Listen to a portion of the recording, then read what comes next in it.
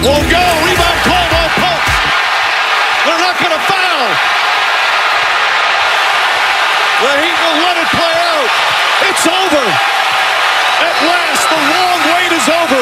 After 47 years, the Denver Nuggets can finally call themselves NBA champions.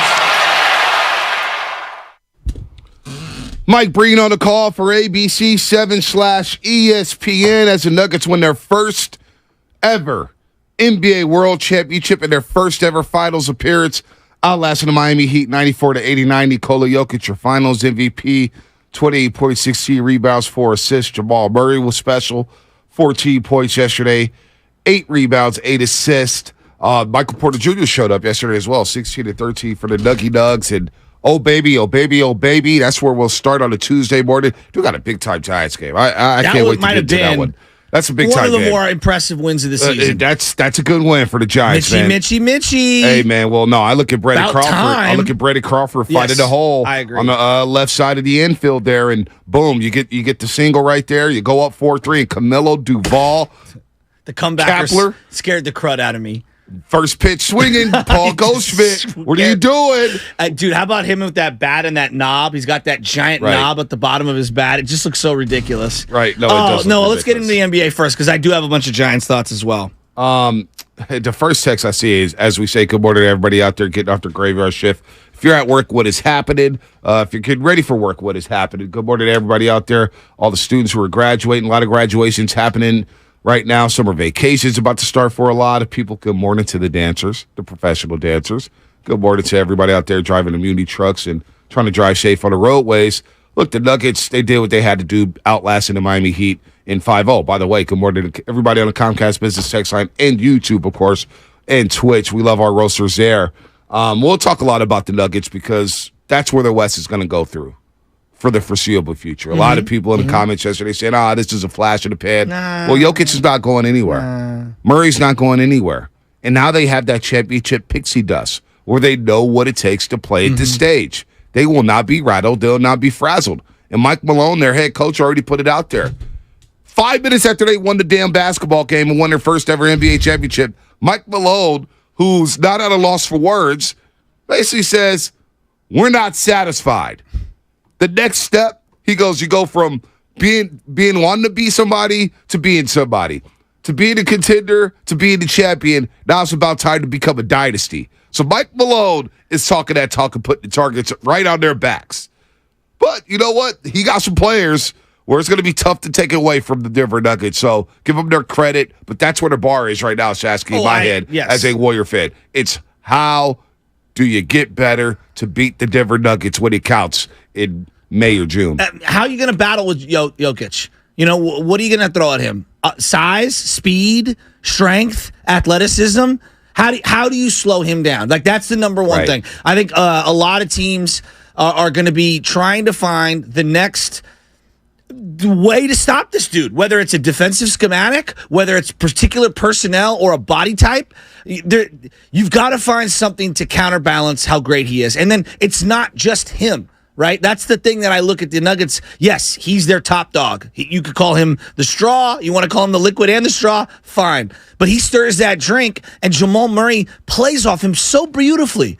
And Jamal Murray can take over games at times off the dribble. And then you've got, obviously, Gordon fitting in where he gets in. Caldwell Pope. What a great trade that was for them with Washington. And then you acquire your guy Aaron Gordon. And that was a great trade for them as Orlando was doing kind of a fire sale at the deadline a couple years ago. So, look, two things can be true.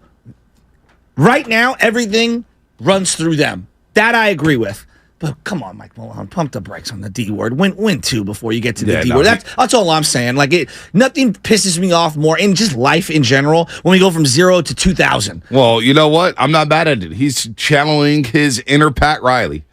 He's channeling his inner Pat Riley, where he said he wanted to go back to back with the Showtime Lakers. No, he didn't say back to back. He didn't say back to back. Dynasty. He said dynasty, but he said I want to get greedy here. Later on in the presser, he said dynasty. I want to be. That's the next step in becoming a dynasty. The first one, okay. But the first interview where he's on the podium, he said, "Look, man, I'm not satisfied with just one.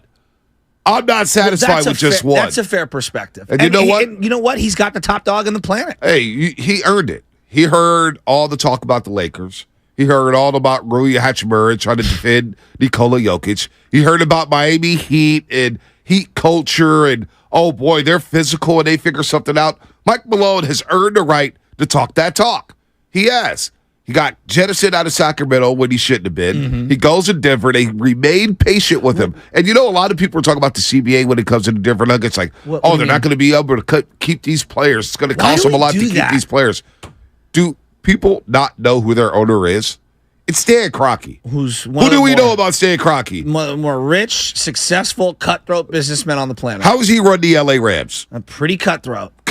Money's flying off the table, right? Not only that, they're bold as hell. So they'll pay for anyone, cut anyone, meaning pay them off to go away.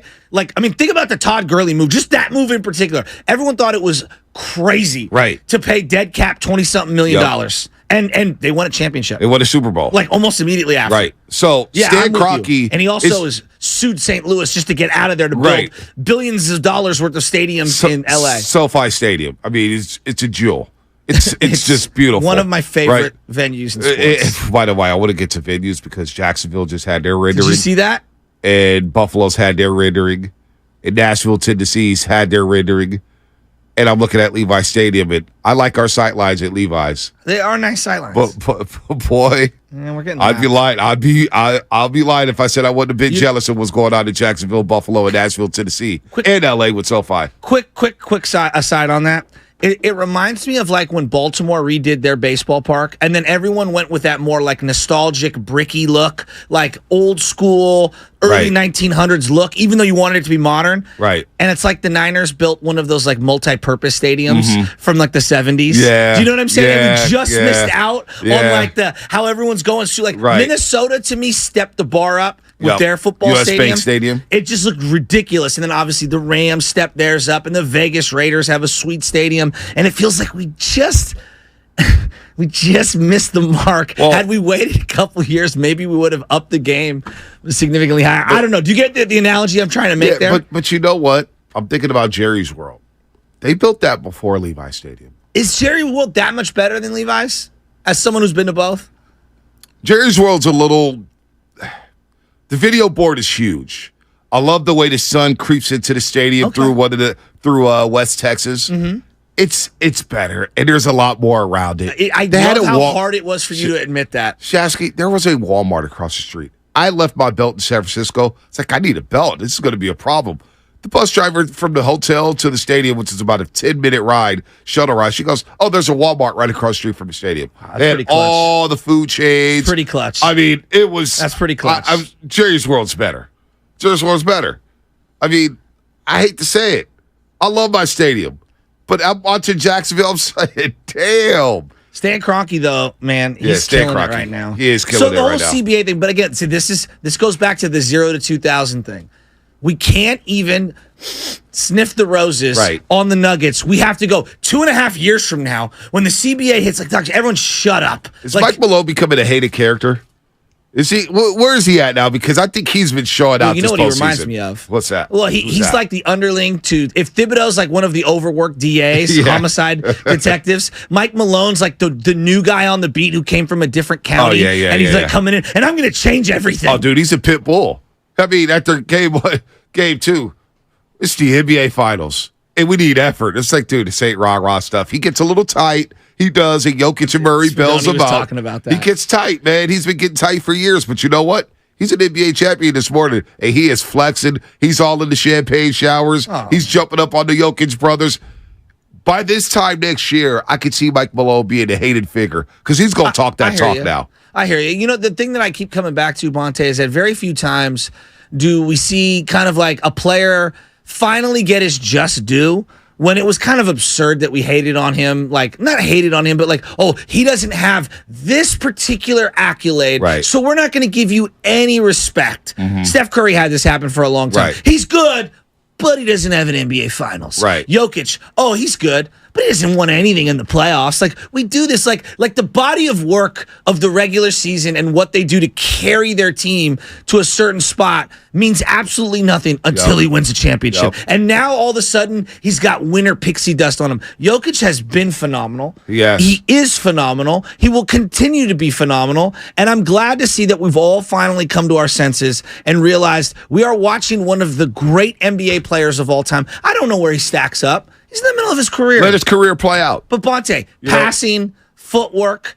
leverage, shooting, positioning, touch, positioning. Yeah. He's got it all. What's the hole in his game? And some people say defensively he can't get out, but I thought he played well defensively. At least good hands, putting his hands up, rebounding wise. He gets up off the ground. He doesn't look athletic at all, but next thing you know, he ends up with 16 rebounds. He ends up with 18 rebounds. So, look, let's wait for his career to play out before we start catapulting him above Tim Duncan and Hakeem Olajuwon. But right now, he is the best player in the league. He's earned that right. He's the best player in the world. And he's in his prime. And he's in his prime. And it's a scary, scary thought. He's going to win more NBA regular season MVPs with the way he plays. He's going to be... You think he ends up, just for a second, you think that he could end up, but he's got 2 right now. You think he could end up with more than LeBron? LeBron has 4. Because I've had this conversation before, and it's like, well, I know there's a lot of LeBron haters, but it is going to be wild to me that we're going to wake up one day, LeBron's going to be out of the league, and we're like, he only won 4 MVPs in 20 years. Yeah, he should have won more. And I'm not trying, and I know each year there's an argument for this guy and that guy. Right. And we get voter fatigue. What does Kobe have? 1? He has 1. Right? And really, and to be honest, it feels like it doesn't tell the story of his career. It doesn't. But he won the 1, and really, I thought that year it belonged to Chris Paul with the Hornets. They made it to the Western Conference Finals. Now, Kobe deserves 1, but maybe not that year. Shaq only has 1 He only MVP. has 1? 1 MVP. See, now, again, I know, we can go year to year and kind of break it down on why. It's just funny to me. So, I'm looking at someone like Jokic, Bonte, he could have 4 or 5 MVPs. How does Couldn't you see it? I could see it. Steve Nash has 2 MVPs. He should not have more than Shaq. That does feel wrong, doesn't it? That feels dirty. But here's the other part: is Nash was freaking awesome in those 2 years. Awesome. But Shaq was the most dominant player in the NBA. Like the Derrick Rose one. I'm just using this as an example. I remember when Derrick Rose got it. He had a great year that year. LeBron was the best player on the planet. LeBron was the best player on the planet. And we just didn't want to give it to him because we hated that he went to the Miami Heat. Yep. He was the best player on the planet. I mean, Iverson got his, Duncan, Garnett, Steve Nash, Dirk, Kobe. Then it was LeBron, D-Rose. LeBron won 4 and 5. Then you got KD. Steph. Westbrook really was the sympathy MVP. I mean, it was a great year, though. It was a great year. I'm not trying to cape up for Russ. It was a great year, but that was a sympathy MVP. Who would have been I forget who was it Harden was the other Harden candidate? was the other candidate. Harden was like the candidate for 3 straight years. He was pissed off. Then he finally got his. Giannis got his. So Jokic is going to rack up MVPs. He's going to be in the championship contention for the foreseeable future. Mm-hmm. And now we got to think about, what does Joe Lacob and company do? Kirk Lacob, Mike Dunleavy Jr., Joe Lacob. What are they going to do to restructure this roster to combat the Denver Nuggets? Because there's a question out there. Is this Nuggets team better than last year's Warriors championship team? And a lot of people will say, a lot of people will take the Nuggets, which is crazy. I'm taking the Warriors, but boy, it's not easy. It's not easy. I think the Warriors match up pretty good in the backcourt. It's Jokic. And then the size. What do you think? Jokic is a problem. Like, Draymond does do a good job on Jokic. He wears down, though. He wears down. He really Size does wear down. matters. And so, I'm watching Bam Adebayo, who's, if you were to create a guy in a lab who you would think would be a great big man defensive player, wouldn't Bam Adebayo be on a short list? Bam's legit. He had a tough time with Jokic. He had a ridiculously tough time. I give Bam credit. No, I love Bam. He battled every step of the way. Yes. I could say more about him battling Jokic as opposed to Anthony Davis, where Anthony Davis just tapped out and said, Rui, you guard him. I've had enough. So did you hear the interesting conversation yesterday between Steiny and Guru? About Karl Anthony Towns? Yeah. And no, but just for a second, they were entertaining a Karl Anthony Towns trade, right? And to the Warriors. And I hear Guru made some compelling points. Steiny made some compelling points. And I want to ask you, because I'm very curious your opinion. I understand wanting to get size, but I've watched Karl Anthony Towns really back down against guys that are his size or bigger. I don't know, and he's a great player. He's very, very skilled offensively. And there's an argument for trying to out-offense someone. I understand that.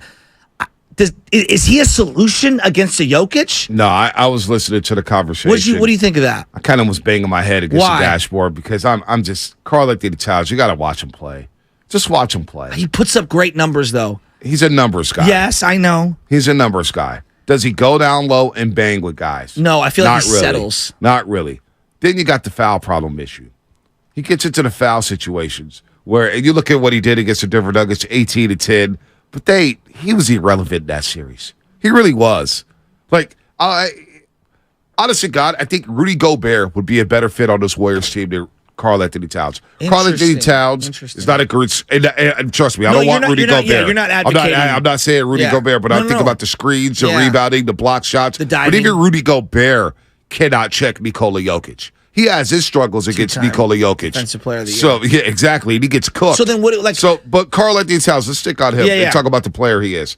He's a guy who averaged 5 threes in the series against the Denver Nuggets. He loves to hoist up shots. You look at the regular season and the way he shoots the 3-ball. He loves to stay outside. The guy I love on that team is Naz Reid. Yeah. Naz Reid is a little more physical, it feels like. Look, Karl-Anthony Towns shoots 36.5% from the 3-point line. Would you have to pair him with Wiggins again? How would Andrew Wiggins feel about that? What are you giving up? What are you giving up? I was listening to some of their haul, the haul that they would get back. Minnesota, it was hypothetical. Character fit, personality. Doesn't that matter? It does, but does the Andrew Wiggins reclamation thing, does that do anything in terms of maybe giving the Warriors some benefit of the doubt? Meaning they kind of built up Andrew Wiggins? Right. Yeah. But Towns feels different than Wiggins was, can you play defense? Right. And do you care? He can just play hard every game. Yes. Do you care? And obviously Wiggins cares about hoop. He played his ass off last year. Karl-Anthony Towns, I think, cares. But I was something that stuck with me. What's that? When he was a youngster and he made his first All-Star game, I don't know if it was 2017-18, 2018-19. I just remember when I was being in a visiting locker room, there were some guys on the side said, all this guy cares about is being an All-Star. He don't really care about winning. Now, I'll give him the benefit of the doubt. He was very young. But now that he's got the All-Stars, does he want to be an NBA champion? Now, he missed a slew of games last year with the calf injury. Mm-hmm. Came back. He played hard. We saw him at Chase Hitter hit the go-ahead 3. Yeah. That's a big man who pulled up from 3 and made that shot. I'm not going to slam the door shut on Karl-Anthony Towns, but can I get somebody else? Is there somebody different? What are you looking to target to slow down Jokic? Or is it just I'm trying to make my team the best I can make it? Well, you got to, first of all, make your roster better, as best as you can make it. There's no answer for Jokic. That's the thing. There's no answer for Jokic. Yeah. He's going to get his. Yeah. But what do you try to do against Jokic? You try to take away the passing, right? Well, Draymond does a good job with that. He does do a good job with that. Looney fundamentally knows where to be against a guy like Nikola Jokic. Jokic is going to get his. You got to shut down the other guys. You got to slow down Murray. The guy I keep thinking about, and I don't think they'd ever move him. But to me, if there's one player in the league that I think could give you some, again, you're not going to stop him, but slow him down and then give you some offensive pop. Jaren Jackson Jr. is the kind of body type and the kind of guy that I'd be trying to identify. But I just don't see why Memphis would get rid of someone so young and promising. Right. I really like him. No, yeah, they're not getting rid of him. He's a defensive player of the year. They're not going to get rid of him. He's a tough player. I think you got to focus on the other guys. And that's Jamal Murray. That's Aaron Gordon. Gotcha. That's Michael Porter Jr. You have to turn Jokic, and Spoelstra almost alluded to it. He knows it. I think he was trying to just protect his strategy or whatnot after game 2. Mm-hmm. He knows it. Make him a scorer. Yeah. When you make him one-dimensional, you got a legit better shot because all of a sudden you cut off the passing lanes, the cutters that are cutting to the basket where he likes to find them on the back door or whatnot. You got to shut down everybody else. You just got to slow down Jamal Murray. When Jamal Murray is working and cooking and dropping double-doubles on you, now you got a problem. That's where I'm looking at. How do you slow down Murray? How do you slow down KCP? How do you slow down Michael Porter Jr. and their role players that they have? That's what you got to do because you're not going to stop Jokic. No, I'm kind of with you on that one. But I do think you need to bulk up a little. Like Bonte, you do need to bulk up. I'm looking at Michael Porter Jr. and I'm looking at Aaron Gordon. And they're not even complete players by any stretch. But they're long, and they're big, and they're athletic, and they're physical. And Michael Porter Jr. can be non-physical at times. I'm not saying that he's some, brute. But You got to do something to match up with them. And then, like, how highly do they think of Patrick Baldwin Jr.? Because he's a big guy, but to me, he seems more like a perimeter type player. Well, look at Michael Porter Jr. He scores a 16 yesterday, and I don't love his shot selection. But you know what? 13 rebounds. Yes. You know, Eric Gordon, 7 rebounds. Yes. You know what I'm saying? And he's a shots. great cutter. Great cutter. Finishes at the rim. Gives him a little shooters. nasty. So I think you got to shut everybody around Nikola Jokic because you're not going to stop him. You're not. It's like LeBron James. LeBron James is going to end the game with 30, 10, and 9. No doubt. You know what I'm saying? But I keep coming back to because it's the Draymond Green to me is the first domino. How does Draymond slow down? Like that team in particular, who's he guarding? Yeah, well, also, is he going to be aggressive offensively against that team? Can he finish at the rim against Michael Porter Jr., Eric Gordon, and Nikola Jokic? All right, we'll continue to talk about this. That segment was brought to you by Golden State Lumber, serving the Bay Area for 3 generations. When you succeed, we succeed. Visit GoldenStateLumber.com. We've got a great guest list coming up. We'll reveal that on the other side. That's what's coming up in the game. Sponsored by Fremont Bank, full-service banking, no compromises. Matt Coker here with West Coast Men's Health. In the past 5 years, we've seen thousands of men at our clinics. Most guys tell us the same.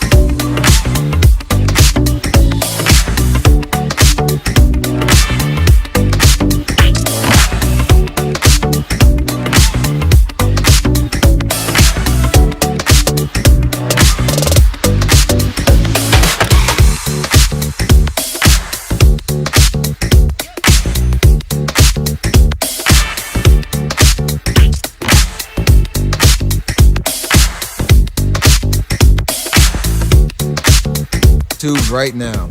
Take it away, Bonte. Even at the podium afterwards, they told him the parade was on Thursday. He goes, Thursday? I can't go home till Thursday? Guy loves his home. Loves Serbia. And I love his game. Nikola Jokic, your Finals MVP. The Bill Russell Finals MVP, the first Bill Russell Finals award awarded to a player since Bill Russell left this world. Of course, everybody honored Bill Russell this past season with the number 6 on their jersey. Shout out to Bill Russell. Shout out to Jokic and the Denver Nuggets for winning the NBA championship. They go 16-5 this postseason. Beat the Heat in 5, beat the Lakers in 4, got the brooms out for them. The Suns in 6, and of course the T-Wolves in 5. And they're not going anywhere. Pretty thorough. Pretty dominant. It was a dominant run by Nikola Jokic, Shasky. What is the thing that you're looking at that they do that the Warriors could replicate? Oh, it's a great question. That's a great question. Well, they have threats on the floor at one time offensively. Yeah, even if you go to their bench, like, I hate Jeff Green. But you can't sag off of him. No. You know, you can't sag off Christian of Eric Brown. Gordon. You can't. Braun. Yeah, Brown. You can't sag off these guys. No. And so they have threats, and they play really well off the ball. It's not much the Warriors can do offensively. I think offensively, the Warriors are just as potent. It's different. Yeah, they're very different. They're just as potent. I agree. But what they can do and what the Nuggets do is they create so many easy, good looks from 2 feet out, 4 feet out, 15 feet out. The Warriors have to embrace the mid-range game. They got to figure out a way to get to the cup and get easy baskets at the glass. Bruce Brown, Jeff Green, whether it's KCP, Eric Gordon, Jamal Murray, they get to the cup and they finish. Well, the other thing that I think a lot of people are talking about, and I can't deny it, is the chemistry, right? They seem to all be on the same page. But as you get more successful and as people's, lives change and their perspectives change, their desires change, Right. and chemistry can change. Right. I mean, everybody's kumbaya when you win the first one. Right. Right? Think about where the Warriors were 8 years ago. Right? It was pretty kumbaya, right, B? But it carried a They while. sustained it for a Right, long time. they sustained it. I mean, to not have any drama until, essentially any drama until like 6 years later. Right. That's pretty incredible. It's rare. That's why winning back-to-back is difficult. Winning 3 or 4 out of 5 or 6 is very, very difficult. I mean, you're talking about the threading the needle unlike anybody in any sport. So I think today they feel very perfect, the Denver Nuggets. Right. Let's see what happens, with expectations, No a doubt. target on their back, No doubt. guys wanting different roles, more credit, things like that. Do you sense that from that team, though? The only guy I can sense that from is Michael Porter Jr., maybe, who's probably like, I want a little more. But Eric Gordon bought all the way in. And Eric Gordon, we watched this guy grow up in our own backyard in San Jose. He's always been about that life. Absolutely. I just want to win. I would do whatever it takes to win. So I don't worry about a guy like that. Jamal Murray getting his championship, feeling like one of the better 2 guards in the league. I think Murray's cool. I actually think they're going to be fine when it comes to the chemistry and cohesion part. Yeah, but we're talking about next year, right? I'm talking about over the long haul. Guys do evolve. Guys do change, Well, did the right? Spurs change? They're very rare. That's why championship I know, teams they're are very rare. rare. Championship teams are very rare. Yeah. Like Milwaukee's, they didn't change. They just got hurt, right? They got hurt. Well, they were older. They were They're older. They were older, but than their where they were. roles didn't change. They That's bought true. in. Middleton got hurt last year, the second round. I mean, we can't foresee injuries when it comes to a team. But yeah, I hear what you're saying. So when I think about them and what they got going on in Denver, man, I think, boy, they got it. And they've stuck with this. Think about how many years they fell short. Losing to Portland in the Game 7 at home in the second round. Losing to the LA Lakers in the Western Conference Final. Losing last year to first. They've had so many pitfalls in the playoffs together. Mm-hmm. And so for them to finally climb that mountain and become the top dog on that mountain and overcome everything, I think now they're thinking, boy, we've got the best player in the league. Mm-hmm. We've got a top 5 2 guard who can play point guard for us. KCP compliments us very well. Mm-hmm. Eric Gordon is 6'8", 240, can jump out the gym and can do anything. He's our defensive stopper. And then you got Michael Porter Jr., who's now just, remain healthy. If you don't have anything cooking, well, we got a Bruce Brown. Yeah. Now, he's a free agent, of course, but Christian Brown, Jeff Green, they got the right veterans, man. They got something cooking out there. No, so it's going to be interesting. I hear what you're saying. It's I'm not going to undeniable. deny things like that happen. Yeah. But they don't seem to have the boisterous bunch That I agree like with. a Warriors team does. You know what I'm saying? It feels very egoless. Yep, no doubt. But it would be naive for me to say that they're not going to have issues down the line. The other thing that we can't foresee, I mean, what's the league around them going to do? You know, like the Warriors are one element. We're hyper focused on the Warriors. You know, what's OKC going to do? Like they're a team I look at. I'm very intrigued with them. I don't know where they're at in their life cycle. I don't know how aggressive they can be. I don't know how much of a destination they are. They've got to become that playoff team. Don't you feel like they're a stud away? Well, At minimum? they're hoping it's Chet Holmgren. That's what they're I hoping. didn't even think about him. He's Wow. the number 2 overall pick. That's Yeah. what they're thinking about. They're thinking, well, we got SGA, who's an all-star. Yeah. Josh Giddey started dropping triple-doubles. You got the Jalen Williams brothers, the J-Dub, one from Arkansas, one from Santa Clara, and now you get Chet.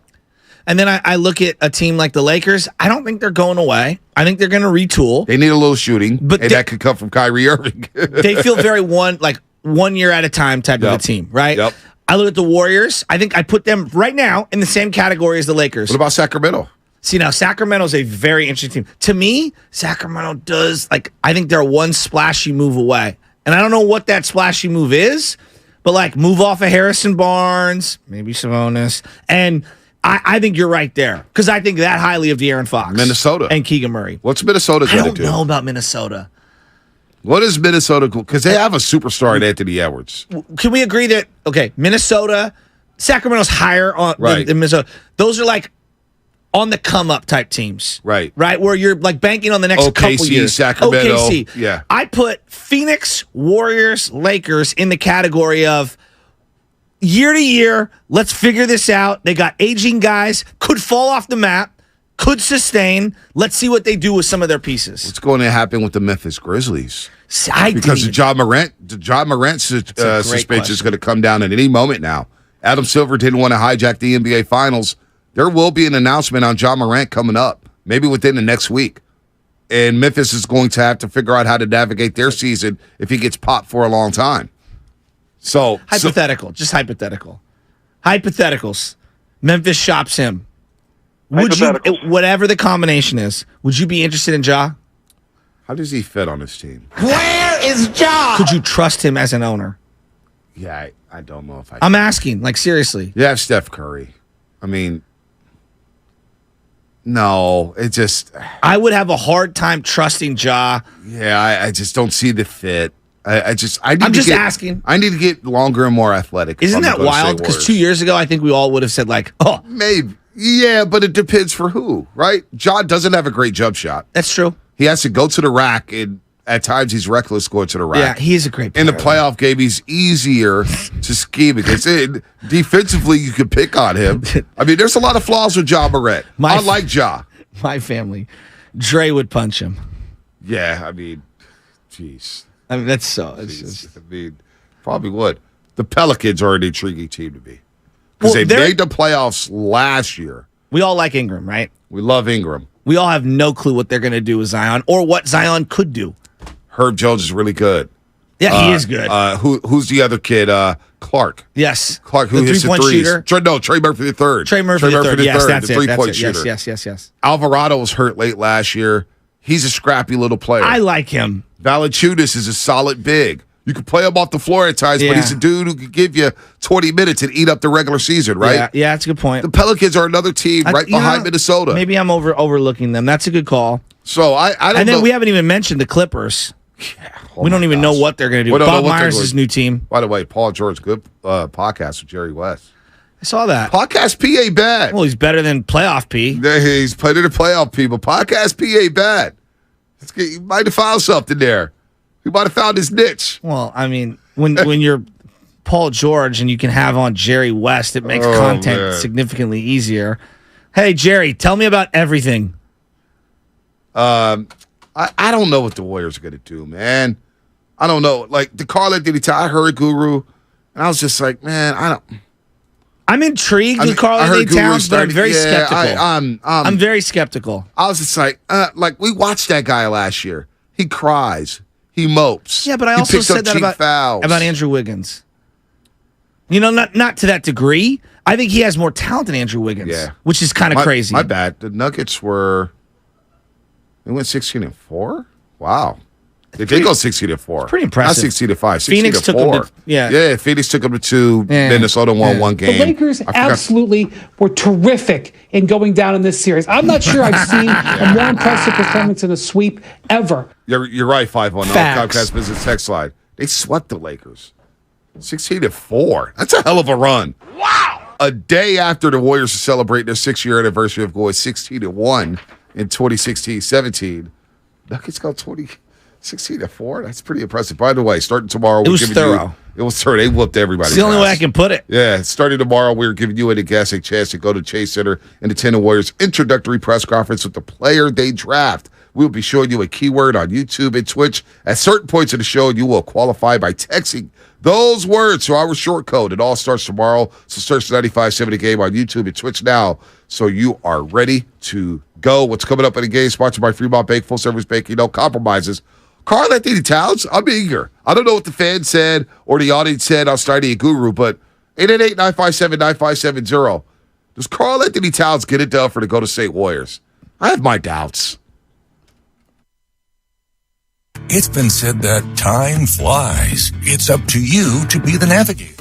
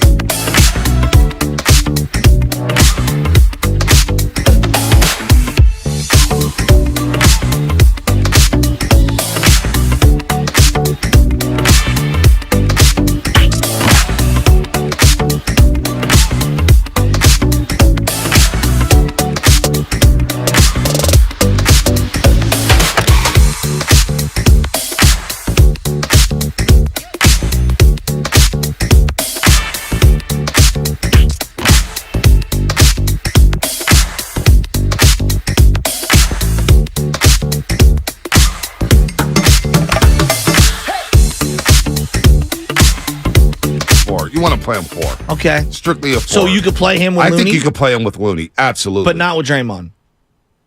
I don't see it with Draymond. I mean, actually, Draymond to the Pelicans isn't the worst thing in the world. I think, you know what? Let me take that back. Zion could play with either or. You think so? You could play with either or. I think Dre. I mean, because the lob threat for Dre hasn't been there the last couple of years. I would like to see Dre with that high-low lob threat as a guy who's cutting. So you asked, but I also think the Pelicans could use a guy like Draymond Green. Like, they need some nasty. You asked me the question whether or not Zion can go inside. And you think about what he does on the floor. I meant more as a post player, not as a guy that like catches the ball, dribbled head down. I meant more like back to the basket and being able to pass off the split action. You get him that low block. I think he could. Okay. I mean, Stan Van Gundy had him playing 3. Stan Van Gundy had him playing the point forward. Yeah. Remember that? Yes, I do. And he started dropping triple doubles. I know. He was walking into threes too because people are laying off of him. Right, but he doesn't attempt a lot of threes. He averages just 0.6 attempts per game over the course of his career, so he doesn't live and die by the 3. He goes inside. You look at his field goal attempts in 2021, 17 field goal attempts. Well, 16 and a half came inside the paint. Would you give me this comp? And I don't mean player style. I'm talking about like needing just a fresh start. Got a lot of Baron Davis vibes to the Zion thing. Remember when they picked up Baron? It was like, oh, he's a really good player. Something's off. New Orleans, it's not working. You know, he needs to kind of like free himself of that situation. Right. Now, I think Zion's more talented than Barron, well, and at least has higher upside. Well, and I think that he's also a guy who's younger than what Barron was when they traded for him. You know, Barron had at least made the playoffs, though. Yeah, he had that buzzer beater shot. He had the buzzer beater shot. So he dunked over Jermaine O'Neal. He at least tasted the playoffs. Was it him and Jamal McGlure? Yeah, Jamal McGlure. Yep, Jamal Mashburn. Oh, that's right. Did they have Wesley on that team? Monster Mash? Yeah, Monster Mash. No, he at least made the playoffs. They were at least doing something. Zion's with basically the the 1 year. I mean, essentially. He's never been to the playoffs. Yeah, but come along for the ride, kid. Yeah, I mean, hasn't played. It's a good comp, but at least Barron had made the playoffs. More situationally. Yeah, situational where you could just get him up out of there. Yeah, just get out of there. That's why I honestly, to this day, I think Mully did the trade. One of the greatest trades in Warrior history. It made so Speedy much sense. Clankson and Dale Davis for Baron Davis. Yeah. Just look at that on paper. That is an absolute, that's highway robbery. I remember listening to Bob Fitzgerald break that down, that it was happening on the radio, and my jaw dropped. Well, I remember. I'll never forget it. I talked to Mully about it. He had to do some convincing. With B. Dizzle. Because it was a tough sell. Oh, he didn't want to come? Of course not. Well, who would want to come to the Warriors during those times? Well, and also Mike Montgomery. And they didn't get along. And, and this is where Barron was so you talk sick. to players, and I listened to Mully, and I listened to a lot of players where they basically said, look, man, if it comes down to it, a coach or a player, you always side with the superstar player. Yes, no doubt. You get rid of the coach in a heartbeat. And Mike Montgomery has some issues, and you know what? Away he went. And he hired back Don Nelson, and the rest is history. What are you rolling the dice on Zion for? What are you comfortable giving up for someone like him? We need some shooting around him. So you have Steph and Clay. Let me think JP. Do you move JP? Do you move Draymond? I don't see, it's all I don't know. Like, first of all, you got to ask yourself the question. I would like to see Klay Thompson play with Zion, because I still think we could see a more efficient version of Klay Thompson with an inside presence. This is what I keep coming back to. Is this Warriors team, if they bring it back in, Jordan Poole and Draymond dap it up, say, hey, we're cool. Let's go win another championship. Uh-huh. And Wiggins plays throughout the season. And Kuminga starts to play, and he gives you some minutes, and he shows you the growth that we all anticipate that he's going to have. And we think Moody's going to be a solid player. Like, is this Warriors team still good enough to compete with that Denver Nuggets team? I'm not sure. Like, because Karl-Anthony Towns doesn't do it for me. Like, Karl-Anthony Towns doesn't get you past the LA Lakers to me. Is that depending on what you give up, or just acquiring him in general? Yeah, him, and you're going to have to give up something. That's what I'm saying. You're going to have to give up a lot, and it's him. Like, is he good enough to carry you? Well, I don't think so. That's a fair point. I just think that, like, Warrior fans are in this bubble. We all like Kuminga. Just no GM in the league thinks that Kuminga is going to be Zion. No, when Zion's healthy, he's a 30-point game scorer. He's an all-star. Yeah, exactly. Now, maybe Kuminga takes rapid, leaps forward and bounds forward. And look, I'm optimistic, and I really like the guy, but like you have to remove emotion, get out of the bubble, and say to yourself, if you were to bet $100 one way or the other, is Kuminga ever going to become even close to what a healthy Zion? Now, there's another question, which is like, is Zion ever going to be healthy? That's right. a fair point. But like Kuminga has yet to show any of what Zion's shown. Right. So Zion Williamson in a 17-game stretch in 2021. 17-game stretch here, and Stan Van Gundy got axed, but he tried this. He had this experiment of Zion Williamson playing point forward. Nearly 29 points a game, 4 assists, 7.5 rebounds. Shot 58.5% from the floor. Didn't shoot the three well at all. Didn't even attempt a three really per game. Shot 18%, but barely took a three a game. But he was 11 to 19 from the floor, and this guy was going to the bucket. He was going to the free throw line. He was going to the free throw line 9 times a game. So when we talk about going to the basket and getting easy buckets, what else do we talk about? Getting to the free throw line. That's why I'm having a hard time saying, wait a minute, you want to trade Jordan Poole? He's one of the few guys who does attack the basket and get to the free throw line.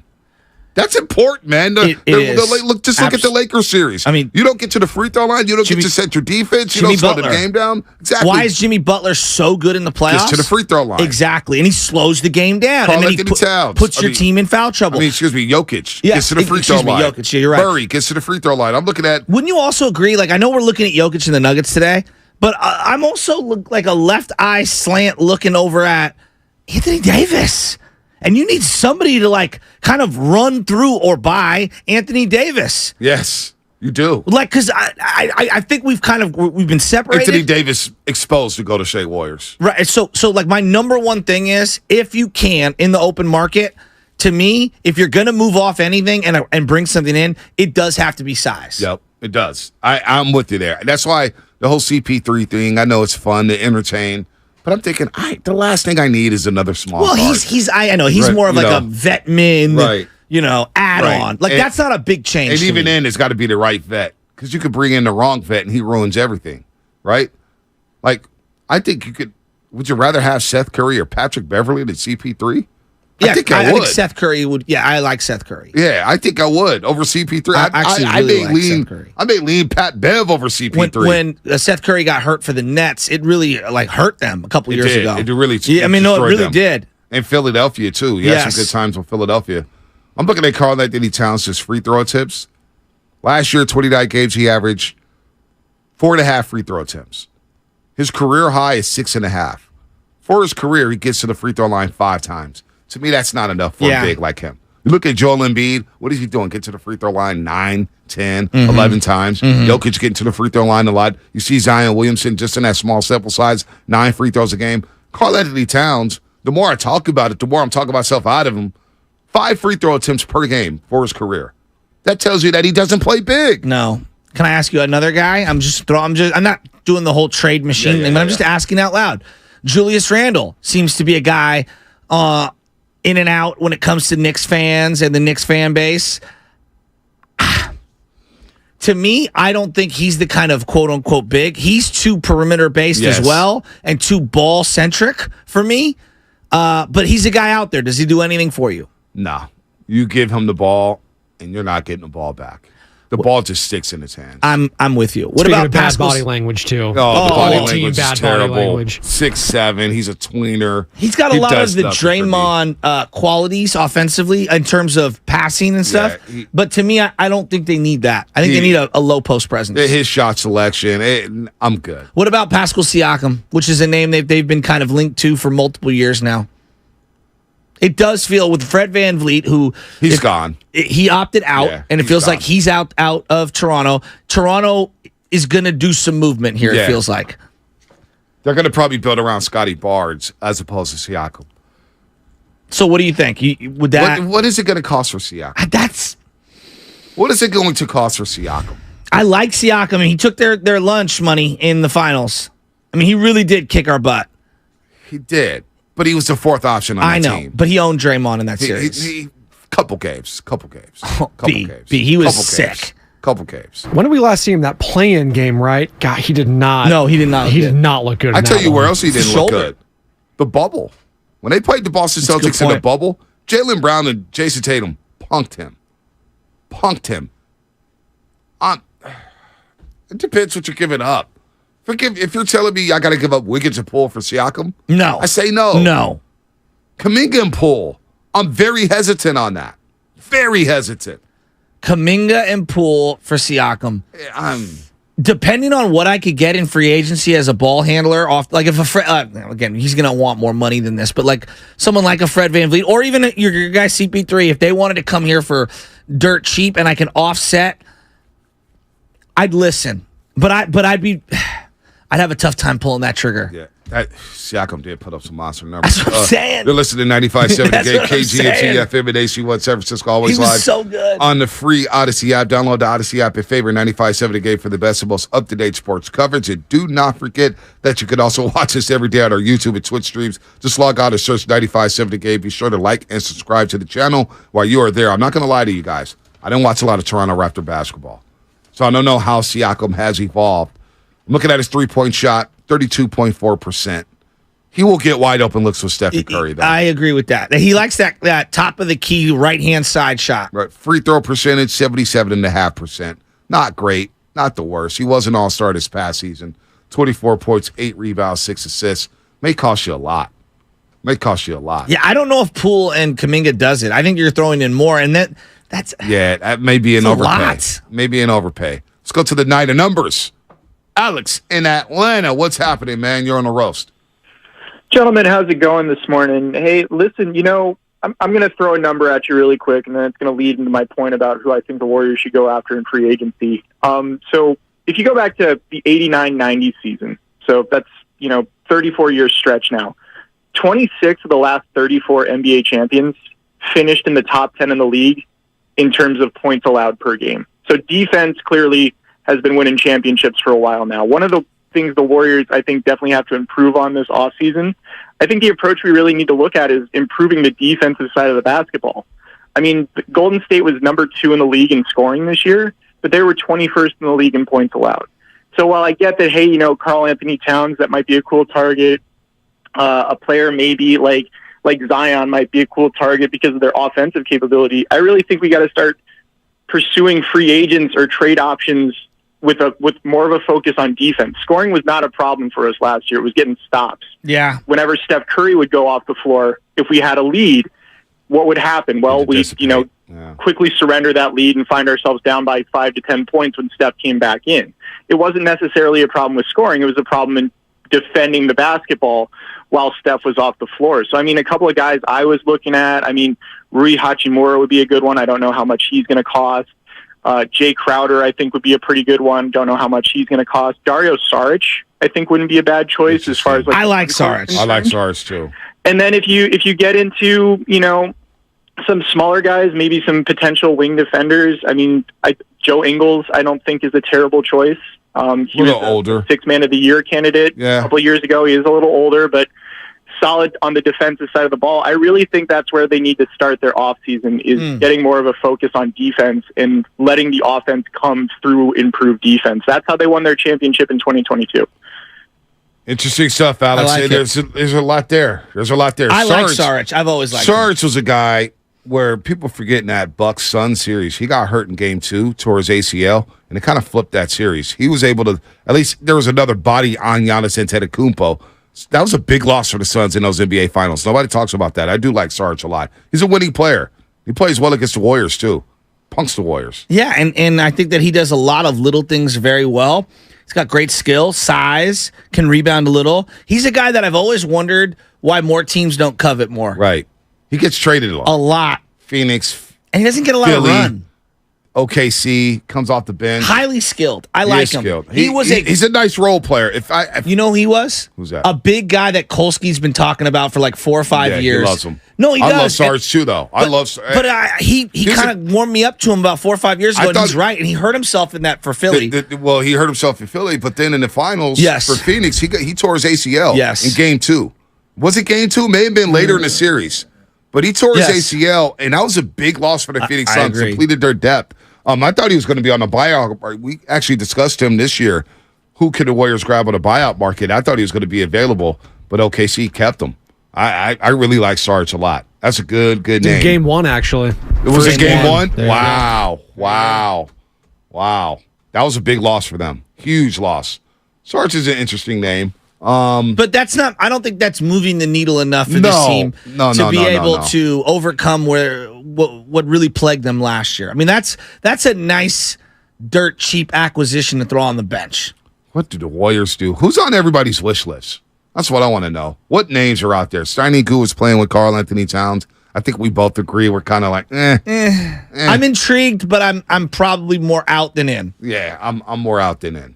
Ibaka's probably done, SC. I mean, Ibaka's he's old. Yeah, he might be done. No, I keep getting this text from my boy Rocco. What's going on with Harden and Embiid? Well, I saw that text. I have no idea. You know how I feel about Joel Embiid. You going to make the trade straight up with Kate Scott? Can't tell you. You think Philly would have set me? No. Nope. No chance? No. Nope. Kate's got a lot of cakes, dude. She's got the Seahawks I know. gig. She's go Sixers go Phillies go Hawks go. Women's World Cup. Damn. I mean, she's just going to all the enemies at this point. What? Next thing you know, she's going to be the Dodgers play-by-play guy. She take that job. To check cash, baby. Yeah. She's got Joe Davis, move over. Oh, man. She's probably better than Joe Davis. What will Daryl Morey do with Embiid? What does Embiid want to do? I'd love to have now that he's seen Jokic win one before him, is there pressure on him to take a hike? He has to. Because a lot of people are calling it. They're saying he has a sympathy MVP, basically. All right, let's break. What's coming up in the game sponsored by SC Johnson. Mm-hmm. We'll get into the Giants. We got a good guest list coming up here. We'll reveal down on the other side. That's coming up. I do. This can't keep your loved ones protected from pests, but Raid can. For 60 years, Raid scientists have worked to protect people around the world, including the ones you love most. Raid, protection for all.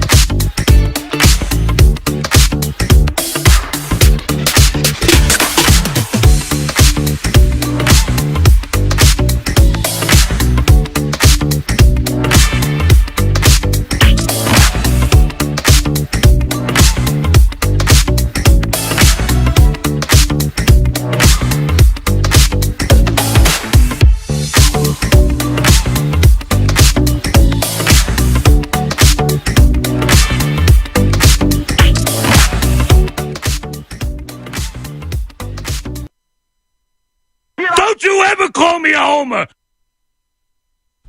Bo Bach. This is Steve Kerr, and you're listening to the Morning Roast on 95.7 The Game. What up, Steve? I got your back. Too many people out there talking about Mike Malone, better coach than Steve Kerr. Steve Kerr needs to take notes from Mike Malone. Mike Malone did a hell of a job this year. Hell of a job.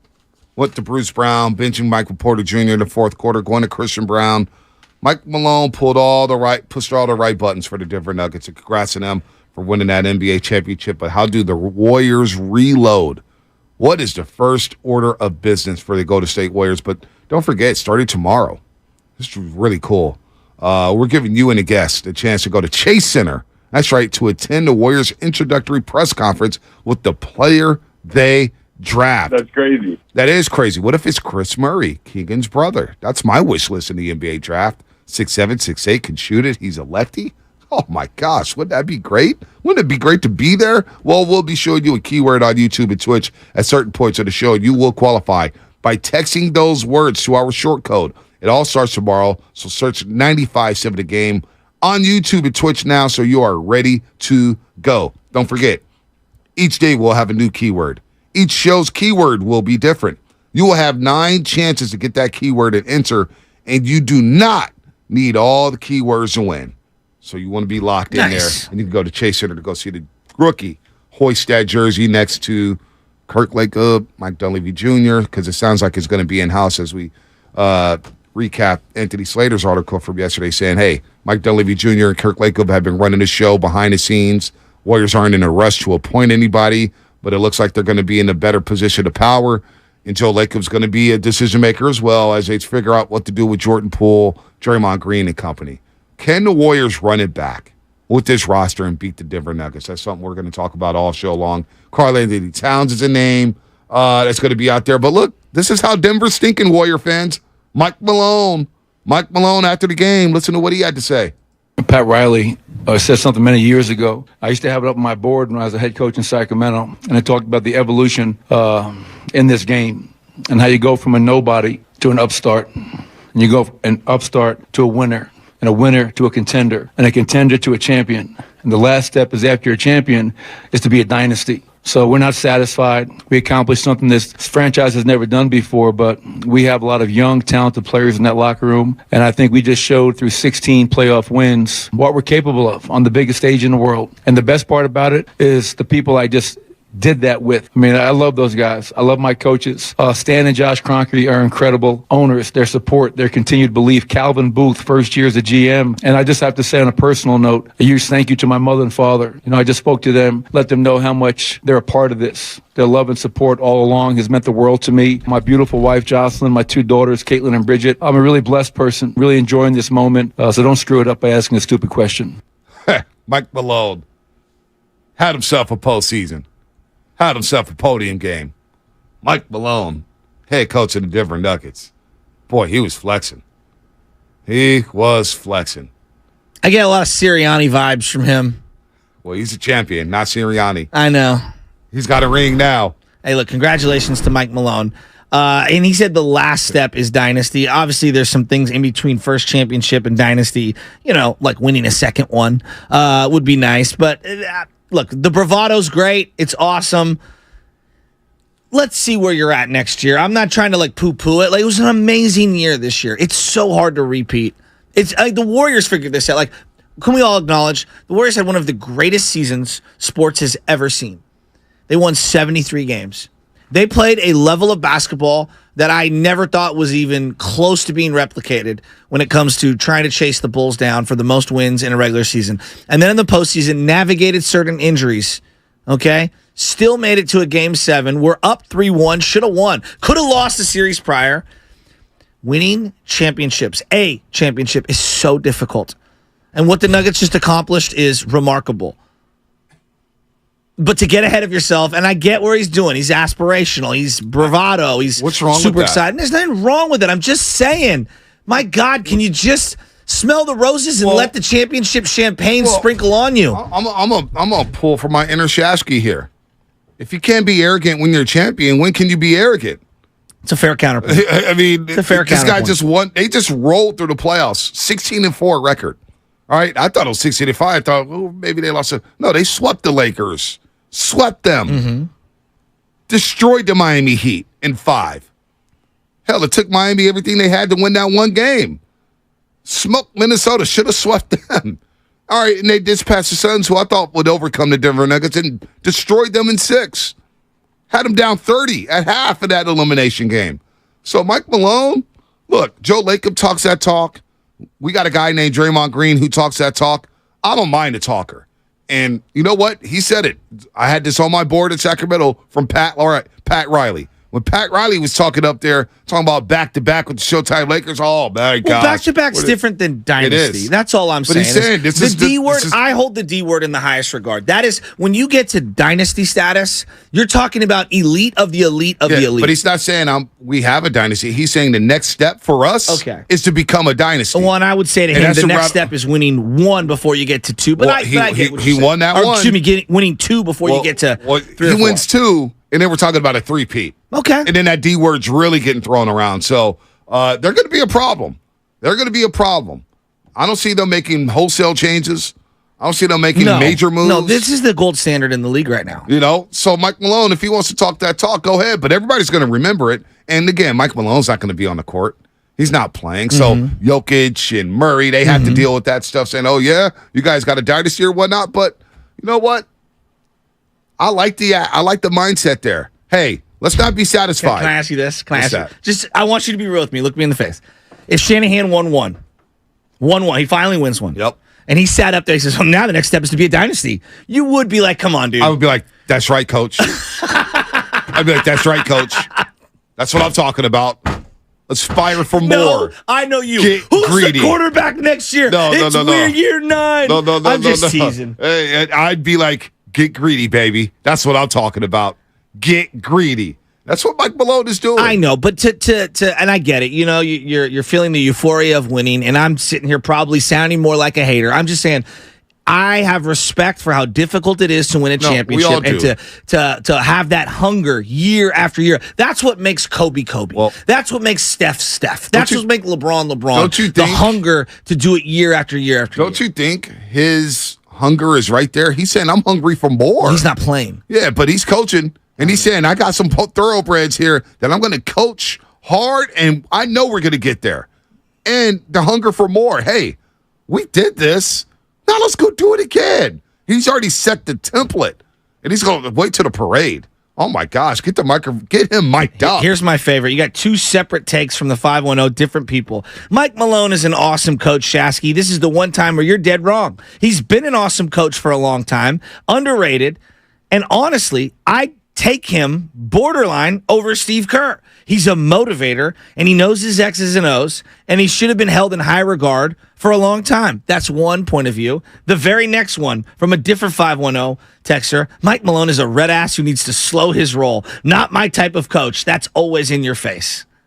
I'm not mad at him. I think he's somewhere in between those two things. I'm not mad at him. But I love the way his podium game, the way he talks to Lisa Salters, he gets thorough answers. Remember the bubble? Like, hey, Don, I mean, during the bubble, Mike Malone was having a good time. He's sitting there talking to Seth Greenberg, giving you very thorough. He's not giving you the Popovich treatment. Yeah. He's actually telling you something about, we need to rebound better. They got 16 rebounds. He's got a box score in his hands. I'm not mad at Mike Malone. And then, when he did the Spinoni's Lakers. I'm just saying, like, there's levels. So the greatest thing, I don't know if everybody saw it. Maybe I'll retweet it. I'll find it. But Spinoni knows this. They had just swept the Lakers, right? And when the Lakers were traveling to Denver, their social media team gave the Lakers all these Polaroid pictures, these little colored, highlights of them over the Warriors, and LeBron's like, oh, this is cool. So the Nuggets social media team gave Mike Malone a Polaroid after the series, and he's walking in, he goes, oh, was this from the day where I had a broom and a dustpan? I respect the pettiness. I love it. I love it. Come on, Mike Malone. Let him stud, man. Well, he needs to, because who's the personality on that team, really? Yeah, that's true, too. Come on. That's a very good point. Jokic, like Murray, come on. I mean, Jokic, we kind of saw his personality, which is just like funny, but not doesn't mean to be. Murray crying was cool, too, though, man. The Miami Heat a dynasty? I would say no. God, they dominated. No, I agree. 2-2 in the finals. One big choke job. Right. They got wiped out one time. Back-to-back is you get respect for back-to-back. That's what I'm saying. Not a dynasty. That's what I'm saying. And that's when we can start having those conversations. That's all. I'm not here trying to poo-poo anything they did this year. What they did this year was absolutely incredible. I'm just saying, pump the brakes a little, okay? And this comes from someone who goes 150 miles per hour on everything, all right? So it takes one to know one. I'm a crash test dummy. I know these things, Monte. Hey, yo, Mike, enjoy the parade. Fantastic job.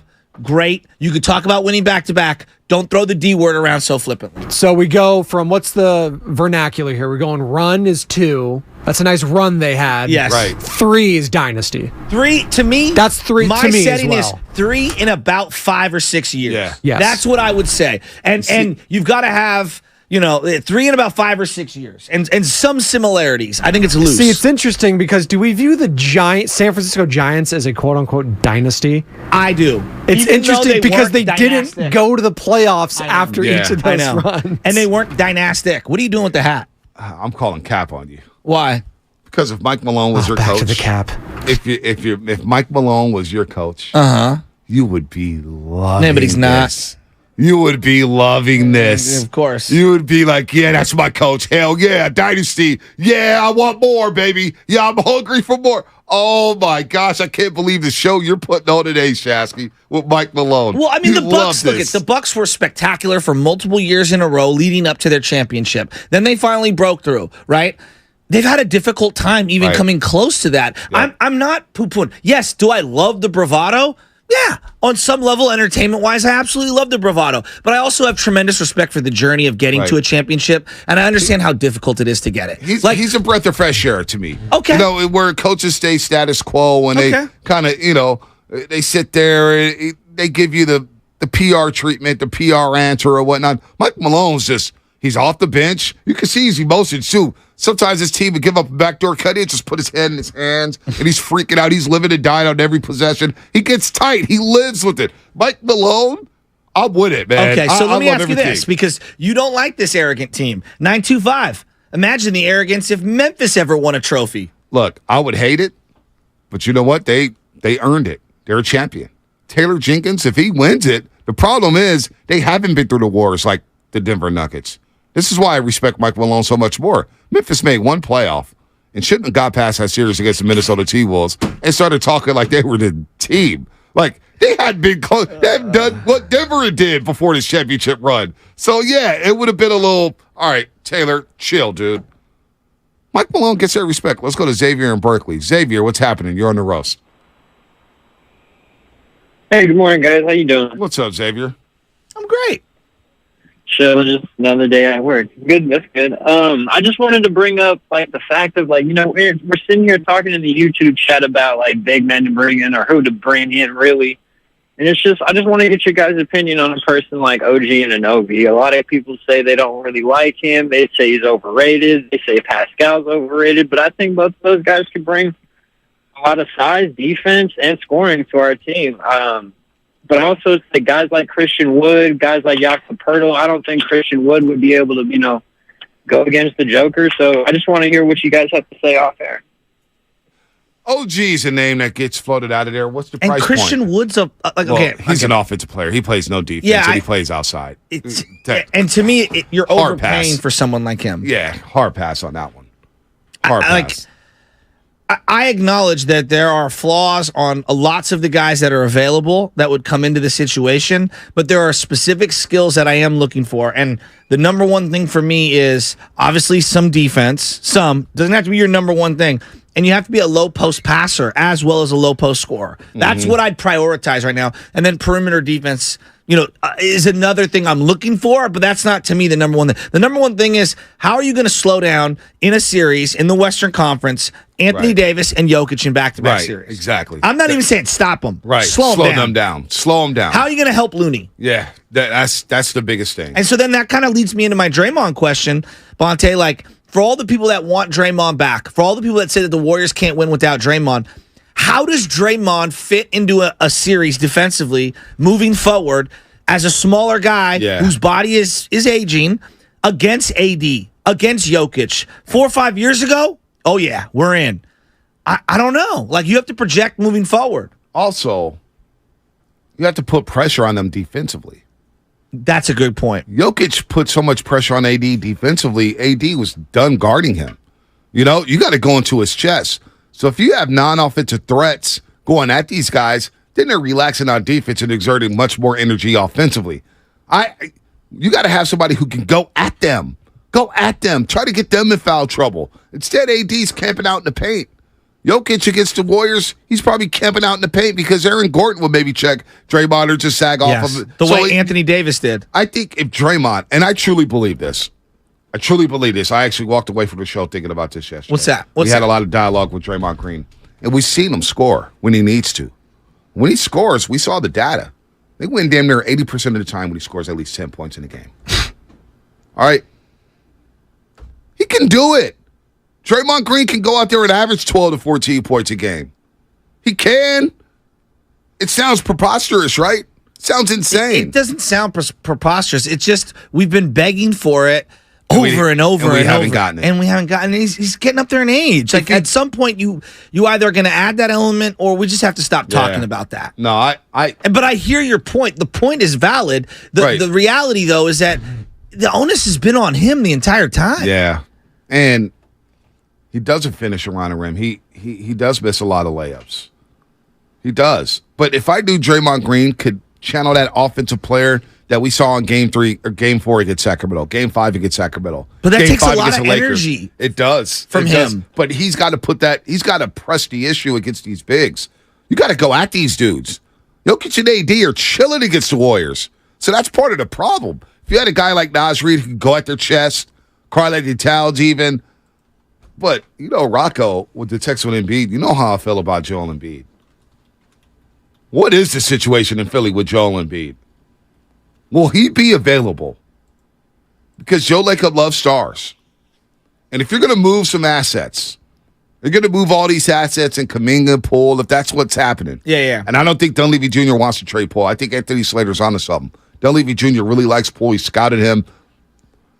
But what does it look like in a deal for Joel Embiid?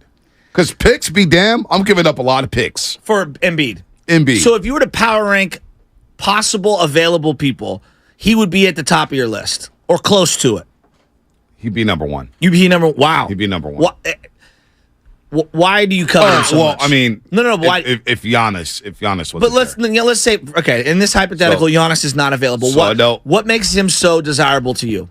Gets to the free throw line, number one. Okay. Can play inside. Now, he does sag outside, doesn't play like a junkyard dog. At times he has cat tendencies. Yeah, he does. But when he plays like a junkyard dog, he's better than him. He's dominant. Yes, I agree. Defensively, rebounding. Yeah, the defense to me is number one. Number one. Blocking shots, I changing worry about shots. his body holding up.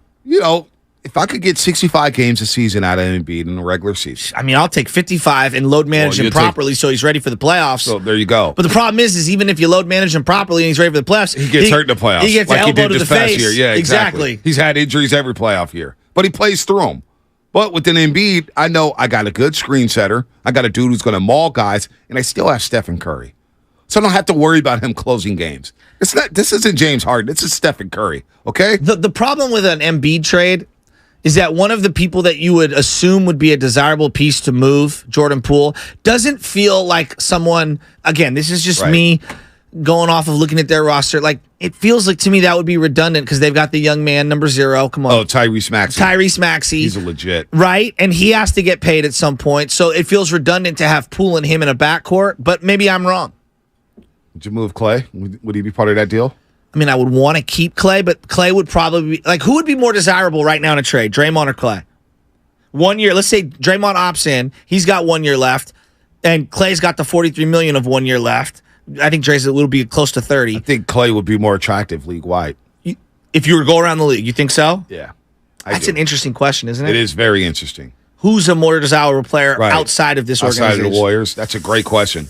And I think I lean Clay just because of the shooting. I think you're right. Because Draymond, he's so unique, think you're right. Yeah. Draymond is so unique. Now, and there's a lot of ball handlers on offense that wouldn't want to have him on their team because of him having the ball so much. Exactly. Yeah, I think it's Clay. That's a good point. Doesn't that kind of speak volumes to where the Warriors are at? And then we always do this thing, well, the Warriors value him more and Steph needs him more. And Steph's fine. Steph will figure it out. I agree. But would Philly want Draymond?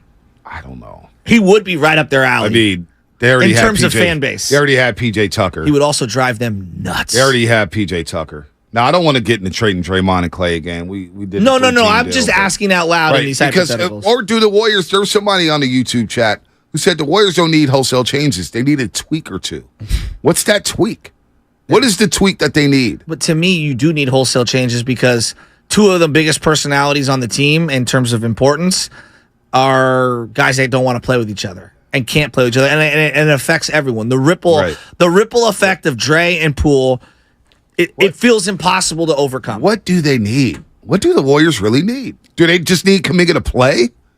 But Kuminga ain't guarding Anthony Davis or Jokic. No, he's not even coming close to that.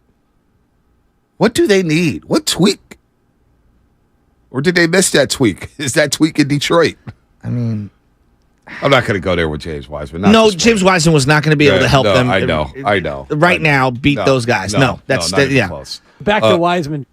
Back to Wiseman. By the way, Kirk Reuter's going to join us in 20 minutes. Kirk Reuter, former Giant, the lefty. They know him as Woody. They had the shed out there in Missouri. I'm sure he's taking in a couple Giant Cardinal games. I love as it. The Giants beat the Cardinals yesterday 4-3 to start that 3-game set. Logan Webb pitched great. Or he didn't pitch great, but he did enough to keep him in the game. Camilo Duvall, 4-out save. You got a little beat crawl. You got George Sedano, 8:30. That's what I'm looking forward to with the NBA talk. Because George is tapped in. He'll have some thoughts on what he's heard around the NBA Finals, and then we'll get back to Laura Britt at 9:20. So I almost want to put it out to the audience. What do they think, Warriors, to beat Denver, to beat the Lakers, a tweak or an overhaul? Yeah, it's a great question. 888-957-9570. Keep going back to that. What do you think? A tweak or an overhaul? No, I think it's an overhaul. You think it's an overhaul? Because to me, it's not about just 1 year. It's about the next 2 or 3, right? And you cannot sacrifice another year of what could be one of the few remaining Steph Curry prime years. You need to set yourself up for the next 2 or 3 years. That's the way I would view this. I think, the sand is coming out of the hourglass on this. So Skywalker Destroyer 52 is agreeing with you on YouTube. Overhaul, we need Giannis or Embiid. Boy, that'd be great to have Giannis or Embiid. What is the deal with Giannis? They have a new coach up there in Milwaukee and Adrian Griffin. I don't know. Eric Lozoya. I think tweaks to the bench. Last regular season game versus Denver, we had chances. But this goes back to when you are financially strapped to tweak the bench. You almost have to overhaul it to get what you need, because they right? don't have the ability financially to be able to bring in players at a price point that are actually going to be able to help you. Yeah. I mean, we're talking about trading for flawed players. Guys that want vet men are even more flawed. Yeah, no, it's going to be tough. Tremendously more flawed. And how attractive is your situation for a vet minimum? Will that veteran now want to go to Denver, Colorado and play with Jokic? Will that veteran want to go to L.A.? I don't know. How desirable are to go to, say, Warriors right now? I don't know. That's what we don't know. Let's go to Kurt in Oakland. Denver does feel like a fun place to live. Hey, the weed is legal hey out guys, there. Thanks for taking my call. Kurt, what's happening? Straight to the weed. Two possibilities just weeks would be Yusuf Nurkic or Miles Turner. Both probably want to get out of their respective areas, and they won't. They're not coming for a vet man. I'm not saying a vet man, but you could. Nope. That's the only way you could sign anyone right now. Right now, they're so over the. See, this is something we have to deal in reality, Warrior fans. They are so strapped financially. The CBA prohibits them from adding anyone other than a vet man if they just stand pat. They can figure it out. They've been known to figure it out. I guess you're not listening. Well, they would have to trade. I mean, yeah, it's going to take wholesale to get a guy like. First of all, don't want Nurkic. That's not the big you need. Miles Turner, we've heard that name a lot. He just signed an extension with Indiana. You're going to have to trade some stuff for him. You're not just getting him for a veteran minimum. He's been, what he is? Roy Hibbert. He's been on the block for what feels like 5 years, and nobody wants him. Nobody's traded for him. Intriguing, but we're good. So, you know what? Everybody said GM's got to figure it out. Well, Mike Dunleavy Jr. and Kirk Lakewood got some So they got some tough things to deal with here. I do think that last caller, and I'm not mad at that person, but like I do think that is the part that is very difficult for certain fans to comprehend. You can't have it both ways. You can't keep everyone you love financially and then add to the mix in a significant way. Because of the tax. Yes. You're The luxury restricted. tax. You're restricted. So you do have to make a decision. So after watching the Nuggets last night win their first NBA championship, and they're not going nowhere, they're going to be in the Western Conference unless they relocate to the East, and that's not happening. That would never happen. What do the Warriors need to do? Is it a tweak or an overhaul? What do they need to do? Because we have a Jokic problem. We have a Jamal Murray problem. We got a Mike Malone problem. In Denver, Mike Malone said it yesterday. They're not satisfied with just one. So they're not going anywhere. Can the Warriors run it back with this current roster, this current core? Can you tweak it? Or do you need to overhaul it? And overhauling it means you're trading some big boys. And you're trading everybody with the exception of Stephen Curry. That's what it sounds like what an overhaul is. Wiggins on the table, Poole's on the table, Clay's on the table. Some people, but yeah, what is a tweak? Michael Silberg, what is a tweak? A tweak to me is a veteran, a minimum. Maybe you swap bench pieces here and there. You trade one of your rooks. You swap an Anthony Lamb for somebody else, or I'm just throwing a hypothetical. You know what I'm saying? But it seems That's absurd. Anthony Lamb for somebody else. Right? I mean, we're grasping at straws here. Or do you need an overhaul? And the overhaul is you're trading some big boys away. You're breaking this thing up. That's what it is. CP3, man. Okay. It's going to be a great everything. So we got Carl Anthony now. So we need a cue list. card? A cue card of the list. The names. Loveman, bring me a pen. Carl Anthony A blank Towns. sheet of paper. Bring it to me. CP3. We've had Embiid talk. Number 4. Christian Wood talk. Number 5. Bobo talk. Number 6. I saw Marvin Bagley III on the Comcast Business Text line. I swear to God. Is that Marvin Bagley's dad texting in? 408. Comcast Business Text line. Marvin Bagley III and Killian Hayes for Draymond Green. There you go. 510. Really? We're doing that trade?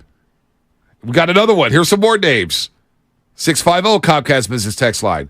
Delano Gallinari, Porzingis, Seth Curry, Clarkson. Is it 2018? Sadiq Bey. John Collins. Kitty J in the city. Where is Brian in Palo Alto? Kitty J in the city. Where is Ja? Kitty J in the city. What's happening, man? You're on the roast. Kitty J. Hello? What's up, Kitty J? Hey, how's it going, you guys? First time caller. I appreciate that. Thank you, brother. I love your show. I heard something the other day about a trade request, or maybe a trade that could help the Warriors. It was DeRozan and Drummond for Poole and the number 19 pick. Maybe throw someone else in there. I'm not really sure how it would work, but I think that might be a good one. I'm open to that. I'm open-minded. Drummond does grab a lot of rebounds. Can he slow down Jokic? I don't know. How does that fit with Dre? Yeah, DeRozan, mid-range game. I like DeRozan, actually. DeRozan's tough. I actually like DeRozan. Oh, here we go. Oh, we got a piece of paper. You got paper. We'll hang that up. So go through the names again. Right, I want to write. go. Is this the Warrior wish list or is the this Warriors wish list? Okay. All right, the These Warriors are just wish names list. that fans want. Yes. All right, number one. So number one, Karl Anthony Towns. Throw him out there. I'm gonna go Cat. CP3. Marvin Bagley III. MB3. John Collins. Oh, John Collins. Bobo. I love Collins mix. Bobo. Christian Wood. Okay. Throw Embiid on there. One sec. Wood. Okay. Wood. Comma Christian. Yep. You got. You said who? Embiid. Embiid. Yeah, he should have been higher on this list. Yeah, probably. You got Gallinari. Wait. Who? Did we mention Porzingis? Zion. Go Zion. Porzingis. Porzingis. Nobody said Pat Bev yet. Oh, Brooke Lopez is a good name. Brooke Lopez. Okay, Brooke. Hachimura. Rui. Somebody called him out. Rui. Okay, one sec. Well, Rui. I'm just gonna go Rui. Right. 12. I'm missing names. We're going so fast I can't even keep up. 415. I'm gonna take Charlie in a second. 415. Trade JP for Eric Gordon. Yeah, the Denver Nuggets are going to do that. I'm going to put Eric Gordon on here just to laugh. Joe Ingles. Oh, How can we forget? I'm going to call him YMCA Joe. All right. How can we forget? LeBron James. Oh, that's right. I mean, I'd be open to that. Right. LeBron. Here's from Dennis. Okay. John Moran about to be available for cheap. Ja. Okay. Don't forget about OG. All right. Where is Ja? Why does this feel like the Niners looking for quarterbacks a few years back? Don't forget about OG. Don't forget about OG. Can I entice you into Kirk Cousins? Pascal Siakam. Wait. OG. I got to put. Okay, we're at 16. OG. Pascal. Alex in Atlanta. You can get Dylan Brooks for pennies on the dollar right now. Dylan Brooks. Oh, you want to make the locker room united? Bring in Dylan Brooks. They all hate that guy. When does that crack come into play for you? Nas Reed. Oh, yeah, Nas Reed. He's always a good one. Nas Reed. Okay, now we're just naming names. Mikal Bridges is a name that a lot of people know. Yeah. All right, look. And while you... Isn't that Wiggins' brother-in-law? Is it really? I thought they're married to the... No, Miles Bridges. Oh, you're right. Miles Bridges. You're right. Miles okay. Bridges. Well, you're probably not going to bring him around here to what went down with him. Let's go to Charlie in New York City. All right, Charlie. we got 22 names on here. So far. Charlie. Hey, how about Brandon Ingram? You got him. Brandon Ingram. All right, go What ahead. are you giving up for Brandon Ingram? This is fun. All right, listen. Well, let me. The last time I spoke to you guys was during the Celtics Warriors finals last year. I listen all the time. I remember that. Yeah, Charlie. Yeah, and I see your thing. You don't think the Warriors need a tweak? They need an overhaul, huh? Yeah, if they run it back and bring back a couple of scrubs for the bench, they're going to finish with 42 wins and get bounced in the second round. So they got to go think big. I would hate to see them part with Kuminga because I think that dude is going to be a superstar. But if you can if it's needed that you got to package him and get. I hate to say this because I'm not the biggest fan of Cat, but if someone like Cat. Or I don't know if you want to take a runner on Zion because the dude's only 22, but the dude likes to eat and has other issues and he doesn't play. Well, real quick, Charlie. We do have a lot of gluten-free restaurants here in San Francisco in the Bay Area. Vegan Mob. There you go. We can help out with that. Go ahead, Charlie. Kawhi Leonard being mentioned. I don't think Poole and Draymond can play together. I agree. One of them has to go. Mm-hmm. I just don't think it. I think that damage has been done. That bridge is burned. So whether the new GM likes Poole or not or whatever, I don't think they can coexist. If you're going to run it back, then I think you got to run back with the three and Poole, Wiggins even, and Kuminga, package them and get think big. Well, here's the thing. Toronto's supposed to be. Any trade with Wiggins, I hear you, but I have to get someone who's tremendously better than Wiggins. I'm reluctant to trade him. He's younger. He's athletic. He provides defense on a team that doesn't have a lot. Yeah. So if I'm surrendering Wiggins, it has to be an over-the-top type of a... Do you get where I'm going with that? All right. No, I hear it. So how about this real quick, and I'll get off. Something like a Wiggins, Poole, Kuminga package for Siakam and OG and an OG. Yeah, it's too much.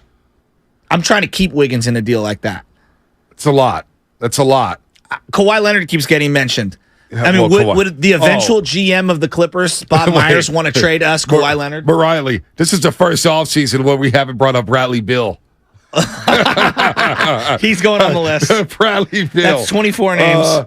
Dwight Howard. Oh, God. Hell, Dwight Howard's dad wanted to call him. Can we get his dad on the line? He'll help out somebody. You know what Dwight Howard is? Him and Boogie. They are Barry Bonds. He's a DH. He could be out there. Someone could get him. This is 09, 2010 Get Boogie on that list. Get Boogie on that list. Get Boogie. Get Boogie on there. Dwight Howard. All right. Okay. Niner Empire 101. Bonte got to turn his high onto the soda diet and save his career. My favorite line yesterday was Guru. He was talking about, it's not I hurt my Achilles, I hurt my ACL. It's I like gumbo problem. I need a drink. Dude, Guru was in his bag. I will have something tonight. Oh, God. Tim Hardaway Jr. Oh, Tim Hardaway Jr. Klay Thompson, Kuminga for Kawhi Leonard. Boy, that would be something else. Steven Adams. Kelly Olynyk. Now, Kelly Olynyk is an interesting name. Last year of his deal, I like Kelly Olynyk on that's his a team. Steiny move. I like that. I wanted Kelly Olynyk last year. I'm kind of with that. I want Olynyk. He's a nice player. All right, let's get to the injury report. Can't forget Miles Turner. Oh, Miles Turner.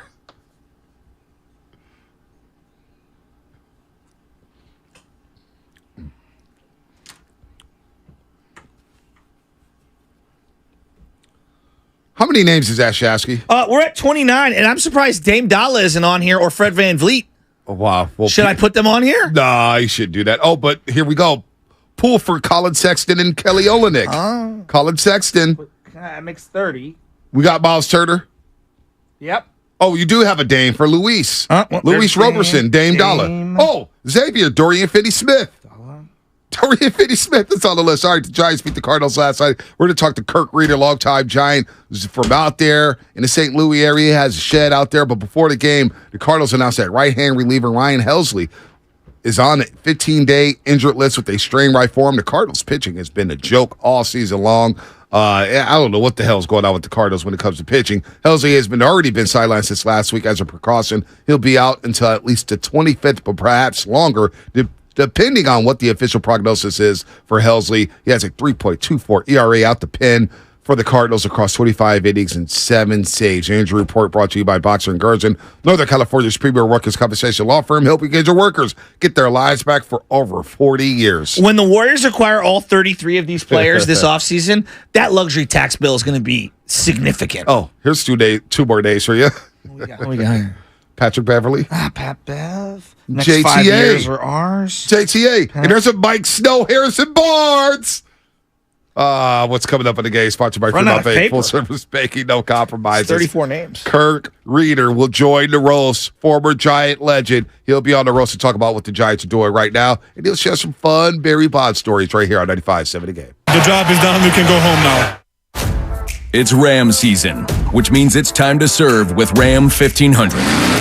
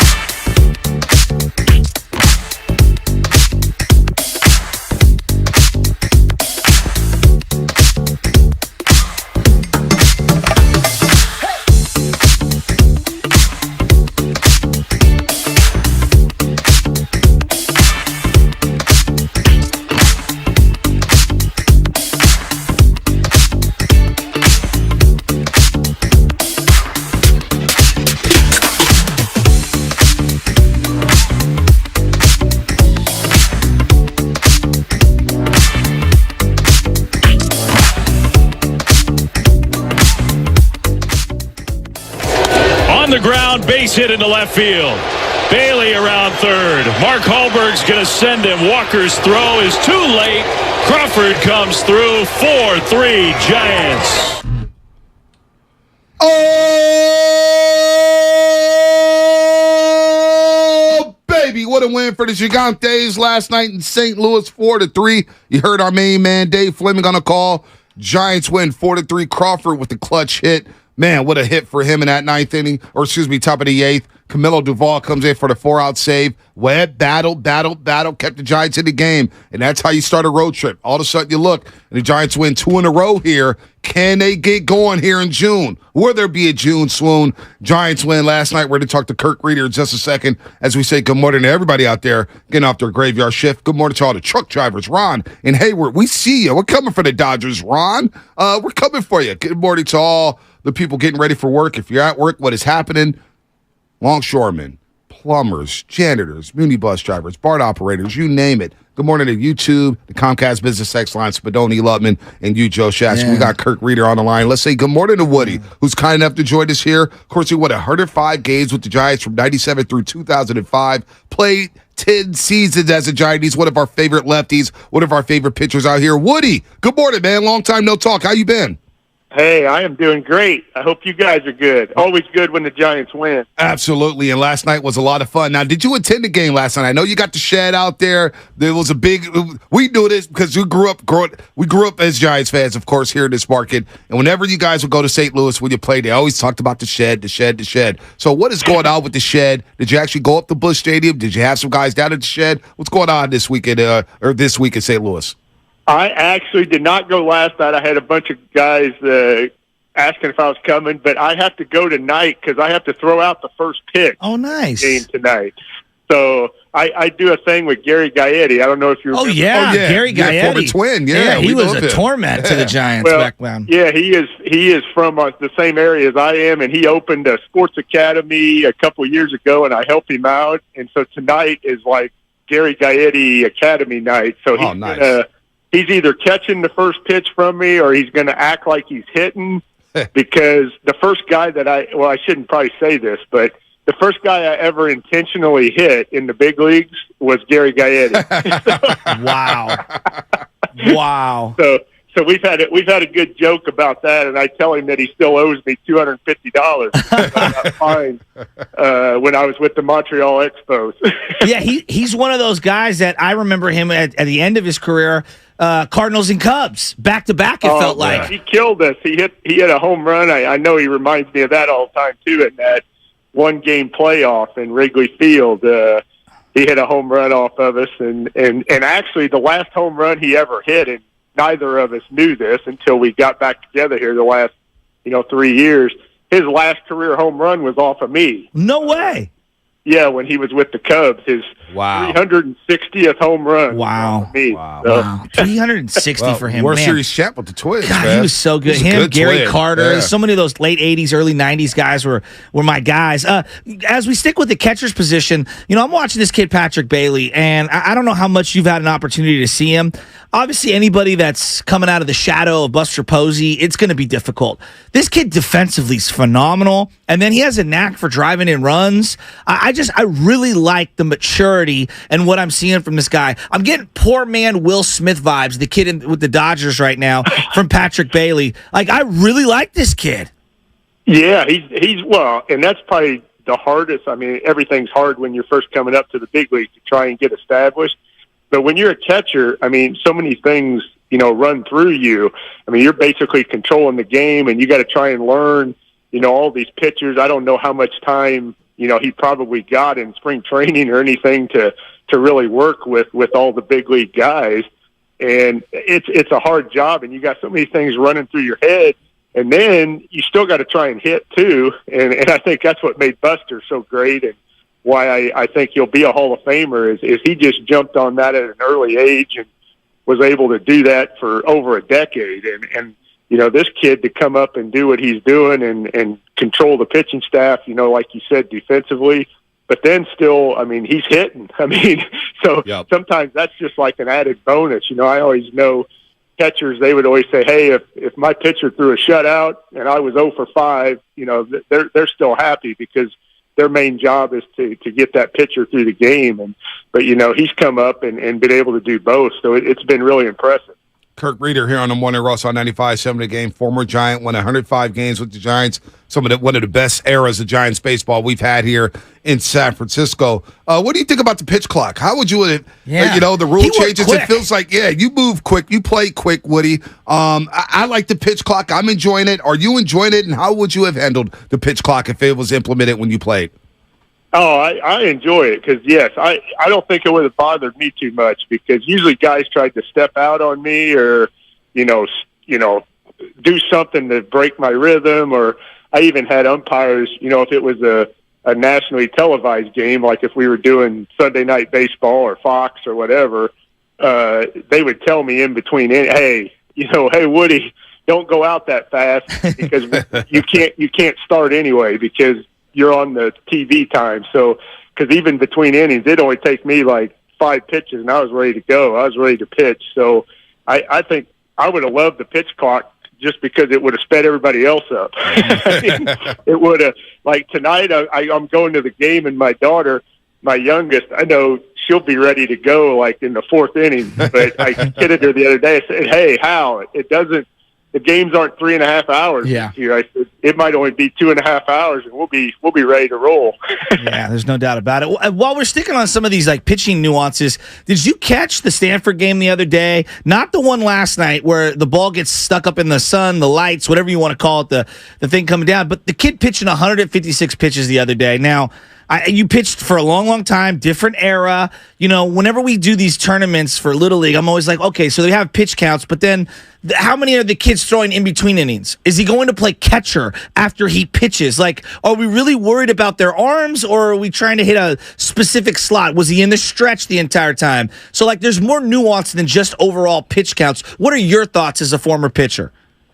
Yeah, and that's, part of what we're doing over there at Gaettes is I'm getting into that with kids coming to work on pitching. And I read an article the other day about how many major league guys are getting hurt and pitchers, what they're trying to attribute that to. And a lot of them have said it's because at earlier ages they're throwing, so much and everything now is try and throw as hard as you can and get the spin rate and see.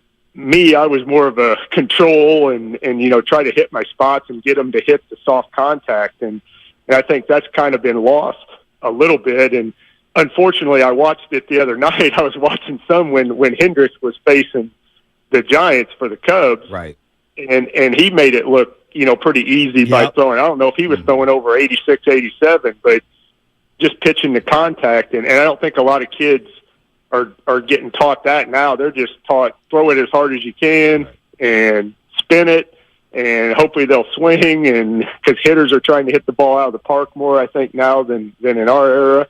And I would like it to go back to hey, hit your spots, command the zone, and maybe you don't have to throw 100 pitches in 4 innings.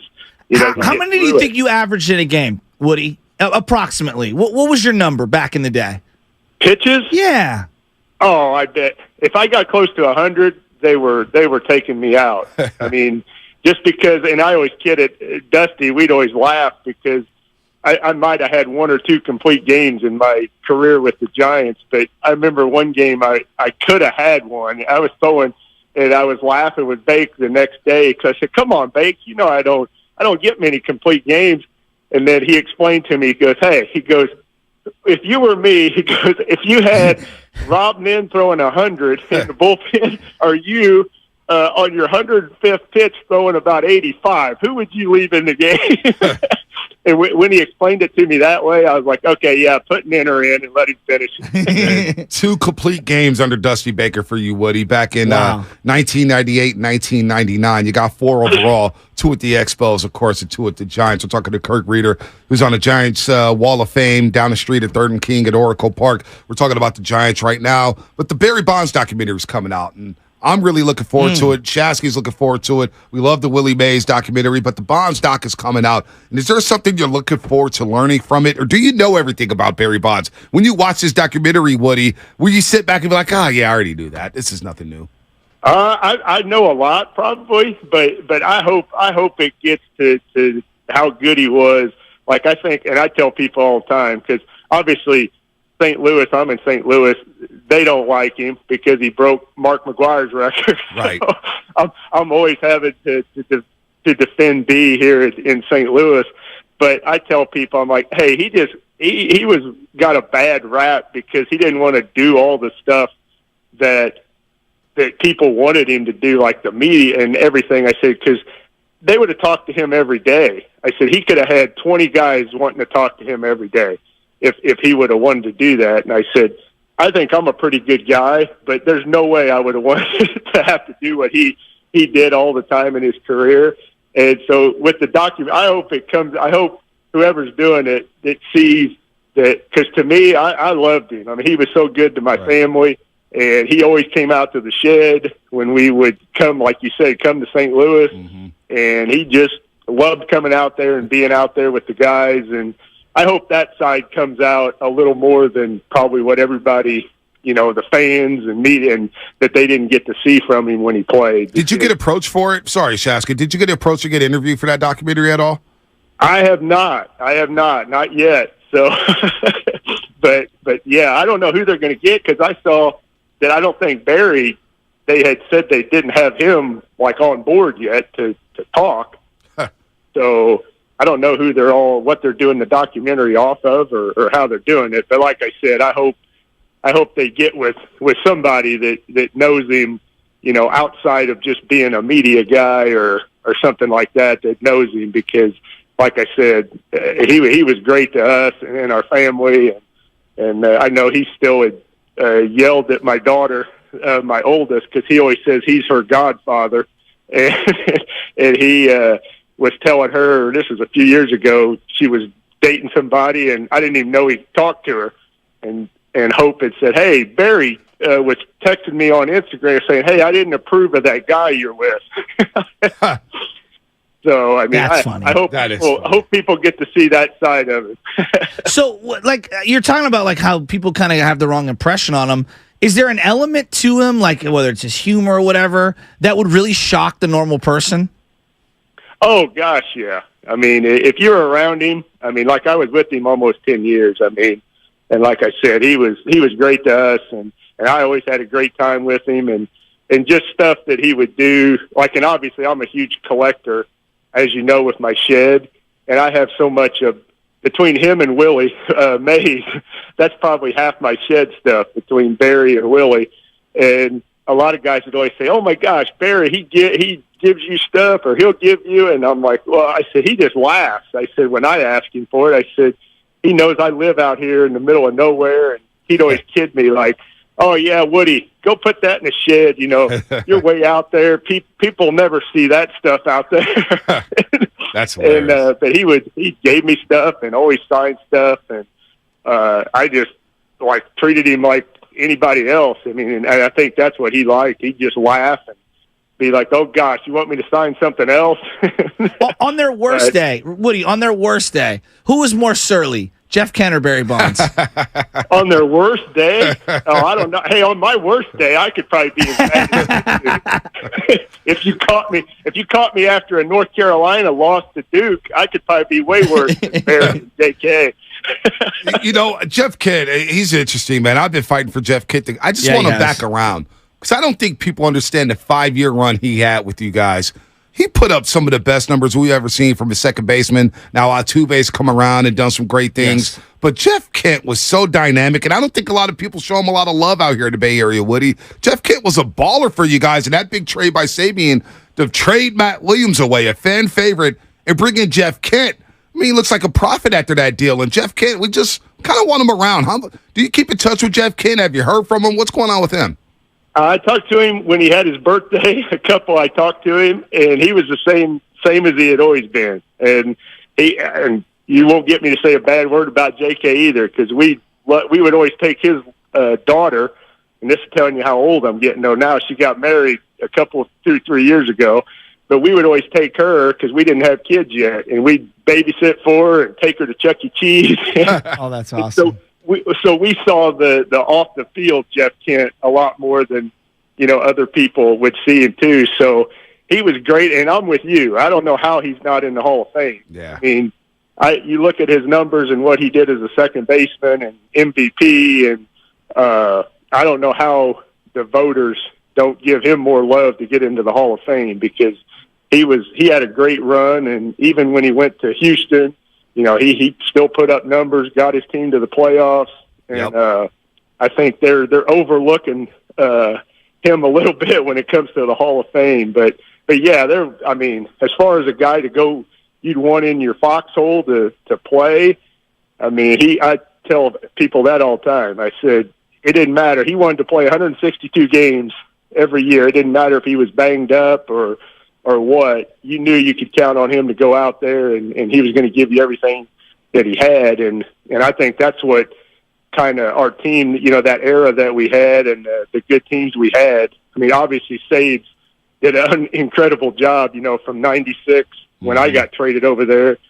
In that off season, we brought in, I think, about 6-7 new guys, and, went from worst to first in 97. And, he deserves a lot of credit, but, obviously JK was a huge get, and then the run that he went on for us, I don't know if we're able to do that if he's not our second baseman. All right, Woody, tonight, man, you better throw it across the plate, good luck. throw it right down the middle. If you need to take a little bit off, go ahead and do that, man. You can't end up like 50 Cent or something, right? Or E40. I don't see it. I hope you don't see it, because I've told people the only way people would probably see it is if I do something stupid, like if I hit Fred Bird in the head or something like that, then it might be on TV. So hopefully you guys don't see it. No doubt. Kirk Reuter, we always love talking to you, man. Thanks for sharing some stories. And Giants are playing some good ball right now. Let's see what they can do tonight in St. Louis. Have a good one, Woody.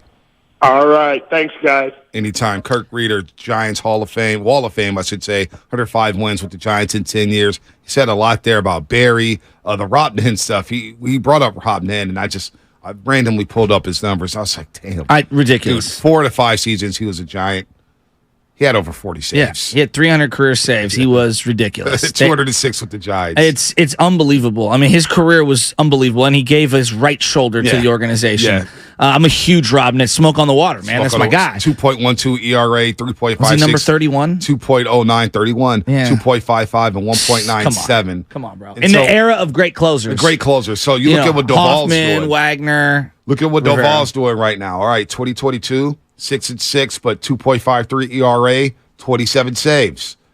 This year so far, 17 saves with the 1.86 ERA and 1.0 WHIP. So he's got some work to do, but I believe in Camilo Duvall that he can accomplish what Rob Nen accomplished in the Giants uniform. 30-plus saves would be a remarkable season this year. Yep. Especially given that the Giants aren't world beaters, and he has been excellent.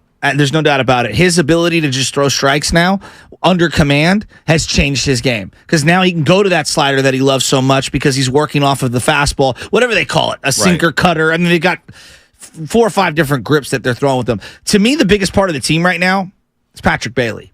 I think nobody's really talking about that. Logan Webb was using PitchCom all year. I don't know if you've paid attention. Yeah. But he was using PitchCom all year. Quietly, a lot of guys didn't like throwing to Bart. That was kind of the conversation toward the end of last year. Patrick Bailey has now caught Logan Webb, and yesterday he said he only shook him off 3 or 4 times. And Patrick Bailey was the one who called the game. That's huge. Number 1. Time. Number 2, Patrick Bailey defensively is clearly elite and all those things. Like he is very, very good defensively. Throwing guys out, just the glove, blocking the ball, movement behind the plate. To me, the bat, I'm really surprised at the bat. He has a clutch gene of driving in runs. Some guys just have a knack for it. He's got 15 RBIs, or 14 RBIs, in less than a month. 2 for 3 last night, 317 batting average, and 1 walk. And he's playing so well that I believe we may have seen the last game of Joey Bart in the Giants uniform. I don't think we're going to see him in a Giants uniform again unless somebody goes down. It's tough to see Joey Bart catching another game in a Giants uniform, because that's how well Bailey's been playing. look. How about he hit a 10 or 11 pitch at bat last night? He's fouling off. And I've talked to ad nauseum about it, but like being able to foul off pitches that aren't foul balls. It's hard. Well, the only thing good about foul balls is that people pick up souvenirs. No, Can't make it a baseball. Well, no, you make a pitcher work, and then he has to get rid of some of his repertoire. I know. You don't want to get punched out, and so you fight for it. I don't know. I love those at bats. Well, those are backbreaker at bats. If you're fouling off and you're getting hits, yes, those are backbreaking at bats. But if you're fouling off, and you're still not getting off base, for sure. Then what is a foul ball going to do? Casey Schmidt, by but the on way, the next 0 at for 4 bat, yesterday. it was Crawford hitting one in between. So that's why I thought it was a big at bat. 0 for 4 yesterday, Casey Schmidt. But Bailey's kind of taken. Now he's everybody's favorite rookie. All of a sudden, Patrick Bailey's. I think he's getting a lot of buzz here. And you think he's made so? us forget. Yeah, absolutely. Patrick Isn't Bailey, he better than we thought? He's a lot better than I thought. He's up. He looks like a 5-year veteran right now. It doesn't. He really does. The way he commands, to his look, the way he strikes down the base pass. I like where Patrick Bailey's at. Also Slater too. 3 for 5 yesterday. I didn't know Slater had stands. I didn't know there was a. Oh, you didn't know that? Oh, why? Until Alan Stiles got dominated on Twitter. He said something bad about Austin Slater. They came down his road. Fifth best batting average since 2020 against lefties in baseball. Listen, this guy's playing some good baseball. Excuse me, not my OBP, OPS, etc.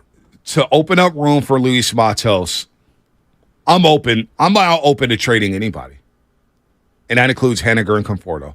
Okay. You got to get this guy. So you're with me on this now. Well, and Haniger finally had a big day yesterday. He did have a big day. He needed that. 2 for 5 yesterday. Maybe he could get going, but you could clear money while developing talent. Yes. Here's the number one thing on Bailey and Schmidt before we move on to Matos, and I think Matos, same thing.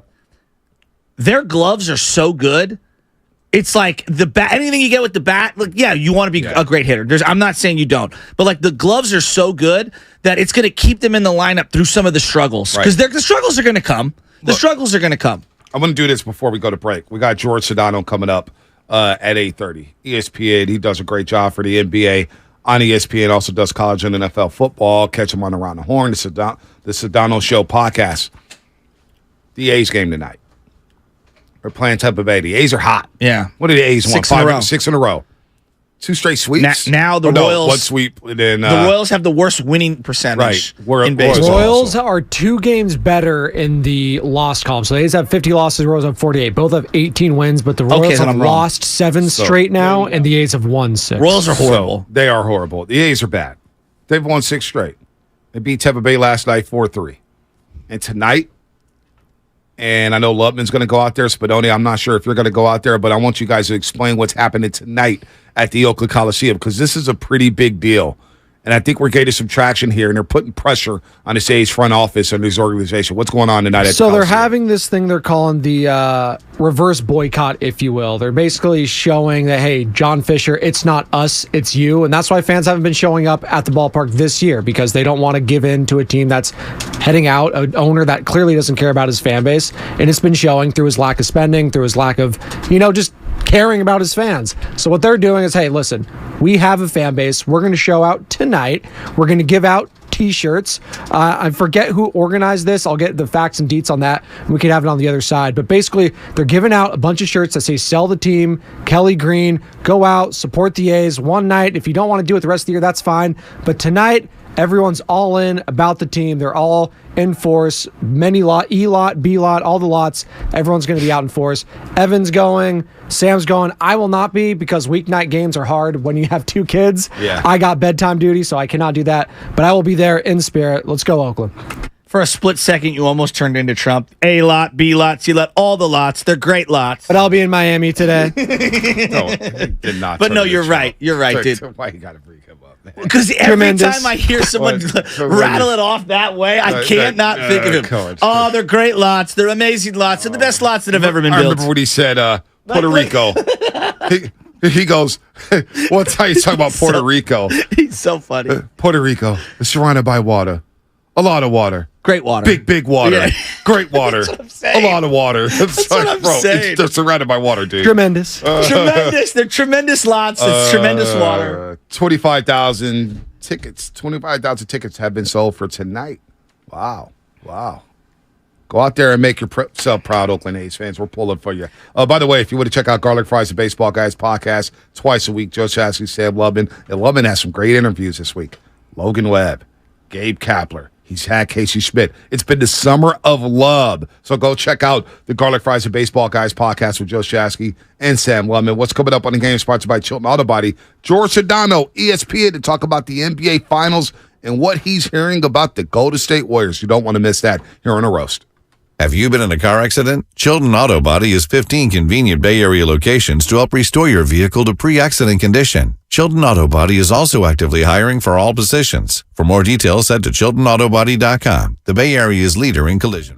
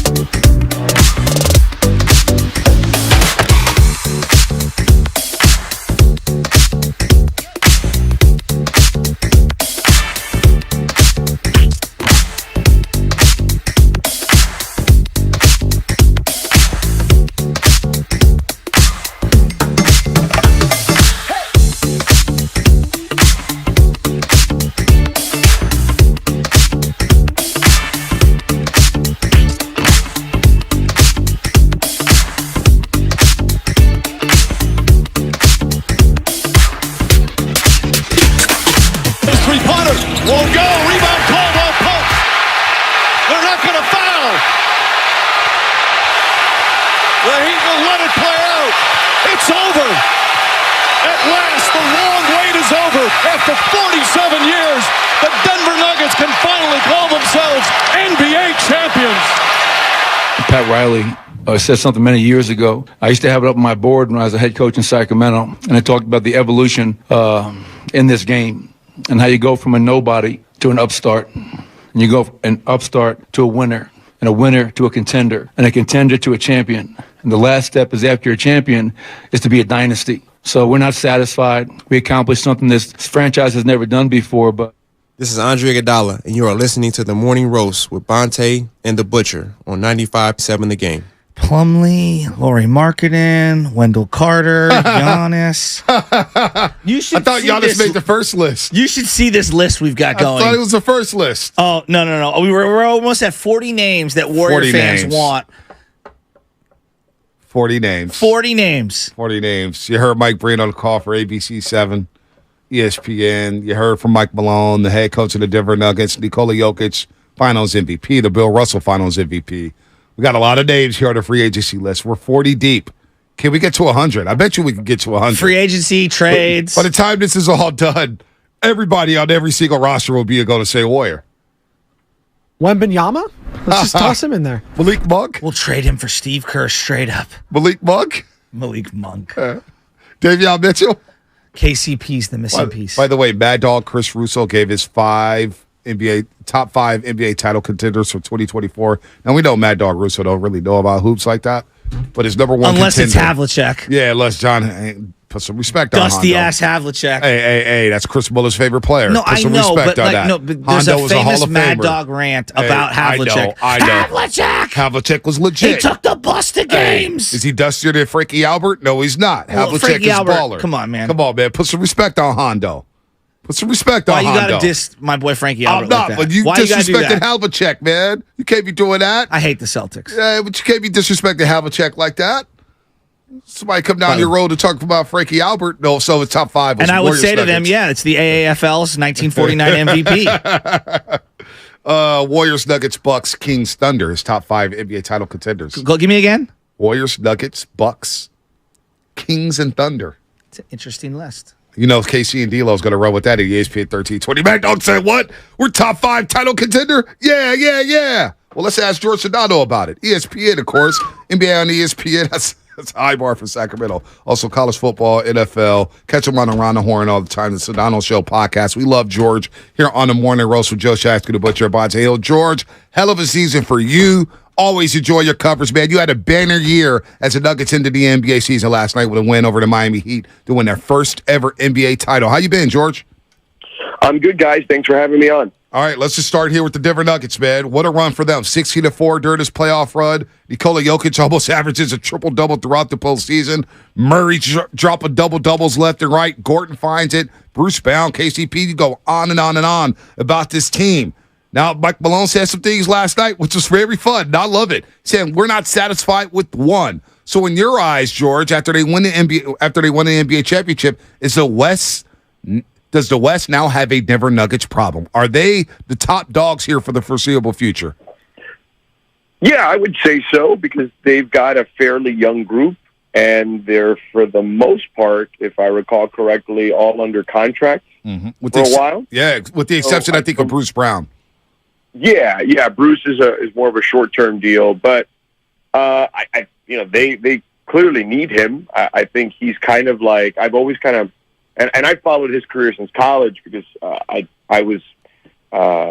remember his time at the University of Miami under Jim Larinaga. I have a lot of ties to that program, and he was always a good player back then. It was just a matter of how he fit, right? I think that the conversation I had with Michael Malone about him during the season, and I have probably had them about a dozen times this year, including during the Western Conference Finals on ESPN Radio. And he just said that the way they sold him was, everyone talks about you as a guard, or are you a forward, or what are you? And he's like, we just think you're a basketball player. We're just going to have you play what you play and do what you do. And this is me now talking. I look at him as kind of almost like a little mini Draymond in a lot of ways. And I think that he fits with what they want to do. So, yeah, he's the type of guy they need to re-sign. But for the most part, to your point, everybody else is under contract. So, yeah, as long as they're healthy, and really we're talking about the two big guys in Murray and Jokic being healthy. I do think Gordon obviously plays a big factor. I had a prominent Western Conference coach tell me during the season about them, and this was just during the regular season. He said, if Aaron Gordon goes off, you're in deep trouble against those guys. So, and if you look at it, I believe they were undefeated this postseason when he scored 15 or more. Wow. So that ended up being true when it came to them. So, yeah, look, I think that the Warriors need to do some work. I think the Lakers need to do some work. I think everybody in the West has some work to do. I think the teams in the East kind of need to regroup some as well, including Miami. Yeah, and you have good Miami ties, so I kind of want to ask you a question about defensively. Like Bam Adebayo, obviously offensively, there's a conversation there, but if you were creating a player in the league to go up against Jokic and at least slow him down a little, it would be someone like Bam Adebayo. Now, we saw Draymond last year when they didn't have Murray and they didn't have Michael Porter Jr. He did a pretty serviceable job against them, but they got beat up by Anthony Davis, the Warriors did, and now you got to go through Jokic. Like, outside of Bam Adebayo, is there a guy out there? Is Draymond on that list? Like, how are you slowing down Jokic? Because that, to me, getting a low-post presence defensively is one of the big things the Warriors need.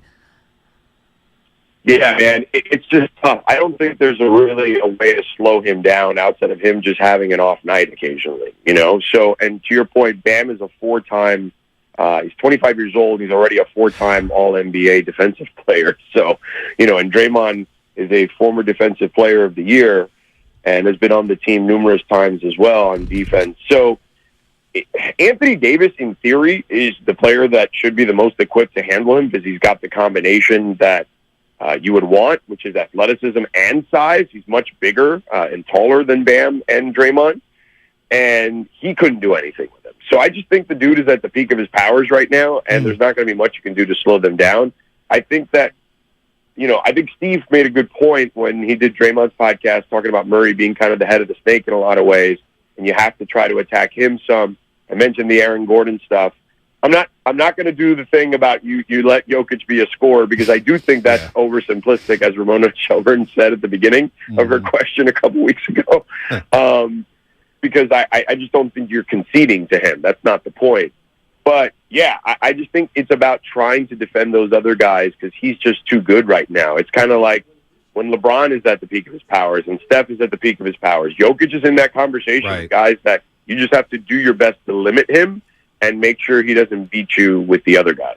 Yeah, and all those other guys stepped up so well. KCP, Bruce Brown, Christian Brown, even as a rookie. Look, Bonte, look, the reality is Miami's defense played well in that series. I thought so too. I thought so too. Points a game during the playoffs, and they scored 94 to win in a closeout game. The defense for Miami was not the issue; it was offense. And Denver's defense played much better beginning December 15th on. They were a top 10 defense and closer to a top 5 defense after that. And you know what, George, you hit on it because they have a guy like Aaron Gordon, who you brought up, who's from down the road here in San Jose, about 45 minutes away from us, and we watched him grow up playing in Pro-Am leagues as a 17-year-old, and to see him go through this gauntlet where they found their Andrew Wiggins, you know, their two-way guy who can cut to the basket and defend all the top guys, whether it's Kevin Durant, LeBron James, Jimmy Butler. He made life difficult for Jimmy Butler. He came into his own, so I'm looking at the Warriors saying, what can they do to combat that length and that physicality? What is the chatter about the Warriors? When you're around the finals here, what are people saying about the Golden State Warriors and what they can do this offseason, George? Well, they need size, as Shasky just mentioned, and I don't know how you get that because you need a combination of size and athleticism, right? It's not right. Kevon Looney obviously is a good player, but I think in certain matchups it's not going to work, as we saw with the Lakers, right? So you need some size and a combination of size and athleticism, perhaps a power forward who can stretch the floor a little bit too, in that regard. So when you go small with Draymond at the center, you've got a guy that can knock down that shot. In theory, a JaMychal Green type player, but more athletic and a little bigger if you can, right? Mm-hmm. And then I think they could use another wing player. I think everybody could use another wing player because the best teams, for the most part, still have really good wings. You know, Jimmy Butler obviously I don't care what he said in the postgame yesterday. He was never the same after turning his ankle in that Knicks series, and then he tweaked it again in Game 7 against Boston, and really was never the same. He never had any lift in this finals series. But you've got guys like Giannis, right? You've got guys like Butler, right? Like you've got, if you look at the great teams, Boston has 2 of them, right? Like they're still going to have wing players. So while you have Andrew Wiggins, you could always use another player. Now, it doesn't have to be as dynamic offensively as Andrew Wiggins, but you need another wing that at the very least another 3-and-D type player. So if I'm the Warriors, I'm looking at that. I'm looking at, in theory, a 4-5 that can be somewhat athletic and can shoot the ball, and a wing player who can definitely shoot the ball, but is strong enough to defend the type of guys that I just mentioned, at least for stints during the game. You know, you're so tapped in with the Heat because you've always, had your eye on them. Tyler Hero goes down, right? And they go on this run. Is that an outlier? Is there something to him being kind of a turnstile defensively? And I know they're not the same guy, but I saw a lot of Warrior fans like, see these combo scoring guards, they're a dime a dozen. You got to play defense, because they're talking about Jordan Poole and the similarities between Hero and Poole. What's the value of guys like that in the modern NBA? Because clearly offensively they have value, but there's the defensive side. Do we make too much of their defensive inabilities? Well, let me speak to Hero first. I think Miami was better suited when Tyler was willing to come off the bench, because to your point, I think that defensively it became an issue with the starting group.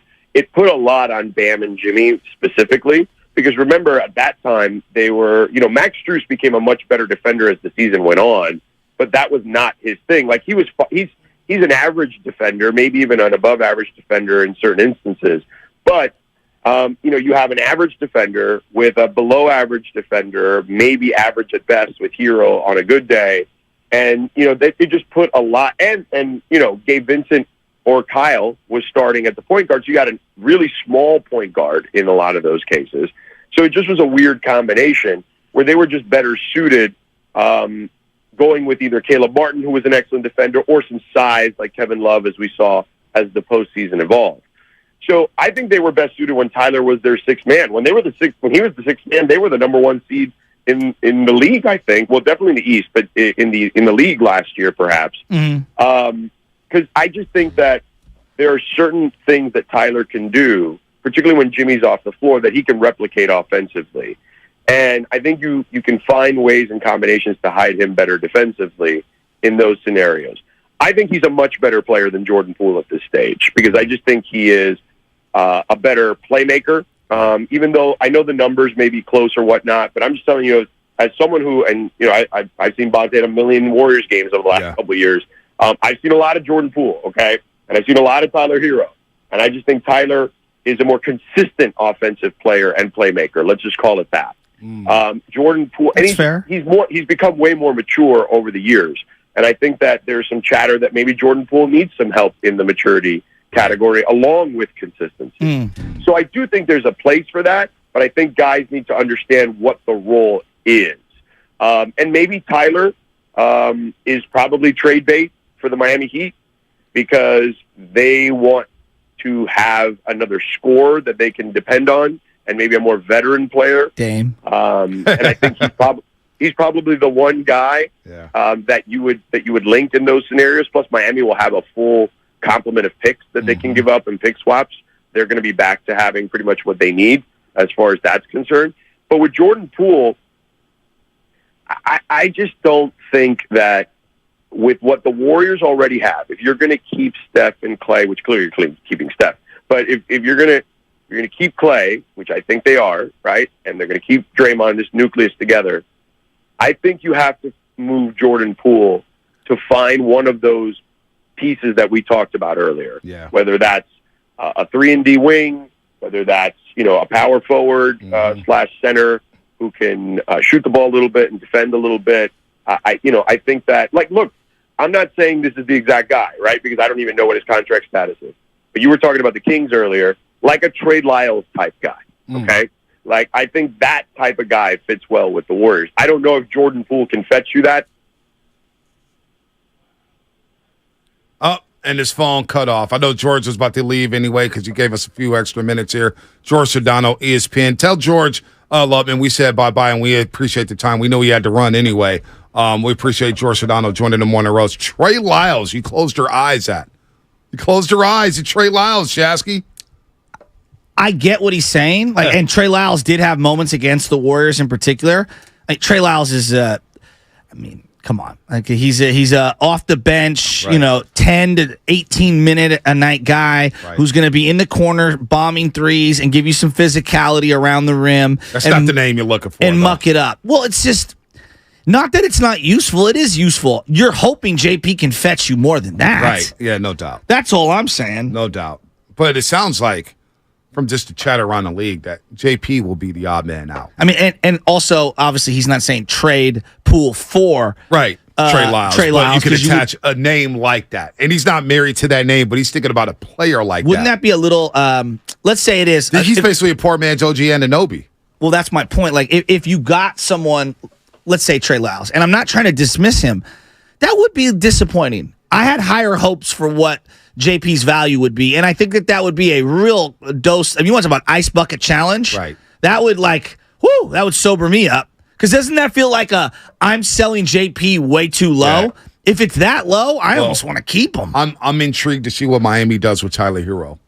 Because I think that could be a barometer for what the Warriors may try to get. If they do, well, it feels like Dame Dollar. Jordan Poole. Dame Dollar's the guy that they're looking to get. Right, they're looking at Dame Dollar. That's the rumor coming out of Miami. You're going to have to give up Tyler Hero. He's going to be part of that package. Do you think Tyler's better than Poole? I kind of lean in that direction. I would rather have Jordan Poole.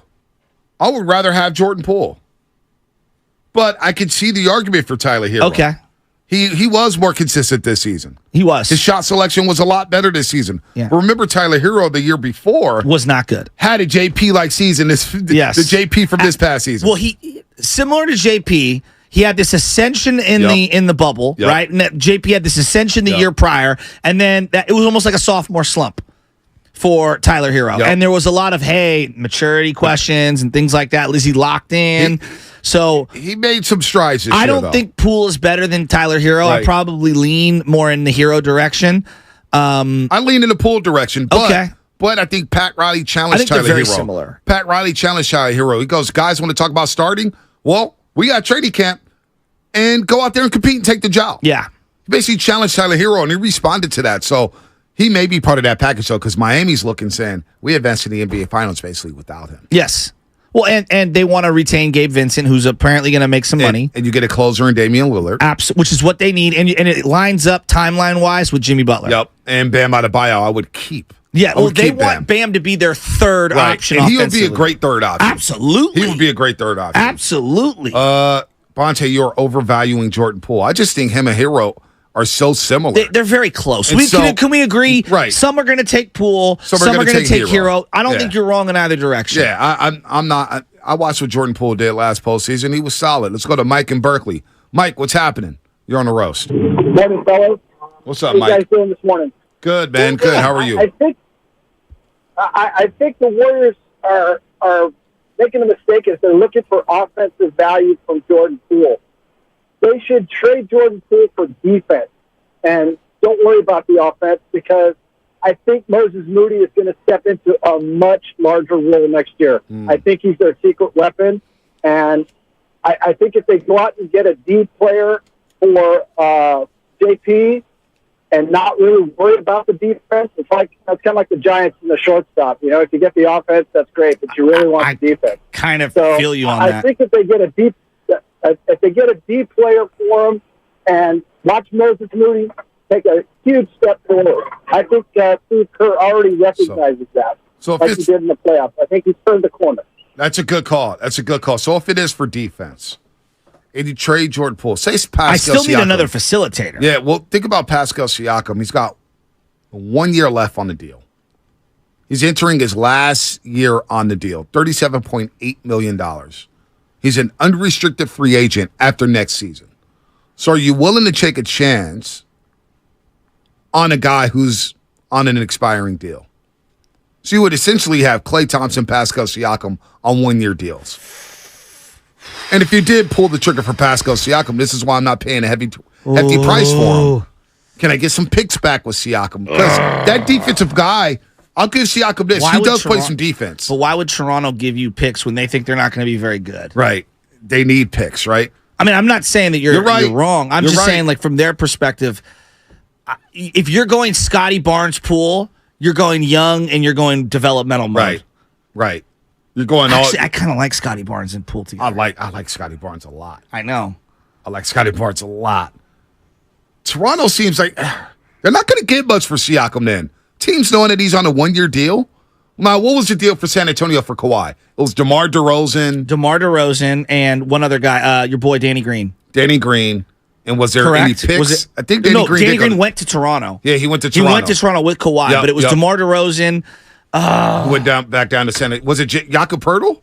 Jakob Poeltl? Was he in that deal? Yes, so it was Danny Green, Kawhi to Toronto, and then DeMar DeRozan, Jakob Poeltl, and a protected 2019 first-round pick. Which ended up being the 30-somethings pick. Right.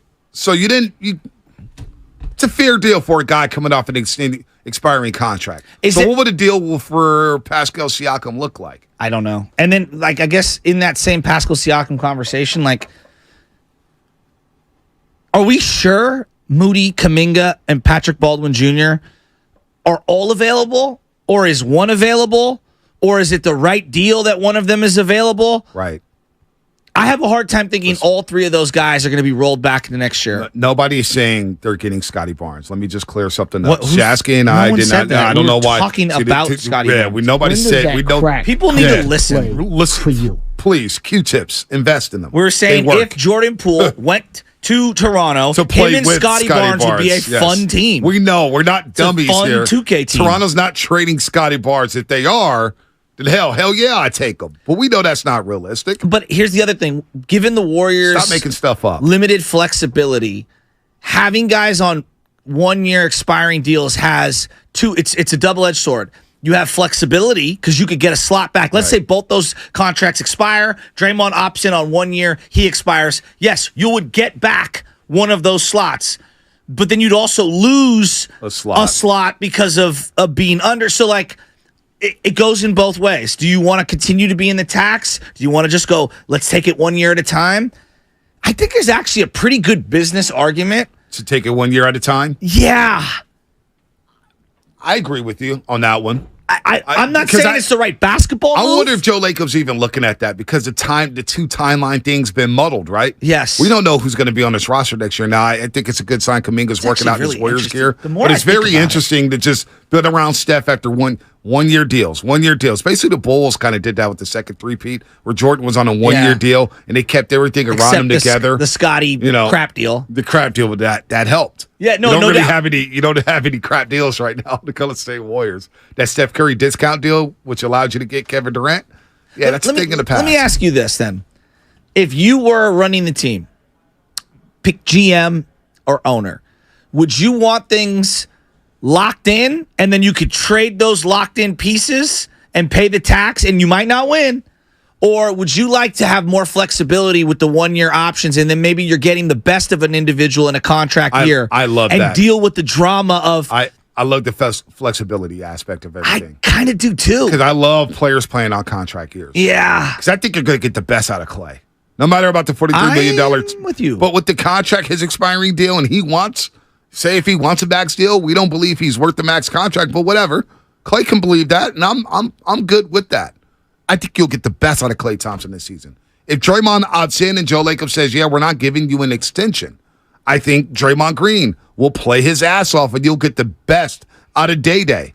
I do like 1-year deals. I do like flexibility with a roster. I really, really do. That's why I think the Giants, the San Francisco Giants, that is, are in a great position here because they have a lot of guys with player options, opt-out deals, opt-out years. I think they're in a good spot to really slash the books while these youngsters come up. So I do like the roster flexibility. I'm kind of with you there. Let's go to John in Vegas. I'm way more open up to it than I thought. No, I've kind of been open up to it. Peel it. And some of the players that are out there, the 40 names on the list so far. Karl-Anthony Towns? And there's a couple. Come on. Well, that's an anchor. And then you're paying him 60. On the list. Yeah, I mean, come on. 40 names on this list. I'm high on like 2 names on the entire list. I'm high off the whole list. You probably It are. must be the Sharpie. John in Vegas. John, what's happening?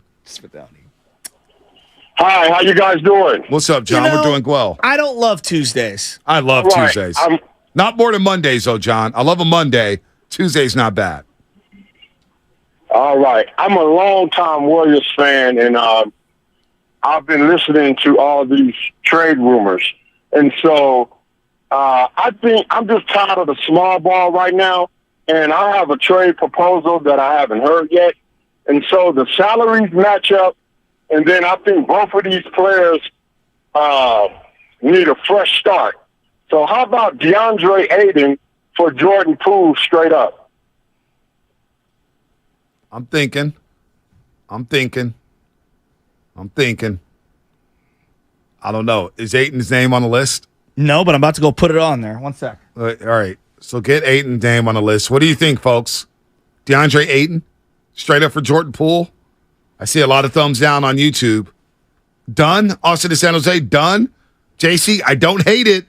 I kind of am with JC. I don't hate it, but I certainly I'm not in love with it. It's two malcontents, essentially. So it feels like. Not that JP's a quote-unquote malcontent, but I'm saying lost favor within their own organization. So it does feel like JP, and I'll let you get in here, Spadoni. I'm looking at everything on the Comcast Business Text line of YouTube. It just feels like Warrior fans are out on Jordan Poole. I'm looking at 650. Can Poole get us a player like Cam Johnson? 925. I want more Mikal Bridges, but I hear. Pulling the pick for P.J. Washington. Let me put his name up. P.J. Washington. How about Zion? I mean, go ahead. Get in here, Spadoni. What you got? I'm just trying to envision why the Suns would do that. I know you have two malcontents, but my God, that you're losing a lot of size, and you're putting is Poole starting on that team with KD, with Booker, with your guy who shoots all goofy. Come on. Oh, campaign. Thank you. Campaign. Yeah. Oh my God. You can't Nash's favorite player. Because he talked trash to the Lakers that one game. Yes, please. He's and when LeBron said you need to humble yourself, he did. And he was right. That whole was right. franchise needs to humble themselves. Yeah, that franchise. Frank Vogel, baby. Woo. NBA champion. Are we also looking at this from if you're a Warrior perspective? It's not just Denver who feels really, really good. The Lakers mop you up. The Lakers are going to do something too. Yes, and Sacramento is laying in the cut. LeBron is not going to have one more push at this? Sacramento's laying in the cut. They changed their whole team at the deadline. I know. That's what the Lakers do. So, they're going to be a factor. That's what LeBron does.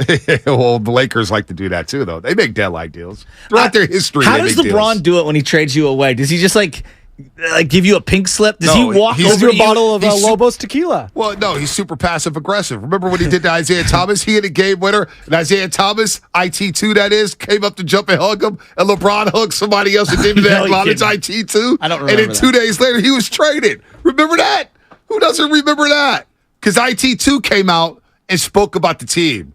It was like a players-only meeting or something like that, and IT2 was talking, and LeBron was like, come on, you're IT2. This is my squad. We're in Cleveland, dude. Who gave you the equity to talk about what's going on here? It was like with Thomas Bryant. Remember LeBron was going for the record, and you see Thomas Bryant in the low post calling for the ball when LeBron's trying to break the record. Yeah. And then a couple days later, he's gone. By the way, Thomas Bryant, NBA champion with the Nuggets now. He is an NBA champ. I'd rather have Thomas Bryant than Ayton.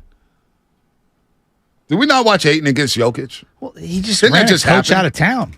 Ed, I don't think he's good enough to do that. Not only did he run his coach out of town, but did you not watch him against...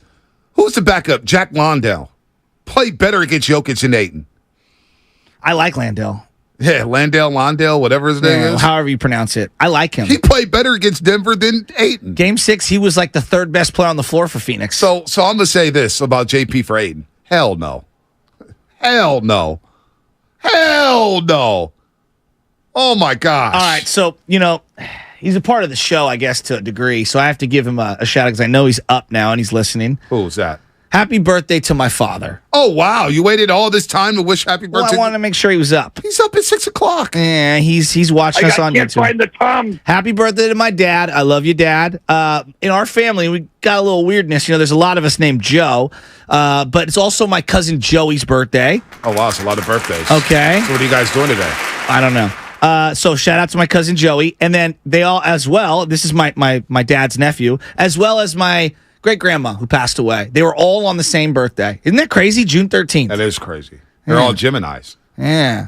Geminis my Nana lived to be about 100. She was wild. Geminis are all I don't like this. See, that's why I don't like the horoscope. As a Gemini, shout out June 4th birthday. You guys are hot and cold, no, man. see, I don't like that. Shout out Katy Perry, hot and you're cold. But come on. Horoscopes are only the Geminis are supposed to be this crazy people. Do I seem like a crazy person to you guys? Well, Do you're I? a Laker fan. Oh, okay, well. Hope your birthday is booming. Thank you. Pop the Shasky. You want to give us a call on your birthday? Go ahead. Laura Britt's going to join us in 17 minutes. The queen of the morning roast, who just enjoyed a birthday as well. Oh, nice. A couple Fridays ago. So very nice. Hope your birthday is booming. Yeah, I hope your birthday is booming, Laura, and Papa Shasky as well.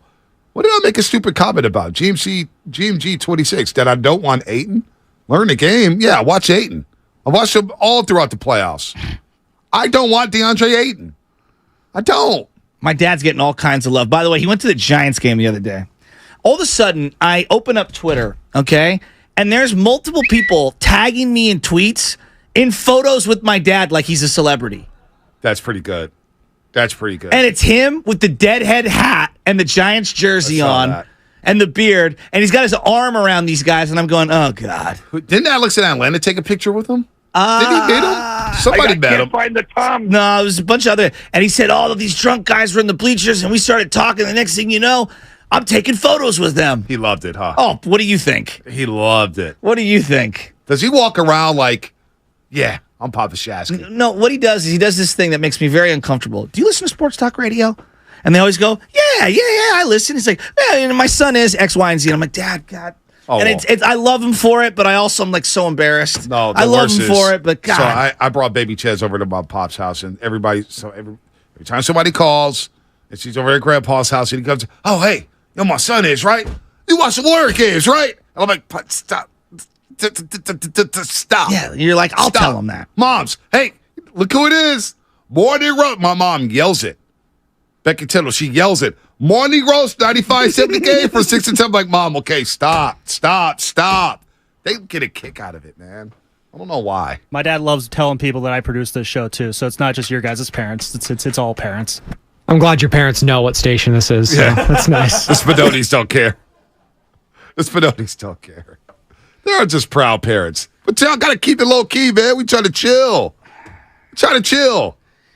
My dad, I think, he wants all the drops, so he wants to come into studio and just record a bunch of different sayings and things like Does that. he really? So they can throw it on the board. Wait, so do you want that or does he want that? I think he wants it. No, he you wants probably brought it up. He probably wants me to want it so that he cannot look like he wants it. No. You brought it up probably to him, and he wants it all. I mean, he has his own graphic. We can't even give Kirk Reuter his own graphic today. And we gave Papa Shasky a graphic. Yeah. So that's your fault. I know. Because you know what? My mom's like, well, how come I can't call in like Papa Shasky? I'm like, Mom, dude, Mom, you don't know the Giants are even playing right now. You don't even know what channel they play on. Just chill. She's in, dude. Who cares? Chill. She's all the way in. No, she's all the way in. All right. We're getting a lot of these. My parents are proud I listened to the roast text coming in. Baby Chez's first word was king. Stop that. It was Papa, not king. All right, let's stop. No, she said Papa, and you said, nah, I'm king. I shall rise as the knight of numbers for the king. Oh, my gosh. That's too much. Oh, now we want Draymond for Kelly Oubre. Throw Kelly Oubre Jr. on the list. Should I? No, that's a joke. That's got to be a joke. No, that's got to Philippe, that's got to be a joke. That's got to. Porzingis is a name that gets a lot of run. Tyus Jones and Steven Adams were Poole in pick 19. Okay. Would you do that? Okay, what? I got to write these names down. Tyus Jones and Steven Adams. So you're going to have Jordan Poole, the greatest decision-making backcourt of all time. Oh, my gosh. Don't go on a date or a club with either of them. Please read this, 510. Do you think there is pressure from the front office to make a deal? Well, anytime you work for Joe Lacob, there's pressure to make sure you put out the best roster to contend for a championship. Yeah, could you imagine going into, like, hey, Joe, like Joe's like, all right, what are we thinking? Lay out all the ideas. And they're like, you know what? We're just going to stand pat. Yeah. You think Joe's like, yeah, that'll work. By the way, Joe, luxury bills coming in around $200. Yeah, no, it's Joe Lacob pointing at the door. You can see where he out. Turn to your key card. Oh, boy. UC Steve, Father's Day t-shirt. My son listens to the morning roast. I do have some t-shirt ideas. The Summer of Love needs to be a t-shirt. Summer of Love? With his mugshot, with his face with the locks flowing. I was showing everybody him and 40 Water and him and Logan Webb The guy is just a stallion right now. I mean, seriously, Loveman, you're a stallion. He's in great shape. Even Ennis said he has a glow about him right now. He really does. He FaceTimed and he was looking. I was like, look at this guy showing a taco meat. I know. He's got the tank top on. What He's a feeling himself. I don't think the face was all better too when we did that FaceTime either. So Well, there it is. There it is. Speaking of which, Huh. we got the birthday boy on the line. The birthday boy. Shout out, Stevie. Happy birthday to ya. Happy birthday to ya. Happy birthday, Pops. Happy birthday. What's up, Papa I Shasky? want to say thank you for giving me a shout out today. And look, I'm so proud of both of you guys. So I tell everybody I know to listen to you guys. I mean, I'm a proud dad. How could I not? I love you, dude. I love you. So what happened in the bleachers? How did you become all over my timeline with photos left and right with randoms? Well, this is what happened. So we take the grandkids to the first game, and we were going to stay in the bleachers so we could stay by the slide and teach them cuss words. We go to sit because it's Logan Webb bobblehead day. We all got a bobblehead, right? And so we're going to our seats early, and there's this raucous crowd that's sitting right in our seats. And these guys are half hammered, right? They're in the bag. And so I kind of politely say, hey, guys, this is our seats. I got the grandkids. They're all looking at these clowns. We're trying to get our seats. And then, next thing you know, hey, it's all good. It's all good. They move around. And then the guy looks at me, and he kind of like stares. And I go, you guys listen to sports radio? And he goes, yeah, we do. I go, 95. He goes, that's where, So he knew. So he goes, you did a do you recognize me moment. No, you did not. Do you know who I am? He did. I didn't say he did. I said that he looked at me and I said, you guys listen to Sports Talk Radio? And he goes, yeah, I do. I go, well, my son's on the radio. And that's when he said, he goes, oh, okay, let me take a picture with you. And my dad listens to him every morning. Oh my God. So it was a good experience. I wasn't expecting for them to take a photo and send it to you. Now, does Noreen, is she with you when people were walking up to you taking photos? Yeah. She was right there, but I think she was going to take the kids up to the slide at that point. Now, did you tell her you took photos with the fans, and what did she say about that? I don't know if I did tell her or not. I don't know. She would be proud. There's a whirlwind going to game with the kids. Got to get them their popcorn. Got to get them their dogs. Trust me. Well, I call it the baby buffet. We took baby Chaz to the Giants-Orioles game on Sunday, and the baby buffet consists of popcorn, chicken strips, fries, and pizza. Right. I'm all in on that. Yeah, that's not bad. What's your favorite chant in the bleachers? He's a bum. Well, they were roasting the center fielder out there. I mean, just roasted them, and they were using the F-bomb, and I'm trying to look around, hey, guy, but there's 20 guys screaming the F-bomb, and it's not like Tommy and Emma hadn't heard that word before, so kind of got to roll with it. So what's Noreen doing for you today? This is your big day, man. Your big day. What's going on? I'm off. I'm going down to play with my buddies golf. I'm playing at Crappie Sharps Park today, but we're drive by on Sharp. Westlake Joe's for dinner, I think. Westlake Joe's. I like that. I like that too. I'm going to Contra Costa Golf Club today. Oh. And I'm jealous. I want to go with you. Well, I'm picking up a brand new bag. Brooks kept the driver. Oh, wow, What is it? Oh my God, he's getting Strixons. Strixons. I'm getting the Strixons. The whole bag, the whole nine. I'm going out there at noon. We're going to do some filming. Shout out to Christian, Kevin, the entire golf spot at Pleasant Hill. We're going out there to make it happen. I'm getting fitted for everything. We got to take him to a nice range and work on his game. Dad, he's got real coaches. He doesn't need you. Well, I need you, Okay. Papa Shasky. I need you. I don't need. So deflated. I don't need the butcher boy. I need you, Papa Shasky. So I need deflated. because I feel like you got a calmness about you when you're teaching somebody to play the game. Well, you're just going to work the short irons. You're going to work from the chipping game back to the driver, not the other way around. Bonte, when I knew I had my dad and there was no turning back and I was going to beat him in golf for forever? When I hit a shot and I'm like, keep going. He goes, get in the bunker, get in the bunker, get in the bunker. And he was rooting for my ball to go in the bunker. I have never done that in my life, Joe. Never done that. He just I makes always root for you to play good. Although I don't know that you're better than I still think I'm the king of the Shasky family. Because I'm holding on that rein as long as I can. How many strokes have I been giving you per side? Yeah, but your short game is still better. I know your short game is better. Papa Shasky, happy birthday. See you, Bob. We got to Love you. run. Happy We'll see you birthday. later. really good. All right, Papa Shasky turning, what is he turning, 50 now? Under 70. What's coming up on the game? Sponsored by 7-Eleven. The great, the queen of the roast, the queen of NBC Sports Bay Area. It's the one and only Laura Britt joining us next. Small cherry Slurpee drinks are only $1 at 7-Eleven. It's a drink.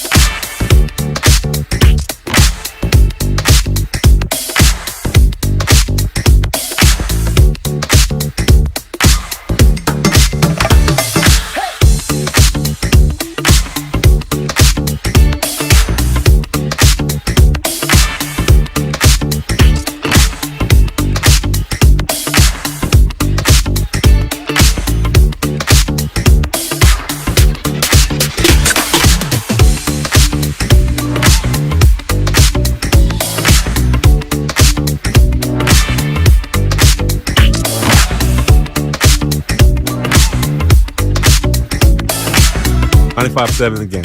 Take it away, Monte. All right, Loon Dog. What you got for Jokic?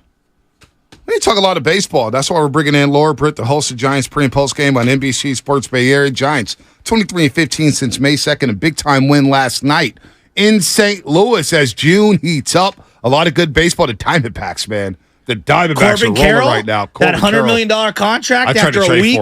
I tried to trade for him in fantasy a couple weeks ago, man. That dude rejected my trade so damn fast. I watched him hit a ball into the gap against the Giants in the 3-game series. He was sprinting full speed and dove into second head first. I said, that's 1980s baseball. Yeah, no, he's a baller. They're 4 up on the Dodgers. Diamondbacks up 4 games on the Dodgers. Giants 7 back of the D-backs. So the Giants, they got the Cardinals. They go to L.A. after a day off Thursday to take on the Dodgers down at Dodger Stadium. Then they have the Padres, the Diamondbacks. June is heating up, folks. It is for the Giants. We'll get back to the Warriors in a little bit, but let's bring in the queen of the morning roast, the queen of NBC Sports Bay Area, who just celebrated her 25th birthday a couple Fridays ago. It's the one. It's the only. It's Laura Britt back on the roast. Laura, good morning. How are you? Are you doing better than those Giants? By the way, happy belated birthday again from the morning roast and all our roasters. Oh, thank you. You don't even have to say belated because you sent a video in to our show. That was so nice. Absolutely. Where you at, Shasky? Well, tell me who to text in so I can bother them constantly so I can get on there. I mean, I seen Carmen Q, I seen Rod Brooks, I don't see Joe Shasky. Well, listen, it's the reason why Shasky doesn't have David Taylor's number.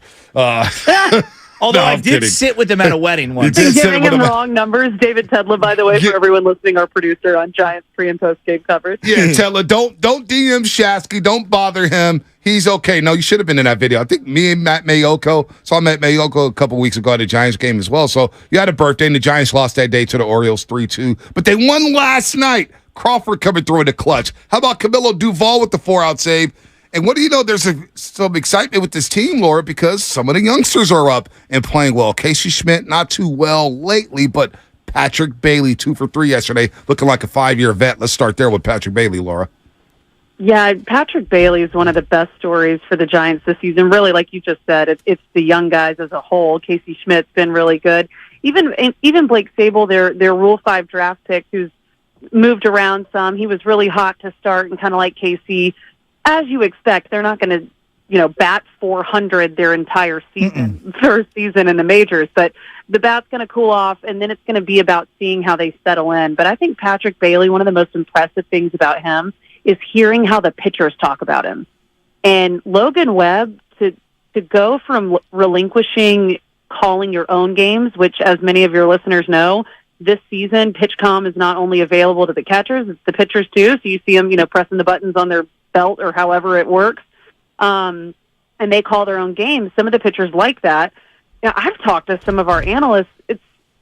I would personally, if I were pitching, I feel like I would want have a little backup, have the catcher take some of that pressure off of you because you're dealing with so many things with the pitch clock and all that. But to see that Logan Webb started out the season that way, but then once he's built this trust and this chemistry with Patrick Bailey, he's letting him call the games. That speaks almost more to me about the trust level and where the pitching staff is with Patrick Bailey than almost anything else. Because the bat, you're going to ride a roller coaster with a guy's bat. That's going to have hot moments, have cool moments. But to have solid, calm, presence behind the plate is something that is not a roller coaster. That's calm. That's steady. That's going to remain for the Giants. So I think that's been really impressive to see from Patrick Bailey, a young guy coming into the majors, and it's not too big of a spotlight for him. Yeah, and I think the hallmark of great teams in baseball, strength defensively up the middle. Catcher, shortstop, center field, right? You can get away with a lot of things when you're strong up the middle, and him being a great backstop has really helped this team. And you're talking about his offense. Honestly, the offense, it's much better than I thought. He has a knack for driving in runs. That's number one. He can bunt a little, gap power, and then his ability to fight off pitches and get the one that he likes and drive it. I feel like you don't get the Crawford at-bat right after him without the 5-6 foul-offs that he have in the 11-pitch at-bat prior to that. So I'm really loving his plate discipline as well. Yeah. Oh, I mean, that was on full display last night, I think, with Patrick Bailey. We've also seen that, obviously, with Lamont Wade Jr. a lot in a different aspect. But that's been impressive to me with the Giants also with their offenses. We talked about this, I think, last time I was on. They were only scoring runs via the home run, and that was their calling card coming into the season. But to see over the past 2 or 3 weeks, the fact that they're able to win games by not just scoring via the home run, that's been key to their success over the past 2 weeks. Because without that, if you're only relying on the home run, you're going to have games where you don't have that. And how are you scoring without that? If you're not able to, then you're going to be a 500 or below team every season. Right. But if you're able to prove that you can score with runners in scoring position, get those guys home, that changes the dynamic. And I think we're starting to see that with this team. It is with the young guys. You don't want to jump too far ahead of yourself. You've got to see how it plays out throughout the season, but I think it's really promising. And fans should be excited about this team, especially the fact that these guys are so young and able to come up and these moments aren't too big for them. Well, now the flavor of the month is Luis Matos, and you got an outfield logjam here, Laura, as we're talking to Laura Britt here on Morning Roast, of course, your Giants pre- and post-game show host on NBC Sports Bay Area. Does a tremendous job doing that. Somebody's going to be gone here, and you've got Conforto, you've got Haneker, you've got Jock Peterson, you've got Yaz, you got Austin Slater, and don't you dare say a bad thing about Austin Slater, because you got the Slater stands now saying, hey, this guy is the 5th best hitter in all of baseball since 2020 against left-handed pitching. I mean, that sounds like remember the old movie against right-handed hitters in domes on Tuesdays. He bats .412. You be careful with the Slater slander. So to make room for Luis Matos, one of these guys may have to go here. I guess that's a good problem for the Giants to have with all this depth in the outfield, right, Laura? Where they could say, okay, maybe we'll go this direction, but we have a spot for Matos. Yeah, this is going to be really easy for me to say because I'm not Luis Matos sitting waiting for my opportunity. Right. But let's be patient. The thing that I keep hearing, I ask this question almost every day. When's the right time to call up a guy? Do you call up Kyle Harrison? The Giants have a spot in the rotation right now. They need help there. It's patience. It's all about patience. And I get the desire from the fan base to want to see the young talent because of what they've seen this season. They're saying, hey, it's working. Why not go ahead and make room for somebody else? But I think patience is the big thing, and Luis Matos is swinging a really hot bat over his last 5 games. He's been really solid. Give him some more time. Let him stay there. If when the time comes, now he could force his hand. If he keeps, hitting 5 home runs over his last 9 games or something crazy like that, then he's going to force their hand. Some move will have to be made. Maybe a move happens naturally, and typically it's unfortunate because it's an injury. Typically, that's the reason that you make room on the roster. But again, it's easy for me to say that because I'm not Luis Matos trying to find my way onto the roster. I get that he's probably ready, but be patient with him. The guy's got to develop. I hear you, but there's also an argument for they just have redundancy. Like Wilmer Flores isn't really playing a whole lot. I love Wilmer, but I don't know. Jock, platoon DH. I don't know. To me, I think they got to staple together a couple of these guys and move off them. And the Austin Slater thing's interesting. Is he important to you? Absolutely. But if you stapled him to, let's just say hypothetically, a Joey Bart to make room for someone like Luis Matos, or staple a couple combinations of these guys, can you get back an arm that can help you in the rotation this year and next year? Can you get back an arm for the future of the bullpen? That's something that I would look to do because I do want to see this guy play every day. Yeah, on the opposite end of that spectrum, if you just start to look at the lineup, are you willing to ride the wave of having 3 rookies in the lineup on a day-to-day basis? Because if you make that move, you're going to have Casey Schmidt, you're going to have Patrick Bailey, you're going to have Luis Matos in the lineup. And I think at some points when they do struggle, people are going to say, oh, maybe you should have kept Mitch Haniger, maybe you should have kept, you're going to start wondering why the Giants were making some moves. So it's fun to think about. Give the young kids a chance. Let the kids play ball. Bring them up to the majors. Debuts are fun. I'm all about it.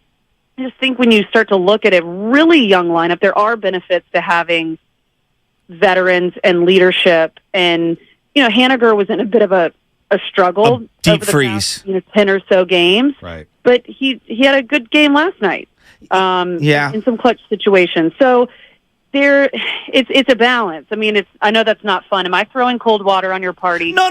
It's just I hear what you're saying. We've been waiting for 5 years. I mean, they've got one winning season since Obama. Right. You know what I mean? Like I'm sitting here and I'm saying to myself, like, what are you really truly competing for this year? Nobody thinks they have enough pitching to be a true World Series contender. I thought it was just about having fun. I am having fun. All right, but we're having fun. But now you want to win? Well, no. It's not just that. I actually like Haniger. I was so optimistic. Defensively, he stinks, right? And he's been in a deep freeze. I wish you would have gave Conforto the 2-year deal and Haniger the 1-year deal, but that's neither here nor there. I just think they need to staple a couple of these guys together because it's about long-term viability for me. The fool's gold of this year and competing, like I get it, and I'm having a lot of fun and I'm enjoying it. But when you have someone tearing the cover off the ball, you got to bring that guy up while he's hot so he can feel good about himself early on in his major league career. And the defense is going to be good. Like that's the thing with Bailey and Schmidt. Even if the bat cools off, we know they have elite defense. Yeah. And so I don't know. I want to see Matos. I've been waiting since 1987 for an outfielder from. I'm dead serious. Chili Davis was the last prospect. Hey, Laura, we weren't waiting because we had Barry Bonds, you had Darren Lewis, you had Marvin Bernard. We were chilling for a while. Guy? Yeah, we were chilling though. Reggie Sanders, Ellis Burst, we were fine. Who's the highest watermark homegrown guy in the last 30 years? No, it's Chili Davis, no doubt about it. You can make an argument. It's like Fred Lewis, Jason Ellison, Lance Negro, and Todd Linden. No. That's disgusting. Steven Duggar? No? I just want to see him. All right, he just wants to see him, Laura. I'm going to add more fuel to this fire. I was actually wrong. Luis Matos has hit 5 home runs over his last 5 games. There it is. Even better for you, Joe. There it is. What are your thoughts on Farhan Zaidi and Gabe Kapler? Because you know what? As we look at the Giants, and look, I didn't know what to expect. I kept an open mind going into the season. They're 34-32. And it has been a lot more fun because they brought up some of the young guys. Exactly. They're playing a good brand of baseball. I give them credit. I think they've done a good job. Gabe Kapler making a move yesterday saying, Doval, you're coming in the 8th inning. You're going to get a 4-out save. I love that about Kapler. How do you feel about Farhan and Gabe Kapler so far in 2023, Laura? Well, I think you're starting to see some of the young guys that are part of their system coming up. Mainly that's Farhan Zaidi, but this is the patience of baseball that you have to have. Is you want to win now. You get a new general manager, you get a new president of baseball operations, you get a new manager, and then you want to win, but they have to have time to implement their philosophies. There are things that I like about, the way Gabe Kapler manages, and there are things that, just like any manager, you're going to like things and not like things. I'd love to see, pitchers get a little bit of an opportunity to go deeper into games. I'm more of an old school baseball fan in that sense. I do like this year that we're seeing less of the platooning and we're seeing more of the everyday player. It's still happening, but definitely not as significant as it has been in the past. And I think the players, respect that too. They want to have an opportunity to get in there and get their timing down and do things like that. So I think they're doing a good job. They're doing a great job. The Giants, coming into the season, I don't remember, maybe I was on, I can't remember what you had them finishing the season at. Either of you, but I think they're doing really well right now, considering they've got young players in the lineup. They're 34-32. I know that they're 3rd in the NL West right now, but the Diamondbacks are on fire. The Dodgers are expected to be good. I mean, they've got one of the highest payrolls in baseball. I say the Giants are doing pretty good with where they're at right now. So you don't know what you have until it's gone, and some of this is just a patience game. Laura, I got Shasky. I'm ready to trip over you. All right now, Sacramento River Cats Twitter account. They quote tweeted an SF Chronicle article and basically tagged Luis Matos and said, "Hate to see you leave, but we'd love to watch you go," with a tear. Well, what does that mean? Well, SF Gate just tweeted the Giants might not be able to resist bringing Luis Matos up to San Francisco for much longer. So it feels like it's just a matter of time. So hitting-wise, they're going to be fine. I'm with the Matos. But, Laura, they need a pitcher. Oh, my God, dude. They need a pitcher. They need a starter. That's the thing. And so that's why I'm okay with flipping one of these outfielders. For an arm. Whether it's Jock, whether it's Mitch Haniger, whether it's Tell her who you want. I want Shane Bieber personally. I love Shane Bieber in Cleveland. It may cost you a lot because he has another year of control under his belt. Marcus Stroman, I'm not mad at him. We saw him last Friday. Stroman. He almost was a Giant, Laura. He almost signed with the Giants. He talked highly about the organization. So no matter what, if they really want to make some noise, go get a pitcher. You've got to. You're right about that. I mean, you can't keep throwing the bullpen games over and over and over again. It's fine right now. It's working right now. But come mid-July, late July, August, I don't know that that's going to work. And they know that. They understand that. Do you move Sean Manaea back into a starting role? I tend to lean more towards no. I think he's obviously been a starter in the past, but that wasn't working for him this season. Maybe they give him another shot or two. And if it doesn't work, then you make a move. The MLB trade deadline, August 1st this year, so they've got some time to try and make some moves, and they've got to have you need a stacked rotation. What is crazy about this is coming into the season, this was the least of most people's concerns because they had 6 potential starting pitchers. Yeah, but 4 of them stunk. And now they're down to 3 with working these bullpen games for those last 2 spots. And the bullpen's been doing a great job, they have. but it's not sustainable. Yeah. You can't sustain that for 162 games. It just doesn't work like that. Laura Britt, everybody, Giants pre- and post-game show host. We'll see about Matos. I'm sure you're getting asked about that. Tell Carlos Ramirez to calm down a little bit, please. He's getting way too high. Crank it up. Crank it up? 700 miles per hour exit velocity. What are your grievances? I got no grievances. I noticed he went back to 1 laptop. I mean, try to be like me. Not everybody could pull the 2 laptop look off, Laura. Nobody could pull that off. Bonte, are we going to talk? Do I have to do this again?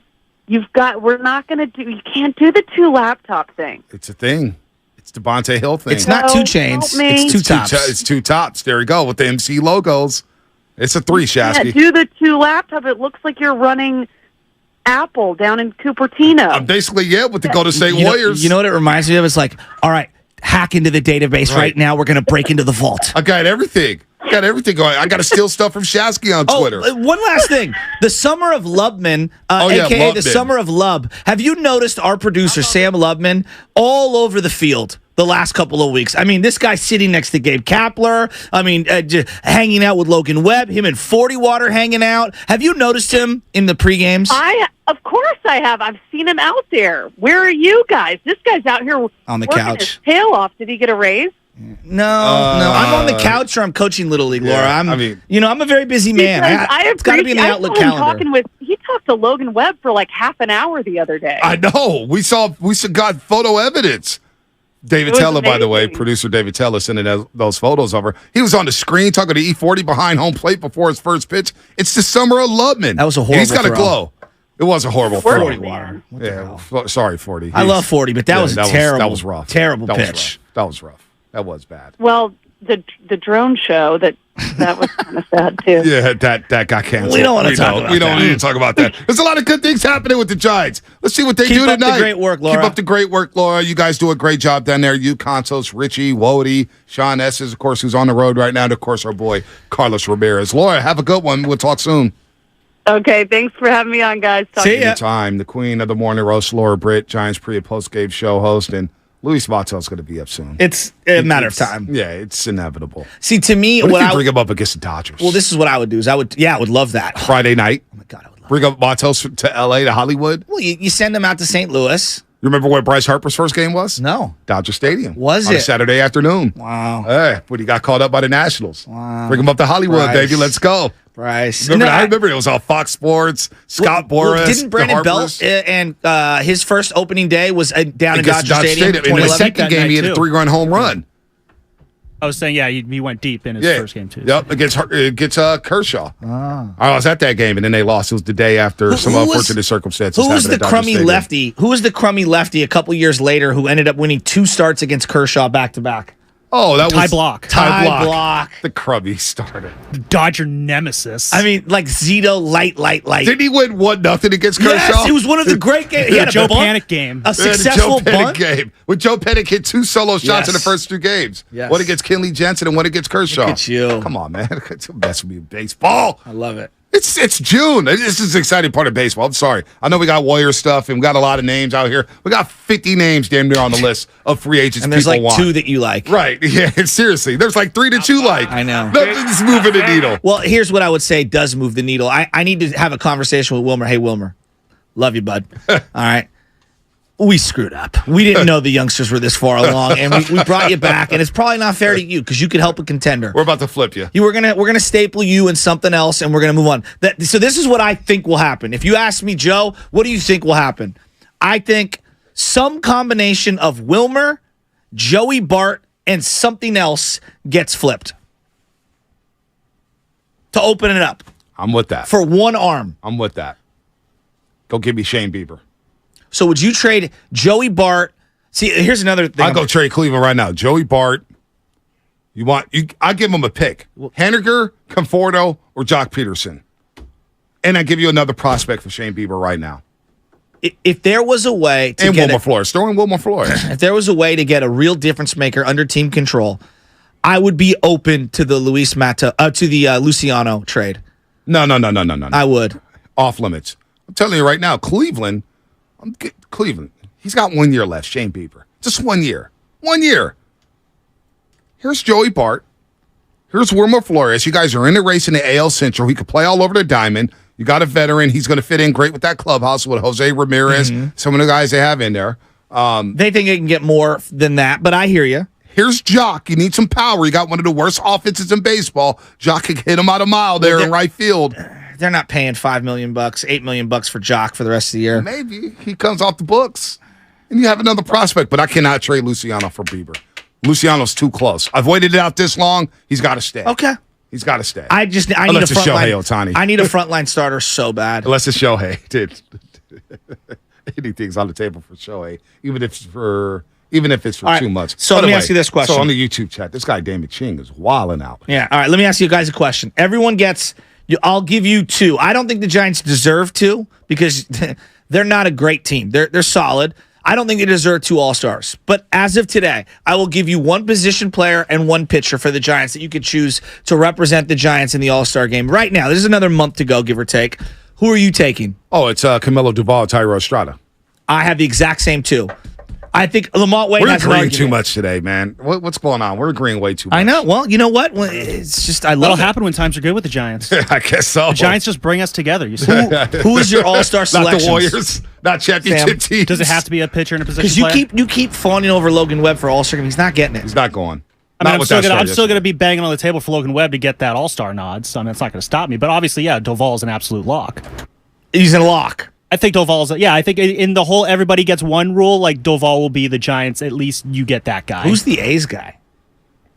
Ruiz. Boy, yeah, Ruiz, Rooker's still like overall he's having a good season. Maybe one of those guys. Like we just send Dave Cavill, bobblehead Dave. See, 510, don't do this. Comcast business text line. Bonte, you're delusional with this Bieber deal. You also called me delusional when it came to Christian McCaffrey. What happened? All right, these deals work. And Cleveland may sell. Let me say, look, we're a good team, but can we really compete with the Yankees? Can we compete with the Rays? No. Can we compete with the Orioles? No. Can we compete with the Astros? Not really. So I think Bieber can be had. That's my number 1 option. I want Shane Bieber so bad in this yard. He could be your number 1, Logan Webb, your number 2. Give me a short series with Webb and Bieber, and I'll figure out the rest. Yeah, I like that. Well, and also like this whole Harrison obsession, which I understand. I don't love when a young pitcher is forced to be a number 2 or 1 on a staff. Yeah. I want him to be a 3 or 4 coming up at minimum. Like, it's just too much pressure. You're going up against other aces. I want that guy to feel good because there's nothing worse than pitching well and losing a 3-2 game and having to eat it for 4 or 5 days. No doubt. It drives guys crazy. Let's take some calls here. Let's take some calls before we end the show. Another fast show, man, on a Monday and Tuesday. These shows are flying by, man. We're getting closer and closer to football season and closer to the NBA all season, which begins July 1st, of course. The Giants got a better chance of getting Justin Bieber. That's pretty good. No to Bieber, yes to Stroman. Really? Rather have Stroman than Bieber? I'd rather have Bieber. Been more consistent, but I'm not mad at Stroman. I would take Stroman. He had some sick Jays when he was playing with the Blue Jays. He looked so sick the other He had the Jordan 4s. Yes, and you see his glove was like teal. Oh, his glove is sick. So sick. All right, let's go to the lines here. Raphael in Newark. wants to talk about the reverse boycott game. David Ching, listen up here. I know you're an A's fan. You're salty right now in our chat, but listen up to this call. Raphael in Newark. What's happening, Raph? Raph, you ready to go? Well, he's not ready to go. All right, let's go to Dennis in Redwood City. Kind of like the A's presentation to Las Vegas. You can take shots at the A's fans. I'm not going to do No, it. no, I'm not. That's not A's fans. That was the A's ownership. I know. Dennis in Redwood City. Hello?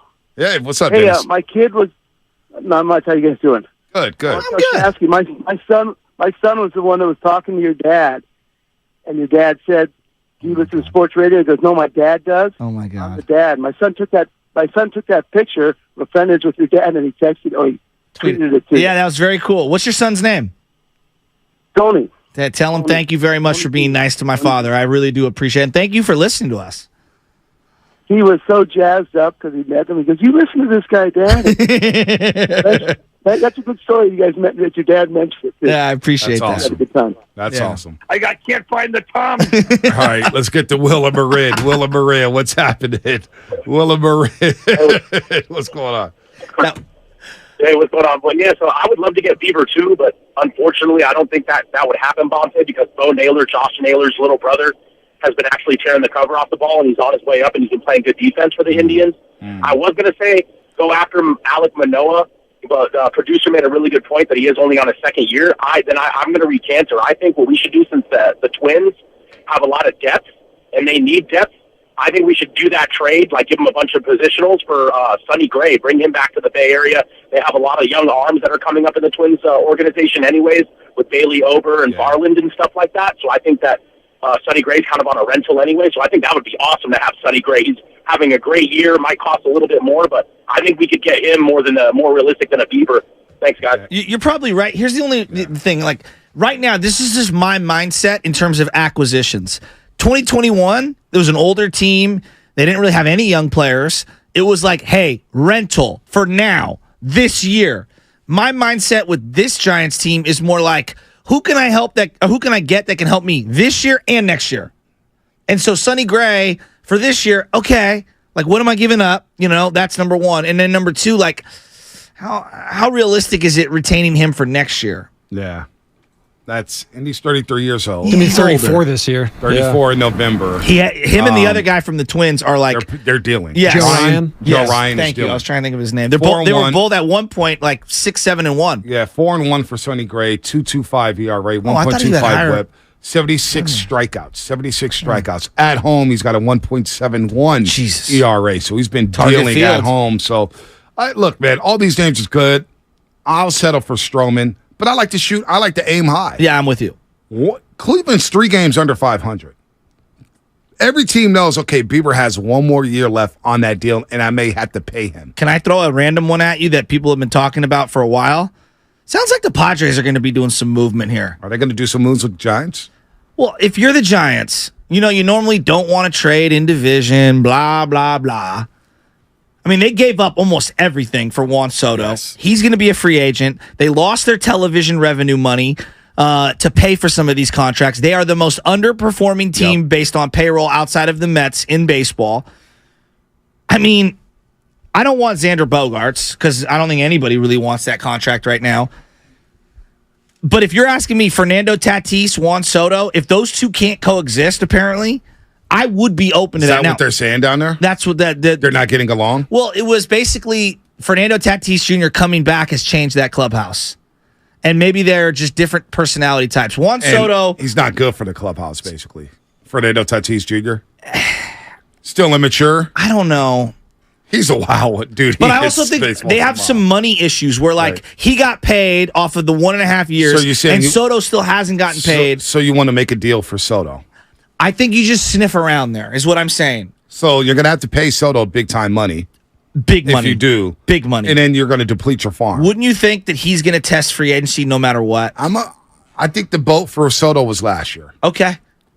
These prospects are too close. Okay. Now I'm into the camp. Now I believe in where the Giants are at right now and where Luciano's at, where Kyle Harrison is at. Okay. Reggie Crawford, I should say, Yeah. is balling right now. Single A. I may have to wait. I may have to just see what the Padres do, see if they trade Soto out of the league or whatnot, and let them do their thing. But I'm not depleting my farm for Juan Soto at this moment. He is a free agent after the 2024 season. So, I mean, if you want to wait this season and next season, you could just give up only money to bring him in instead of prospects. But again, that involves waiting. And them actually luring someone in free agency who's top tier. The other team that's really going to sell, it sounds like, at the deadline is the Chicago White Sox. Yep. So they got Giolito, they got Anderson. There's a variety of guys that could be available. Kopech. Yeah, exactly. So, not that you want Tim Anderson or need Tim Anderson, but I do think he's nice. I like some arms. I do like them arms. Still not Shea Bieber, though. No, I agree with you. I'm just talking who's out there. Yeah. I do not. Like, what is it really going... we need a baseball insider. What is it really going to cost for Shane Bieber? Because Cleveland has done some deals where they don't get the top prospects. Well, the Francisco Lindor deals, trade, they didn't get a lot. Right, exactly. And I think it was also because Lindor was going to get $300 million. Mm-hmm. He's been okay for the Mets. And I really loved him a couple years ago. He's been okay. Shane Bieber 5-3, 3.29 ERA 1.29. He's better than the numbers. He is better. And I think he's a guy that would pitch really well in the NL West. Yep. Sorry not to cut you off, Joe. Another team that's probably going to be selling is the team you're playing right now. The St. Louis Cardinals. Yeah. Anyone on this team, staff, lineup? Well, he's down in San Diego. There you go. Paul Goldschmidt, who says no? Well, them. They don't have anybody on that staff that you want. I'm shocked that they're this the guy bad, tonight, Flaherty. I was going to say Flaherty. That's the one. Have you seen him? No, I don't it's want a Flaherty. Big start for him. There was another guy, Titus. What's the Titus O'Neil? Oh, okay. He's also a guy that they're maybe going to move. Because they want to make room for Jordan Walker. Miles Michaelis? Yeah, he just got rocked by the cart. I started him at fantasy Saturday, and he got lit up. Wainwright's old. Flaherty's the guy that they're going to try to deal. Montgomery's been. I don't like. Watching him staff, on Team USA, I wasn't feeling him. Their staff is, by the way. I agree with that. Their staff is meh. Before we get to final thoughts, Bills coach Sean McDermott very concerned about Stephon Diggs not showing up the mandatory minicamp. Very concerned. What is it? Does he want more money? I don't know what's going on. He's going to make over $20 million this year, but. Remember the last time we saw them, it was that snowy game where they were just getting punked by the Bengals, and he was yelling at Josh Allen on the sideline. Remember, he had his arms up like, what the hell? Why aren't you throwing it to me? So here's a report from Stephon Diggs' agent. Said his client is in Buffalo, has been in Buffalo since yesterday morning, took his physical, met with the head coach of GM the past 2 days, and a Pro Bowl wide receiver will be there for the entirety of minicamp. All right, so that's that. Could you imagine going from Kirk Cousins to Josh Allen? Oh, my gosh. Must have been fun for him. Oh, my gosh. Although I gotta give Kirk Cousins credit. Justin Jefferson and him have been a pretty sweet combination. It has. They're nice. You know, Justin Jefferson would have been in Shanahan's doghouse. Oh, there's 100%. Year one. Yeah, no doubt. 925 before we get to final thoughts. Yeah. Comcast Business text line. Corbin Burns is available. So it would cost you $5 million in salary if you get him around the deadline because he's on a $10+ million deal right now. I would love Corbin Burns, but there's an argument that Corbin Burns has pitched a lot of innings. He has, and he's logged a lot of heavy starts. But he's had to carry. But I love him. Their offense has been so inconsistent in Milwaukee. He's a baller. That he's had to carry the load and be in a lot of 2-1 games, 1-0 games, 3-2 games. I would take Corbin Burns right now. I'd put him above Shane Bieber. Corbin Burns. I love nasty. Corbin Burns. He is nasty. But he's another guy. Like I got to know ahead of time. Do you want to stay here? Because I would like him on a nice 3 or 4 year deal. Yeah, I think he would. He'd be nice. He would be nice next to Logan Webb. You know what he reminds me of? What's that? Brad Penny. Better version, much better. I'm talking body type. And the way he delivers. A little slimmer than Brad Pitt. Brad Pitt. No, he is. He got up there. But I'm talking about the big shoulders. Yeah, Josh Johnson had that same look. Brad Pitt got up there a weight. He was Brad inconsistent. Pitt was sick though. He was inconsistent though. He was, you think Burns is more electric? Oh, absolutely. Okay. So, but you get the body type thing that I'm going with. I do. Them Final big burly thoughts. boys.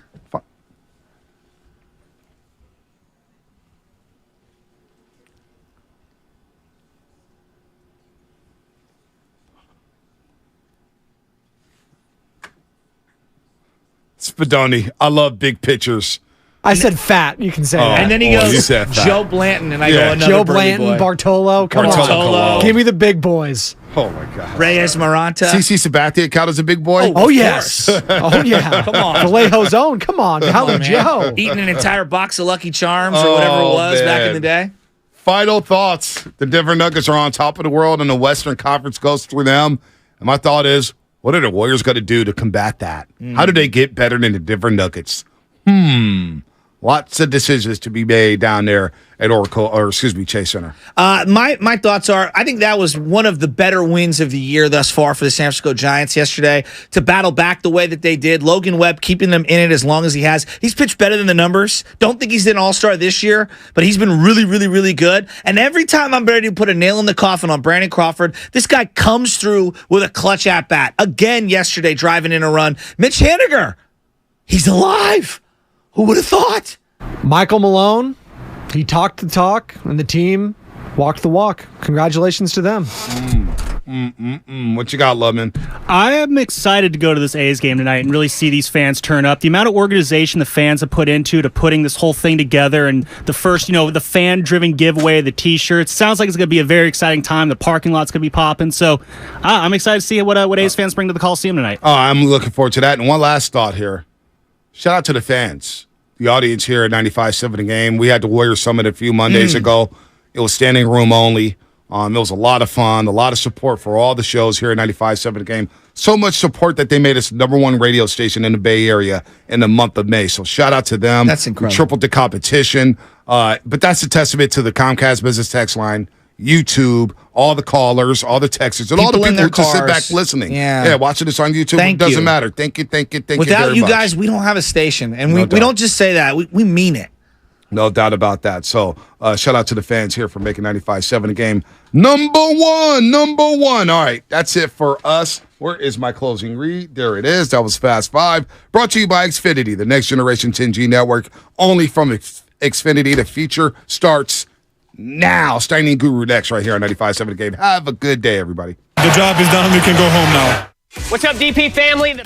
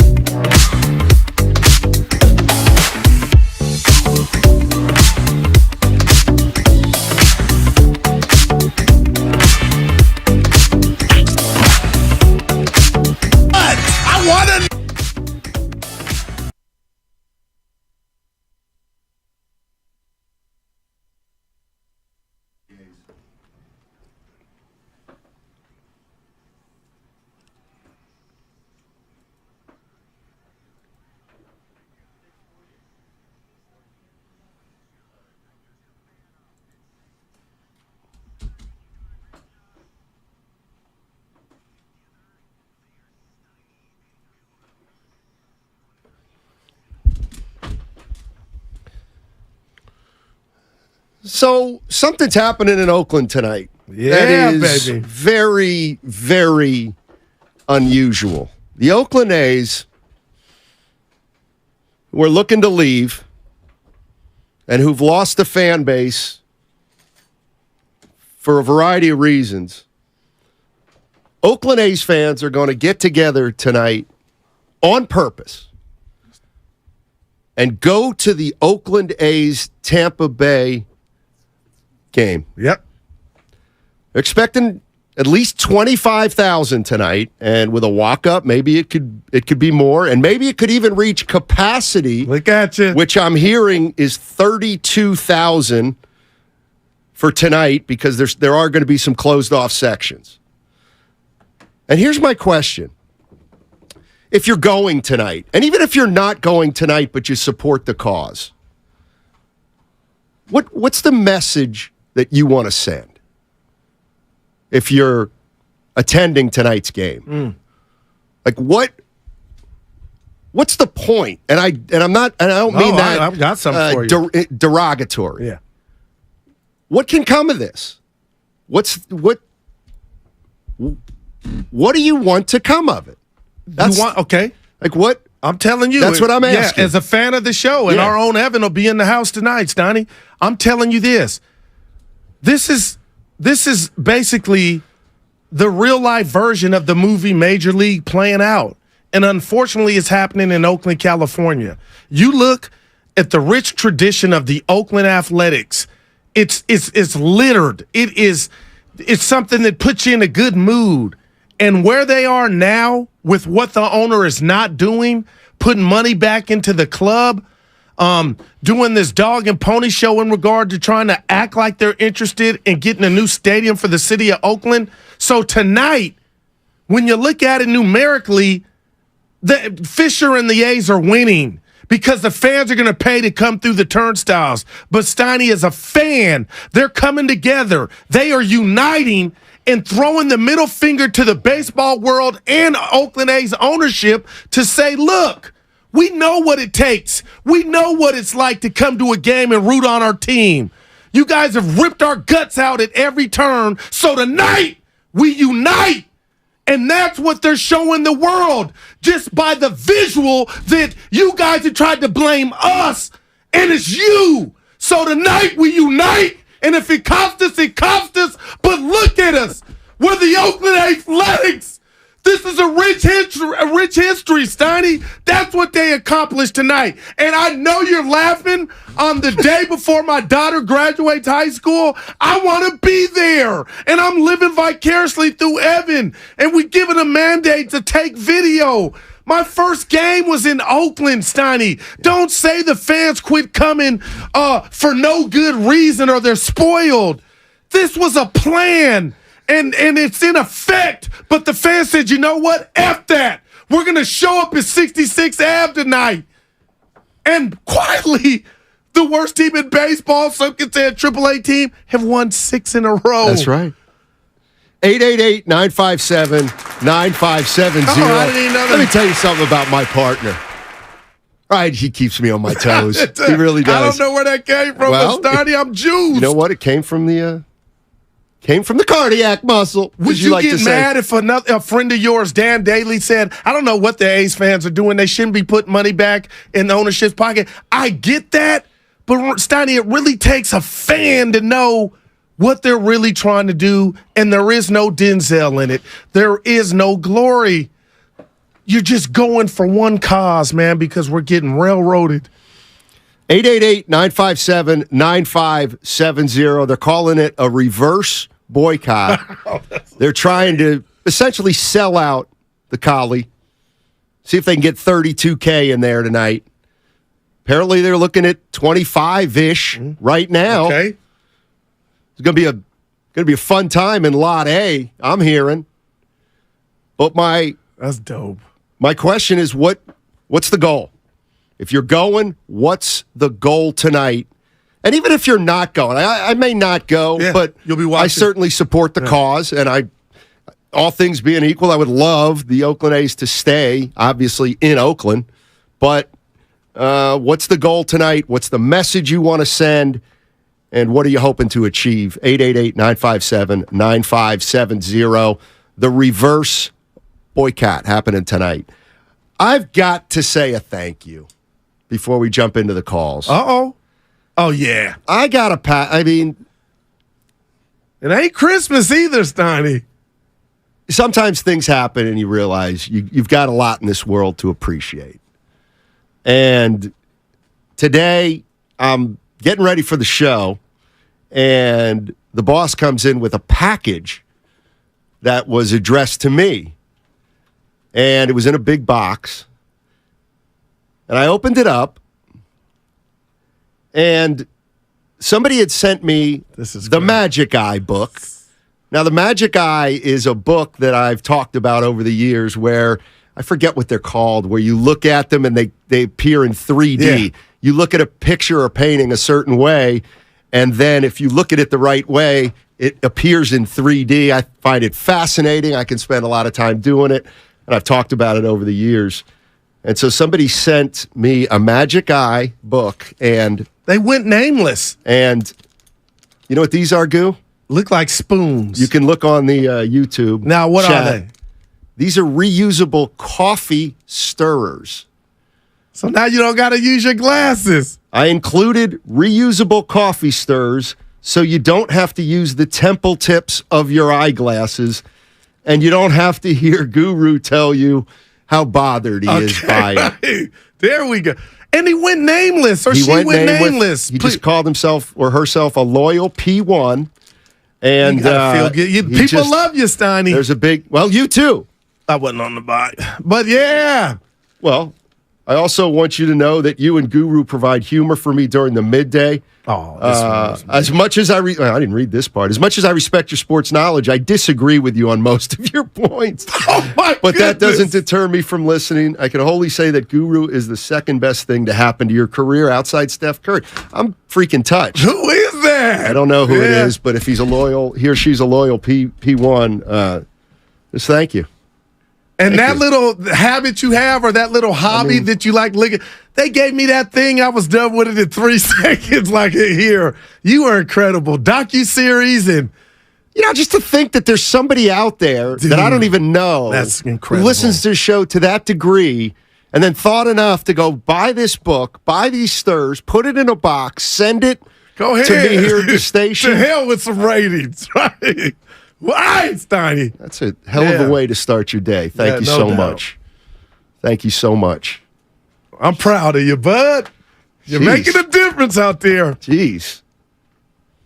Woo. And I've never been emotional. Yeah, no, to take your time. I'll tell you this, just about this reverse boycott. I believe, Evan, help me out. You said one of your friend's father, I guess I'll call him as the founder, Spadoni, of coming up with this reverse boycott. And I can ask Spadoni, have you ever heard of this, something like this? I've never heard of a reverse boycott. I've never heard of something like this, but I think it's really awesome because it's basically the fans saying, you know what, Fisher, we don't need you for us to come. We can get together. We are fans. We don't care what you're doing.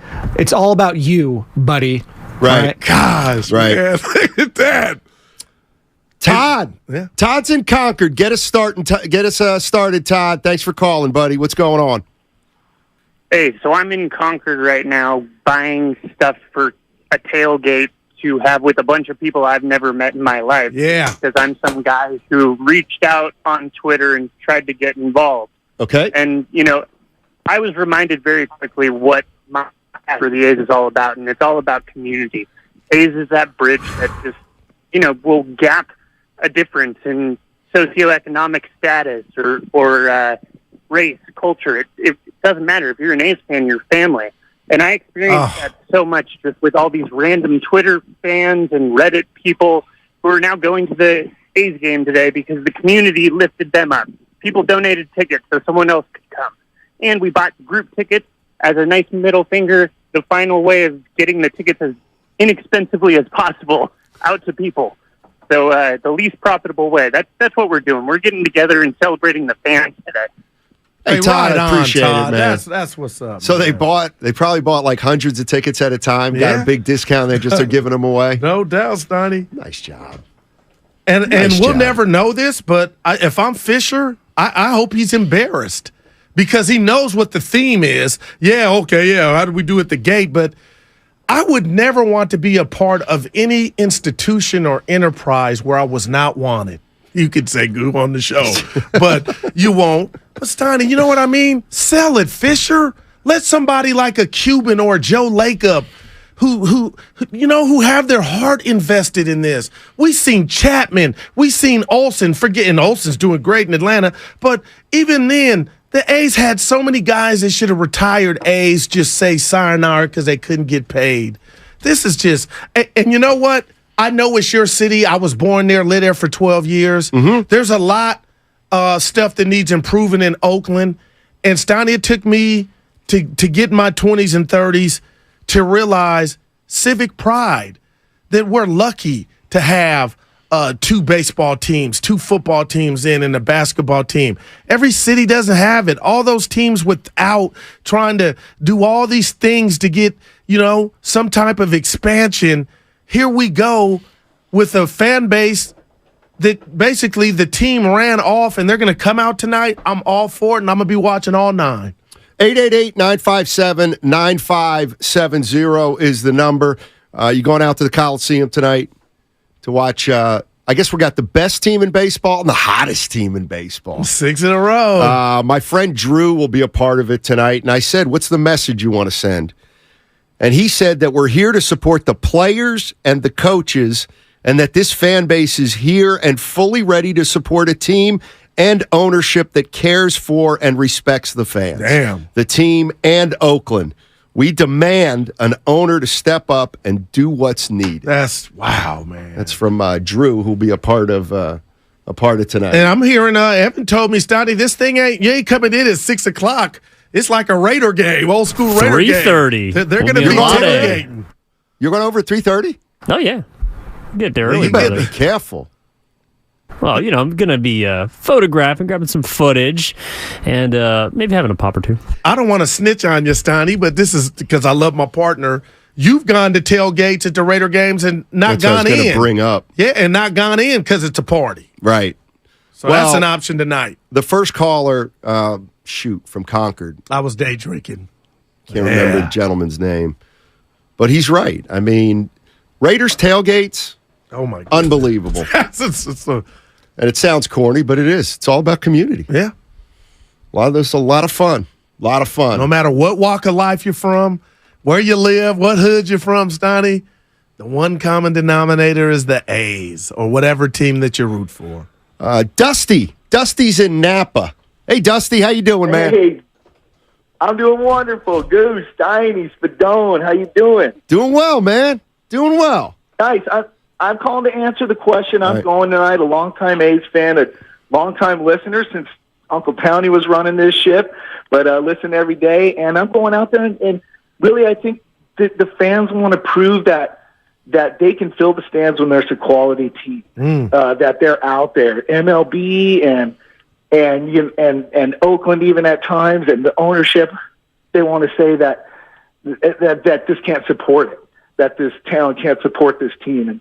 And every time they're good, every time they go to the playoffs, they sell that thing out. And it's tough to get into every one, but they do it when it's good. Yeah. So I think they're basically trying to prove that tonight.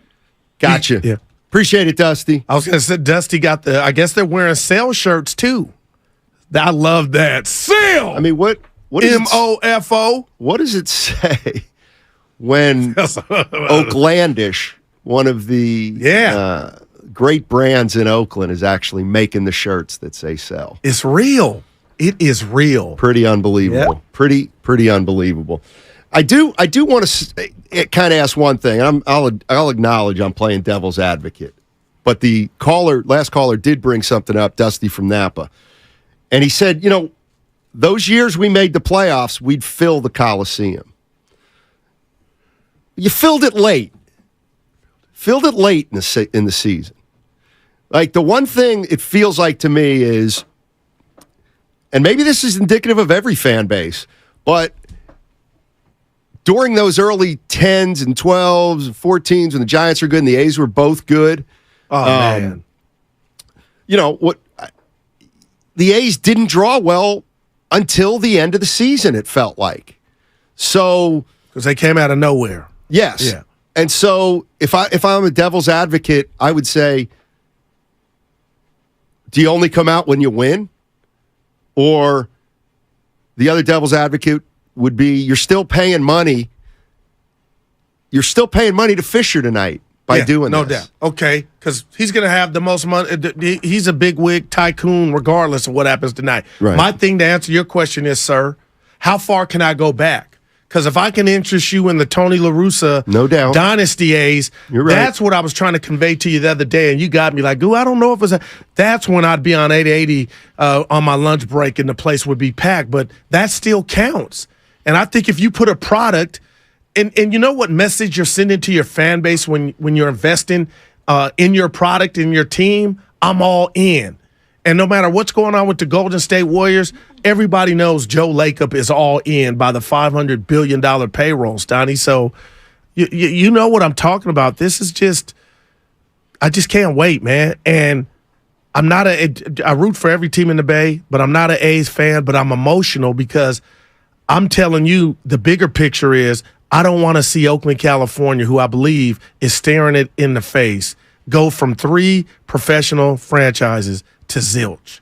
And I think it's right there, Stoney, to where you could touch it almost. Let's go to Ryan. Ryan's in Hayward. The Stack. Hey, Ryan, how you doing, man? I'm doing well, fellas. How y'all doing? All right. All right. So, I don't know, man. I might be on my own on this one, but I feel like look, I'm a longtime A's fan. Right. Love the A's. Fell in love with the A's in the 80s. And I would hate to see them leave, obviously. But I kind of feel like this reverse boycott is going to backfire on us. And the main reason why I feel that way, right, is for what it appears, right, one of the things that Nevada legislation is not to vote on or on the fence about is accepting a team that doesn't have a fan base, right? And so if we go out there and we show, no, we do have a fan base, that kind of nudges Nevada legislation to vote towards, yes, let's bring the A's in because they have a fan base. Wow. And it just has concern for me on what happens at that point. And I don't know, I could be wrong, but it scares me, man. I hate to see the A's leave. I really do. Thanks, Ryan. Appreciate the call. That was a lot. Let me give you a little and that ship has sailed. Word some encouragement. Yeah, and that's what I'm going to say is if the A's end up going to Las Vegas, it's going to have nothing to do with tonight. No doubt about it. So and how much they were drawn previously. Yeah. Vegas is its own entity. They want a team, and the dynamics are different, but it has nothing to do with that. But, man. It's also the kind of thing where sale. It's also the kind of thing where around baseball, around the league and fans of baseball who have no interest in the Oakland A's. Let's say you're a Philly fan, Yankee fan, but you're a baseball fan. Well, you're going to find out what's going on in Oakland. What happened in Oakland last night? What's going on out there? It's going to get covered, and it's going to get people talking about what's going on, and it'll probably bring more attention to the fact that the A's have an ownership group that isn't really investing in their team, and it's alienated the fans, and they're trying to leave town. Yeah. And this shows that, guess what? They actually have fans who will come out if their belief is that ownership's committed. Yeah, well said. And let me throw this at you. Yeah. Know your partner. Know your show. If you had a genie and you said, Guru, you got one wish, you could be doing this, it would be a professional athlete. And you don't think it's embarrassing when the Atlanta Braves or the Giants come across the bridge and play the A's or any baseball team, and they look around that building and see 2,000, 3,000. So this goes to what you just mentioned, the coverage, and other teams are going to know what's going on. But, Stoney, I think they already know what's going on, and my grander point to you is every man on that Oakland A's roster has been blessed to live out their dream to be a Major League Baseball player. But I do wonder, and this is random, how many of them feel like we're playing on a big league outfit when they are at home? It's got to be – that's got to kill them, Steiny. You would think. You would think. Mike in Michigan. Hey, Mike, what's going on, man? Hey, gentlemen. Happy day, happy reverse boycott day. Yeah. I just want to give a quick shout out. My son's 4th birthday is today. Nice. So I got to shout out my son Achilles. We're taking him to a little party shindig. Yeah. Big thing is going on Saturday. So happy birthday to him. Nice. So I just wanted to, on this reverse boycott, I just have one point of view. I'm a big-time Giants fan, been a Giants fan since birth, thanks to my pops. I remember very vividly, I believe it was 92, when the Giants were going to leave. They had they showed the video of the ownership walking around that stadium in Tampa Bay, strolling around the outfield, looking at the facilities. The Giants were all but gone. They got that picture of Brandon Crawford, in the front row at Candlestick at the last game saying, "Please, Giants, don't go." And what happened? Peter McGowan and the ownership stepped in, bought the Giants, and kept them here. I think with this reverse boycott, what the A's fans are hoping is Fisher will wise up, sell to a person that wants to keep the team here, and get Howard Terminal built. Because I believe if you build Howard Terminal, as I've been following Brody Brazil and Casey Pratt on Sure. dealings with this. If you just want to build the stadium, forget the housing, just build the stadium, shovels could be in the ground tomorrow. Because everything's approved for a stadium at that site. So if Fisher wanted to stay, or if he wanted to sell to a person that wanted to keep them here, you could build that stadium tomorrow. Shovels could be in the ground. So I believe that the A's fans are hoping that this will show that if you keep the team here, people will show up. All right, guys, have a good one. Oh, happy birthday to your little one. I think you're right. Yeah. On all that stuff, Mike. I think he's right on the money. I mean, if I want to be cynical, obviously you could say, well, what? Tomorrow Fisher's going to say he's going to sell the team? Come on, what are you doing? Right. So it's almost not about that. You know what I mean? The fans are speaking by doing something that doesn't happen on a daily basis, and that's attendance, by saying and sharing their just disdain for this dude, man. Yeah. 888-957-9570 is the number. We're talking about the reverse boycott. That's going to happen tonight at the Coliseum. They're expecting at least 25,000 tonight, hopefully more. And A's fans are trying to send a message. And my question to A's fan is, what is the message? What's the message that you want John Fisher to hear? What's the message you want Rob Manfred to hear? And what is the ultimate goal of what you're doing tonight? 888-957-9570. Coming up at 11:30, we got Shayna Rubin of the San Jose Mercury News. She's been all over this. She covers the A's and the Warriors for the San Jose Mercury News. She'll be out there tonight. We're going to get her perspective on this. But what's happening in Oakland tonight is quite unusual. Quite unusual in the world of sports. 888-957-9570. What do you think about it?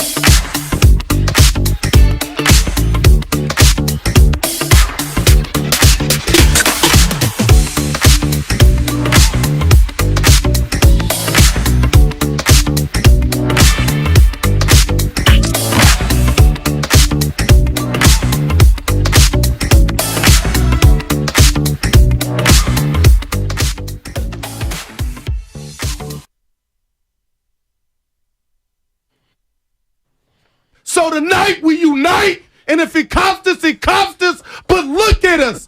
We're the Oakland Athletics. Now, back to Steiny and Guru on 95.7 The Game. Hey, starting tomorrow, we're going to give you and a guest the chance to go to Chase Center to attend the Warriors introductory press conference with their draftee.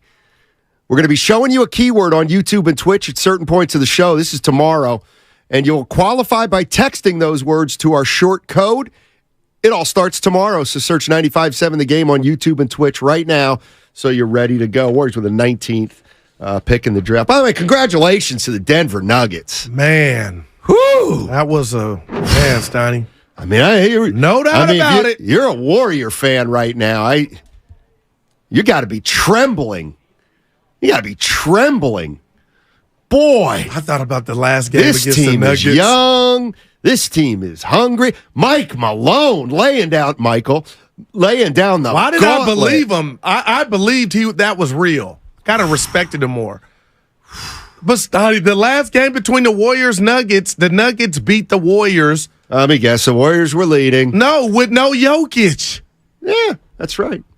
I am scared of Denver. You should be. And you should have taken Because they heed. match. They fit together. They fit. Aaron Gordon is a problem. Dude, he put the clamps on Butler. Thank you. What? Remember we thought, was he soft? Jimmy Butler choke? No. What do you mean? Butler's got some stuff. He needs a pure scorer. Jimmy Butler's a scorer. He does a lot of other stuff, but Steiny, his stuff, he had to return them slippers. And it's been like 3 games. But Jimmy Butler, people put you on that pedestal, bro. But this is about Denver. Do you know the boss came in this morning? He was like, I'm like, dude. Because he's a homer. Oh, okay. He's a Warrior homer. Hey, I love it. Boy, what do you think of Denver? You're not that good. And let me lay this on you. Yeah. It's not Jokic's fault that the league is not littered with centers or Embiids every other team. That's what has me thinking the league is in trouble. Okay, you got Embiid. You got Cat, who I hope is in a Warrior uniform. Bonte telling me he ain't too high on him. Meow. But with that said, how can you look at Denver and Bruce Brown, Porter Jr., and Bron? I'm not going to call him Brown. Steiny, they match. KCP. This is what you call a team with a bona fide superstar. No shade today on Denver, except the damn mass shooting at the parade or whatever they were doing. Anyway, Steiny, go, man. Just guns everywhere, man. I'll cheer you up. Give it to me. Denver's got the best mascot in all of sports. Rocky? Oh, my God. He's unbelievable. He is so funny. Is he in the hospital? Who did McGregor hit? Bernie. Oh, Bernie. Bernie, I'm concussed my neck and my back. Get that bread. Let me, Rocky. I never heard you speak of Rocky so fondly. We're burying the lead here, and I want to get Evan and Spadoni's attention because they're A's fans. Yeah, diehards. Evan, why are you going tonight? Well, I know the guy who kind of founded and put it together. I went to college with his son, so I'm going in support, and also because I'm a lifelong A's fan. I feel like I should be there. If you can make it. I'm not saying if you're not going that you're not an A's fan, but I have the opportunity to. I'm going to take it. Spadone, you're an A's fan.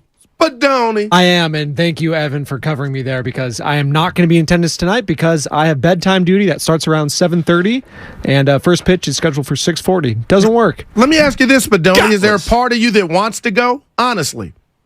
Like if you were single, would you go? Oh, no, totally. I would love to go. And Benny would, hey, if we didn't have school tomorrow, I'd absolutely take him and stuff like that. But he has a schedule. You got to stick to the schedule. And also, pregame show starts pretty early, boys. I don't know if you know that. You're asleep by then. I know Goo's a P1. Yeah, but I'm here at 4 in the morning, so it's a little tough. 5 to 6, Joe Spadoni. What's I get Spadoni 6 to 7. I rewind. So I'm still a P1. So I'm not, why are you like? I listen every day, but on my drive in, I rewind and then go get them. Okay. So I ain't up at 5. But so you skip out on Bonte and Shasky. No, it's all. Somebody's getting screwed here. Oh, no, I listen. It's the Odyssey app. It's got that feature, that mechanism. Guru is a P1. Him and Nick Friedel, they text me. I love Spadoni. That's cool. Oh, boy. Hey, Evan, you think you're a good fan? I'd like to think so. What makes you a good fan? You haven't been going to games for the last 3-4 years, right? Well, I wasn't able to go when I was kind of moving around the country, but I would try to see the A's. Like I saw the A's when they went to Minnesota. I saw the A's when they went to Texas. But you're right. Yeah, I haven't been to the Oakland Coliseum in quite some time outside of the last about year and a half. But I watch the games. I try to support them through thick and thin. It's been a lot of thick lately, but they've also been very good over the course of my lifetime, even if they haven't won a World Series. Wow. That's a real one, Steiny. Put that on his fandom license. Can I see your ID, sir? I'd give Evan on a scale of 1 to 10. I'd give him a 7. He's a 7. I'll take that. A's fan. Well, I don't think there's no 9 or 10s because of what's going on. Ooh. Yeah, no, that's what it is, Steiny. Well, the one of the 1,000 people who have been going out, you figure they got to be an A's fan. Otherwise, maybe they're John Fisher's buddy. I don't know. Shout out to right field Will. That guy is a 10 of 10. He's in the bleacher creatures. Is that right field Will? Yeah. Okay. Yeah. Dude, I do have a bucket list of sitting behind the dugout there. It's different. I've been behind the dugout there. What that view has to be just immaculate. I was sitting, remember when Rendon accosted that fan? I was in those seats once. They're cool. Come on, Steiny. No, they're a buddy of mine, George Kelly, has great seats. Dude, right there, you can call me a strike. Yeah. Outside. That's how I do it at the Little League. When's the last time Oakland won a playoff game, the 9-2-5? They've won playoff games. Yeah, 2000. Pandemic season. They beat the White Sox. Yeah, thank you, Evan. Going to the games doesn't make you a good fan. I was the biggest A's fan, but I had no money. That's okay, too. Well, if you got to watch it, it ain't about spending. Fandom has nothing to do with spending money. If you're watching a team through thick and thin at home and it's appointment TV or radio, you're in. John Fisher doesn't like broke A's fans. No owner likes. How can he call anybody broke when you let Olsen go, you let Chapman go, and I know they got some good young players for those guys. Not for Olsen. Well, they're struggling, but they're little delayed. What if I asked you the A's best player right now? Yeah, you can do that. Who's the A's best player? Langoliers. You come tonight, you might be the best player on the team. Langoliers. I like the center fielder. Yeah. Yeah, what's his name? Well, we like the guy who steals. Langoliers. Who's the guy with all the steals? Yeah, that's the guy. Oh. Yeah, Ruiz, yeah. God, those uniforms, man. Which ones? The A's, all of them. The Kelly green, the yellow, the gold. Is there a chance you really think the Vegas thing is just done? I don't know. What do I know? What do I know about? I'll tell you what. I know I'll about politics. When I used to run in, when I was doing weekends, yes, I used to run into you and JD coming to do the NBA this week. You guys would come after me and Zach. Okay. And Cavill had just taken over, and that dude was saying all the right stuff. And you thought Howard Terminal would be ready now. Just imagine that. Imagine if people just A's fans are being sold to Billa, just fuddy-duddy. 707, False Steiny. Brent the Ball is the GOAT. Who is Brent? I've never heard the of Brent. Ball? He can't be the GOAT if I haven't heard of him. I have my Mount Rushmore. My Mount Rushmore of mascots. You can jump Crazy in. George won. He's not a mascot. What was he? Are you going to let me give my list? Yeah. The original San Diego Chicken. Number 1. Right. The Philly Fanatic. That dude, you're on fire. Rocky. Number 3. No. Yes. Okay. The Denver Nugget. Gotcha. And then I'll tell you what. He struggled lately, but in his prime, he was great. The Gorilla Number in 4. Phoenix. That's my Mount Rushmore of mascots. 888-957-9570 if you want to jump in. You forgot the crab with the Giants. Baby. I said this is the Mount Rushmore. Oh, yeah, I got the crab. That means the best four. And the pirate parrot. Nobody When he knows. kisses you with the schnauzer, he kisses the fan. Jesus. I don't. The pirate parrot. I couldn't pick out the pirate parrot. This is a tongue And twister. when did you fall in love with Rocky? Pirate parrot in a police lineup. Beep. Wait, what? When did you fall in love with Rocky? I never heard you say anything about Rocky. No, when I used to go to Denver. He's unbelievable. Seriously, Rocky is incredible. Do we know who really is Rocky? Like we knew who Thunder was with the Warriors. No, but we know he's a millionaire. Yeah, exactly. Oh, good Lord.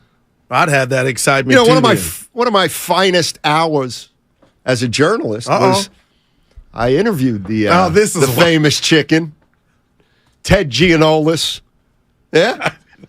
Remember when the chicken used to hold up the eye chart when he was coaching first base? You going back to inside baseball this week in baseball? San Diego chicken. Yeah, 510. I said the Philly fanatic. Absolutely. Yeah, that might be the number one. He's pretty good. Yeah. His name was what was his name?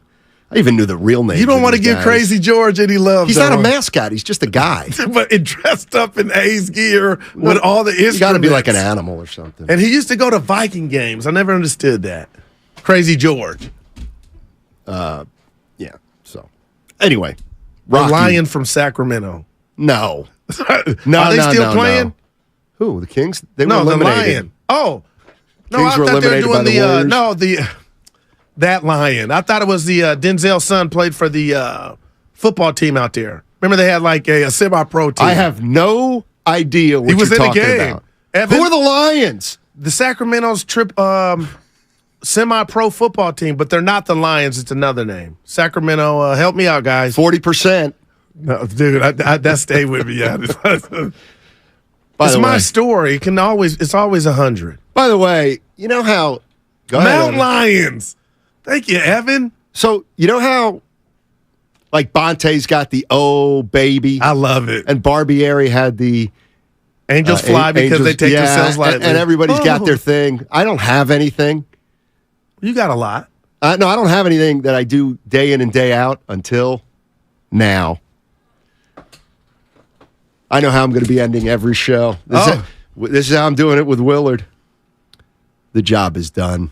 We can go home. You gonna break that out today? The job is done. We can go home to get butchered. That's what Jokic said yesterday. Right. Oh yeah. After what about his brothers? They some big. Don't mess with them. Yeah. The job is done. We can go home now.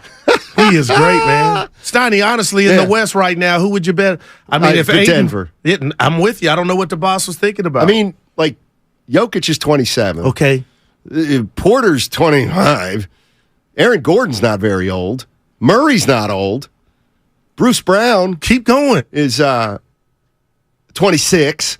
By the way, we noticing a pattern here of guys who are helping teams win titles are about 25, 26, not 21. Well, that's a whole nother subject. Yeah. They didn't draft themselves, but go ahead. I'm just saying. They're set up, man. They are set up. You look at a guy like Brown. He's already been on 3 teams. I liked him in Brooklyn, though. He always could play. He's also in Detroit. That's where he started his career. So I'll tell you, Steiny, they are a problem. 408 Thunder for the Warriors back in the early 2000s was a lot of fun, really engaging. Not a Mount Rushmore, but he was loved. Thunder was loved when our team stunk. And you could put him on Rushmore if you wanted to, Steiny. I wouldn't be mad. R.I.P. Yep. Those were the days. Now they don't have a mascot. Who? Well, the Warriors. They got the guy with the mic. Franco Finn? Yeah. Get loud, everybody. That's called a hype man? Yeah, hype man. There's only one original Ruby hype Lopez, man. Too. Yeah, shout out Ruby. They both. Yeah. Bruce Brown is a player option. Nuggets likely won't be able to keep him. He'll be a Nugget. Nuggets have more money than the Warriors. Hey, what if I tell you, I bet you right now he remains a Nugget, Steiny? Who? Brown. See, I think you always call me the dunk contest. Yeah, you love dunks. The guy from down the street across the tracks. You don't I don't like the essence and the purity of the game. You hate fundamentals. I love a team that matches. Jokic and Murray are the Shaq and Kobe like because they're different but yet both powerful. Then you got Aaron Gordon remaking his body, and now you know what he does. He's a problem. Then you got Michael Porter Jr. Pick another team now in the West. The stud that thinks he can't miss a shot. Phoenix going to win it next year. Phoenix ain't got their Phoenix going to win. They got 2 dudes. Yeah, it's good too. And who knew Bridges was this kid? I can't believe this guy is going to swoop in now and take my Nuggets. Oh no, I'm not taking them. I'm on a diet so F Nuggets. But I'm a Warrior. I'm always going to be a Warrior. Who? That was Monte Ellis. He had it tatted on his chest. 510. I've been asking about the boycott, the reverse boycott tonight in Oakland, and I was asking the message that you want to send if you're going to the A's game tonight. And I think the 510 What'd they say? Nailed it. He said, we're tired of not being heard. Wow. There you go. We're tired of not being heard. Interesting. Dude, you said capacity was what, 32,000? Let me get the exact number. All right. From my guy, Drew. Well, I'll just tell you what, it's been a while. Here it is. So this will be awesome. This guy's got information. Drew, is he in the business? Oh, my gosh. No, but he's part of the effort. Oh, okay. He emailed me, texted me about an hour and a half ago. 25K, hopefully.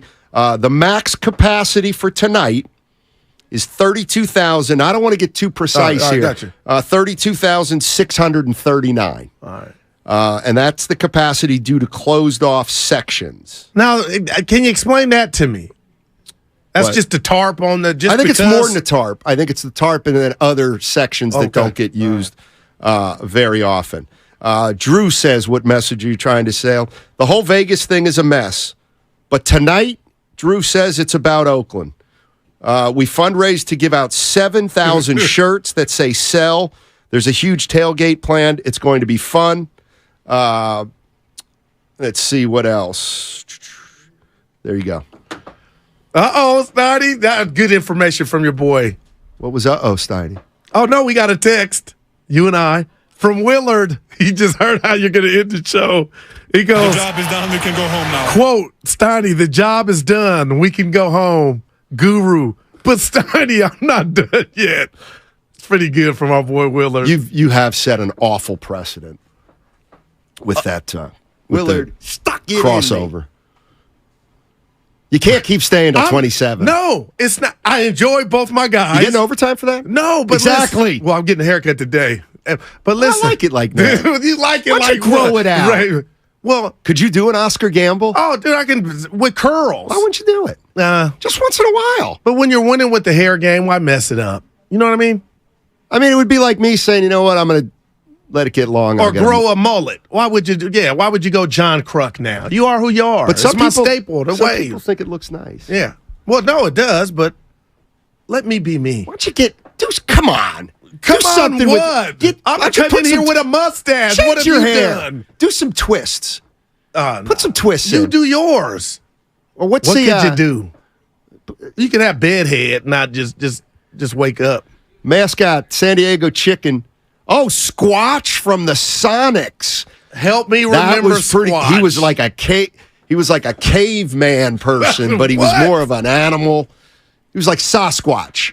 But that's what he looked like. He looked like Sasquatch. People are like, what does Sasquatch look like? Looks like a combination of a man and an animal. Yeah, the chicken's the guy. That's right. The chicken. I don't remember that. That's interesting. Oh, real quick, we got to get last thing about the finals. Or not the last thing. We got till 2:30.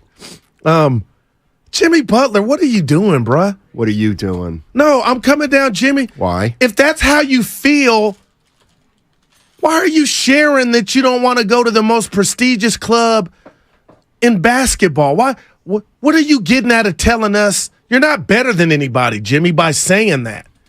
Terrell Owens chose to do it because he felt like he should have been in. But for Jimmy, after everybody just threw flowers, rightfully so, at his feet for what he's done, his performance in the playoffs, he is weird. But a little bit weird. Your thoughts on the comment just in it, that didn't fit. It was like, Jimmy, what are you doing? Okay, you lost, you're sour. What's up? I'd rather talk about the game and just give it to me, man. Just on that thread last night. Sometimes I wonder if you're watching the same I was game watching as me. all you guys. It kind of got testy. I wasn't a part of it. Do you know? You and Evan. You know how much better Denver was than Miami? Much better. There's nobody to tell you any different. Jimmy Butler. But Steiny, you can get hot. You cannot know. They were hot. That's how they got there. Miami was never going to beat the Denver Nuggets. One guy cannot beat a team ever. We've seen it in history. And no doubt about it. And let me tell you something. Let me tell you what the worst feeling is in the world, is to be a guy like Jimmy Butler. To be the best player on a team that you know can't win. That's Well, he never went there, but he was guaranteeing wins. I'll say this about Jimmy Butler, and I said he needs a bona fide scorer because he's more of a Steiny. Dame Lillard would be, who wouldn't he be perfect for? But Dame wouldn't take Miami to, if they hooked up again, we would never say Denver on paper, this is a cakewalk. There would be no team in the association. So I wonder if the Don can make something happen, and if Dame is ready. I don't know what you read from Dame, Steiny. He's saying little stuff like, he might get up out of there. He's quitting? No, hell no. Showing no loyalty. Please. Serious? Show loyalty to your kids and your wife. Not these damn sport franchises. Your guy just told us that last week. Who? Who did we have on that was talking about this? You guys love these teams. They'll throw you away as soon as you're... Ross Tucker. No, we were talking about the Niners and injuries, but I forget who we had on. But Warren Moon. He was just talking about that. Now, there's no love, man, from the team to the player. Well, there's no love from the player to the team a lot of times, and I don't mind that. People want to see you with a mullet. Nobody wants to see me with a mullet. 510. I need a haircut. In fact, that reminds me. How you going to call for a haircut and the stylist doesn't call you back? Now that I'm done. Can't be my style. I'm going to try to do it online. Well, Monday they're off. Well, if you did it yesterday. Nick's in Ohio. Hey, guys. What's up, Nick? How you doing, man? Pretty good. I hate to say it, but I don't have a team anymore. I gave up on the A's. I hate to say it, but time after time, the different iterations. We had, Art Howe and his squad when they've been almost there, and then they get rid of your stars. When you could have had just one or two little ingredients and maybe gone all the way. It's happened so many times.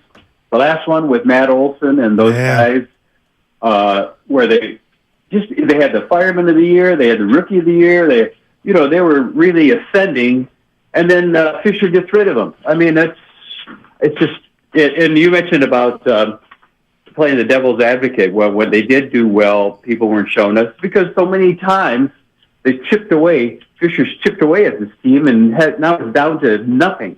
So anyway.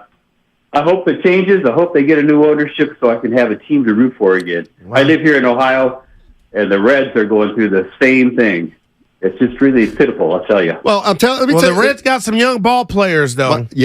My boss tells me the Reds are the most exciting team in baseball. I know. I rolled my eyes, too. Yeah, well, it won't be long before they'll be gone because as soon as they get good, they don't want to hold them or don't want to sign them to a good contract. So it's catch-22. Hey, thanks for calling in, Nick. Really appreciate it. Reverse boycott tonight in Oakland. 11:30, we have Shayna Rubin. She works for the San Jose Mercury News, covers the Oakland A's. And we're going to be talking about what's going on at the Coliseum tonight. A's fans banding together to send a message. Unite! Yeah, what did you say? Tonight, unite? Yeah. Unite tonight. I'll tell you what. Speaking of championships, let's take it to the Bay Area locally, Steiny. Okay. Who's going to be the next team to, maybe on the other side we get into that. Where will the next parade be? And who will be the one throwing it? I don't know. Wow. I want to say, this is tricky. I know. So what Bay Area team of the three is going to win a title next? You throw Sharks in there, everyone. I think I know, Evan. Evan didn't say anything. 888-957-9570. You saw that powerhouse Denver Nuggets team last night. You saw them send a message to the entire NBA at large. Warriors winning the next title in the Bay? Niners? Gigantes? 2 games over. 888-957-9570. Guru and his call on the other side. It's all sponsored by Fremont Bank. Full service banking, no compromises. So tonight we unite.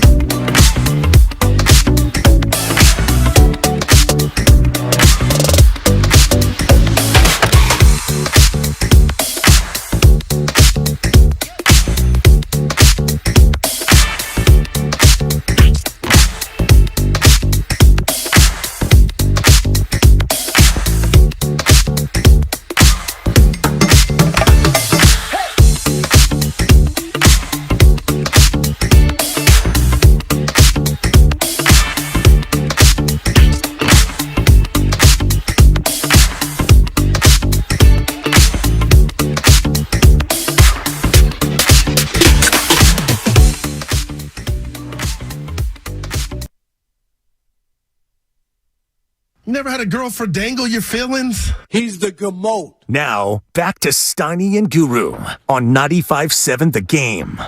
One thing I found, Goo, is sometimes when you ask me a question, I almost feel like when I give you the answer, you don't believe me. Like you think I'm doing it for a reason or I'm picking something. So go ahead, ask me the question you asked me.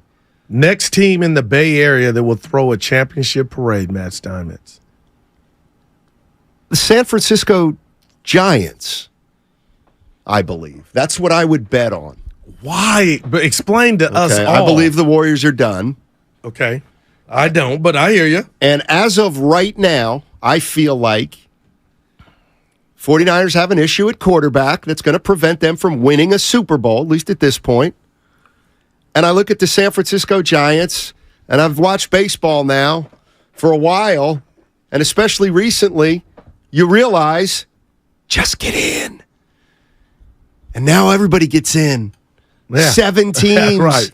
In the American League, they didn't get in last year, Stein. 7 in the 7 in the National. Who was in the World Series last year? Phillies. They were a wild card team. Gotcha.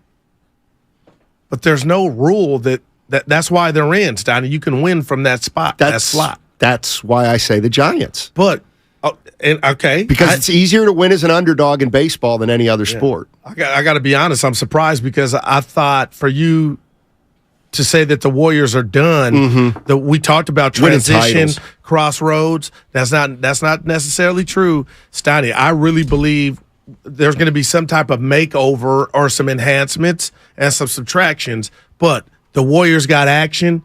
I just think the Niners are right there. And the reason that you feel like they're not a candidate is I would love to have problems or an issue and have success like the Niners do at quarterback. Kyle Shanahan, his brilliance, and I can criticize him at times, and I have, it deserves to culminate with a ring. And I think he's shown that he can take this team to the Super Bowl with Jimmy Garoppolo. He could take his team to the NFC Championship game with Brock Purdy. So to me, that doesn't sound like an issue, Stoney. The issue was Brock Purdy, your starting quarterback, got knocked down. You got a defense, a top 3 defense at best in the NFL right now. I'm going Dallas. No particular order. Dallas, Philly, and the Niners. It's those 3. You have a top-tier defense, and you got weaponry everywhere you look on the offense. So I don't think the quarterback has to be Joe Namath or Joe Montana for them to win. So the Giants, I love that they're 2 over. Farhan, maybe I owe you an apology. It seems like we might be on that street, a long way to go, but damn, they would be last on my list, Donnie, the Giants. So who's first? The Niners. Oh, so not the Warriors. It's the Niners. So you know the Warriors are done. They're not done. Oh. I can't look at you and have a conversation with the Warriors and not know if Draymond Green's going to be on the team or not. That's fair. I reread that Slater piece. That it was great on Jordan Poole. Any new? No, I read insight? it again on purpose just to see what made me feel good and what made me tingle. And it was that Jordan Poole, Michigan's own, has yet to say, "I want up out of here." Now, he don't have to do that for a trade to be facilitated, but if somehow he had done that, then this would be really Armageddon. But it's not there yet, so can it be salvageable? We'll see.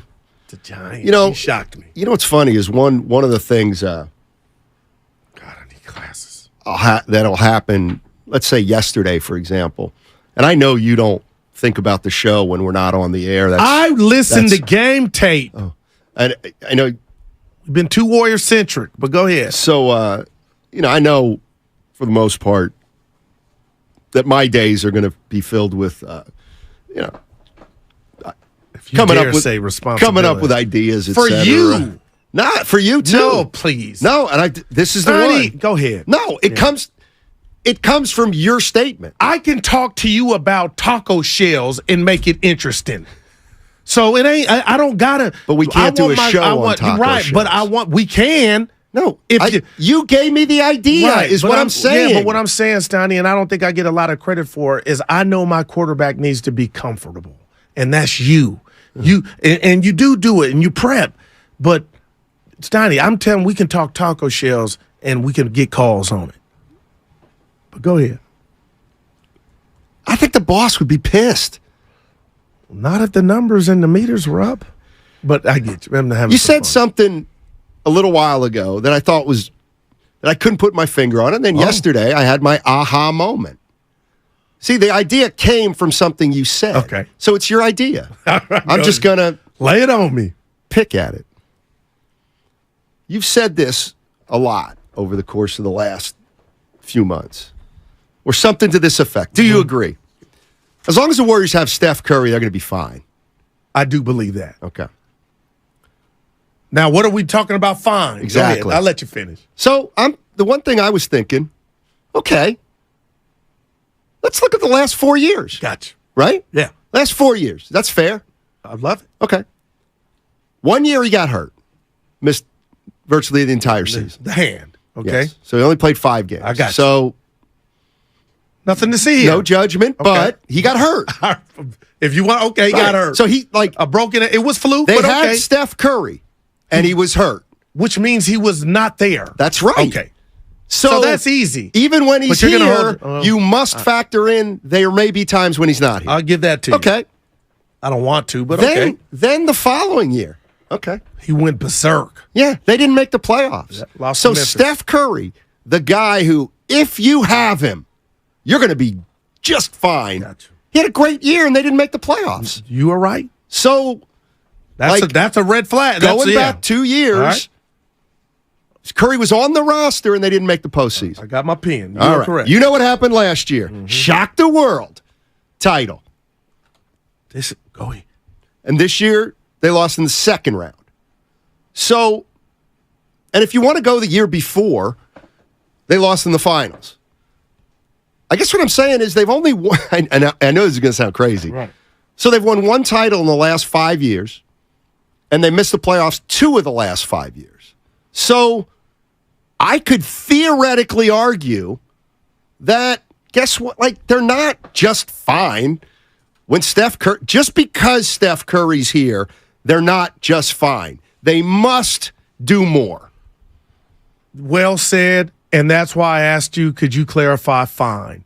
Because that's why I'm looking at you with so much energy and passion when it comes to life without Draymond for Steph Curry. I want that. And the reason I want that, Stoney, is I think that facet, the Draymond screens, I can't poo-poo it.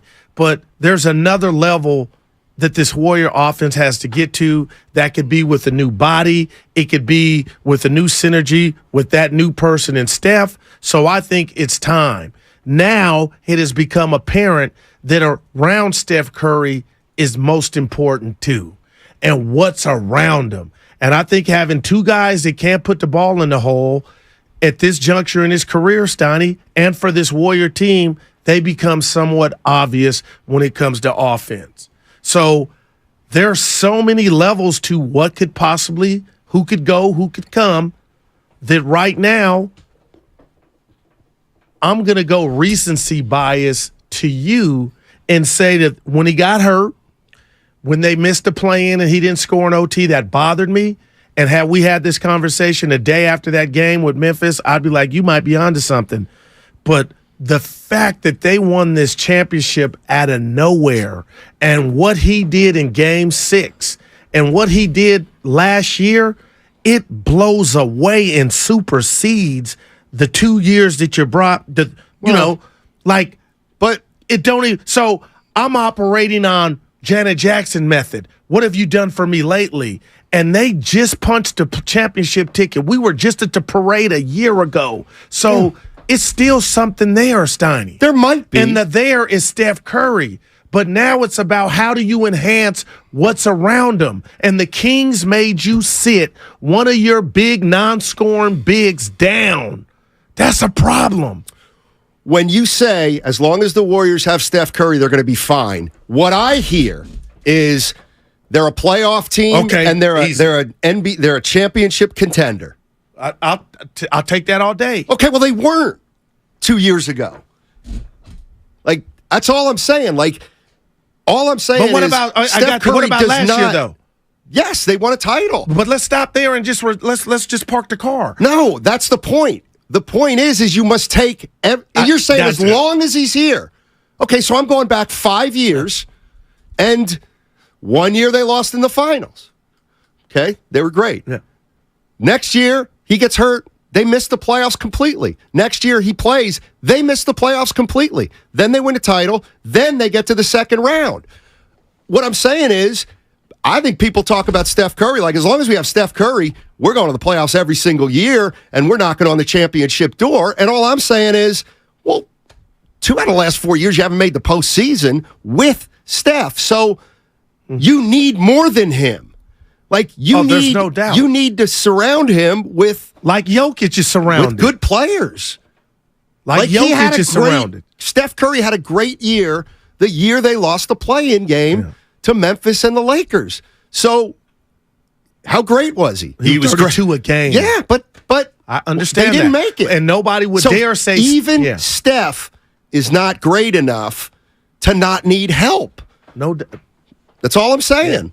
Hey, so I guess what I'm saying is when we boil it down to just Steph Curry, I don't think that gets it done anymore. You have to do more than that. And that's why we talked about it at the summit. All of us did, and why I'm telling you, and we talked to him till we're blue in the face about these pressing issues to redo or a soft relaunch or reset, whatever word you want to use about this Golden State Warrior team. But what I'm telling you, Matt Steinmetz, is Steph Curry, and I'm not saying you're insinuating this, he is the least of their effing problems. So that gives you a chance. He's a top 5 player in the league. Now, Joe Lacob, you got to do something.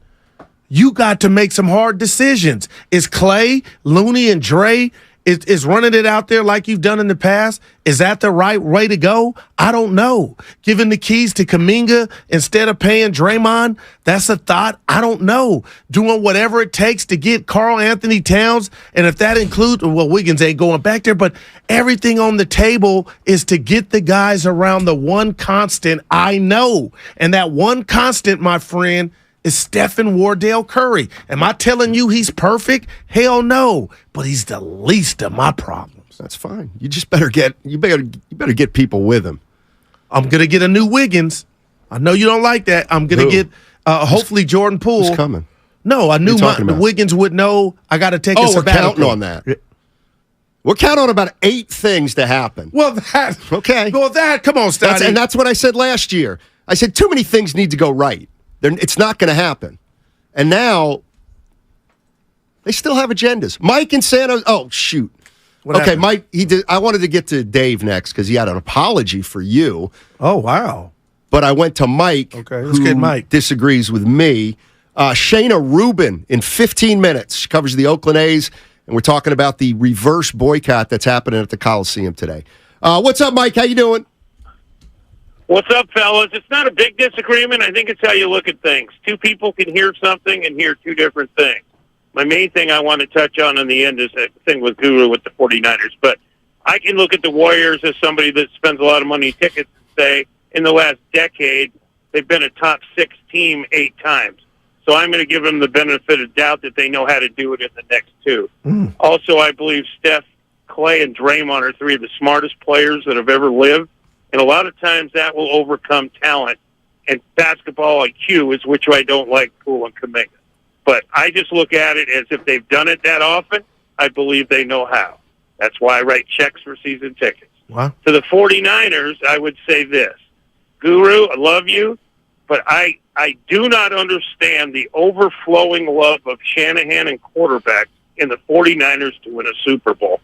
They are the 6th best team in most years because Shanahan is a spectacular coach. He's a terrible manager. They haven't had a top 15 quarterback with the greatest roster assembled in 7 years, and they continue not to. They will not beat a Mahomes. They will not beat a Burrow. They will not beat any of them. The guy needs a quarterback. So everybody that between the 3 that are upcoming, none of them are a top 12 quarterback on their best day. So how, after 30 years of not winning a Super Bowl, are they going to win one with them? Mike, I'm about to tell you. Love your show every day. No, we love you, Mike. Yeah, I'm about to just address Mike. Since we did it with the Warriors, we could do it with the Niners. Okay. Jimmy Garoppolo was average, but he was better average because of Kyle Shanahan, who really, I figured this out. And I come down this road when I have to, Stoney. He is their quarterback. Who? Okay, Kyle Shanahan. And 2019, they were 6 minutes away from winning the Super Bowl. That goes against Mike's assessment that the quarterback that they have or the lack of quarterback talent that they have, you don't get that close, okay? Then you played in the last 2 NFC championship games. One with Jimmy Garoppolo again. You had a fourth quarter lead, okay? No blame game here. You let that one get away, okay? Then last year, your starting quarterback gets hurt. We've been down this road early. I know. So, Mike, I'm going Fizdale on you, buddy. That's enough data to let me know I'm with Mike. that the quarterback play. Yeah, you want something greater, but when it's all said and done and the season's end, and you look on why these teams lost, it's not Jimmy Garoppolo going bonehead Jimmy in the Super Bowl, nor against the Rams. There were other things that happened, but damn, I'm with my Mike. point is there. 3 NFC championships and 1 Super Bowl. Mm-hmm. That's damn close. Yeah, it is close. It is close. Because I'm scared of what the Warriors are doing. I think the Warriors are going the other way. Well, forget them for now. Yeah. Mike believes what I believe, and that is, Kyle Shanahan can do really well with an average quarterback, but he hits the ceiling.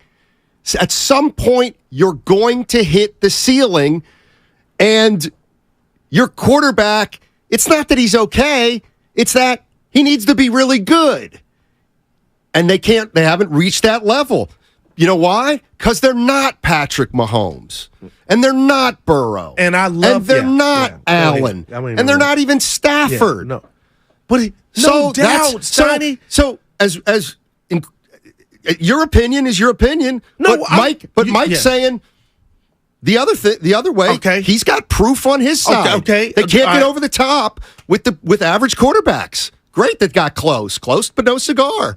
Okay, but the NFC Championship game last year on line 1 for the 2 of you, that's almost like a mulligan because Brock Purdy got hurt. So we didn't see Brock Purdy was the best story, one of the best stories of the NFL last year. Stoney, we can make an argument. I don't need to make an excuse. I'm not a Niner fan. We didn't get to see him perform in the most important game. Right, and you're assuming he was going to win the game. But I mean, you have. I guess I feel like you're not meeting me halfway. That Kyle got you to that game with the out of your guys' mouth giving you with the lesser quarterback. I'm giving you that. He's the best coach in the league at taking an average quarterback and making the team be as good as it can be with an average quarterback. But at some point, the average quarterback, and I say they've had in the last this is the way I feel right now. The last 7 years, they've had a quarterback just good enough to get you beat. That's the way I felt. And not Kyle Shanahan can change that. The only thing that can change that is a better quarterback. So I'll leave you with this, Donnie. There's some merit to what you're saying, and you know me. I had an arm. I love the top-tier quarterbacks, the Mahomes, the Burrows, the Allens.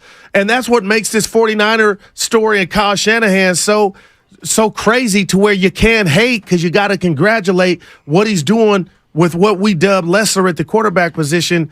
But, Steiny, I mean, how close is that, though? Getting to the Super Bowl, then getting to 2 NFC championship games. I mean, if that ain't knocking on the door, I don't know what is. No, it is. They're knocking on the door. And you're the one who asked the question, how long can you knock on the door? I'm going Brandon Bill because it's a stretch. I know this is a stretch, but I'm going to say it. We got to be careful from putting Trey Lance into the Sanford and Son bin, the junk bin, because we could be sitting here having a conversation now and not know that we're about to watch Trey Lance just have a coming out party. The odds are, kind of against that, but who's to say that Trey Lance that Kyle doesn't finally have his guy, and if he can stay healthy, he can then show us. I mean, the bottom line is there's 2 very valid thoughts, and they're both right in a way. Kyle Shanahan can take a pretty mediocre quarterback and win with him. Not a Super Bowl, but win with them. At a high level. But there's level. another school of thought that can say very, very confidently, this guy's been here 7 years, and we've never had a quarterback that he likes. He just, for some reason, he hasn't found the guy. And at some point, maybe ask, does he want to? That's all. Well, does he I'll tell you to? what he did to get Lance shows me, hell yeah, he wants to. Well, I mean, but we're so quick to judge too, but and you say can't that take doesn't. a guess. Yeah, you can't just guess on a the guy. guess is on your team, and that's why I keep telling you guys what the energy is. Hey, I don't have any special reports on Lance. I'm just hoping that Kyle, whatever analytics they use to think that Lance could get it done, we got to see that play out. And right now, it doesn't look good. I'll admit that. But damn, when I hear Kittle say he's much improved, talking about Trey, and he worked with Mr. Whomever to fix his mechanics and his throwing motion, I'm like, that sounds like it's on the right track. But Steiny, that's Kyle identifying, I think I got my guy. Great. That's great. Well, I'll tell you what, even if Trey Lance is the guy, that's why they're not, like, to me, still not this year. He's not developed. All right, but Mr. Irrelevant took over, and I know he got the college games, but Steiny, nobody. When I'm telling you, when I saw Lance get hurt, I said this season's over, and Brock Purdy just came in and made it happen. And by all accounts, I keep saying this to you, if he's available, Steiny, and I give you a victory lap, it'll be Brock Purdy in week 1 if he's available. Dave's in El Cerrito. What's up, Dave? I felt a little bad about yesterday because I kind of rained on Goose Parade, and good. The thing I probably love most about the show is that Steiny is a realist with some slight hater, and I have a lot of haters, so I like that. Give me some slight hater. I love it.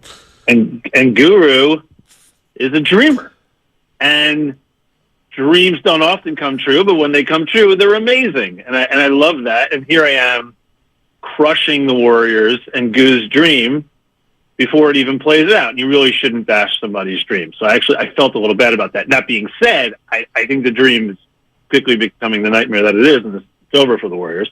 But at the same time, I believe that the Niners are going in the right direction, and I might be the only one that thinks that Sam Darnold is taking them there, and I think he's good enough to get them there. And that they're going to be the team, at the very least, in the NFC title game. And that's why I put $200 that pays 30 to 1 for Sam Darnold to win Comeback Player of the Year. Ooh, I thought you were going to say Super Bowl a MVP. hell of a bet. Thanks, Dave. Yeah, we should have got the odds on that. Well, he needs a chance first. Purdy's got to get hurt because he ain't beating him out in camp if Purdy can go. I didn't even throw Darnold in there. USC's fine. Maybe Darnold gives you the best chance to win a Super Bowl. But I would ask you right now, he's better than both of those two? Who? Darnold. I don't know. Coming out of college, your boy was supposed to be the man. He got with the wrong program. So was Trey Lance. Look what Mr. Irrelevant was able to accomplish with the tutelage of Kyle Shanahan. Look what Jimmy Garoppolo, average at best, I believe, was able to do, the heights he was able to reach. He played in the Super Bowl, man. You think Darnold's going to... Oh, what do I got to do? Choose between Kittle, Debo, and Ayuk, or look in the flat and throw it to McCaffrey. Guys, I got this. Please, Steiny. Boy, sounds like they should go 16-1 in your book. Dude, I don't know what Vegas has them. I got it. I'd probably say about 12. 16 wins and 1 loss. Oh, no, 16. No.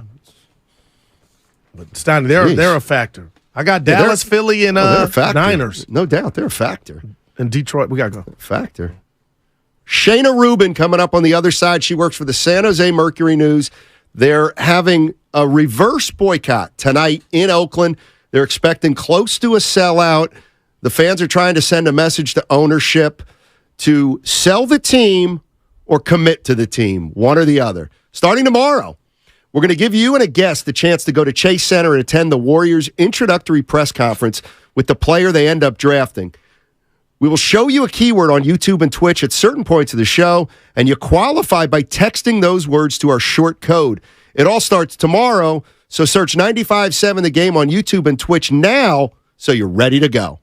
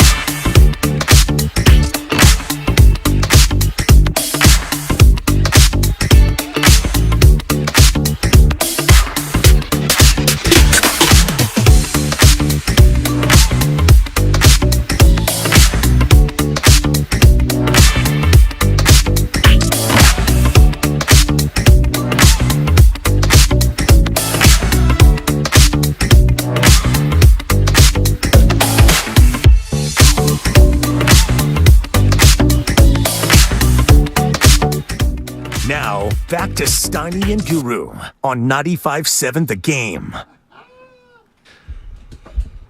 Steiny and Guru with you on 95.7 The Game.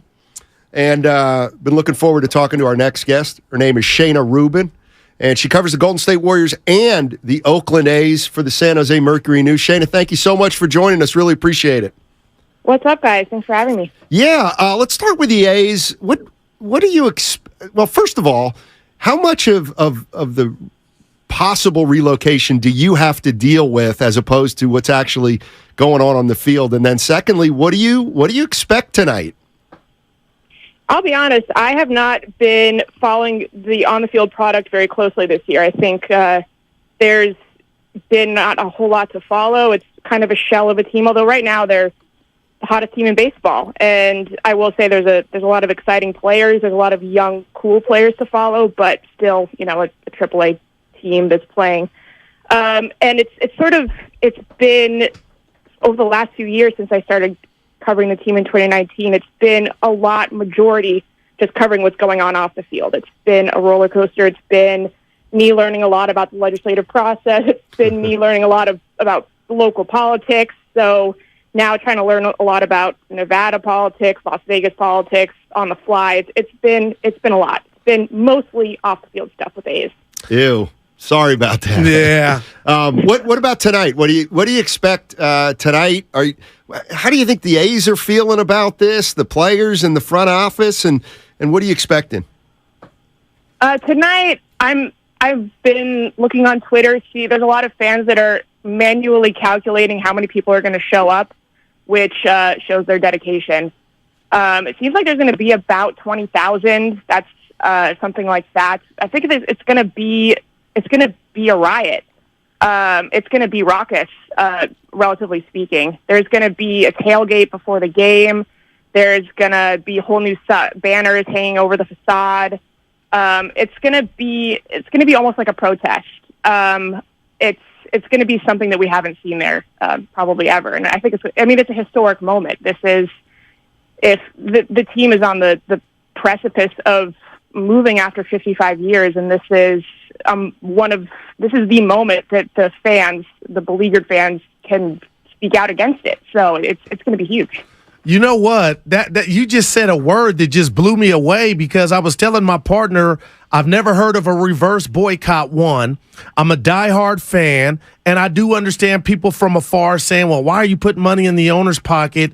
But as a fan, short for fanatic, they're showing their persons to basically, symbolize something that they're not happy with, and that's ownership. But you just said the word I've been looking for a day and a half. It is a protest. When you first heard this was taking off, what went do you understand it from a fan's perspective, what they're trying to do?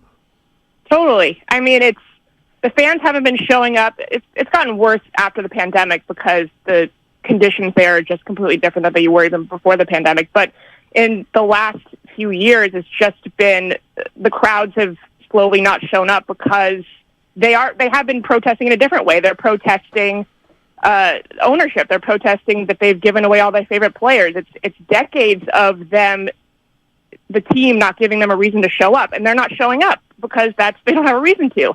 And the whole point of a reverse boycott, and I mean, the point is that now, the commissioner, the lobbyists in Las Vegas are using the fact that there are no fans there as a reason to move. So this is an opportunity for them to say, no, we're not the reason why you're leaving. We aren't here because of you. So there's a couple layers to it, but the biggest layer is that they want to show that they are not the problem. Shayna Rubin joining us on 95.7 The Game. She writes for the San Jose Mercury News, covers the Oakland A's and the Golden State Warriors. And I guess, what would it what's a scenario in which John Fisher would sell the team? I mean, if you look at the history of owners selling teams in any sport, it takes a lot, right? There has to be some PR blow up. There has to be some level of gross incompetence that happens in which the commissioner and all the other owners can't make an excuse or can't get them off the hook. So it's hard to say what it would take because from what we've seen, ownership has demonstrated a lot of incompetence in terms of, having a team that people want to watch, competing at the level that all the other MLB teams are competing at, having fans want to show up. And then on the ballpark level, they've tried 4 times, maybe more than that, to get a new ballpark and have not been able to do that, shown levels of incompetence in doing that element of it. So it's going to take maybe some external pressure. It's going to take the other owners to say this is enough. And I don't think that it doesn't seem like there's any internal turmoil there or any internal pressure applied on the commissioner to make it happen. Shayna, we're all entitled to our opinions, and I'm a Bay Area native, and and everybody knows it, I hate what's going on with the A's. Everybody does. But would you mind if I ask you your thoughts of the video that was circulating last week with Dave Cavill, the spokesman for the A's, in a Nevada courtroom? Because before you answer, I'll just share with you mine. I was embarrassed. I don't even want, if you want to call it unprepared, it was embarrassing. What did you make of that video that was circulating last week? Yeah, I think it wasn't a good look for him, because this is one of the only times that everyone had their eyes glued to this whole process. And there was a lot of people watching, and it circulated online, obviously. I think it was indicative of a bigger issue that they're having, which is that and it's still going on, which is that they seem ill-prepared to actually make this happen. They came in with this bill, it looks like, at the 11th hour of the Nevada legislature's, I think it's a 120-day session. So they had already had all their own things that they were going through. And then from what it looks like, the A's came in and started to try to ram this bill through. And it was a very good example of the difference between what the A's are trying to do and what the state officials there are going through, which is, we don't know anything about what is in this bill. There's a lot to sort through, and you're trying to sort of get this through, and we have a lot of questions. So I think that it was a good example of how 11th hour all of this is for them, because they're in a special session. They're in overtime. They're in extra innings. So that was a good example of that. Shayna Rubin joining us on 95.7 The Game. She works for the San Jose Mercury News, covers the A's and Warriors. I'm going to get a Warrior question or two in before we let you go. Give me your thoughts on Dunleavy, Draymond Green, Steve Kerr, and Klay Thompson in terms of their roles next year. Will they be around? Oh, those are the big names. Yeah. I think that's a great question. I think that all 4 will be around. I think it seems like the common sense now is that Dunleavy will be the GM. We don't know that for sure. That's just the name that's been swirling around, and I think we know that he's been behind the scenes doing a lot of work even before Bob left. If you see him at the games, he's always on the floor. He's very present. Draymond, I think he'll be around. I think that the Draymond, Klay, Jordan Poole, I know that's a name you didn't bring up. That's a dynamic that we'll have to keep an eye on, just in terms of who stays and who goes, because they're all pretty interconnected in terms of how they want to keep the team together. If they get a feel for what Klay is demanding in terms of extension, then that might determine Jordan Poole's future. Same with Draymond, what he's demanding or not demanding, or if he wants to go or stay, that will impact what they can give Klay, or if they want to keep Jordan. It's all very interconnected financially and in terms of what they want to put on the floor, quality wise. Shayna, thank you so much for joining us. you. Really appreciate your insight on the A's and the Warriors. And I guess go do your work tonight at the Collie. Great. Thanks for having me, you guys. Absolutely. That's Shayna Rubin, San Jose Mercury News. Good stuff. Yeah. You know what? Shayna Rubin. That comes out the tongue easy. I'm just going to say this. Uh-oh. I can read people. She gets it. Oh, yeah. I can just tell. Yeah, no doubt. I just gets it. You can tell. Now, what do you do when you get somebody that doesn't? You don't tell them. Yeah, you just keep your mouth shut. Right. Live to see but I got a another question day. for you. We're talking about A's fans. By the way, I'm looking at this A's. You getting excited, Sonny? Well, they're trying to get 30,000 green shirts in that stadium tonight that say "sell." So I'm looking looking at a map right now of the Coliseum. Bart Bridge, everyone's favorite hot dog economist, will be slinging "sell" shirts on the Bart Bridge. That's dope. Okay, limited supplies. And then in Lot A, where we know our man Evan will be, otherwise known as the Mosh Pit,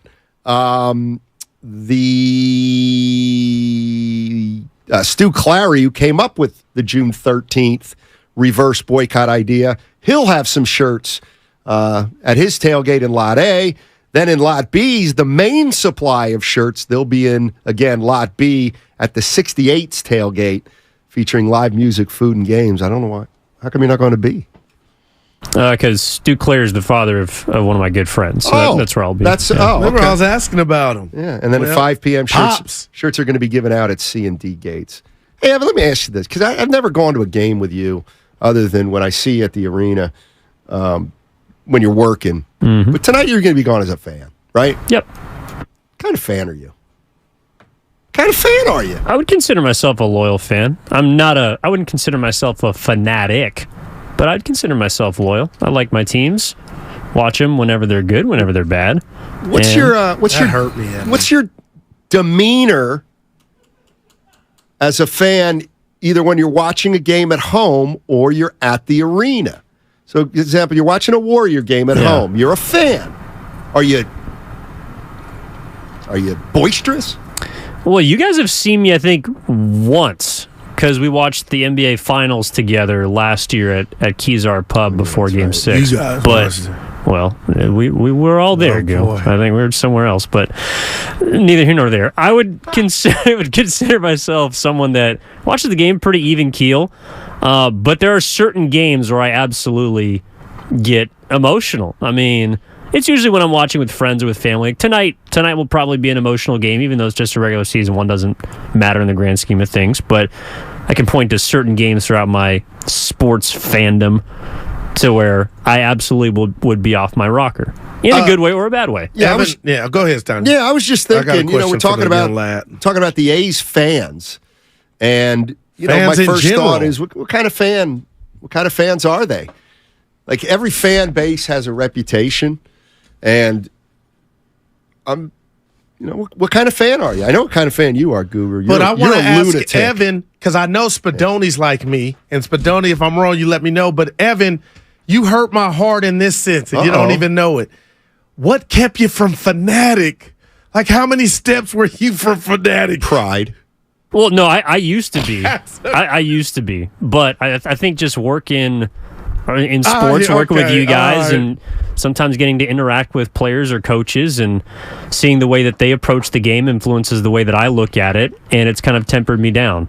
I think. Yeah. See, I was, and we can throw this out there to because fans Madoni's a of any real sport. one. He like me. It's over in the first. 888-957-9570. You'd be surprised at the kind of fan I was.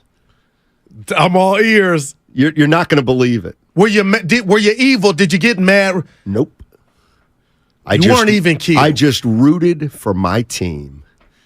I didn't hate on the other team. Oh, okay, gotcha. In fact, this is kind of that was pre-social media. My best friend in high school, Stan Kazawa.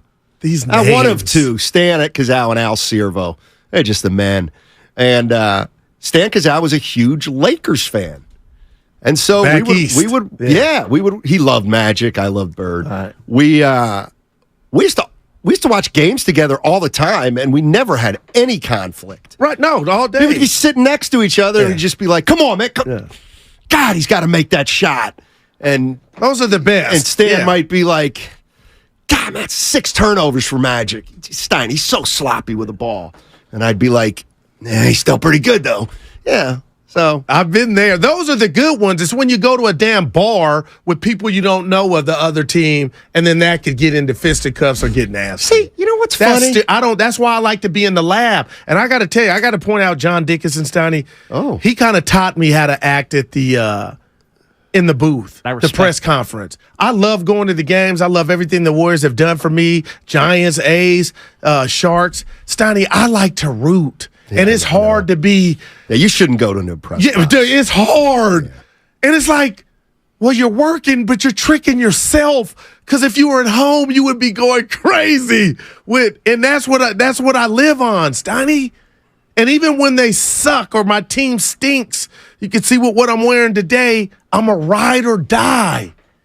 I like that. That's a badge of honor. See, say that at my funeral. I think you can also. I mean, I ride or die with my teams, and it doesn't mean one's good, one's bad. But I'm curious what people are like because I think there are a lot of ride or die fans, and just because you're not screaming from the rooftops, just because you're also not getting off the couch, doesn't mean you can't be that kind of fan. And you don't got to. I know a lot of people disagree. Real quick, you don't got to go every game to be a real one too. You might not be able to afford it. You might not have coverage for the kids. But if you're watching, I'm taking offense to you saying you're a ride or die. I come into the studio today, and they have the standings, whatever division the Pirates are in. Yeah, good. Central. They're showing the Pirates and the NL Central standings. Yeah. And Pirates are in first. And Goo goes, look at the Pirates. Well, they got no chance to stay there, Steiny. That's not ride or die. Yeah, but no, throw me the mic. Spinoni, you're the worst kind of fan, too. I'm telling you, hey, you know me, Steiny. Deep down, it's a feeling, but it ain't real.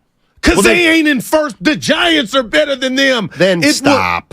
Be genuine. No, that's what I'm He's doing. He's protecting himself from future heartbreak. Who asked I respect it. He hates Spinoni. I know. He's protecting himself. Okay, but that's fandom talk. Then right? you're that's not a real. diehard. We're diehards because Steiny, we're not falling for the banana in the tailpipe. Now, game 162. Oh my God, watch out. Yeah, guess what? You can't watch that one. Well, that's for real fans only. I'll tell you what, Snotty, as you sip your mug. Yeah. Hey, Goo, how good are the Pirates this year? They really a first place team?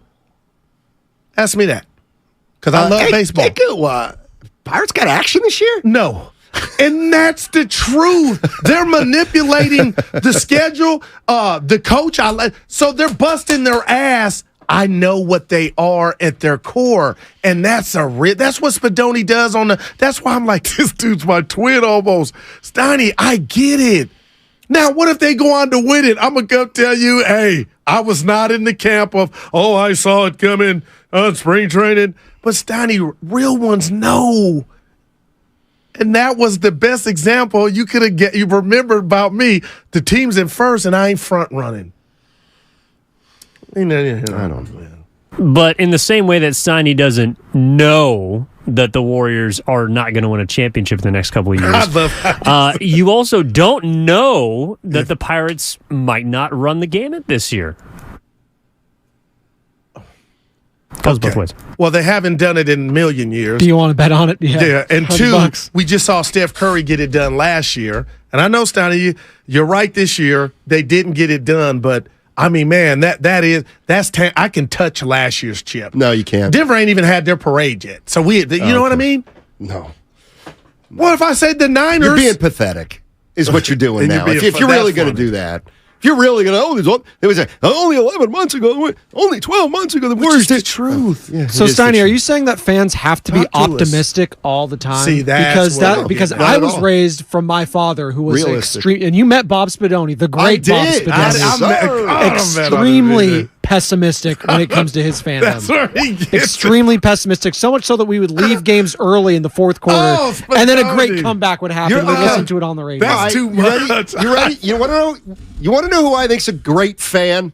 And I'll say it, dead serious. I think Joe Shasky's a great fan.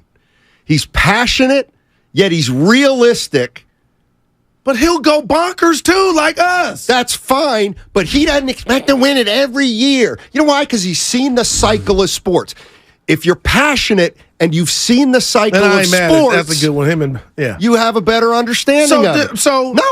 You'll give me some love for me telling you about the Pirates without not even knowing we were going to discuss it. That was me being as real as I possibly could about the team that I love. Yeah, what I'm saying, though, is a guy like Shasky, like, I love him. Like, I don't condemn he does put out some enthusiasm. tweets where I'm like, Like, dude, I don't that like- was an A plus. You know, I mean, I've got perspective. I've got a list. You know, I've got a scale of 1 to 10 of what kind of fan each person is here in the office of their team. I know how that. At least Spadone's somewhat of a front runner. I'll say this, Steiny. I do treat my different teams in a different fandom. So I do root differently for, let's say, the Raiders, then the A's, then the Lakers. Okay. It's different. There's different expectations to those teams, though.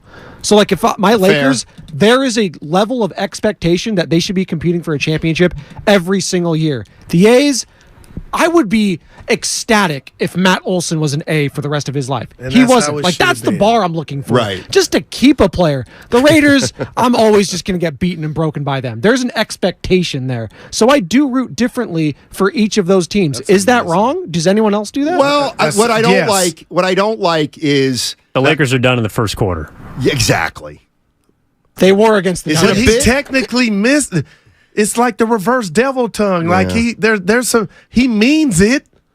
No, he doesn't. No, I love it. Okay, some of that was shtick, Yeah, no, obviously. come but there are some times when I do go overboard, but that's the playoffs. But there are no guys. rules either, Spadone. That's what I love about you. There are no rules. You know what you. You know what's funny is, you know what I love? Love When my doing? team loses. No.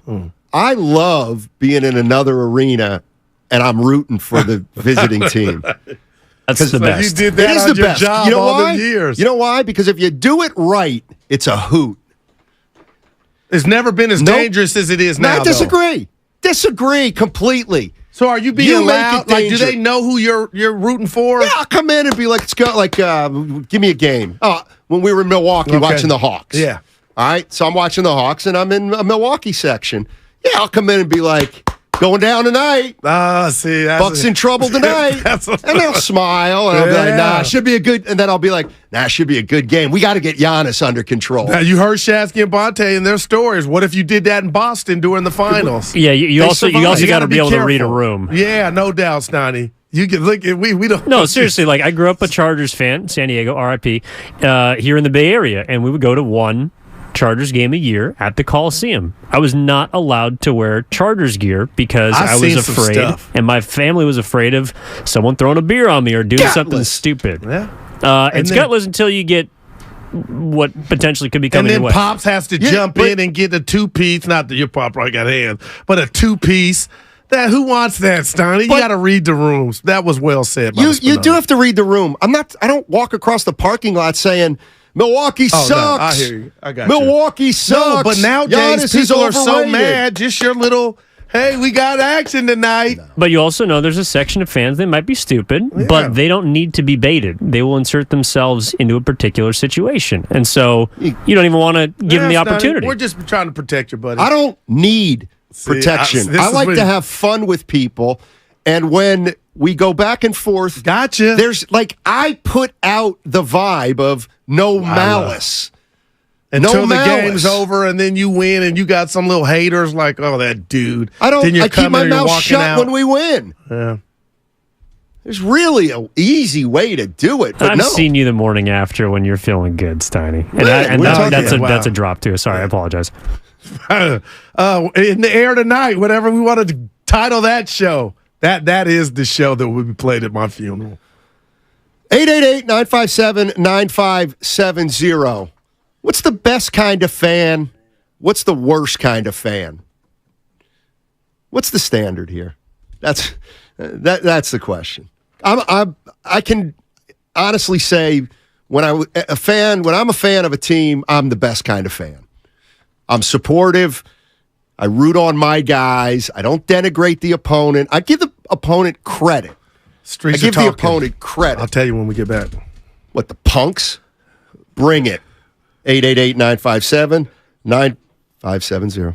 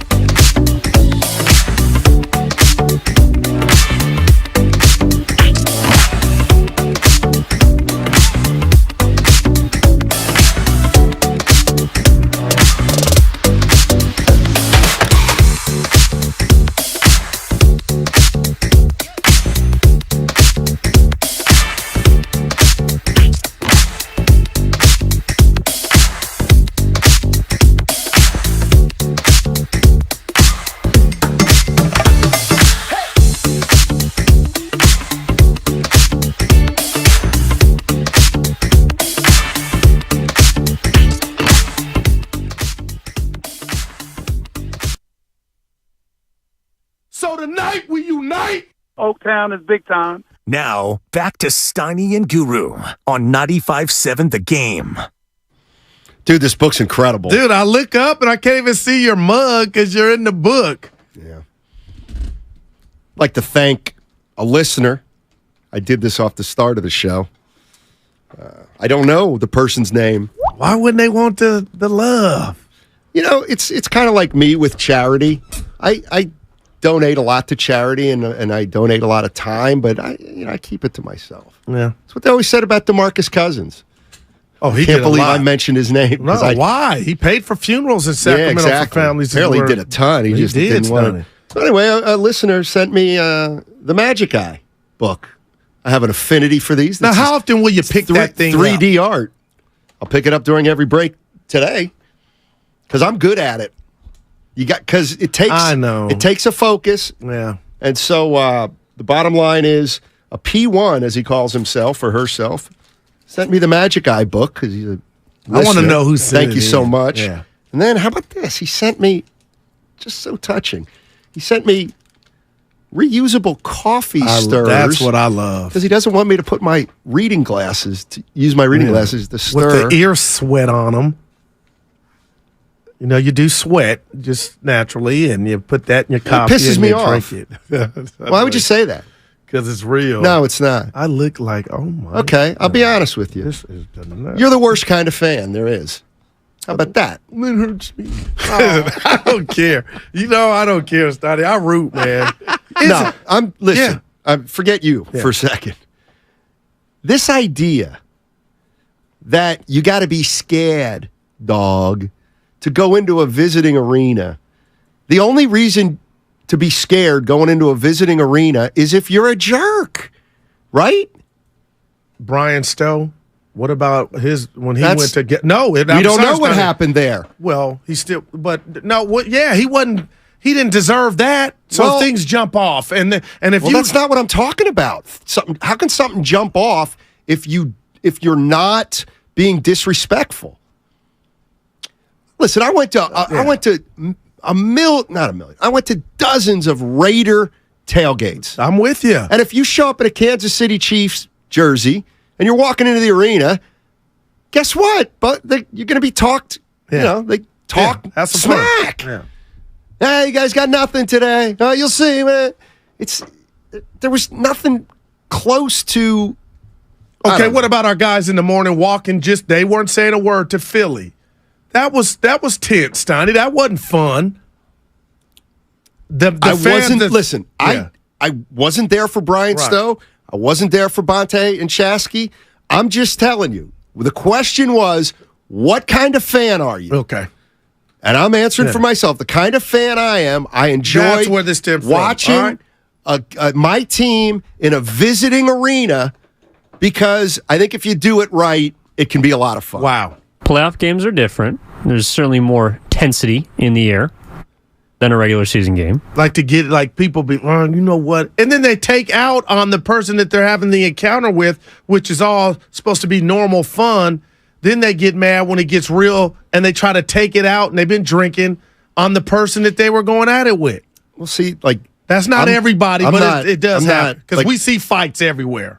Well, there's so many different levels of this. I'm not walking into any arena being an ass with my fist in the air saying we're number one. Yeah. I'm talking about sitting down to the game. We got 10, 15 minutes before the game, and I absolutely, if I'm sitting with, I'm a Hawks fan. I'm sitting with two Bucks fans.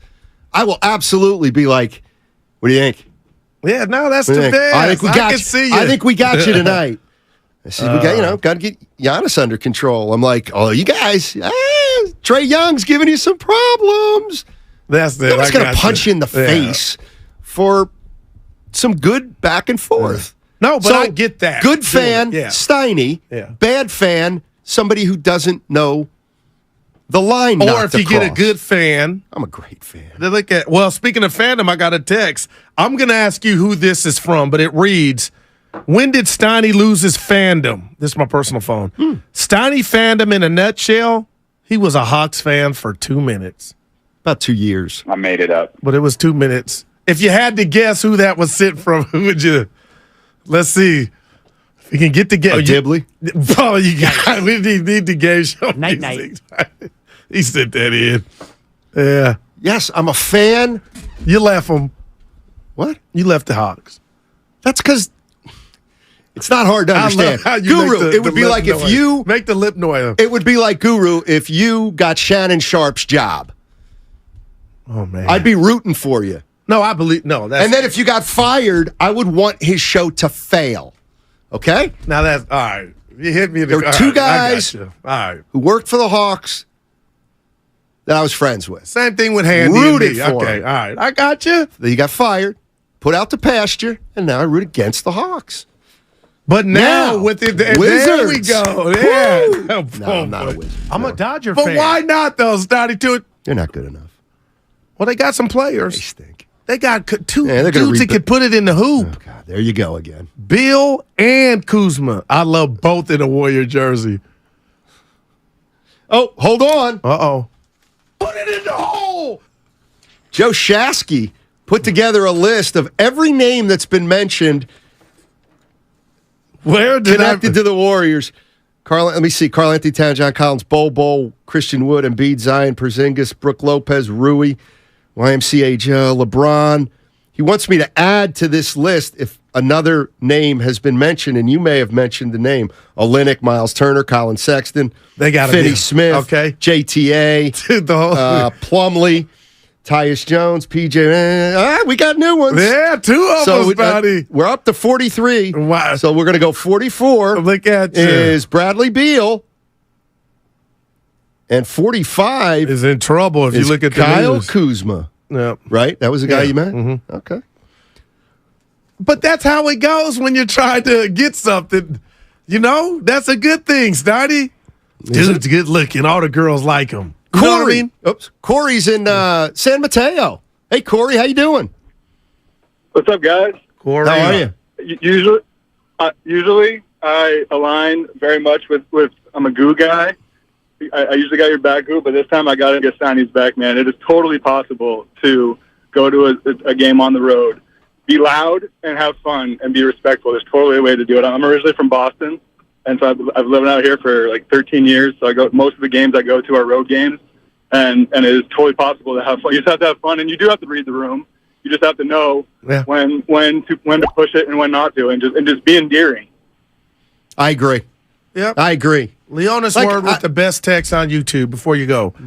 Every fan base has its obnoxious fans, and that's it. But what you're talking about is a great time, and it'll probably happen 8 out of 10 times. I'm just letting you know this stems from me watching the Kings and Warrior fans at the watch party at Golden One fight.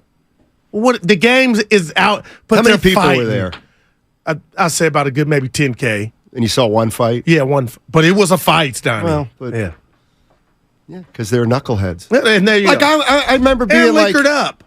I mean, like, so I'd be watching the Hawks play the Bucks, and like Giannis would make a move, and I'd look at the Bucks fan, and I'd be like, Collins can't guard him. He can't guard him. So like, it's like a compliment to Giannis, right? You know, and then you read the room, and you're like, Drew Holiday gets away with that push a lot. What do you think?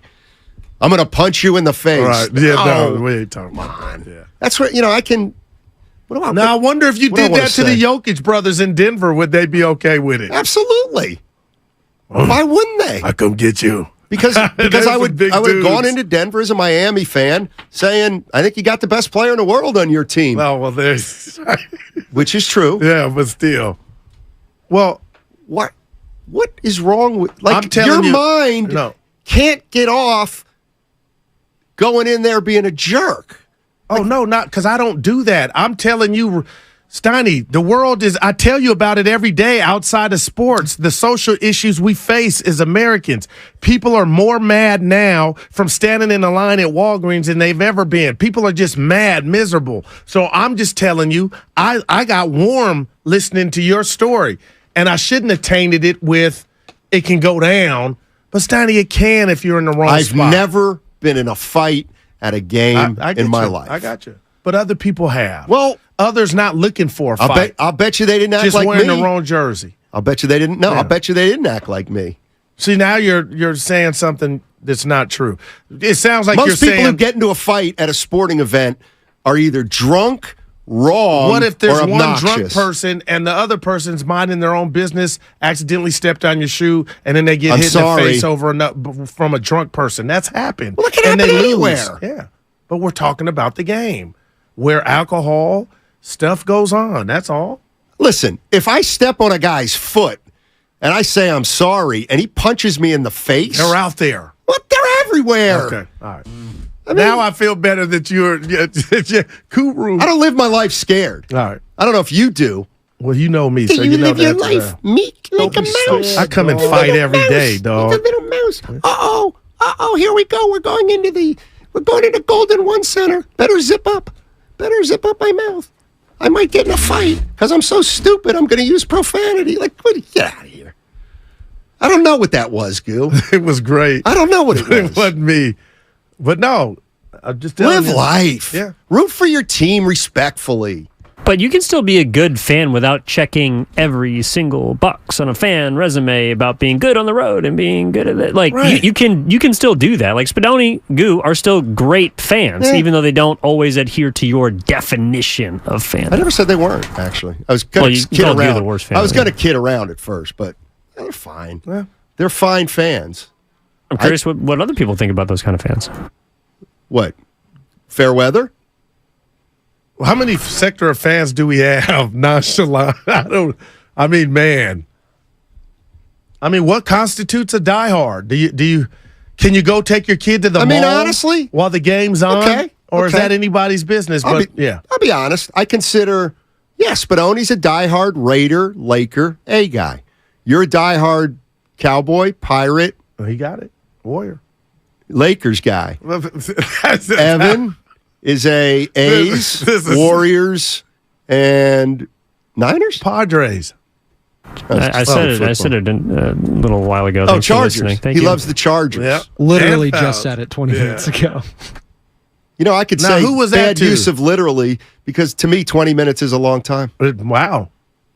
Why would you do that? They're bucking back there. They are. They're coming at me. They're coming at me.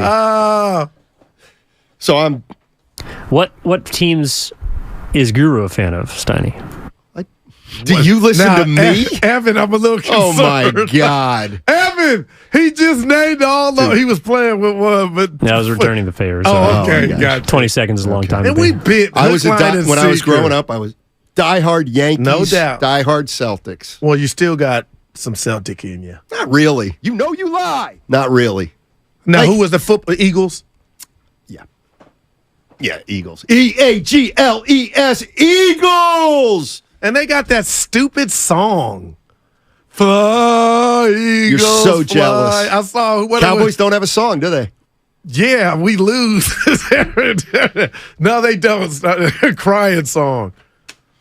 Niners don't have a chant, do they? No, I would know. Or the whole stadium. Didn't E40 do something with No, two I'm talking about chains that. or something? Oh, what do you know? Nope. I'm talking about from your before E40 where they would just the Fly Eagles Fly thing. Yeah. That was in the movie with Wahlberg. They were singing that song. That was not Fly. I don't remember that when I was a Eagles, kid fly. going to the vet. Now I don't know the other Watching verse. Randall Cunningham. Oh my God. Yeah. I was watching Jaworski the other day. Mike Mike Quick. Niner gang. Eric's in Redwood City wants to talk about fandom. What kind of fan are you, Eric? Oh, man, I'm the best fan, the one that lives or dies with my three teams. I was born in San Diego, grew up in Sacramento, and lived in the Bay Area for 35 years. So All right. naturally, Chargers. That was my grandfather's team, so I had to adopt that. All right. Love it. From being from Sacramento, we followed the Oakland A's. That was our team growing up in Sacramento. Yep. And then I went to my first Warriors game before their first championship. And so I've been a Warriors fan for, 50-plus years. I'm not going to change. Those are my three teams, live or die. I love it, baby. Nice. Welcome to the club. A couple years ago, I think Joe Lacob made a comment about, it was more than a couple years ago, made a comment about, it came out wrong, but he was like, the season ticket holders are the real fans. Come on, people. Who did he get hit on that one? Out, boy, that's saying something. Oh, man. Yeah. Oh, by the way, this not for nothing, but Pat Riley said something many years ago. I used to have it up on my board when I was a head coach in Sacramento, and I talked about the evolution in this game and how you go from a nobody to an upstart, and you go an upstart to a winner, and a winner to a contender, and a contender to a champion. And the last step is after a champion is to be a dynasty. So we're not satisfied. We accomplished something this franchise has never done before, but we have a lot of young, talented players in that locker room. And I think we just showed through 16 playoff wins what we're capable of on the biggest stage in the world. And the best part about it is the people I just did that with. I mean, I love those guys. I love my coaches. Stan and Josh Kroenke are incredible owners. Their support, their continued belief. Calvin Booth, first year as a GM. And I just have to say on a personal note, a huge thank you to my mother and father. You know, I just spoke to them, let them know how much they're a part of this. Their love and support all along has meant the world to me. My beautiful wife, Jocelyn, my two daughters, Caitlin and Bridget. I'm a really blessed person, really enjoying this moment. So don't screw it up by asking a stupid question. Wow. Wow. I love Mike Malone. He said Michael. Calvin Booth, Stoney, the lefty. Penn State. Man. Went to Penn State. One of the few basketball players. That I got to tell NBA you, for I got Penn State. chills on the sectors. That first it was winner, but that wasn't good enough. Contender to champ, and then champ to dynasty. What's the name of Riley's book? Doesn't he have a book out? I think I might want to double back and read it on the airplane. Well, it's the book's not called The Disease of Me, but that's the winner within. And I'm yes, check, I think you're right. I'm checking. I think that's right. That was dope. Speaking of which, I mean, not to change the subject, but oh my goodness, that's what's happening with the Warriors. There's no doubt. It's what happens after you win, after you have sustained success. Pat Riley talked about it. The disease of me sets in. And I think that's what we're seeing with the Warriors a little bit. Now, why does that hurt your feelings so much? Because I feel Pat Riley said it, not me. I know. Okay, and I'm going to tell you why. And it doesn't hurt. You just painted a beautiful picture of how you operate and how the world is at games and how you can get through it with no BS. But then I can keep coming to you like I will every day until the next season starts for the Dubs is, Stoney, Andrew Wiggins had to deal with something heavy. Okay? That changed a lot of things. But you give no merit to that. Keep you subscribing. give no merit to that. No. Just meet me halfway. No, I will not. Jordan Poole got socked in the face. Right. That's the result of the disease of me. Well, that's that was what the happens disease of when I. you have the disease no of pun intended. when Jordan Poole had the disease of me because he wanted the bag. Draymond Green has the disease of me because he talked about a contract extension before the season, and we know he wants one now. Those are scenarios. Everything that played out this year to me proves that the Warriors have the disease of me infiltrating them. Bob Myers leaving, fits into that. But those are contractual, Stoney. Exactly. But they care more. You think? I'll tell you right now. But when of course what's they Draymond care. Green's biggest priority right now? The podcast. Getting paid. Oh, okay, right. Getting paid in the off season. Yeah, that and okay. Well, it's not about championship. But what did he say on his podcast? I don't know that he doesn't care in March. No, well, he did say that, but that he can't get up for games. Those not those. Those two. are fair to bring up. But the one thing he said was we would still be playing had he not committed that act. Well, he committed the act. Like that. The reason he committed the act was because they had a bunch of crap going on, and he was in the middle of it, Nothing and he bigger can't than control that, his though. Yeah. temper. I'm just telling you. I don't think a contract situation constitutes disease of me. That's exactly what it constitutes. If your representation and yours and ownership have not got down to talk about it before, okay, you kind of just play it out. But I can't cite Myers as now. Was that a hurdle or on their mind? Hell yeah. So maybe if Joe Lacob offered him the bag early, Myers would still be here. That's a point. But Lacob didn't, and now what about Myers is in Draymond? here. Draymond just wants to get paid last time. I'm talking about this. When's this about to come to a head? What do you mean? Oh, a contract an extension announcement, or if we find out they're going a different direction? Not till July. He's got till June 29th to opt in or out. Wow. No way he's opting out. Every NBA player wants to get paid, Steiny, but they want to get paid more after they win a championship. Look, what do you think Steve Kerr was talking about with Kuminga and Poole? He never said being their names. Selfish. That's the disease of me. Everybody, that's what happens. Take it up with Pat Riley. I did like that, though. Man. Dave in Livermore. Hey, Dave. How you doing, buddy?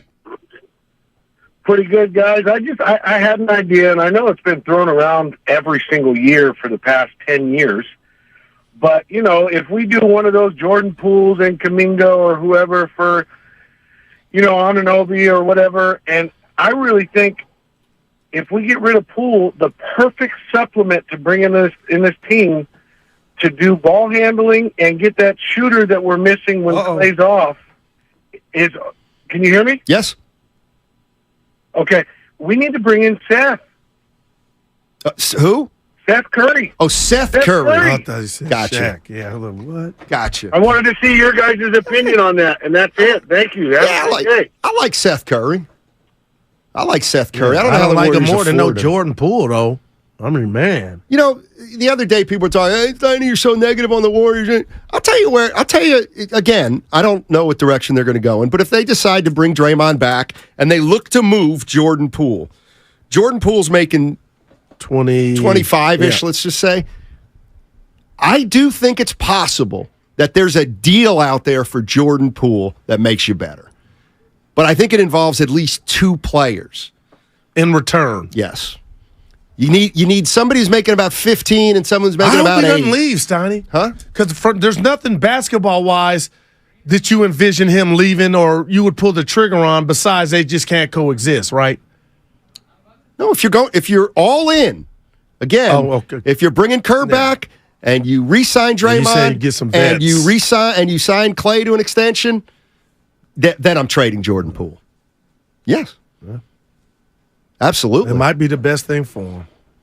Might be the best thing for the Warriors. Yeah, but for Jordan Poole, too. Yeah. Something's going on upstairs, Donnie. Now, you know what? He might be like, Guru, I wish there was something going on. I got over that punch a long time ago. Me and old boy ain't cool, but that had nothing to do with me falling. It had nothing. I've never seen a guy just hit reverse like that the way he did this year. Ow.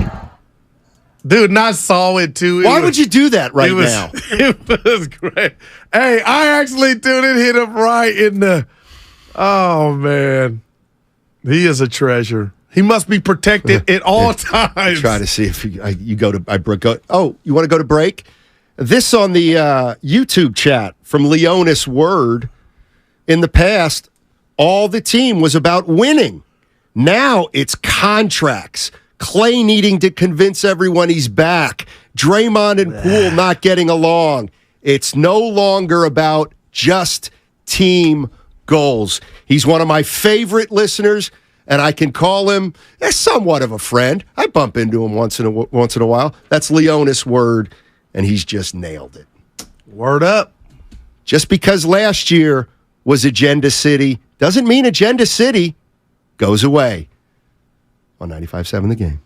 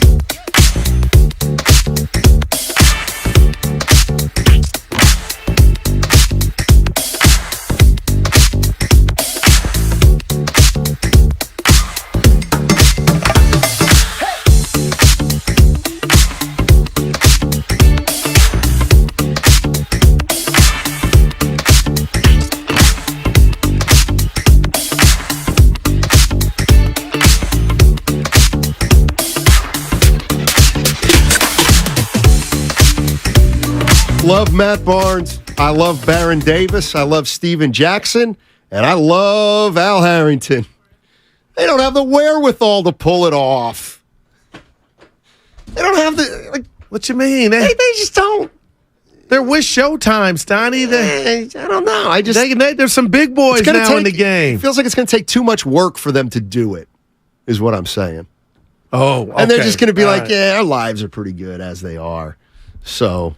But that's obviously you'd probably be in it because you are a part of it. But that's the doc your ass would watch. Not if I'm not in it. Well, see, that just says a lot about you. Oh, no doubt. I'm vindictive. I'm petty. Just like everybody's hero, Steph Curry. Please, it's funny. Steph Curry's petty. It's fun. It's fun, and everybody loves it. Anybody else is petty. He's a good dude. You try to be. 888-957-9570 is the number. Earlier in the day, we had Shayna Rubin on of the San Jose Mercury News. In case you're just joining us, at the A's game tonight, they're having what they're calling a reverse boycott. As we know, attendance has dwindled for the Oakland A's, in large part because the fans do not want to support an ownership group that is not doing anything. That's not investing in the team, that's not investing in players. So tonight, they're going to try to get 30,000 at the Coliseum to show. Let's go. To send a message that there is a fan base here. We're just not electing to go to the Oakland A's games because of the owner. You know what? So my question is 888-957-9570. If you're going to be out at the Coliseum this afternoon and tonight, what's the message that you want to send and to whom? 888-957-9570, because it looks like tonight they're going to have themselves a pretty big crowd for the A's-Rays game. Yeah, you, the Boss Eye, and Evan, yourself were talking about why hasn't this happened before? That was kind of brought up, but I think, Steiny, a lot of this was Vegas. A lot of this looked like the A's were about to go get remarried. And I fell for it. I thought it was a done deal, but it's not.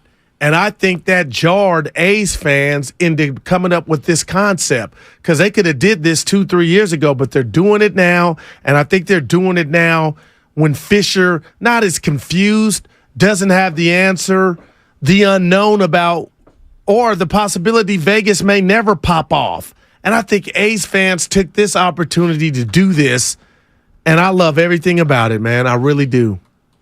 What if nothing happens? Now, what if they announce 2 weeks from now they're going to Vegas? Then the fans would have spoke. And I think they're all doing this predicated on nothing's going to change. But Steiny, I wonder if you ran a restaurant or anything and people came, F Steiny, don't go in. Steiny's, They'd still go in. But it would get to you. Man. So you think Fisher's just going to be like, hey, well, nothing to see here. I was just making fun, but I actually, it would bother me. I don't. Well, that's because you're not. I'm a lover. You're incapable of picturing yourself as a billionaire. I do it every day. You don't care about the common man or woman. What does he care? He lives in a bubble. But my job is predicated on the common man or woman. Well, he doesn't care. Reinvesting in what he doesn't my care. Enterprise. He makes that's just a boatload of money and got welfare for umpteen years. The fans can't stand him. Oh my God! How does that affect his life? What does he care? That's the scariest part. See, it's like, why he doesn't mingle with these people. So why would he care about them? Because he's not. Yeah. Well, do it for the players. You know what? There are 3 people, I promise you, on this topic I would love to hear from about Fisher. Mark Cuban, Joe Lacob, and Jerry Jones. What would they initially say when they find out, and they already know what this dude's doing to the team, how they would do? You know what? They would never get there under these 3 guys. Right, but you know what those 3 guys would say? You might lose. You know what those 3 guys would say? Even though we're very different than him, you can't make him sell the team. Well, see, that's the problem. And it is. 30 other owners or whatever it is in Major League Baseball are not going to say, we're forcing this guy to sell because they don't want to be next for whatever reason. Damn. So, but what my larger point is, he doesn't see anybody, kind of. You know, his that's circle a major problem, though. For who? For the A's? Yeah, I and the know. players. But that's right. But my point is, there are no consequences for Fisher. He's not getting egged when he goes to the grocery store. Nobody even knows who he is. Nobody could pick him out of a police lineup because he's not out there. You think very that's much. changing? No, I'm not sure. I could picture him in my head right now. I'm just telling you the truth. He came up to a suite years ago and with the station, and we had days. Got to meet him. He had food in there. Well, they had food. Nice guy? There was a, hey, look at bye, you. see you later. Look at you. You and Fish. No, it was other at the station. There was others involved there. Well, I was like, I got a glove in the car. Like, how do I want to put this? John Fisher doesn't go to the old ship. Yeah, see, he doesn't have to sit at the bar of the old ship and people say, "Why don't you spend money on the A's?" You're going to call He's me not up. doing Yeah, that. no doubt. But Steiny, it's not fair. I know it's not. You know what I mean? It stinks. Life's not fair. And I hate that term, but it's real. I tell my kids all day long. I hate it, but that's why. That's why they. Gosh, we know this dude it's criminal what he's doing, and yet it's allowed. And you just said it. You don't care. 925. It's a futile effort. A's ownership is upstairs laughing. 510. Been a diehard A's fan since Scott Brocious. I want them to go to Vegas. The franchise isn't rooted in Oakland. It's rooted in Philadelphia. Wow, man. A's there it is. I agree with you. 510. Oh, A's fans for sure know what John Fisher looks like. Trust me. A's fans. Okay. I'll give you A's fans. All right. Absolutely. Guru thinks a billionaire cares about Fred from Alameda. Who writes this stuff? Billionaires, man, oh man. See, you're not a killer, so I don't know that you'll ever be a billionaire. And that's fine. Me neither. But if I know where you're going, I would do it to where I would feel good about losing because I know I went with my heart and I did the right thing. I wouldn't blow Evan Giddings out 2 years before I thought he might not be able to contribute. I'd give him that contract for being a ride or die with me. So that's what's going to happen with Draymond. It's what happened with Crawford. It's what happened with Belt. I get it. But Steiny, I come from that cloth, man. It ain't great. The grass ain't always greener on the other side. And there's something about experiences, man. Just absolute. Yeah. Hey, Steiny. Yo. Somebody just called and didn't want to go on the air, but asked me this question. Is this a business? Yes. I said, yes. They said, is it about making money? I said, yeah, but it's about putting a good product on the field. And he's like, no, it's not. If you own a team, don't you want to just make money? And I said, yeah, I guess. And he said, then what's the problem? I was like, I get, okay. I mean, no, I hear you. Hold on. Go ahead. Do you think Chris Cohan, he wanted to win, right? He wanted to win, but he made bad decisions. Okay, and he didn't spend a lot of money, but he made a lot of money. But with the bosses, with that example, it's like I'm half-assing it as long as I profit. Right. That's what the caller's point Okay. was. Why does he have to put exactly a great? And I don't believe it. Because I'm about to say there's this to no you. incentive for him to put a good product on the floor. If I'm running a restaurant, it's called Gurus. Okay. I want the best chef cooking the food. I don't want people patronizing my place and then walking back to the car like that wasn't any good. No, that's not the. It's the perfect analogy. No, it's not because he doesn't care if they win or lose as long as he makes money. It would be like, okay, our restaurant. I have Guru's restaurant. Yeah, and guess what? If it's really good, I'll spend a lot of money on it, and I'll make $500,000 a year. But you know what? I can put less time, less effort, less thought, less engagement into less of a restaurant. You know what? I'm still going to make $400,000. I'm still going to make $400,000. So you know what? I'll take my $400,000 and not have to bust my hump. See, and there's words for Fisher and you if that's how you chose to do it. Like you're cheating the game. You're cheating the consumer. You're cheating the fans. Yeah, you got into it for your wallet, but damn, dude. But it's a business. Yeah. So he's making money. But what about the business of putting out a product for the whole community to come enjoy like they've done before you were even around? What he's saying is he don't. That's not incentive enough and for that's me. why he shouldn't be running the show. Well, what's the difference between an owner in a professional sports team and the owner of or a CEO of a Fortune 500 company that wants to, make money, improve their stock, keep their shareholders happy, but they don't really care about the people that work under them as far as working conditions or, vacation policy, like whatever you want to call it. They don't really care about the actual environment. They just care about the bottom line. That's wow. 888-957-9570 is the number. Why is John Fisher doing it? Why is he running the team this way? And then the answer is because he can. And that's Major League Baseball is an accomplice. And no doubt about it. So as much Bud Selig, you too. As much as we may abhor him, there's not one sliver of incentive for him to change other than to make people he doesn't even know happy. Yeah. So that's a hell, dude. Wow. We're just kind of stuck. We're just kind of stuck here. Joe from the 650 from the Comcast business text line. Joe Lacob has proven that investing in the product pays off in the long run. And, man, you just wish he could get his hands on the A's. I can dream. You called me a dreamer, Stoney, but that's one we talked about 2 years ago. I mean, that guy would care about it. The A's to Fisher or an old lawnmower in the back shack, with no gas in it. He don't care, just like he has no reason to care. The grass is still getting cut. Speaking of Lacob, let me throw this at you. Would this be fair? Okay, what kind of an owner is Joe Lacob?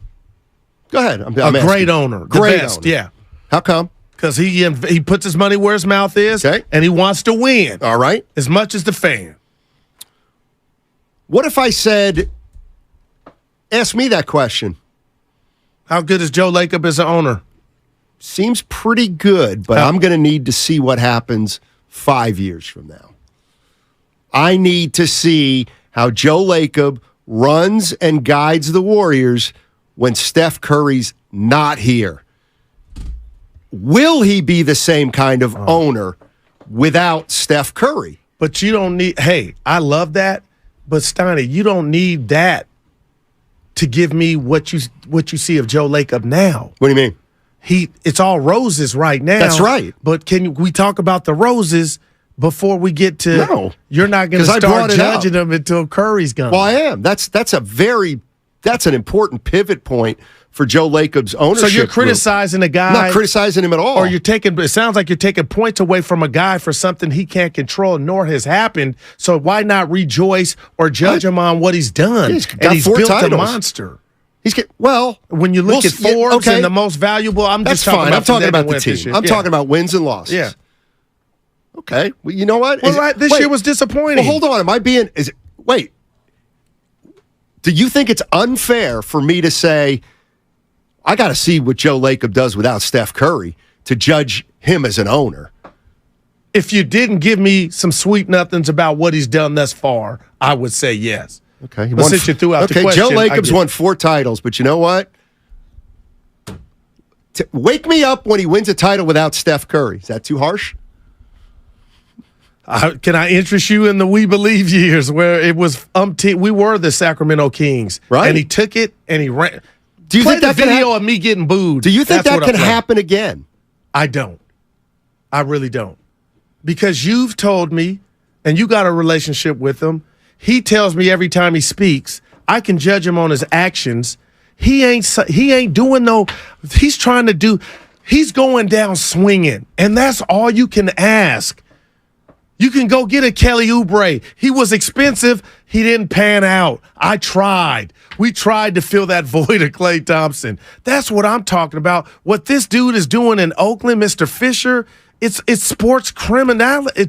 It's criminal, man. It's sinister. For you to do that to a community and then try to run out of here in the middle of the night last week and get up out of here? Keep in mind, John Fisher has a slightly different point of view than we do.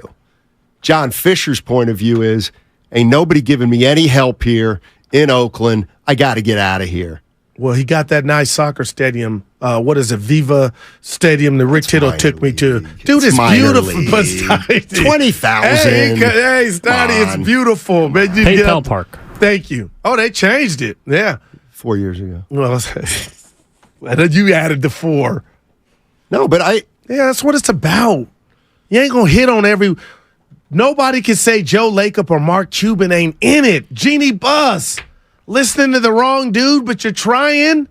And what about your boy last night, Kroenke? What about him? My, he's got multiple teams. He's a beast. Right, but that's the first title they've ever won, Denver.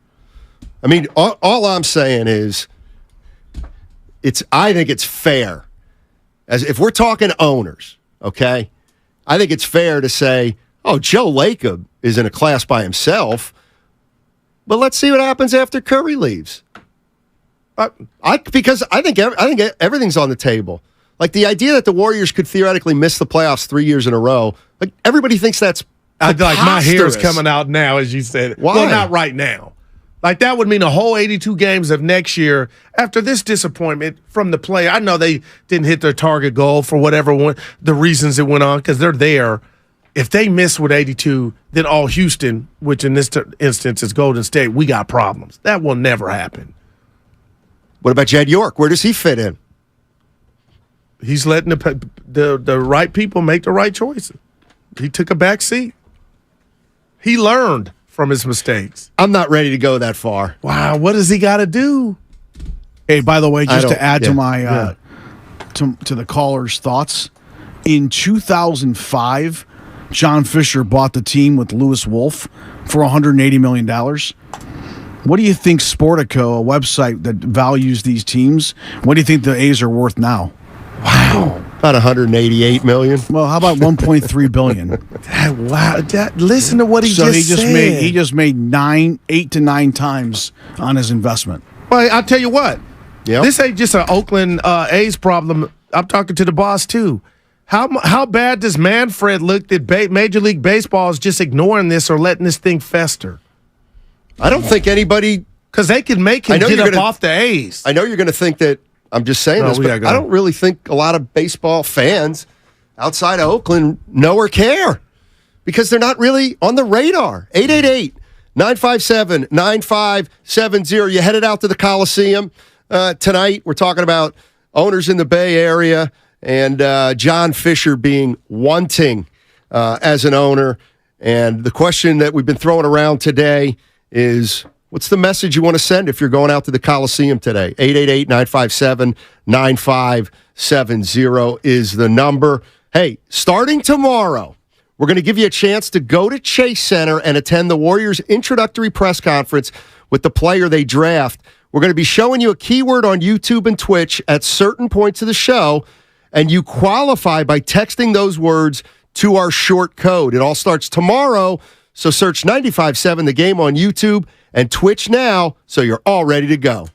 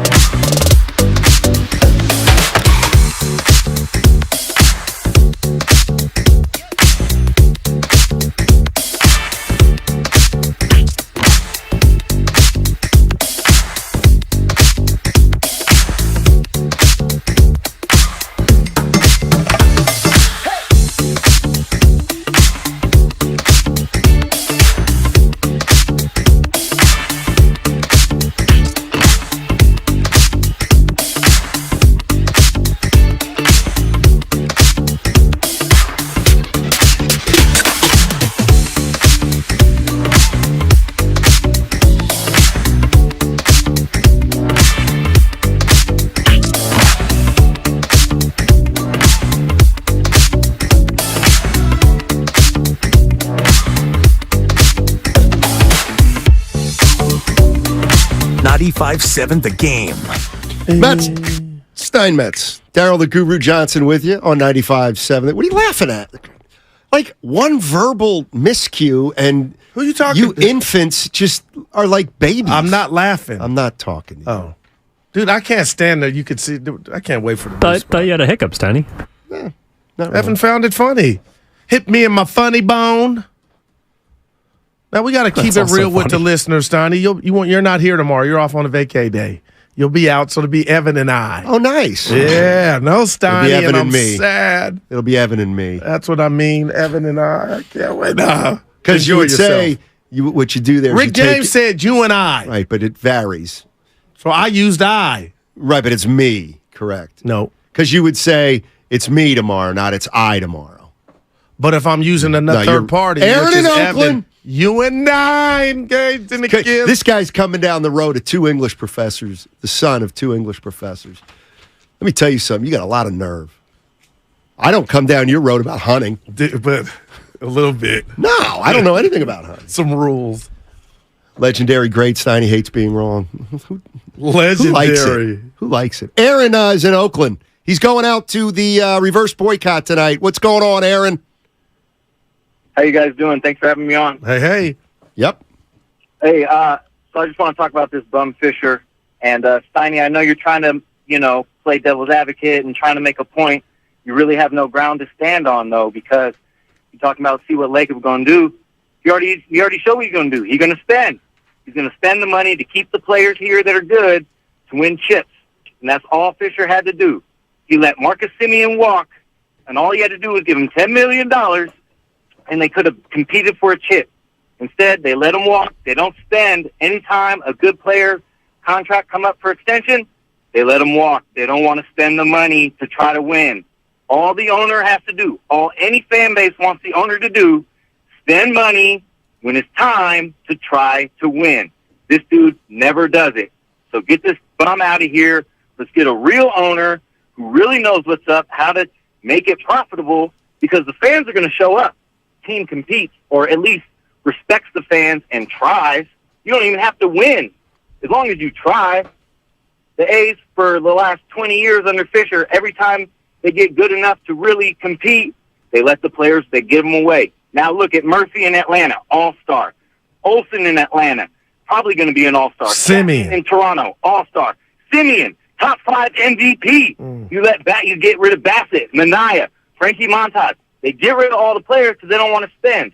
So don't give me this garbage, this nonsense about, well, let's see what he's going to do. Oh, this is exactly what Fisher says. Oh, we get a new stadium, we're going to spend then. No. You spend money now, you compete, fill the park, get on national TV because your team is good, you make the money, then you build a ballpark with your own money, just like the Giants did. Aaron.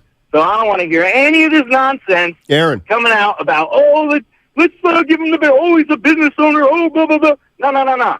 Look how they do in European football. The fans take over. They tried to take the teams away from the fans, tried to do the Super League. The fans took over and said, no, we're not having that. So that's what we're doing tonight. Aaron. All y'all. Aaron, no. I got a question for Aaron. And it is, what do you hope to accomplish tonight? Get Fisher out. Show the MLB. Show rest everybody else. Show what's up. This dude is a bum. He's fucking... All right, that'll do it for Aaron. Getting back to Lacob, because he brought up an interesting point, and I'll meet him halfway. All right. I'll meet him halfway. Least you can do. Because don't tell me the least I can do. I'm just telling the most I can when do. you look at his profile, he's got 4 chips. Do it without Curry and get back to me. That's all I'm saying. But you don't even understand. What don't I understand? That is the epitome, the definition of moving the goalpost. You're going to come down somebody's road on something that has not happened? You call it come down somebody's road? No, I'm just saying you putting that out there, and I get that you want to see it, but damn, we may be 6 years off from the Steph not being in Golden State. That's almost like that's what you're doing. That's all I'm saying, because that's a long time before we get to see that. We don't know how long it is. Maybe this is Steph's last contract. Here's the other thing about Joe Lacob. Yes, you know what? He has proven he will spend money. Yeah. That's step 1. Step 2 is using that money to make great decisions that lead to a championship. Gotcha. That's all. I don't believe he's ever been at this juncture, though. And this juncture is what we talked about at the summit. Again, the crossroads with, am I going to be sentimental or am I going to just do what's best for the organization and it'll have us in the best position down the road? That's exciting to me. 408, Steiny's moving the goalpost big time. Oh, how? On what? I'm just making a statement. Joe Lacob's been a great owner for the Golden State Warriors. They won 4 titles. But Steph Curry's been here for all of it. Joe can't control that. I know he can't. Okay. And that's why, and you'll disagree with me, but that's why I believe, Joe Lacob, not he's going to push Steph out. Of course he's not going to push Steph out. But I firmly believe that Joe Lacob, will be driven to win a title after Steph Curry leaves. Oh, no, there's no... Okay, hey, I totally get that. Right, so I wonder if he can do that. Yeah. Let's just say the Warriors don't win a title for 20 years. Just hypothetically. We're going to say? Well, what'd Lacob do other than when he had Curry? I hate that. I hate to say it, but... And, no, nobody's coming down Joe Lacob's road. Great owner. Charles is in San Jose. Hey, Charles. I just want to... Hey, what's up, guys? Hey. So I just don't think this is going to happen. I think Nevada, the legislature is not excited about the A's. The A's are not a well-known brand like the Raiders. They're comparing apples to oranges. There's no money there. And I think it's going to turn back and backfire on Fisher. And he's eventually, being one of the richest owners in the MLB, he's going to force himself out. We could laugh about that now and laugh about that later, but eventually he's just going to be like, nobody wants to build a billionaire stadium, especially with a team that does not have the same je ne sais quoi as the Raiders. They're not as attractive. So I could see a big, hard miss in the legislature saying, we're not paying for this in Nevada. That's all I got to say, guys. Fair enough. Well, I'm glad they're coming out, man. I'm not using Joe Lacob and John Fisher's name in the same breath. What is that? I don't understand what that means. Yeah. Steinmetz, what owner hasn't had the fortune of a great player when they've had their biggest success? No owner. What I'm saying is Joe Lacob didn't get Curry. Yeah. Curry came with the purchase of the Warriors. No doubt. He came with a house. But he did everything to... No doubt. Yeah, that's all. And Steiny, if Joe, he'll be around. But yeah, I get that. But I just feel like we're so many years away from that. And you could be right. Some could pop off, and it could be sooner than later. But he's batting 1,000 in my book, Joe Lacob. And especially with the Durant thing, even though Myers was a big part of it, and Myers gave the credit to the players, I just, that's so way down the road. I'm like, you still, the music from the Joe Lacob celebration won't stop playing. I bet you he's, see, this is the kind of thing, it's I don't know why. Yeah, I get I have no idea why fans would get mad about me saying that, because if I had a conversation with Joe Lacob, I would say the same thing to him. And I've told him a million times what he's done here is unfathomable. Nobody ever thought in a million years that the Golden State Warriors would win 4 titles in however many years. Man. But the way Joe Lacob is as a human and as an owner, Evan, is he's going to want to win one without Steph. Oh, I don't doubt that he does. And he's got the winner's mindset. No doubt. Shout out Pat Riley. Sure. But I think that what you just said about the unfathomable heights that he's taken this franchise from to are probably good enough for a lot of fans that thought that they could never get here. And so the fact that you're, I guess, questioning if it depends on what happens after is just beyond some people. Oh, I got you. No, they're smarter than that. Well, but it's we already won. I mean, I think that's good enough for a lot of people. Oh, I'm talking mostly about Joe Lacob's mindset. Yeah. And which I agree he's going to try to go take that challenge. And you know what? If I'm a Warrior fan, I would expect no more titles for the rest of my life. I just would, and that wouldn't mean Joe Lacob's a failure at all, obviously. Because even if he's the owner for 30 years and he wins 4 titles, that's better than most owners. All right, I'll tell you what about this? Jerry Jones takes over, wins 3 titles in 5 years. They haven't won another one in 30 years. I'm just asking you. Fascinating. Seriously. But in a bad way? Like what supersede? Because the 3 is great. You tell me. Tell me. The 30 of not getting back to me is like that's more of an indictment on something is not right here amongst the organization. So he took over with Aikman and Irvin and those guys. He drafted Aikman. And Emmitt Smith. Yeah. Oh, so Jerry Jones drafted Aikman. Yep. Okay. It's big. Okay. But the 30-year gap is what I'm asking you. Does that supersede in a crazy way the 3 titles? I don't know. It ain't, I mean, I look at the numbers. If we win a title once every 30 years, we're breaking even because there's 30 teams in the league. Now, I know fans don't think that way, but this one ain't. I'm just. But damn, if you're doing that. Titles are so hard. But fanatics don't have so that much. formula, Snotty. One everything. They want more, man. I know. I get it. And I'm not telling them they shouldn't want more. And you think I just want to make it. It's really hard. And I want to double back to something you said before I do that. You got me thinking. We take calls every day and text YouTubers. The Warriors have set their own standard that I believe Dub Nation is irritated they lost to the Lakers in 6. Nobody's running around like, oh, this is our first piece of success. It's the best crack I ever had. You do that when you're starving and thirsty. Warrior fans are mad that they lost in the semifinals to the Lakers. And that is a byproduct of all the success they had. And just going back to last year, Steiny, even though it came out of left field, they won. I love that Warrior fans want more or demanding more and want changes. However you get there, we need to get back because it ain't cool just losing in the second round. But you realize the odds of you getting back are long. But they're short or long with the chef. No, they're long, though. I mean, see, this has nothing to do with Steph Curry. He's one of the greatest players of all time. Yeah. But you're saying the long, no, break that down. No team's there's never been a core that's gone this long. Wow. They won it in what, 14? Yeah. 14, 15. Yep. So now they got to win it again in 23, 24. That's incredible. They have the same 3 guys. It's incredible. Right. I don't think they can do it. But if Joe signs off on some stuff, they're going to try to do it. Run it back. Absolutely. But I'm here to say that's it. I'm here to say what they've already done is so beyond. Like that title last year was so much of an outlier and so special. Symbolic. And that's why you can't expect it to happen again. Because it was so unprecedented. Now you want to now we got to push it further.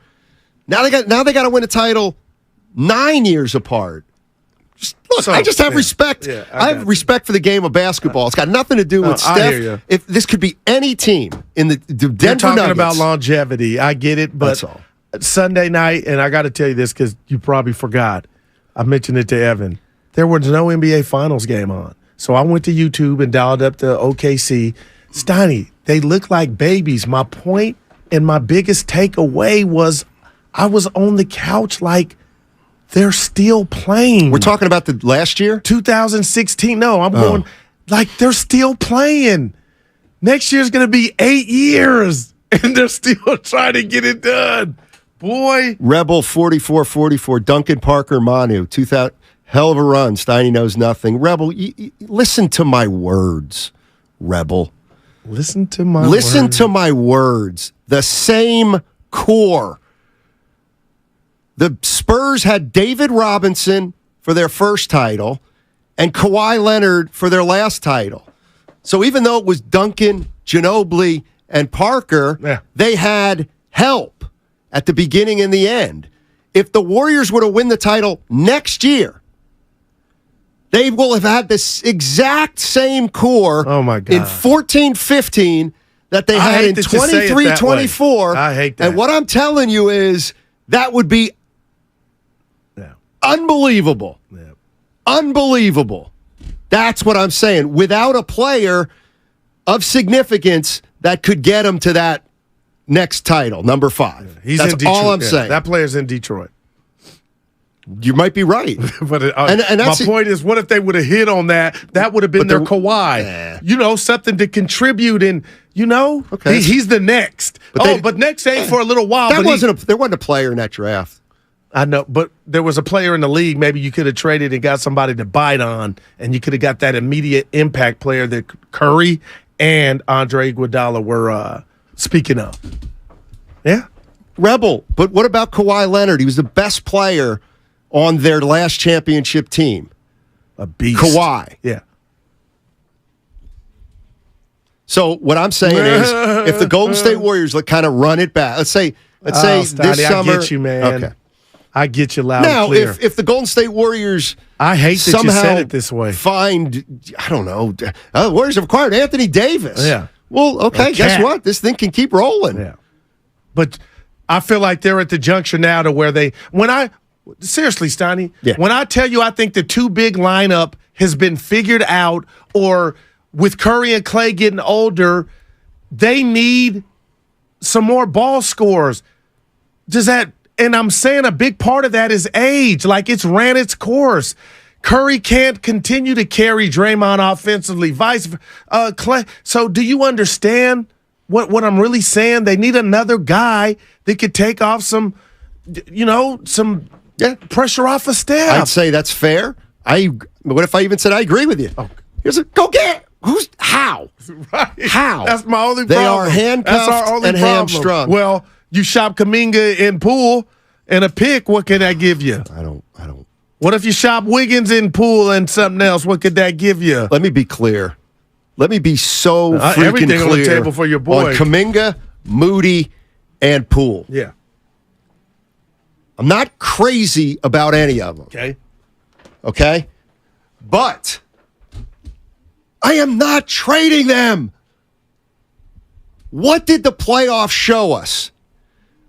All these teams have 25-year-olds who are starting to make an impact. 25, 26. All right? Moody's 21 or 22. Like, I'm not getting rid of Moody. Obviously, unless something crazy comes along, I'm not getting rid of Moody for another couple of years. But the only scary part about that is when they're that age, Curry will be gone or down there at the end. So who will be the maestro then? Them. Yeah. Them will be the maestro.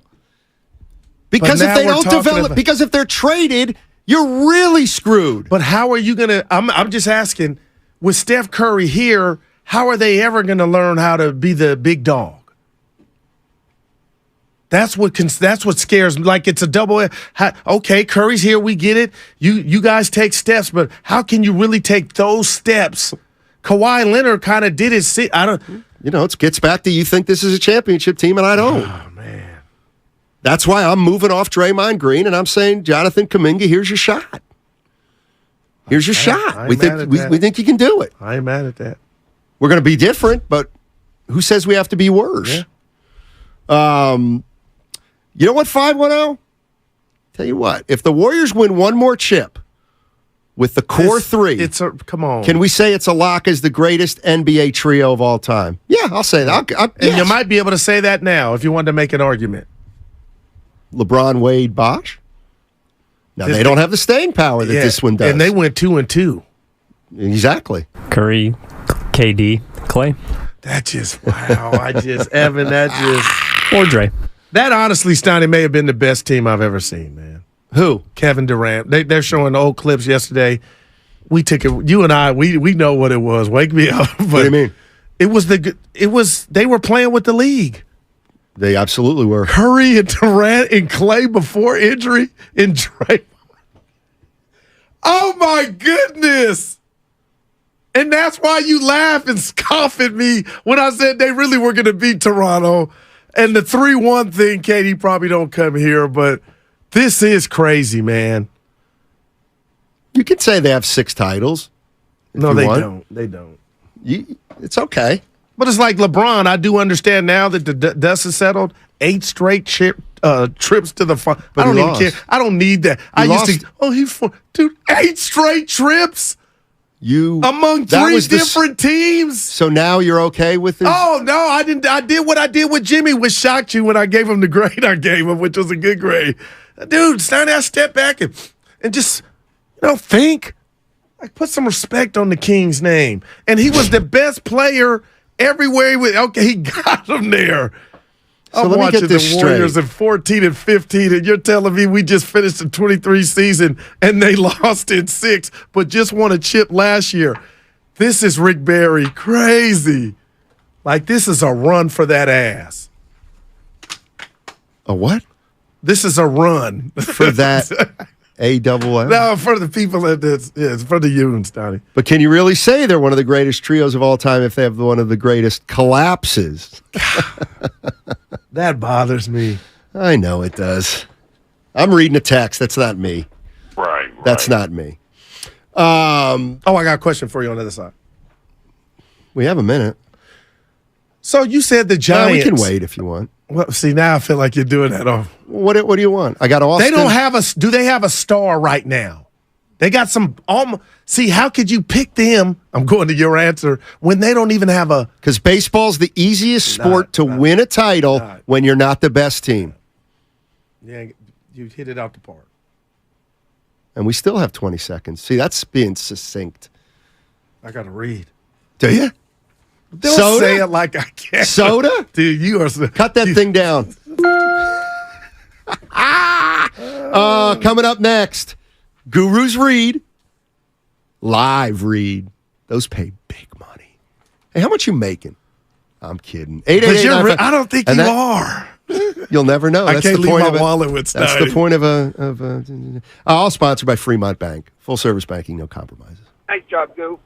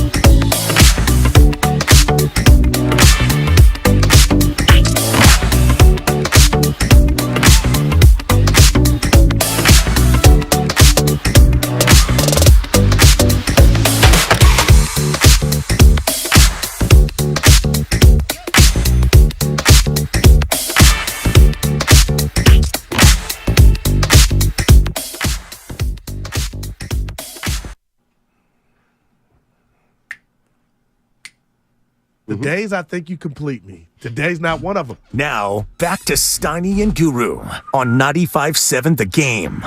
Isn't it amazing just how timing works and everything just... It's called life. Everything works. Man. Everything works out. Talking about this show? Yeah, like this is going to be our last show together for a while. And I don't like how excited you seem, but it's amazing. These little 3-4 day breaks or week-long breaks, boy, they just seem to happen at the perfect time. You are special. I'm going to a family reunion in Dallas. Nice. So I'll be out 4 days, and then you'll be out tomorrow. I am out tomorrow, yeah. I'm not saying Evan and me. Evan and I will be holding it down. Yes, that's correct. Well, the last block you said it was wrong. You said it differently. Use the passive tense or something like that. I could teach you how to know which one, but nobody cares. That said, I'm a hater. Dude, I can't get over the dinner where I needed the readers. Well, they say once you get in the system, you're done. You'll need them to drive. I'm talking about glasses, Steiny. So do you use, I'm being serious, the readers on when you're on Twitter, on social media, that's when I would use them too? Yes. So then I'm in the system. What does that mean? You need them to drive. No. Like Relaford needs them to drive. He got a pair to read and a pair to drive. Like, you blind as a damn bat. Yeah, I just need them to read. I don't need them to drive. Right.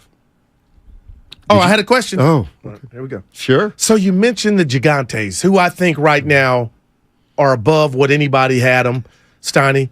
I like their team, and I'm getting ready for that apology to Farhan because the Confortos, the Petersons, J.D. Davis, they all just seem to be working. And if you said Guru bases loaded 2 outs and you had one batter I could give you 5-6 names. With that said, the fact that they don't have a Steph Curry didn't seem to scare you when you said and picked them to be the team. And you kind of explained it before we went to break. To win it all, don't you need that Buster? Don't you need that Steph? Because right now it looks like they have some good guys, but not that one great. Well, it feels like what you're asking me is if they're having success this year, like, are people still not going because they don't have a star? Well, then to me, then you're kind of not a real fan. If we were talking about fans. I'm with you. For example, like if a team wins, like on the field, who cares how they're skinning the cat? Well, it's like the Niner thing. They could skin the cat until you get to the big cat, and then you see you don't have enough. I'm asking you, do you think the Giants can do this or without a quote-unquote but a star or all-star? They're going to get one by Why default. not? It's baseball. 7 teams make the postseason. Well, the minute you get in the postseason, you basically but are look on who won. even the playing Astros field. won last year, and they're littered with just studs everywhere. How about the Phillies? Well, they got Bryce Harper. They also were a 500 team. They were above 500. I'm not saying they can't get it done. You might be on. Who they got to go play as currently constructed. I just feel like at some point, and I get you with the Mike Trout because I know the people yelling Angels. He's got Ohtani now, but by the way, they're like 6 or 7 games over. This could be their year. Exactly. To just get us in the playoffs, I want to see him. Somebody's mad at you. Ohtani. Are you? Is that the one you want me to read? Yeah, they're mad at you. Are you really saying that Buster Posey was as good of a baseball player as Steph is as a basketball player? No. But what I'm telling you, sir, or madam, is he meant what Steph Curry means to the Warriors. Buster Posey was that and some. So the exact same. And he was a maestro calling balls and calling pitches. So his importance was very big. It's a different sport. And Steiny, I got to tell you, you hit me in the cardiac muscle talking about baseball, and you don't need, like the NBA, you got the 2 best players, you're probably going to win 90% of the games. Did the Tampa Bay Rays not draw because they don't have names or because nobody watches baseball in Tampa? One, I believe it's where they play. That's or the stadium. Okay, I believe that's it because they are a damn good baseball team. And they're going to be reckoned with, Steiny. They already lost the World Series. I'm just saying, if, when the Giants struck out on Correa, when they struck out on Judge, and everybody said the season's doomed, and how do you get fans in for the, the first half of the season? And I said, well, you got to be better than everybody thinks, and you got to have a little excitement. Well, they're 2 games over 500, and they got 2 or 3 young guys a part of it. And look at Correa. Why wouldn't you go out to the ballpark? Man. I don't know, Stoney. The pandemic's thrown a monkey wrench in everything. Inflation. Is Patrick Bailey a star? Maybe. I don't know, but he's playing. What about Matos when he comes up? Yeah, but let's wait. Yeah, it's fun to watch, though. With the Schmitz, all that. The Bailey is fun. So are they stars or not? No, they're not stars. Okay. But you're going to go out and watch them? Yeah, no doubt. Okay, well, then you don't need a star to draw. Yeah. And I'm not a front runner either. Give me 9 Casey Schmitz, I'm there. Because then you got something to look forward to. Just like these young whippersnappers. Give me a basketball team that's got, Sacramento's different, but a team that's got some stars in you. Now, I wanted to say Rockets. I can't even think of one right now, but, one to where you're like, okay, they're on to come.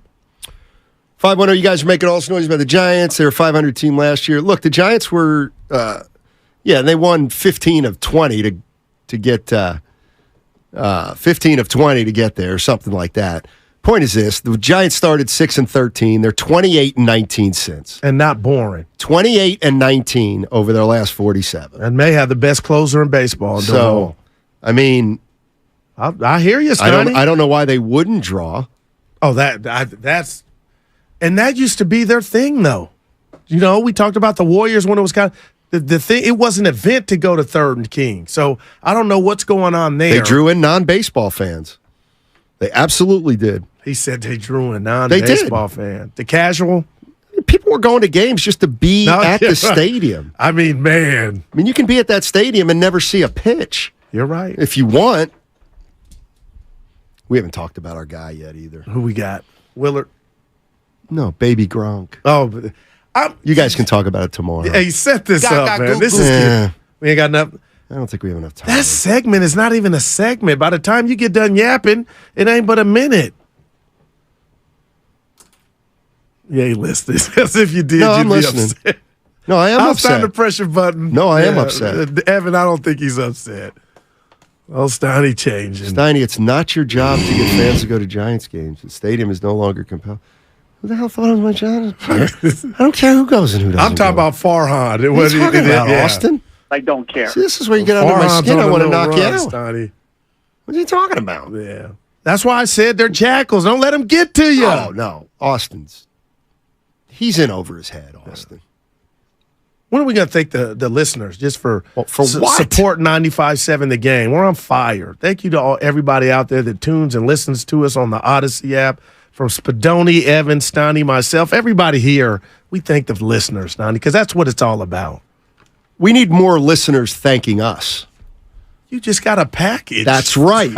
I've been a loyal listener of 95.7 for quite some time and have followed your career back to the Warriors Roundtable. I also want you to know that you and Guru provide humor for me during the midday. As much as I respect your sports, your dynamic with Goo on the radio is fantastic. You're both fortunate to be paired together. Wow, so man.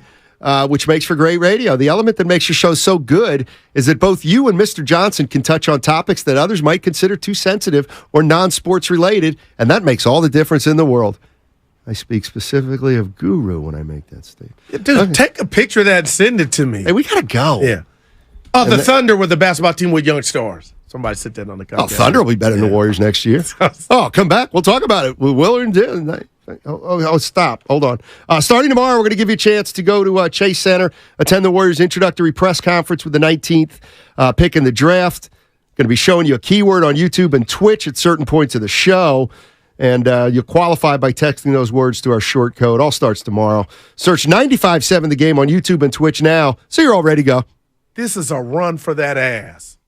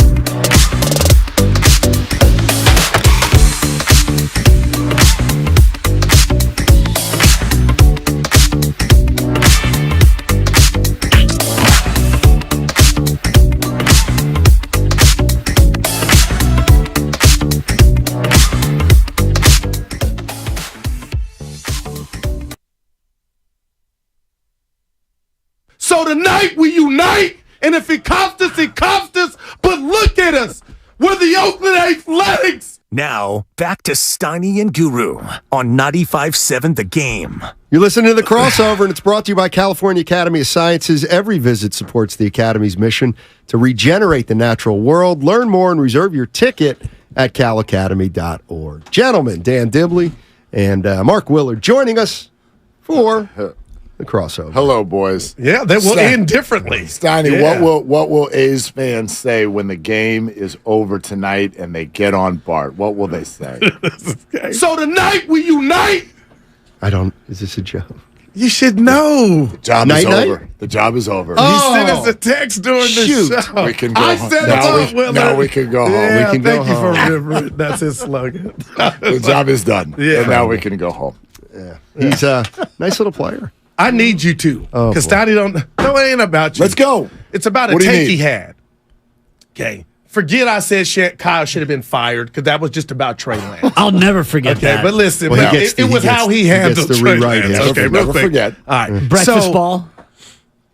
I have the ability to give this man his flowers for what he brings to the table, Kyle, and also taking a Jimmy Garoppolo quarterback-led team to 2 NFC championship games, a Super Bowl, and doing the same damn thing with Mr. Irrelevant on the fly. And Steiny and I were talking. He doesn't even know he said it, but it caught me. And he said, I don't think they're getting it done because they don't have the likes of a Burrow or a Mahomes. And I get that part, but I guess what I'm trying to have you two do is help me decipher how I think I look at Kyle with more greatness because I know he's a part of why a Garoppolo can go to the Super Bowl and why Brock Purdy can look like he's a 10-year vet. So that adds to the allure of Kyle. But yet is Steiny technically, there's no Super Bowl or NFC championship, guys, and I'll wrap it up, that we could say the quarterback lost him the game. We could say Tart dropped the pick, Mosley did this, but never was it just on Front Street to where it was the quarterback. Talk to me about where you're at with the... Well, you've arrived at the rub, is what I would say, because both people can be right if you're like, well, why doesn't he have his quarterback? Isn't that supposed to be part of what he's here to do? And if you're moving mountains to make a draft pick, why do you not have a great quarterback? That's a harder question, and it's layered and all that. But, yeah, one thing you're saying in here is one thing that keeps popping up in my head. When people get mad about this situation or the quarterback or they criticize Kyle Shanahan, what has he done? He hasn't actually won the Super Bowl. Tucked into all of this, a lot of you have an opinion, and you may not even like Kyle, but tucked into your point, you have an opinion that he is the greatest coach in the NFL because there is not one other coach in the league who you think can win the Super Bowl without a great quarterback. But the odds will tell you that the public does think that the 49ers can do that. So if we have found the one head coach who can actually win Super Bowls or compete for them on a yearly basis without a great quarterback, that's unbelievable. I don't know a bigger compliment that you could give a head coach because look at the quote-unquote great coaches who are out there right now. Andy Reid wasn't great till he got Mahomes. Then he became a future Hall of Famer. So if the 49ers have the guy who could win a Super Bowl with nobody at quarterback, then he's the greatest coach in the country. And Belichick, I'm talking to you too, because he couldn't do it either. I don't know why it's so hard to understand. I was waiting for Dibs. Oh, no. I was waiting for Steiny. Oh. Yeah. Well, I I mean, know. Yeah. It's the way I feel about the Niners this year is they've got a couple young quarterbacks, Purdy and Lance, without a lot of experience. So that's what I base. Now, will Kyle make the best of it? Yeah, I think he will. But at some point, I think, like I said, at some point, they're going to run into somebody. I would just say this. Steiny, when was the 49ers quarterback lost them a game in the playoffs? Okay, when did a 49er quarterback win him a game? Fair. That's all. I might be wrong, but okay. That's a quirky question, though. Like, did Brock Purdy win him the game against Seattle? They were down at half. He did his part, just like he did against Dallas. They scored over 30 points. Right. I don't know if we my God, Brock Purdy. No, it didn't look like that. Well, he lost him the game against Philadelphia because he didn't get rid of the ball. There. Because he didn't get rid of the ball in time. He wasn't in the game, yeah. He held on to it too long. So you can look at this any number of ways. I think we oftentimes oversimplify all of this in terms of the quarterback. Did he win him a game? Did he lose him a game? I was watching the Super Bowl on Sunday night. They were replaying it on the NFL Network. And, my wife comes to bed, supper. She's like, "You're watching this again? They lose." And I'm like, "Babe, I need to watch this again." They're up 10 right now with the ball. And then, Kyle goes into his little turtle shell. Right. Too conservative. You punt it. Kansas City comes down. Amazing. Big pass to Tyreek Hill for a first down. Kyle throws the red hanky. And it's overturned. We forget that. We all want to rip Kyle for this and that. He challenged a throw to Tyreek Hill. It was overturned, which set up that 3rd and 15. Oh, man. When, then they found Tyreek Hill for the longest pass play of the game. KC scores, and the rest is unfortunate history. But the thing about...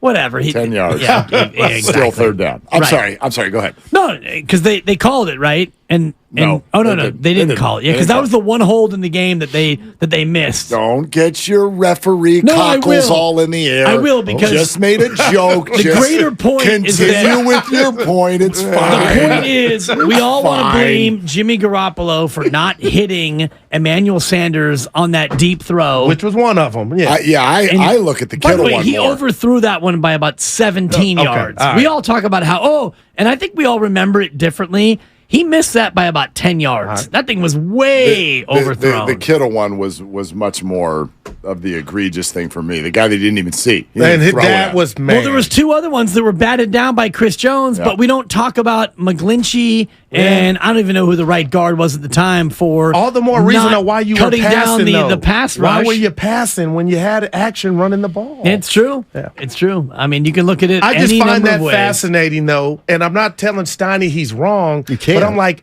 I could make an argument like you kind of did that the greater feat is getting to the NFC Championship game or Super Bowl with non-Mahomes. You follow the Cowboys, right? Yes. Is Mike McCarthy a great coach? No. Was he when Aaron Rodgers was his quarterback and he won a Super Bowl? Yes, he was. So is Bill Belichick a great coach? Oh, well, I'm going to say this about Bill. Everyone's going to say yes. He took Mac Jones as a rookie to the playoffs. Great. But a lot of teams go to that's the playoffs and lose in the They're first in shambles now, but he took them to the playoffs. I'm not saying Belichick's not a great coach. He's got a culture that he's built, but the number of Super Bowls he's won without Tom Brady is right. Right, the same number that Shanahan's won with whatever he has. So there you have it. Well, I was just curious. I mean, I don't look at the 49er quarterback position as necessarily a huge position of weakness. I look at it as a position of relative inexperience.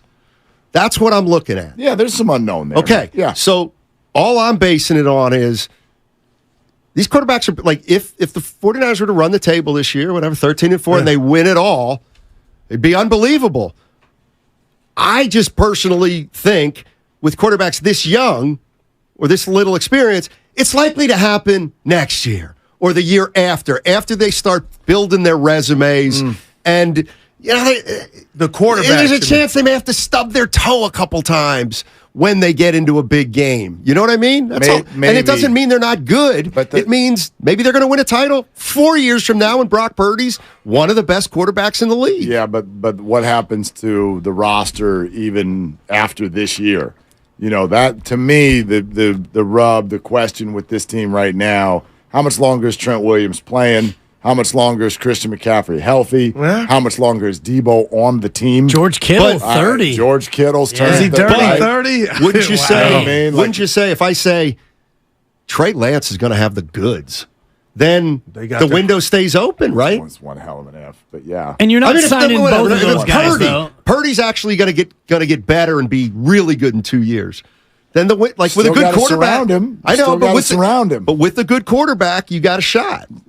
I personally which would you rather have? I think they've got a shot this year. I do too. They had a shot last year. year. I got a shot. And I we got robbed of watching. Again, I know Philly made a play, Reddick made a play, but who can walk around town I just wanted to see Brock Purdy not succumb, how he would perform on that stage. And it was just the worst ending. And I know Philly fans won't say that, but I just wanted to see, did he get a little, was he a little tear? That just got ripped. As soon as the game started, it was done. Right. And to Steiny's point, I feel like 2 playoff games against Seattle and a stout Cowboy defense, even though I'm rooting for Trey Lance, I want to see Trey Lance. Damn, how much experience does that count for, or do you knock off for those 2 wins that he quarterbacked, regardless if he didn't throw for 5 touchdowns against Dallas? That was playoff caliber He's football. got more playoff wins than Derek Carr. Okay, and Dak Prescott. Combined. Yeah. Well, Dak got 2. Dak got, Right, so Derek's got 0. No, he's seen a lot. He's seen a lot in a relatively short amount of time. In 8 games, he's seen a lot. But this is one of the reasons I really do. I appreciate Kyle Shanahan so much. Is what has been wobbly, turbulent, some poor decisions, some bad luck. All of that is thrown into 6 years, and during that time, they have had shots. They have had shots to win it all. Other teams don't do that. When you're making bad decisions and then key injuries and just all this stuff unfolds, you don't do that and end up in the NFC title game every other year. I mean, go to some of the other teams we think are the favorites. Do you know what the percentage of the public even could tell you who the Bills and Bengals head coach is? Wow. You could walk down this. You could go to a sports bar on a Sunday. A non-diehard won't know. I'm telling you. They don't even know who those people are.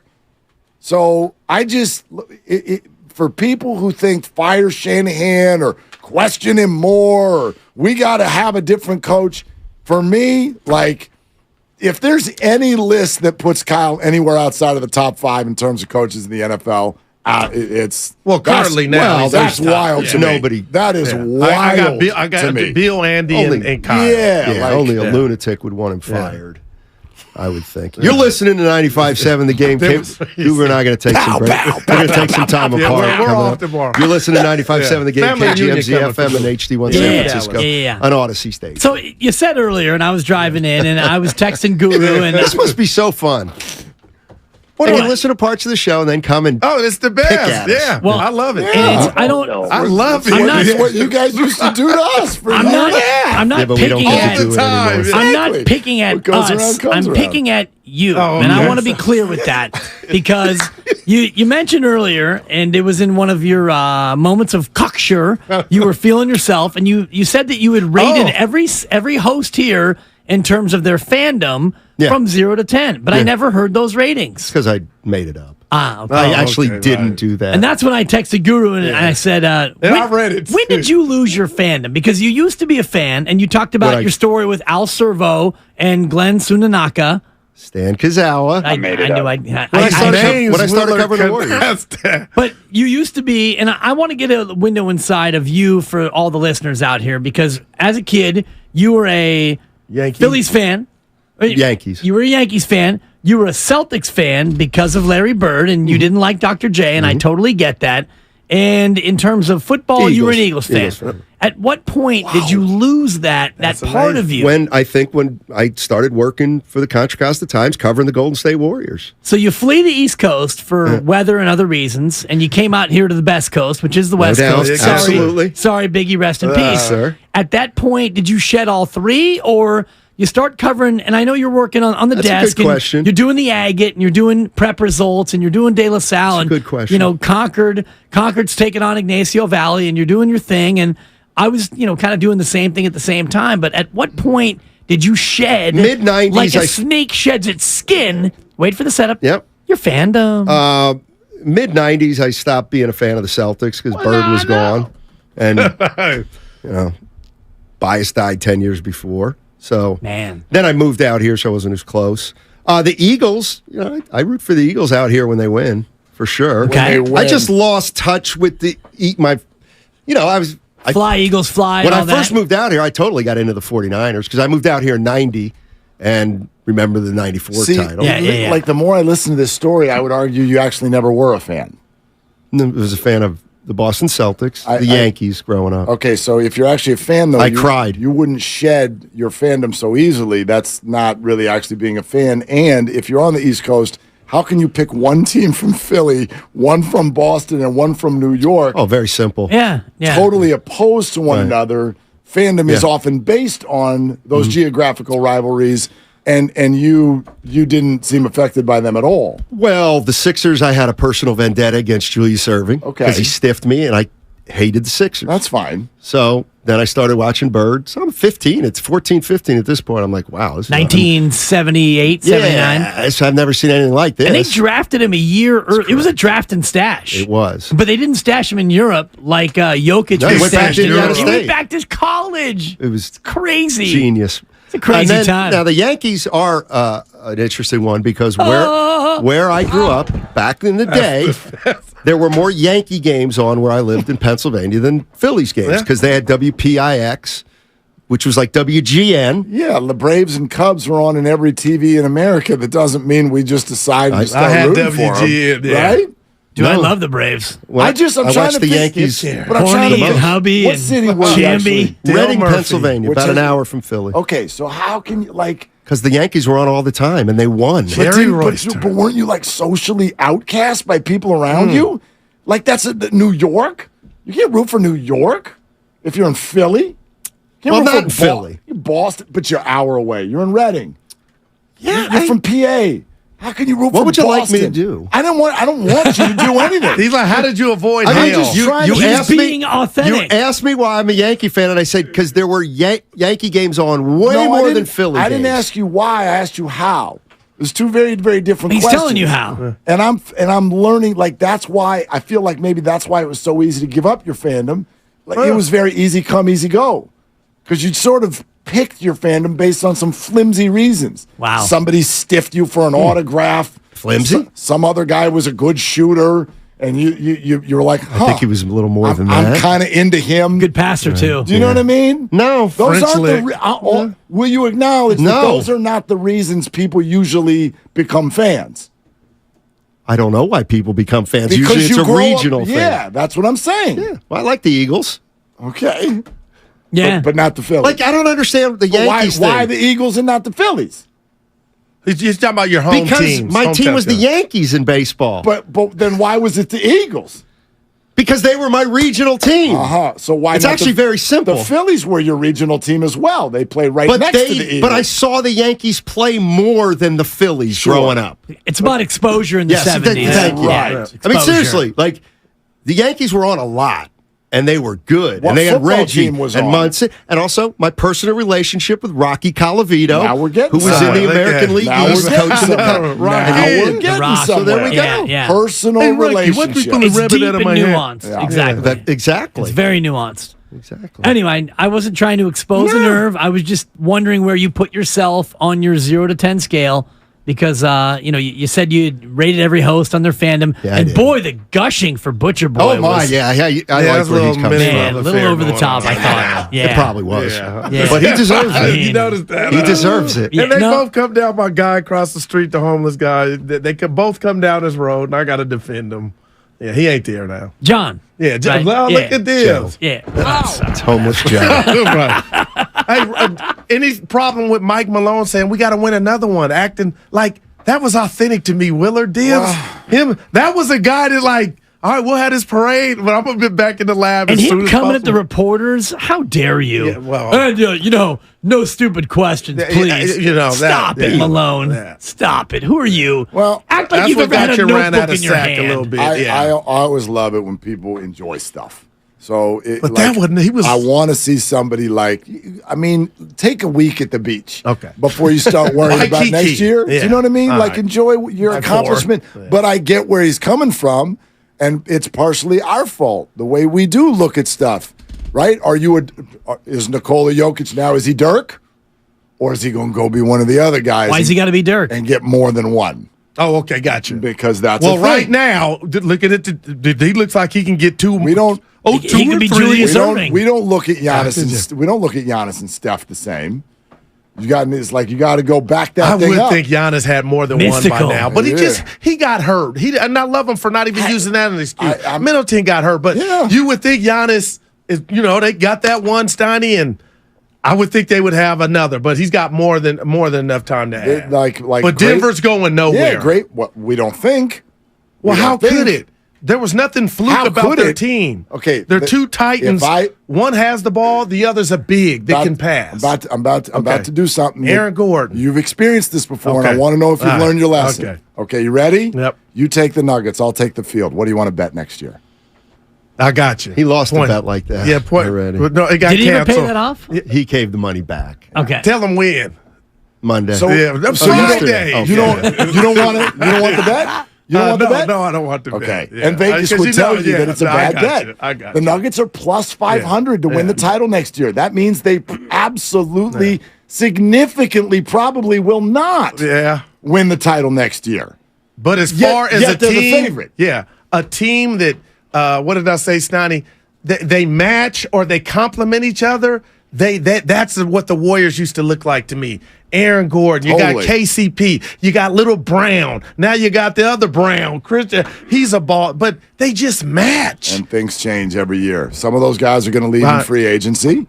Other people will get hurt. Some get big heads. Some might end up flashing things on IG. I have no idea. Oh, we're waiting on that announcement. How soon, deal? Should be today, Is it today? No, I think they'll let Mike Malone enjoy his title for a day or two. But it'll be Friday. It'll be a Friday news dump. It's coming Friday because the Nugget Parade will likely be Thursday. I don't know if it's been announced yet, but do you know what? Probably Thursday. It'll come on Friday. But I don't think the NBA is going to try to news dump this. If they felt that way about it, they wouldn't have said what they said already that it was coming. But Monday is when you start draft week, so I think they want to have it done between now and the start of draft week. You going press conference for it or no? It's a statement. Adam? No, for the Ja news. It's a statement. Suspension, the number of games. I don't know. It's a statement. Okay. Is Russ Granick still with us? Because this feels like a Russ Granick special. Even if it's a statement. Thank you. Even if it's a statement. I ain't going front. I need to know who Russ is. It's gonna be a press conference as soon as Adam next speaks. Oh, right. Because the questions will... Which will be the day before the draft. Yeah. And I would imagine... When he said they found out more than they knew, I'm like, uh-oh.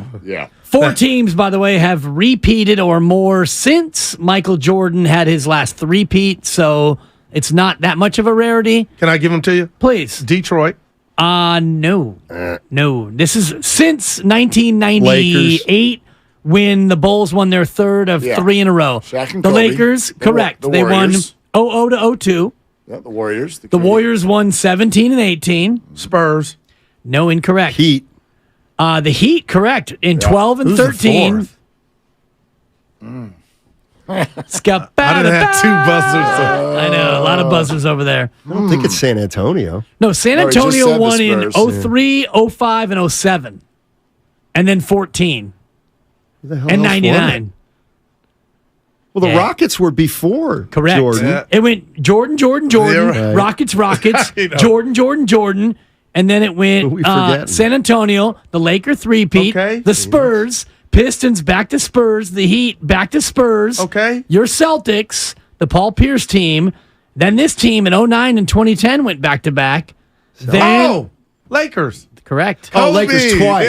Yeah. Yeah. You said it Yeah. good. Yeah. I like Why Atta boy, they did. Kobe's a bad dude. But to man. that point about, can Denver go back to back? The last team that wasn't the Warriors to do it was the Heat with LeBron James. Not 5, not 6. Still Got waiting, 2. LeBron. Yeah. But after that, it's been a little bit more parity with after the Warriors in 2018. And you got to pour some out for Clay today. It's the 4-year anniversary of the Clay injury. June 13th, and it's also going up for a dunk. My son's birthday. Oh, happy birthday. Questy turns Quest. 22 today. The big Quest Q. love. Big Q, 2-2. You just give him some cash. All right. Yeah. Well, I gave him a lot of cash Okay, for graduation, yeah. so right. his birthday is going to be a The little double up. underwhelming. He got to get This is our down. first. Yeah. Go ahead, The Stoney. job is done. We can go home. But do you want to go? Because you got to. I'll see this How wig. many haircuts do you get? Oh, in once a man? month. But I've got a family reunion coming up in Texas, so I got to look right. Okay. I'll be here for you tomorrow, I'm man. just bummed that Steiny didn't ask me what was coming up. I do like the ending, Yeah, though. Look, yeah. he's like Steiny, complete. Just so you know, before you leave, what's coming up is our show. All right. The job is done. We can go home now.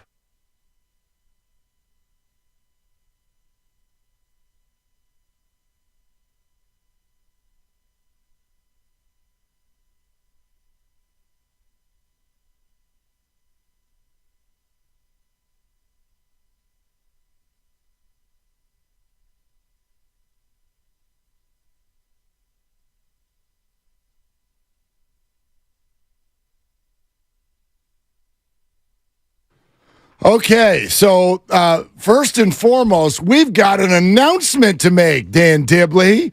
We got an announcement to make, and it is this. Do you remember the conversation that we had yesterday about the great Quinn Matthews? Yeah. Stanford pitcher, 156 pitches. And I was appalled, and I remain appalled, even though I know Quinn was very excited about it because he got to throw a complete game, set Stanford up for a game last night that they won in a very interesting, shall we say, walk-off fashion. It was a bloop off. Well, but bloops are one thing. Bloops that just get lost in the lights. It was a walk-off, light loss fly ball. Yeah. That's how Texas gets sent home. So and that's Stanford, a good transition eventually to our A's talk because many a fly ball has been lost in that high sky in Oakland. Absolutely. Because that baby got lost. You got to feel for the Texas outfielder who had no idea where that ball was. No, and the looks on their faces, it was hard to watch, but we also want to celebrate Stanford, and we've got questions, and guess what? Quinn Matthews will join us in 15 minutes. Let's go. Okay? So Quinn Matthews is going to join us in 15 minutes, and then also... we would love to hear from you. This is an open invitation. It's 2:15 right now. It will be 6 o'clock by the time we're done. All of you rooted in Oakland people who are heading to the game tonight, the invitation is there to call us on your way and tell us what it is in your mind you are hoping to accomplish tonight by going to the reverse boycott. I'll say this. I grew up a Giants fan, Dibs. This is very, very well known that I have no love lost for the Oakland A's as an organization. But today, I wake up and I say for the first time ever, other than when I wanted them to beat the Dodgers in '88, for the first time ever, I'm rooting for something with regard to the A's organization. I hope that this lands in some sort of a way that the fans want it to. I hope that someday, very, very soon, John Fisher sells the A's.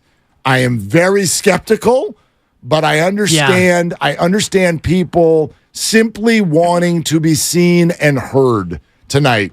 So maybe tomorrow everyone goes back to their lives and absolutely nothing changes, which is probable. Right, but I get it. They want to be seen and heard, and so, I got your back. So how are you, by going there, seen and heard? I know that you'll be seen because it'll be news that there's actually 20,000 or so fans at an A's game. There you go. So from that standpoint, you'll be seen, but you'll be seen as fans who are there supporting the team, even if it's for one day. Now, if you're heard, are you going to be booing your home team? Because you're not going to do that. If you're an A's fan and you're showing up and Evan Giddings, the great producer for Steiny and Guru, is going. He's got his Marcus Semien jersey on. His way. He's locked in. So I understand that you want to be seen and heard, but I don't know how by giving your money to the very entity, the very person that you are trying to rally against, I don't know how that acts as a protest, because to me, the very definition of a reverse boycott is an endorsement, because a boycott, by the very definition, means we are not going to go. A reverse boycott means we are going to go. And the only way that you can go is by taking your money and giving it to the very person that you despise so much. I don't understand it. Yeah. I would love for somebody to explain it to me. I think it's an investment. 888-957. It's an investment. 9570. I don't understand it in terms of this being action that you think is going to either get about the results that you want, or how you can, if you're that reviled by ownership, how you can take your hard-earned money and give it to John Fisher. I don't understand it. I get why you feel the way you do. Here would be my guess. My guess would be that the traditional boycott has been going on all along, and it hasn't worked. Right. So it's time to try something different. A reverse boycott. Well, I will say this, and I bet that everyone in Oakland gets this. If you go national on this conversation, and I will tell you that, for example, this is just one example. This morning, Bill Shaken of the LA Times immediately tweeted out, biggest show in baseball tonight's happening in Oakland. So there are eyes outside of the area on this. My guess would be, and I think it's an educated one on this, if you live in New York or Boston or Philadelphia, LA, Dallas, Chicago. You look at this whole situation and think to yourself, I don't really know how it got to where it is. People tell me that the ownership's awful. Sounds like some people blame the city as well. Plus, I've seen that ballpark. Looks like nobody gives a rip anyway. So you've got three entities in this conversation. You've got ownership, you've got government, and you've got the fans. And it very much plays to people elsewhere like none of them care. All three entities don't care. And so that's why they're leaving. Because the owners don't care about the fans don't care about the team, and the city doesn't care about anything but its interests.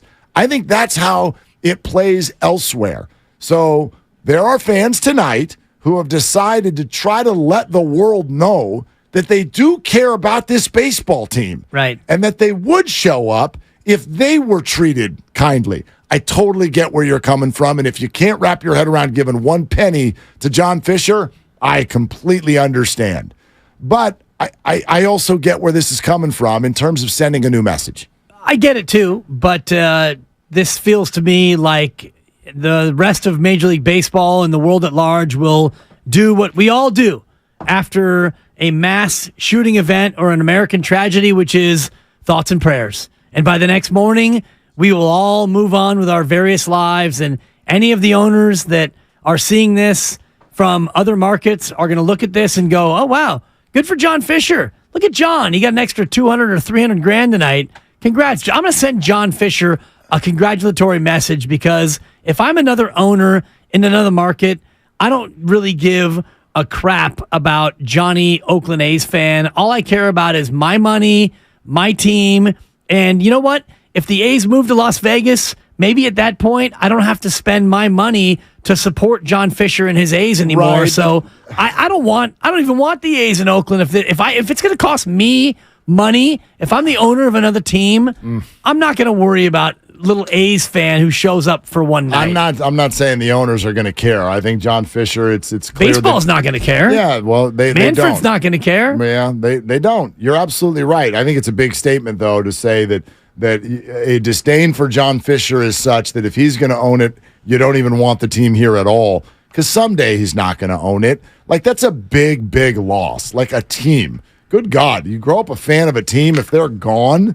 You know, I mean, need I bring up Brandon Crawford's face when he was a little kid and that picture ended up in the Sporting Green? Yeah. Like, it's devastating if you're a fan of a team and they leave. So, but you were talking about fans in other markets, and I'm looking at all the major websites right now, and not a one of them is reporting about, hey. Well, it hasn't happened yet. Yeah, so okay. Let's see what it looks like, I think is what people are waiting for. And no, I don't expect a baseball fan in Washington to wake up caring tomorrow.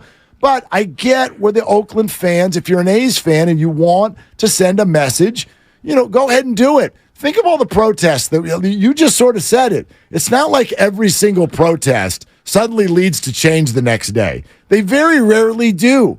But over time, you want to send a message out. And even if you are going to lose them, I think for some people it's this. It's like, look, if we're going to lose them, we're going out like this. We're going out letting everybody know we still care about the team. Don't make this about us. And I understand right. that. And we care about them for one night. Well, but maybe it's futile. No, you know that they care about them more than that. And for a lot of people, like one of the YouTubers just said, they're $12. The tickets are $12. Not anymore. So whatever they are. But that's a drop in the bucket if you're trying to send a message for a lot of people. Again, I get the line that you're drawing. I also get the line that they're drawing, which is I'm not letting you leave and blame it on us. Right. You want to leave? You blame it on you. Well, anybody who's got and half John a clue won't care. understands where the blame lies. And if you're outside the market, one night of 21,400 is not going to change your mind in terms of blame. And you mentioned it. If you're outside this market, you probably couldn't name one Oakland Athletic. You probably don't care about the A's at all, other than the fact that they were, for a while, heading toward the worst record in the history of Major League Baseball. And now they're not anymore. They've won 6 in a row. Doesn't mean they can't turn it around. By the way, I took note that I believe, did all 6 of those wins happen on the road? I wonder what the A's players feel. I think they were at home last night. Well, okay, last night. All right, so 5 of them. But yeah, I think good for the players. They get to play in front of people tonight. Good for them. That's better. I bet they're excited. They're probably going to be nervous, Mark. Maybe. They're probably not going to play well. They won 4-3 over Tampa last night. Can you imagine if one of them's mic'd up and they got to the dugout? They're like, dude, I don't know what all these people are watching me. It's very, very disconcerting. Yeah, the crowd noises. Can you guys keep it down? Yeah. I'll say this. John Fisher is terrible, and he deserves all of the finger pointing that everyone has given him. However, there's a huge piece of this that's not his fault. And no, I'm not pointing at fans or the city of Oakland. I'm pointing at structure. Somebody called in to Steiny and Goo. I was on my way in. They called Steiny and Goo, but they didn't want to go on the air. So they talked to Look. And so he came. He said, look, I'm going to come on the air, and I'll tell you what the caller said. And here's what he passed along, that the caller essentially said, hey, is this a business? Well, yes. Are they making money? Well, yes. Okay, so what's the problem? Well, caller who didn't want to come on the air, I'll tell you what the problem is. The problem is we've got something structurally in sports that is different than other franchises. The word franchise, for instance, take example, a Subway sandwich shop. If a Subway sandwich shop is totally being mismanaged and you walk in there and there's pieces of turkey and bologna all over the ground and you're like, this is disgusting in here. I don't want to go here anymore. And nobody goes there anymore because the product inside is gross. The turkey has mold on it. You know what happens? Subway closes that franchise. You're out.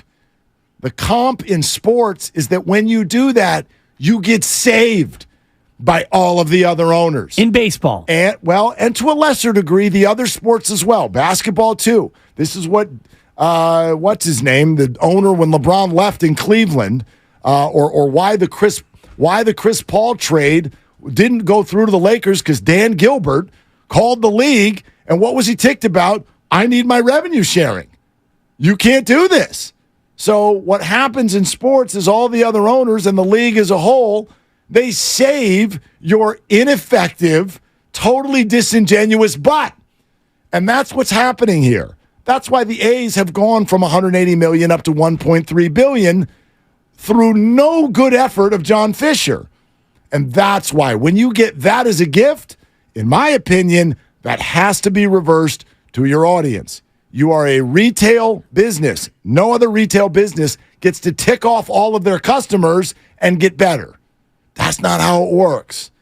That's why this is different than other businesses. Well, that's exactly how it works, and that's why he does what he does. And that's why he trades away all his good players and slashes the payroll and raises the ticket prices, because that's exactly how this works. So, yeah, it's not his fault in terms of the structure of the league, but he's taken it to about 17 levels beyond the pale, and that's why, for me, going tonight or any night at all and giving him any money, to me, is lunacy. What are you trying to accomplish by going tonight? We'll take your calls, 888-957-9570. Also, Quinn Matthews is going to be at 2:40, so 13 minutes away. The Stanford pitcher who just came off the mound. He has now thrown his 413th pitch, and he's coming off the mound so that he can join us. Also tell you in a moment how you can end up at Chase Center right after the NBA draft. That's all coming up. It's Willard and Dibbs.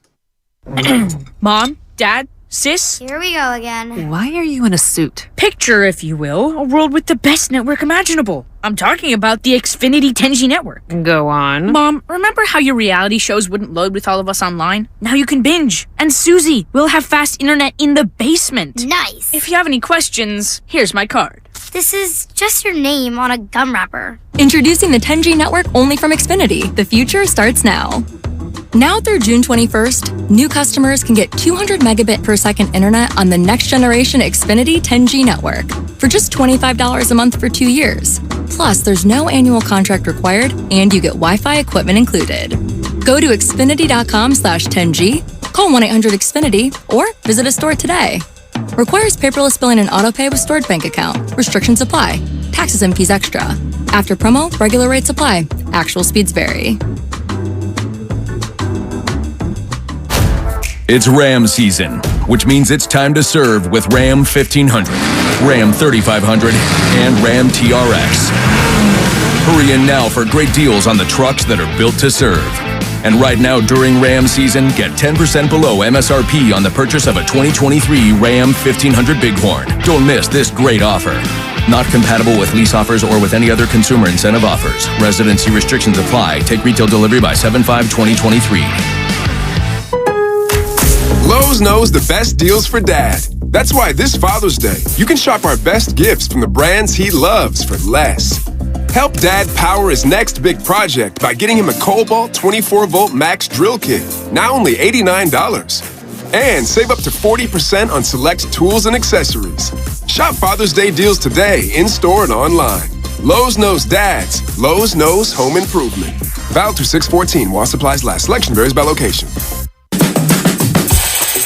Kelley Blue Book is the one-stop shop for pricing, fixing, selling, and instant cash offering.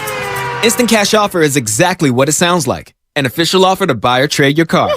Just enter your VIN or license plate, answer a few questions about your car's history, and what kind of condition it's in. In minutes, you'll receive an offer to sell or trade your car that you can be sure is fair. Then choose a dealer to purchase your car and schedule a time to meet. For all of the its, KBB.com. Slowed down, held back, inhibited. What you get out depends on what you put in. Rejuvenate your engine's performance with Shell V-Power Nitro Plus Premium Gasoline, because true performance knows no bounds. New and improved Shell V-Power Nitro Plus removes up to 100% of performance-robbing deposits to rejuvenate your engine's performance. Continuous use in gasoline direct injection engine fuel injectors. Why do we knock on doors like this? Why do we make pets look like people? Aw, your puppy looks so cute with that sweater.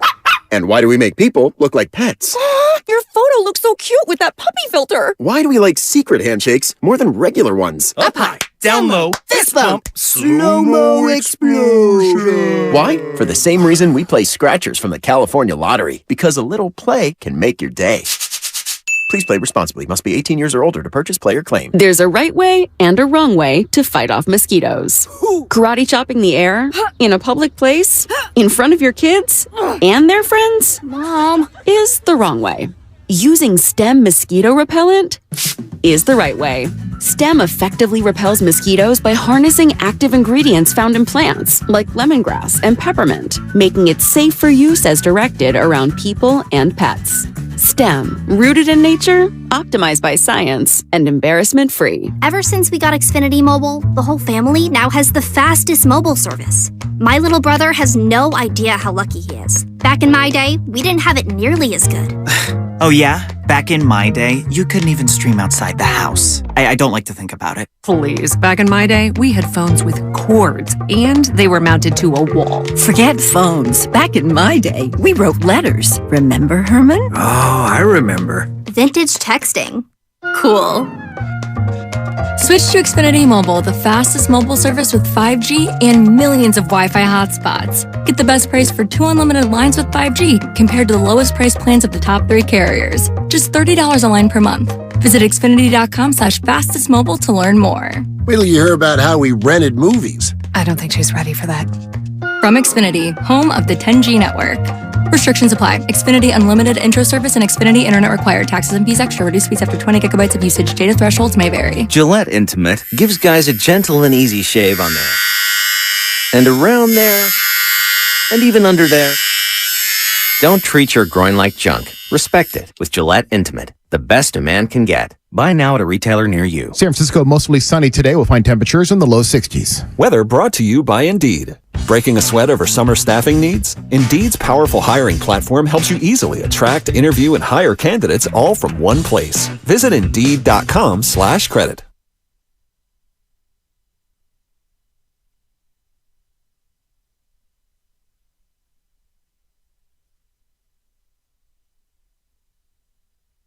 Now, back to Willard and Dibs on 95.7 The Game. Well, this is something I was afraid of, quite frankly. What happened, Mark? I was sitting in Lucas's office earlier, and I know that there's been all this stuff all over social media, politicians in Nevada wagging their finger at Dave Cabell. Goes viral on Twitter, and everyone's like, oh my gosh, the A's are getting embarrassed. This is unbelievable. This is great. Oh, Nevada's now seeing how awful the A's are. And I'm reading about it, and I'm listening to people who are boots on the ground and covering this thing, and most of them are like, yeah, it's probably still going to pass. And I think the perception out there is that Nevada was going to chew the A's up and spit them out. And I would like to report to everybody that the bill proposing up to $380 million in public funding for a new Las Vegas baseball stadium for the Oakland A's has cleared its first legislative hurdle. And that happened earlier today, coming on out of the Senate committee with a 12-7 vote in terms of yes. Okay. So what's next? That's the first hurdle. Does that mean it's over, or no, what happens next? Do we know? Of course it's not over. Goes to the other wing. Here's all I'm saying. It's not done, but the state of Nevada says yes to things. Sure. Think about it. Right? They say no to children's welfare and education. They Absolutely. say no to social programs that are going to help those that are downtrodden. But they say yes to billionaire owners who don't really need any public money in order to make a move happen. It's odd to me that anybody in any wing of anywhere would trust politicians. I mean, somehow we saw like 3 people wag their finger at the A's. One of them was just a citizen, and we've decided, they get it. No, they don't get it. Well, he was a former employee of the A's. Exactly, but now he wagged his finger. But he's just a citizen now. He has no power in this whole thing. Yeah. He was just making a suggestion. And the bottom line is, you don't think John Fisher and all of the interests there, you don't think they can get to the politicians and be like, look, hey, here we go. Here's $50,000. Give us a yes. Of course that stuff goes on. Wow, you're implying bribery from John Fisher and the A's. You think things like this do not happen in the state of Nevada. My point is this. I have no idea. I'm just a Californian guy doing sports talk radio. When it comes to entertainment, and we can debate whether or not the A's are entertaining, but when it comes to entertainment, they have been lately. Nevada says yes. You want a brothel, you want to stay up all night, you want to walk naked down the street, you want to have every single vice come out of every direction, every closed door at all hours, 24/7, 365. Nevada goes, yes. The Raiders franchise looked for a home for years, bounced back and forth between multiple California cities. For years, they couldn't figure it out. Then they called Nevada and had a deal by lunch. It's just who they are. That's been my experience. I'm not reporting anything with the A's. And once pro sports was cleared to go there, vis-a-vis the Golden Knights, they got an expansion team in hockey. Once the deck was cleared, you knew that football would follow, and you would figure that baseball would follow, and now it's just a question of which basketball team goes next. Does the NBA expand? Do they go to Seattle and Vegas? Do they move a team just into Vegas? But the NBA will be in Vegas, I would say, within the next 3 years, maybe sooner. That feels a little hot, but I agree with you. It's going. Well, they've got an arena already. Yeah. The T-Mobile. You could play basketball at T-Mobile. Well, LeBron has to retire and then get involved in the whole darn thing, and that's within 3 years. Yeah. I mean, it's not that hard. I think it'll be a little bit more than that, but I'm with you. I'm with you conceptually for sure. Don't forget, everybody, that starting tomorrow, we're giving you and a guest a chance to go to Chase Center and attend the Warriors introductory press conference with the player they draft. Man, I hope they draft someone. Couldn't you imagine? Like, what if this press conference is just like a document with a trade on it? But I don't think so. The Warriors are going to make a pick, and you have a chance to be there. We will be showing you a keyword on our YouTube and Twitch channels. Again, this is starting tomorrow at certain points throughout the show. You can qualify by texting those words to a number that we will give out at the time. So it starts tomorrow. This is a very unique prize. I've never heard of somebody getting to be on the inside of an introductory draft press conference. So that starts tomorrow. Search 95.7 The Game on YouTube and Twitch now. Get it bookmarked. Get yourself all logged in. and ready to go, so you don't have to worry about that tomorrow when the shows get started. Now, you and I had an interesting conversation. I thought about this yesterday. Quinn Matthews threw a complete game, 9 innings for Stanford, and won an 8-3 game against Texas that allowed them to play the next night, which was last night. Stanford won. They're going to the College World Series. I don't think anyone should ever throw 156 pitches, ever. Here's what Quinn Matthews said after the game on ESPN. Quinn, you just finished off a legendary performance, 156 pitches. What were the last few innings like in the conversation about you finishing this? Yeah, I mean, I told him I was good to go. It wasn't like that they were going to try and take the rock out of my hand. I mean, I gave up a hit there that made it a little more interesting. But, I mean, did the job. Team got the win, but we're not done yet, so we got to get ready for tomorrow. What was the last discussion when Thomas came out in the ninth? He goes, let's have an adult conversation. I said, I'm getting this kid out. And again, pretty stirring conversation there. But, I mean, they gave me the leeway there. I knew that it was my last hitter of the game. I didn't know what my pitch count was at. But, like I said, I knew I wanted the rock. And, I mean, at least give the bullpen a shot tomorrow, and we'll be ready to go. To be fair, that would be more of a statement than an adult conversation. Oh, I'm going to get this guy out. That's basically what he said. Yeah. Because I walked off, and he's like, all right, that wasn't much of an adult conversation, Quinn. And I said, yeah, it was. You know me. Come on now, Eats. All right, and now they're College World Series bound. For the third straight year. For the third straight year. And so Quinn had a big hand in that, and he joins us now. Whole lot of questions, bunch of stuff to get to. Excited to have you. Quinn, you're on with Willard and Dibs, 95.7 The Game. Good afternoon. And first and foremost, congratulations on the wins the last 2 nights and heading to the World Series. Yeah, thanks, guys. Thanks for having me today. And, yeah, two good team wins the last couple of days. We've been looking at your numbers after this. Obviously, this got national attention, 156 pitches. To me, with analytics the way they are, there's a reason guys aren't throwing that much. So I've never met you before, Quinn, but I'm not going to lie to you. I'm concerned for your arm. Why is that? Is that something that you and the team are still willing to do? Yeah, I mean, obviously I appreciate the concern, but I'm not too concerned. Like I just talked to my trainer literally 2 minutes ago, asked me how I was feeling. I'm just normal soreness after a start today.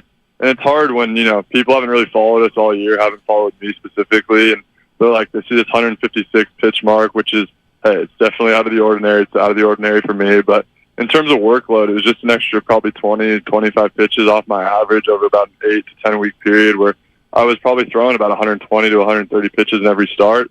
So, I mean, again, the workload for me, it's definitely out of the ordinary, but nothing of too much concern, to be honest with you.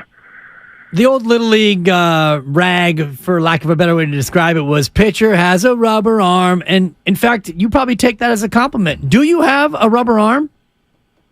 No, I don't have a rubber arm. Nobody has a rubber arm, unfortunately. But, I mean, like I said, I've done the preparation, not just like this year. It's over probably my entire lifetime where I've just thrown a ton. I've always thrown as much as I could, as often as I could, and as long as I could. That was kind of the motto that my friends and I growing up kind of lived by. And it was just, hey, just keep your arm in shape as often as you can. And, if you get hurt, unfortunately, that's just a part of the game, but you can't be afraid of injury because, like I said, it is an unfortunate part of the game. But, no, I don't have a rubber arm. I've just, done the preparation. When the task was asked, I was able to, kind of answer the bell. Quinn, a few other ways to ask it. Let's go right to the game. You're in the last inning. You're up by 5. Why was it so important to you to finish the game?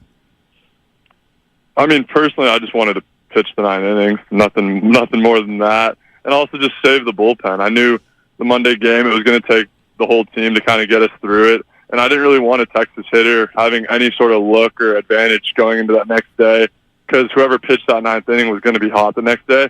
So I didn't want any guy in that lineup, having seen one of those guys or having seen them now twice. So for me, it was just, hey, get through the 9 innings personally, but also for the team's sake. I didn't want to give Texas any sort of edge that, I knew Brant was coming into the game and he hadn't pitched that Saturday game. So like he'll be hot for the Monday game. And I didn't want a single guy in that lineup, having seen Brant like one time through and having a second at bat against him on that Monday. Quinn Matthews from Stanford here on 95.7 The Game. You were drafted last year in the 19th round, elected to come back, obviously, to try to win the College World Series. Do you have designs on being a pro baseball pitcher when this is all done? Yeah, that's definitely the goal. I mean, like you said, I came back for the reason of winning a national title, but I also had some personal growth to do, I'd say, off the field. And I mean, it's obviously a hard decision when people look at it like, hey, why didn't this kid go pro? Why did he turn it down? Why did he elect to come back? And, unfortunately for me, it wasn't all baseball related. I had growth I needed to do as a human being off the field with friends, with family, and just kind of, finding a little bit of joy and happiness in life outside of baseball. So, I mean, for me, the goal is always to be a professional baseball player and be a big leaguer. But like I said, I still had some growth to be done here at Stanford. Stanford starter Quinn Matthews threw 156 pitches in a complete game, 9-inning performance to beat Texas 2 nights ago. Stanford then wins on a walk-off last night. More on that in a second. And they're College World Series bound. Quinn, how old are you? 21, 22? I'm 22 years old. Okay. I'm pretty old when it comes to college. Exactly. Yeah. Do you see gray in the mirror when you look? Are you getting there yet? No, not quite yet. But this team's pushing me there. I would be honest with you. Well, so what if I said this to you, Quinn? What if I said this to you? Because Dibbs and I, we were both 22 once. What if I said to you that at 22, you always think you're okay? You always think you're indestructible. So, when you guys talk about going through the decision-making process, and not just the 156, you're averaging like 120 some odd pitches per game. To me, there's a reason that baseball players don't do this anymore. So is there any thought that maybe someone else needs to be involved in this decision? I mean, if you want the honest truth, no, not really. I talked to my parents about it, talked to the people who, needed to be involved in the conversation with, and just talked to myself. And I was like, this is why I came back. This is why I'm here. I mean, like I said, I appreciate the concern, not only from you guys, but from across the country. But I think there's definitely a stigma around pitch count and health and all that stuff. But like I tell people too, I throw a ton of changeups. Those are like half pitches anyways on the arm. So it's like, I mean, you can't really look at my pitch count and be like, that's 156, 95-mile-an-hour fastballs, because one, I don't really throw that hard, and two, like I said, they're changeups, which are like half pitches anyways. So the manager comes out, and you know where you are pitch count-wise, at least ballpark-wise. You know you're pretty deep in the game. How does that conversation go? And I heard your quote after the game about it being kind of a forceful response, but what sort of a relationship do you have with your manager to be able to have that back and forth and be able to keep the ball? Yeah, I mean, like I said, I'm old, so I've been around here for 4 years. It was our pitching coach, Thomas Eager, who came out, and I'd seen that look on his face before, and he actually pulled me out of the game, and I was like, there's no way this guy's pulling me out of the game right now, not with 2 outs in the ninth. I actually didn't know where I was at pitch count-wise. I thought I was about 130 mark, so I was off a little bit, you could say. And he comes out, and he's like, yeah, like, we're going to have an adult conversation. I said, I'm getting this kid out. And then, proceeded to kind of not politely, walk off the back of the mound. He says, come back up here. We're having an adult conversation, Quinn. That wasn't a conversation. And he said, are you good with Brant facing the top of the order if this kid gets on? And I said, no, I'm not comfortable with that, so I'm just going to get him out instead, and the game's going to be over with. And he goes, okay, and then walks back off the mound. And then I find out, not after the game, but the following day, that he was actually supposed to pull me, and he told our head coach, Esker, that he was pulling me, and Brant was ready to go, standing by the gate, and for whatever reason, he let me finish the game.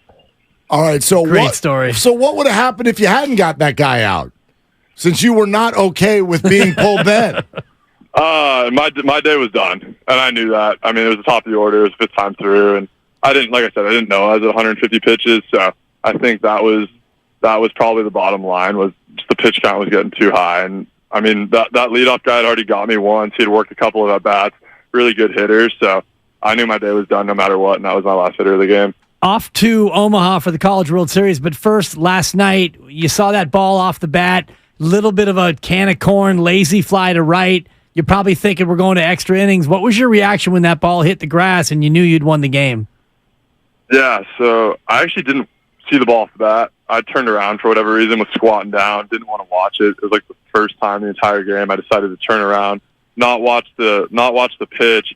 I heard it off the bat, and I looked up because it sounded decent, and I looked straight up because the pitcher, Lucas Gordon, was pointing up, and I was like, oh, no, pop up. So I look out to the outfield, and the center fielder's palms up, and that's never a good sign when you're a pitcher, especially that time of night.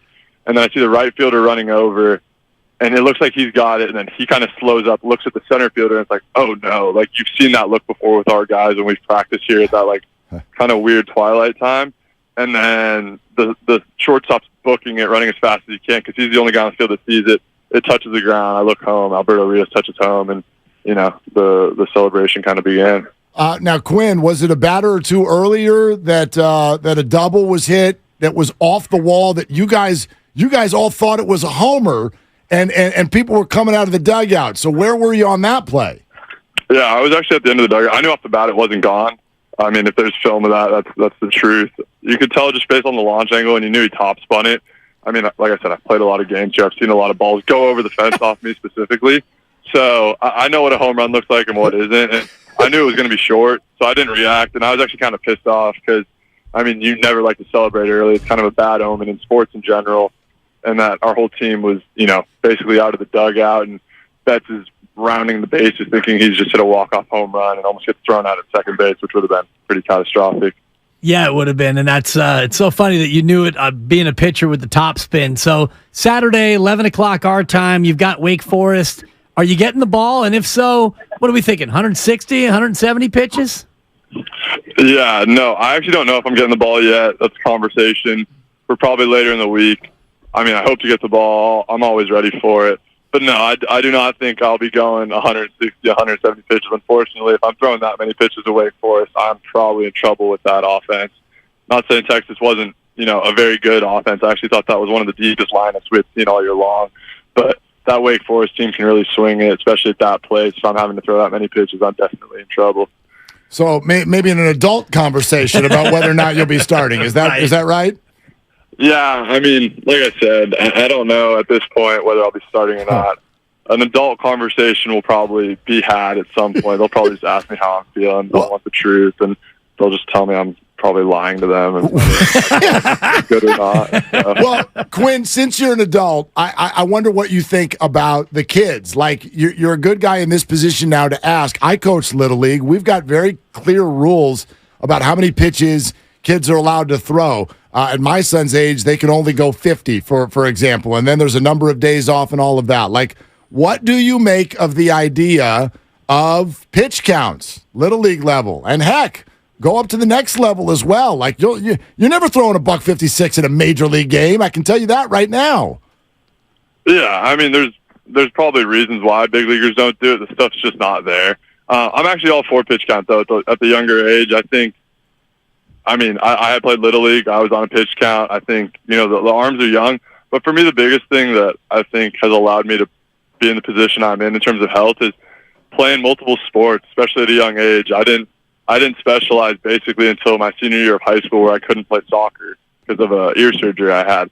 But I think, taking time off, resting the arm, kind of shutting down, so to say, is just the most important thing, because you hear about these kids who are playing baseball 12 months out of the year, throwing really hard. The wear and tear at a young age is awful for the arm, especially with kids throwing breaking balls and the high velocity and that sort of stuff. But, I mean, for me, pitch count, I'm all for it at a young age. I think there should honestly be a month count where you can only play so many months out of the year for a certain period of time. Go do something else that's not baseball related. Go, be a kid, basically. Go play another sport. Go hang out with friends. Go do something else. So that's my opinion on it. Yeah. That's a good call. That I think is a great point. That's a great point. Quinn Matthews, starting pitcher for Stanford. Hey, Quinn, your third time in the World Series. In what way, knowing it's your last, will you savor this differently? It's definitely different going into it. I mean, I'm just hoping we can win 2 games this year. We've won 1 and 0. So if we can get multiple wins, that would be awesome. And, making a deep run into it. But definitely enjoy it a little bit more, because obviously as a sophomore, I didn't really know the extent of it. It was my first year of college baseball. In terms of, my freshman year was kind of cut short because of COVID. So, first year we made it. It was awesome. Brendan Beck was leading us. We had some studs, Tawa, Bruiser, guys like that played huge roles. And then junior year, it was okay, we're supposed to be here. We're the highest, ranked team in the country left. Tennessee had just lost to Notre Dame. We're supposed to be here. It's kind of our year to do it. And now this year, it's hey, we're here. Let's enjoy it, but at the same time, let's take care of business. And, I mean, unfortunately for us, we got Wake Forest in the first game, but it'll be a good test for us, I think. Well, Quinn, congratulations. Best of luck. And also congratulations on your newfound national fame. Yeah, I mean, the fame, I don't try to look into that stuff too much. I'm not on social media, so I'm probably not seeing actually all the extent of it, but I do appreciate it. I mean, like I said, for all the little kids out there, take care of those arms, go play another sport. Well, you got thousands of Stanford fans now based on this appearance on our show, Quinn. So best of luck down there in Omaha and bring home the title. Yeah, that's what we like to hear. Appreciate the support, and thanks for having me, guys. All right, Quinn, thanks for doing it. All right, there he is, Quinn Matthews. Boy, interesting counterpoints. Pretty fun guy to talk to. Yeah. Interesting honest, counterpoints. yeah. Listen, I expect nothing different. Of course, the guy. No, but in terms of what he told you about how he's worked his whole life like this beyond being a youth. And also the fact that he played other sports, I think it was an important message too. That's a great message, and I completely, wholeheartedly agree with that. I just think everybody always thinks they're okay, especially guys. Sure, guys will be in the middle of a heart attack, and they'll be on the ground being like, I'm fine, I don't need to go to the doctor. So I get it. I get why he wants to do it. I still don't think anybody should be throwing 156 pitches. Yeah, he makes a good point about the fact that he's averaging 120. So this wasn't a guy going from 80 to 156. No, it was I don't a little bit more of a ramp up from the norm, and also a lot of change-ups, Mark. A lot of change-ups. I don't know if I buy that. That's less stress on the arm, just because his words, not mine. Because it's math. It's half a pitch. Yeah, he's throwing exactly. It's half a pitch. There it is. He actually only threw 82. Controversy's over. We're presented by Fremont Bank, full service banking, no compromises. Your phone calls continue coming up next. Especially, are you on your way? Are you on your way to Oakland? We'd love to hear what it is you're hoping to accomplish tonight. 888-957-9570 on Willard and Debs. The Alameda County Fair.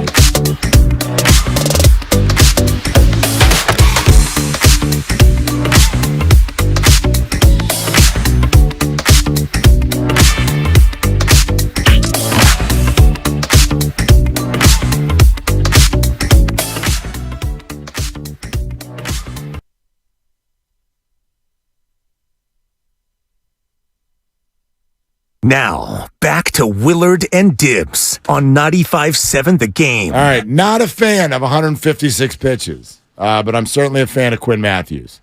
I'm a fan of both. Yeah, that was. I'm a fan of both. You're a fan of 156. If the man's pitches. averaging $120 a start and not hurt, and I've looked at his career, not hurt at all, and he's thrown a bunch. He's 22. Right. So, like, why? You know what I mean? Like, burnout is a thing in sports. Right, but he's not burning out. He's peaking right now. He struck out 16. He's 22. He pitched 9. Right. Right. You don't burn out when you're 22. That's the point. Well, you might. You burn out. Like Tim Lincecum hadn't burned out when he was 22 either. Right. So he goes 9 innings, and he gets a win to send his team one step closer to the College World Series. And he pitches maybe about 20% more than he normally does, and he feels fine doing it.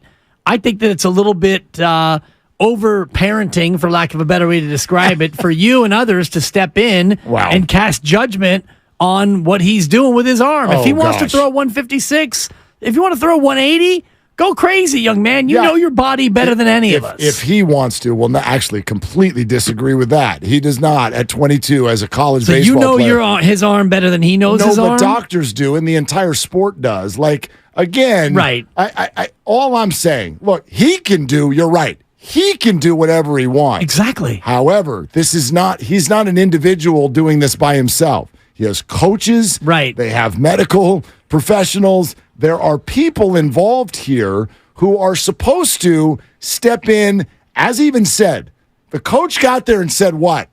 It's time to have an adult conversation. All I'm asking for here is an adult.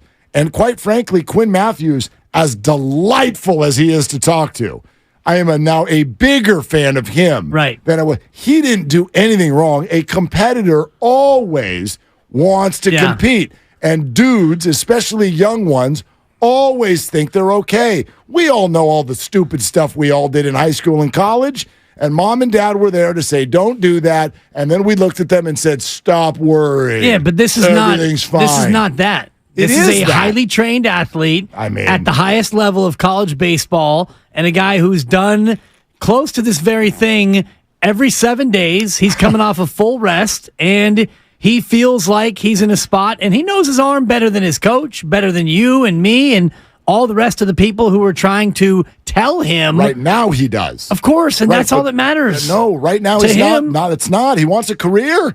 He wants to play baseball. Right, but he also wants to go to Omaha, and he also wanted to protect his bullpen from being exposed to Texas and all the rest of it. I just don't. I don't. A competitor I don't want to always feel wants to outrage compete. for other people when they're not looking for somebody to defend them. Let's not put that word on it. I'm not outraged. Many people are outraged. That's fine. I think it's wrong. I'm not outraged. I'm not going to picket. I'm not going to go on I'm not driving to Stanford. No reverse boycott. So that I can have an adult conversation with no somebody. No reverse boycott. No reverse boycott. I'm going to go home tonight and I'm going to make tacos because it's Tuesday. We're fine here. My point is that the whole industry of baseball has decided collectively through the thoughts of very highly trained professionals and thinkers that this is not a good idea. And a 22-year-old absolutely could be a one-off. Every one of these conversations goes to the same place. They go to Nolan Ryan. Sure. Mahagian's in the common area right now looking up old Nolan Ryan pitching stats, and apparently there was a game where he threw 234 pitches. I bet. Right. So everyone will bring up Nolan Ryan. Nolan Ryan was the outlier of all outliers when it comes to this issue. But he also trained for that, and that was at a time where pitch count was not a thing. You absolutely can. So then everybody would do it. Because there's a decreased efficiency at the top level, and Quinn actually even referred to that in terms of Major League Baseball, because you said, if you were in the show, this wouldn't happen. You never see that in Major League Baseball because there's a decreased efficiency at that level. In college baseball, you're more likely to be able to get away with it and be successful because you're not playing against the same caliber of players. No, but you're still playing against good players, and it's a sliding scale. In theory, every time you face them, your output is going to decrease, and there's nothing different with that here. All I'm saying is there's a reason baseball stopped doing this, because it largely is a bad bet. It doesn't usually work. Could Quinn be the exception? Yes. And I do think money's a part of this, too. Maybe. In terms of Major League Baseball, if you have a $100 million pitcher, you're going to be more protective of that pitcher. And the more you're protective of that pitcher, the more that pitcher is not going to be able to pitch deep into games. I think you just made my point. I'm asking for made my own point. Well, but I think you helped mine, too. I'm asking for someone to protect Quinn. Quinn can't do it. He's a competitor. He's a horse. And that's how we're built. We're built to want to go do it, and, hey, we're going to be fine. But in my opinion, if I'm that coach, we're not having an adult conversation. We're not having any conversation. You're coming out of the game because this is not good for you, even if it's good for us. Right. That is partially the job of a coach, and even more so at the collegiate level than at the professional level, in my opinion. Right, and I would defend the coach by saying you don't know what's best for the player as opposed to the coach who's with him every single day. And the coach sees the pitcher pitch 120 pitches, and he comes out and he's fine, and he throws 118. You can look at his game log. He's littered with triple-digit outings almost each and every start, and he has 7 days off in between, and he's done it all year, and he did it last year, and so I would defer to the coach who's with him each and every day in terms of what's best for the player. But again, my counter to that would be he's 22. Right. And so... He's a grown man.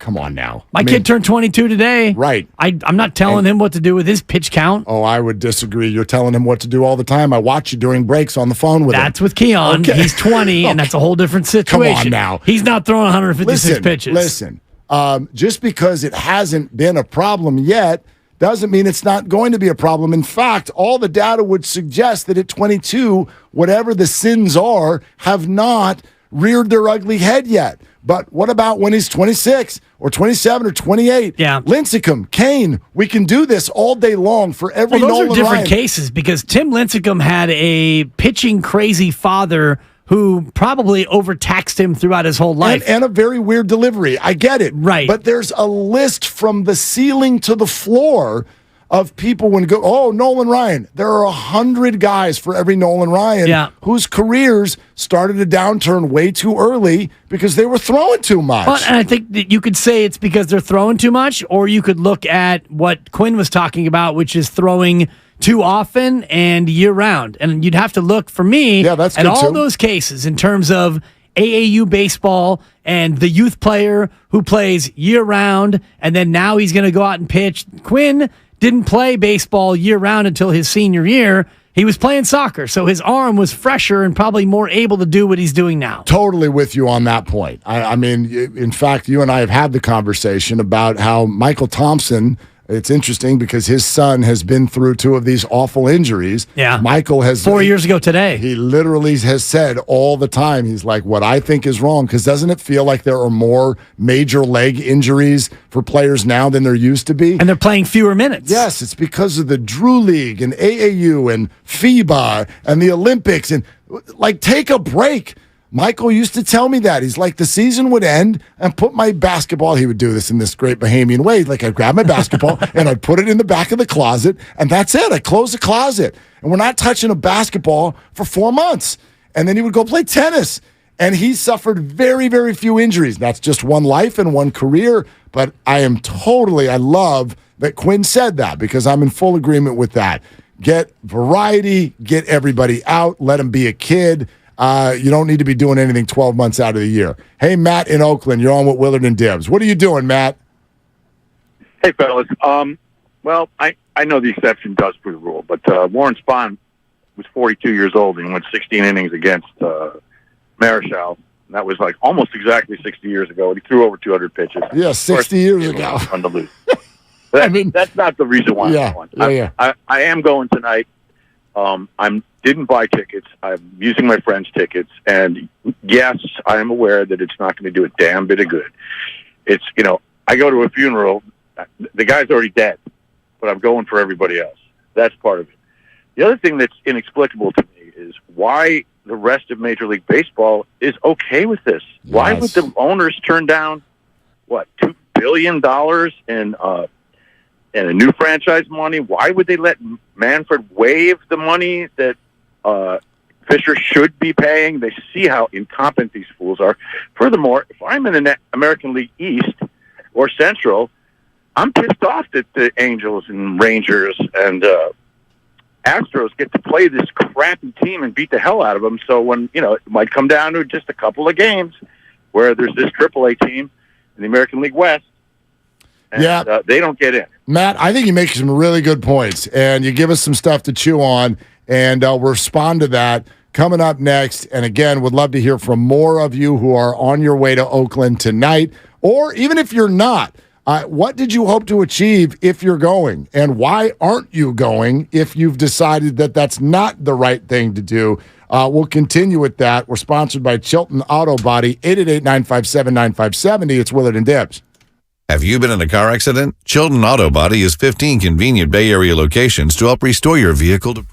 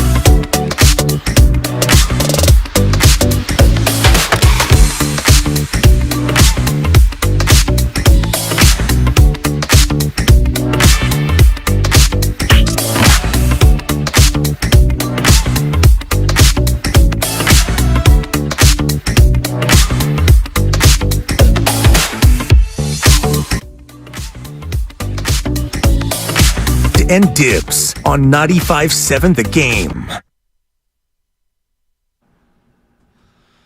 It's par 4, 171 yards. Bonte Hill, right rough.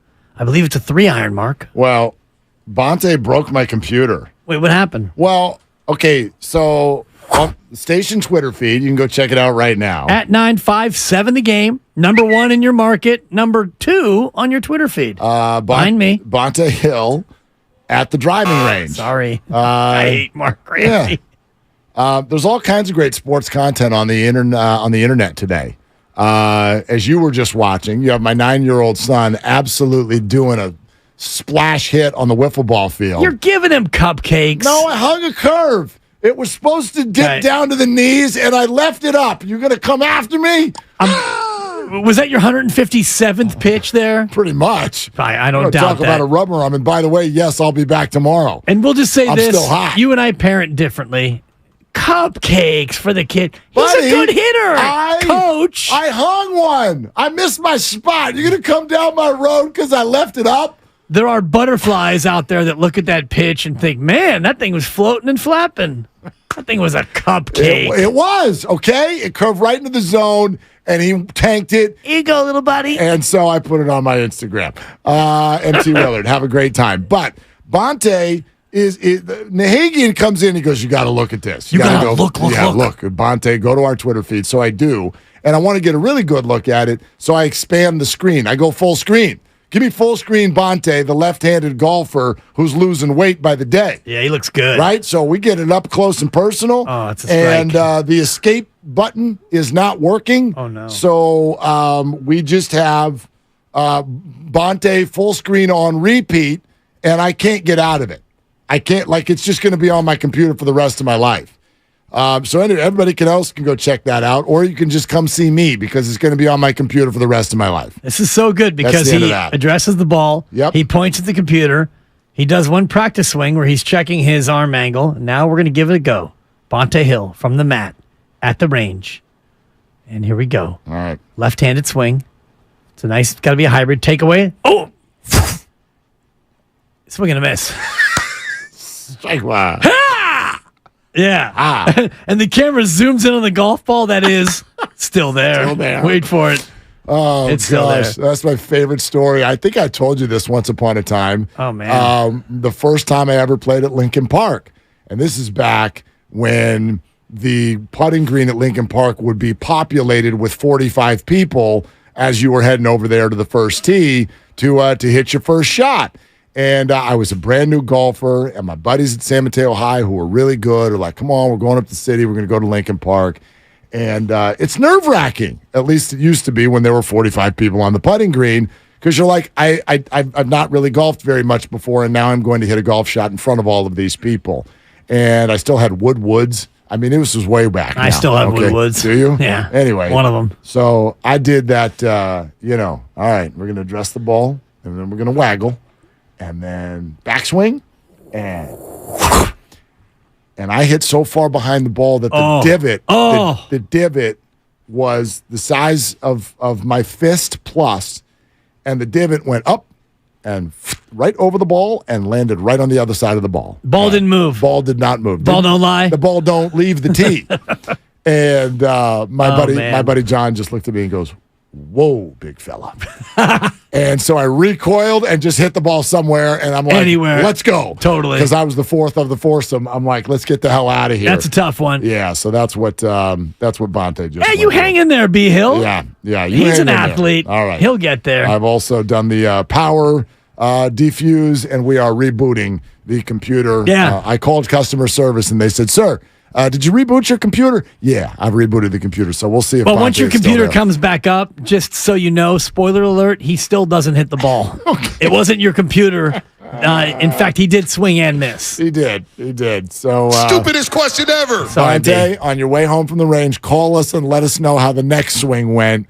We are waiting with bated breath. And I'm still, and you saw me trying to put this together like Don King, the promoter. I'm trying to put together the Guru versus Bonte Hill golf match. Yes. That's going to happen. That's going to be maybe my finest hour as a 95.7 The Gamer. I'm going to make that happen. Okay. I need it. I want it. I'm going to speak it into existence. Bring it to me. Yes. Perfect. Let's do it. I can't wait. All right. 888-957-9570 is the number. We're going to take some calls, people on their way to the A's game tonight with the reverse boycott. I get where you're coming from. I really do.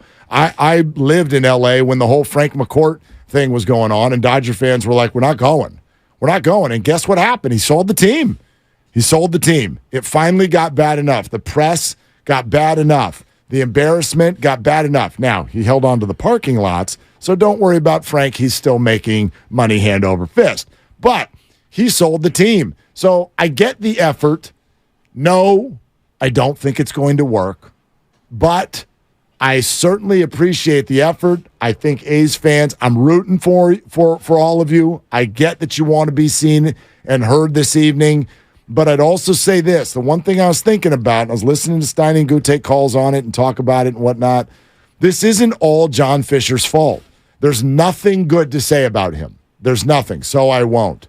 But I'm also, I'm put off by the whole structure that allows this. Because when people say, hey, it's his business, he can do what he wants with it and he's making money. Well, no, it's not just his business. He is a franchise owner of a larger business. And there should be oversight and a realization, sensation, by everybody involved in Major League Baseball that this is bad for your brand. Okay? If you own a Subway restaurant and you run it into the ground and you have dirt and mold all over your lunch meat, you will close. You will not have all the other Subways come in and go, let's share our revenue with you and let's take care of you. But this is not Subway. And this is, if you want to assign blame, you can go all the way up to the Supreme Court and the Congress of the United States of America for giving Major League Baseball the antitrust exemption, which allows baseball to conduct itself in this manner. Because if you didn't have the antitrust exemption, well, then the A's would not be allowed to act like this, and other teams would not have a system where they would have to prop up franchises like the A's and like the Tampa Bay Rays and like the Florida Marlins and other small market teams gone by that get revenue sharing because they are small market. The A's are not small market. Nope. They are small-minded, and they are small-pocketed by John Fisher. So I do think that, yes, you can blame Major League Baseball. You can blame the antitrust exemption.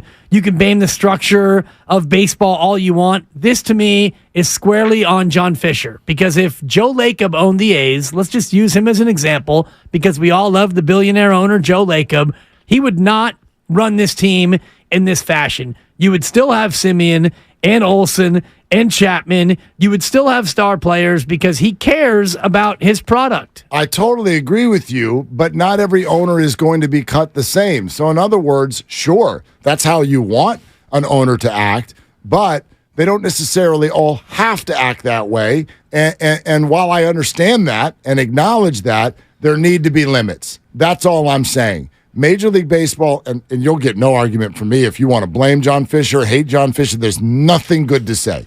Not one darn thing.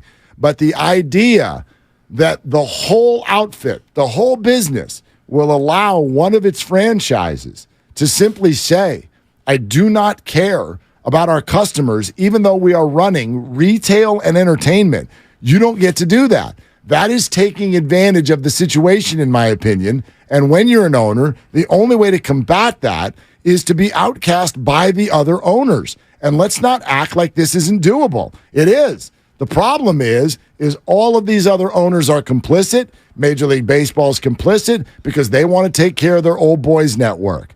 Okay? Donald Sterling said something into a microphone that you should not say.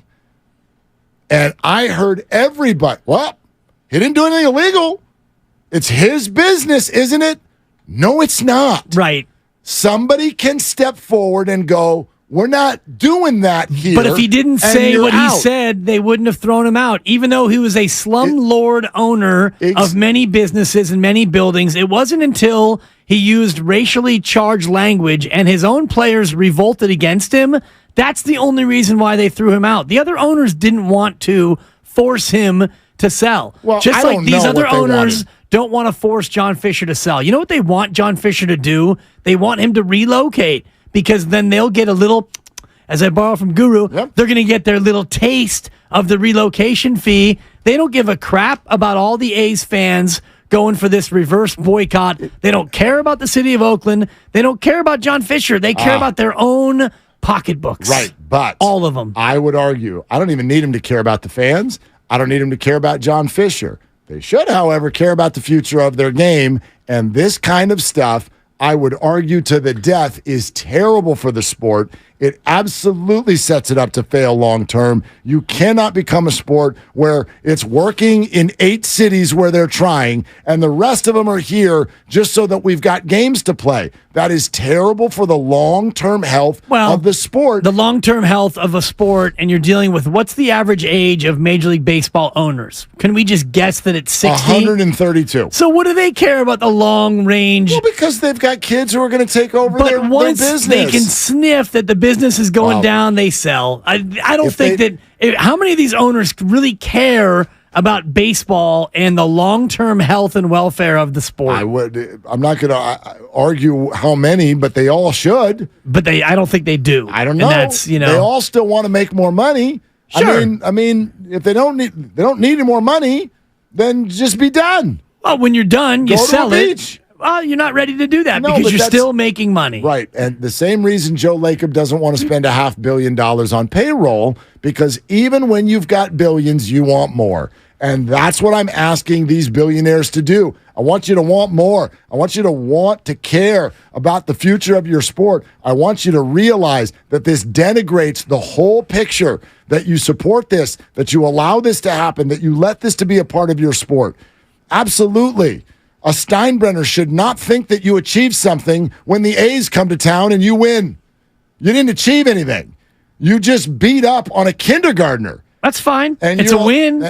The standings don't care who you beat up on. I find that to be prisoner of the moment thinking. That's me. I find it to be the reality of Major League Baseball as it sits right now, because if you look at the recent history of the league, the majority of teams that win are the big market, the big spending teams. Yep. And that's the nature of it. You could look at the start of any Major League Baseball season and look at 16 teams and say, you've got no chance to win. And yet those teams are still competing because those teams are trying to make that $5 to $10 to $20 to $30, or in the A's case, $50 million. Wow. Even though you stink, you're going to make $50 million a year as John Fisher. Why would you be incentivized to win? Why was anybody incentivized to win then? All of these owners all make money. Why are any of them incentivized to win? Because some of them are like Joe Lacob and Steve Ballmer, guys who tie their own personal ego to success. And I believe Mark Cuban. They're also visionaries. And to me, John Fisher is not. Not in this particular case. And anybody. No, he's a silver spoon trust funder who's done nothing in his life. There you go. Including, he hasn't even popped his head out of his little whack-a-mole hole, and yet his fellow owners are willing to go ahead and glad hand him to Vegas because they're going to get a taste of his relocation. There's no defending John Fisher, but this is also on baseball. This is also on the other owners. 1,000%. John Fisher is Darth Vader, and there is an emperor. There is an emperor. And that's what needs to be overthrown. Well, it'll never. And Fisher's unlike not going Star to grab Wars, the emperor this is and never going to be. It's never going to be overthrown because all of the owners are complicit. To your point, Yes. and they're all on the teat, and they're all making money on this Fisher to Vegas move. So all the fans who want to protest, reverse boycott, and show up, John Fisher is probably sitting in his got it from Goodwill because I'm a cheapo lazy boy chair and thinking, oh boy, it's gonna be a good night tonight. I'm making about $300,000. You think he's got one of those puffy hoodies on that just says Gap right across the chest? Made in Bangladesh. I always thought those were super ugly. I never understood why people would grab those. But anyway, let's take some calls. Billy in Oakland. Hey, Billy, you're on with Willard and Dibbs. What are you doing, Billy? Getting ready to fly to New York tonight. Okay. Have a safe flight. Well, not for good reason. My mom, who's 98 years old, is not feeling well. I was going to be going to the game tonight, but this came up, so I'm going to fly to New York. Okay, best to your mom. I have the opportunity to vent. Go for it. I was a season ticket holder in Oakland for over 30 years. I brought up my son in that stadium. We loved the A's. Win, lose, or draw, it was a great time to go out. And then they got rid of all the players. They doubled my ticket prices. They tripled my parking prices. They doubled my food prices. And then what really shocked me is when I didn't re-up, crickets. I never got anything from the A's, not a call from the marketing department, not an email, nothing saying, hey, season ticket holder of over 30 years duration, did you forget this year? Why don't you come back? We'll give you something. It's just disgusting what's going on, and it's disgusting that Major League Baseball allows this clown to do this. Billy, they didn't want you to come back. You get that, right? They didn't want you there. I get it. Yeah, I get it. Yeah, I get when I'm not wanted. That's a piece of why I understand. And thank you, Billy, and have a safe flight and the best to your mom. Yeah, Billy. I like that's why I get a piece of what people are doing tonight. I'm not saying I think it's going to work. I'm not that naive. Okay, John Fisher will laugh at this, and life will move on. And I firmly believe that this is going to pass in the state of Nevada. And I think that the A's are probably going to end up there, and it'll be laughable in a different way there. It's very, very sad, but I have watched this process from beginning to end before. When I worked in San Diego and the Chargers left, and they did the exact same thing. They don't want the bill to pass. They don't want the bill to pass. They want to go somewhere else where someone else can take care of them. In the Chargers case, it was to go up there and have the Rams take care of them and just be a renter. In this particular case, it's to go somewhere where there's public money. Same thing with the Raiders. They want to go somewhere where someone else will take care of them, so they're going to put a big proposal on the table that they know is not going to pass, and then they can say they tried. And that's exactly why they want the building to look empty, because they are going to pitch to America that you, the fans, don't care. That's why I get what they're doing tonight. That's why I get it. Yeah, I get it too. But 20,000 fans one night out of 81, to me, is not going to send the appropriate message. Now, for me, if I was an outraged A's fan, and I gave up my A's fandom probably about 5 years ago, I got disgusted with the goings-on. I subsequently moved out of Oakland. I lived about 3 miles away from the stadium. We would go all the time. I raised my kids on going to A's games, and back in the early 10s, it was fun. It was an affordable family night out. It was a product that you could believe in. I took my kid out of school the day that the A's beat the Rangers to win the division. Josh Hamilton lost that fly ball in the sun. It was a sellout crowd. At that time, the A's were still a thing that you could believe in as an Oakland resident and as a fan of baseball. But subsequently into that, they've become an embarrassment. So I have not decided to support John Fisher and this current A's regime. So for me, to support him for even one night is an untenable, completely undesirable, unacceptable way to spend my money. I totally get it. I really do. I totally get it. Now, there are other ways that I personally would think about protesting John Fisher. Let's go. I cannot... are they not appropriate? Not only are they not appropriate, but many of them are probably outside the bounds of the law. Legality. Yeah. Okay. All right. So, you could tell me during a break. I think you know me well enough to know what those would be. I got some ideas. Yeah. Brian is on 880. Hey, Brian, you're on with Willard and Dibs. What are you doing? Hey, guys. Thanks for having me on. I'm on my way to the game here right now, and I agree with a lot of what you're saying, pretty much everything. But, the reason I'm going is, A, I'm an A's fan, and I want to be surrounded by A's fans who are excited about something. We haven't had that for a while. And B, I think it's making an impact already. This is a national story, and if we could show that there aren't 2,000 A's fans or 10 or whatever people joke about all the time, it's a message. It's something, and it's not that difficult for me to get in the car and go to the game, wear some A's gear for once, and have a good time. Brian, I think that what happens tonight is going to be a story. The question is after that, what does it do? Right? Does this affect Fisher? Does it affect the Nevada state legislature and the way they're going to vote? So, again, that's why I phrased it as A's fans are going to go be seen and heard, and I think you will be. I'm skeptical that there's going to be anything substantive that comes from it, though. You get what we're saying? Absolutely. I don't think it's going to stop what's going on in Nevada in its tracks. I don't think that it's going to change anybody's mind who's making decisions about this. But it's not. It's like you said. It's just something to do. It's sending a message the only way we can, just same way as not showing up to games. And it already is a national story. It's already in ESPN. It's already in Sports Illustrated that this was going to happen. So I don't know. It's gonna create something. It's not going to change what's going to happen. What's going to happen is going to happen. Get one of those shirts, okay? Oh, I'm getting one. I know you are. The Cell shirt. Cell, yeah. A fan-funded giveaway tonight. Where are they giving them away? Everywhere. Like there's just a tailgate for the Oakland 68ers, Thanks, which Brian. the A's came here in 1968.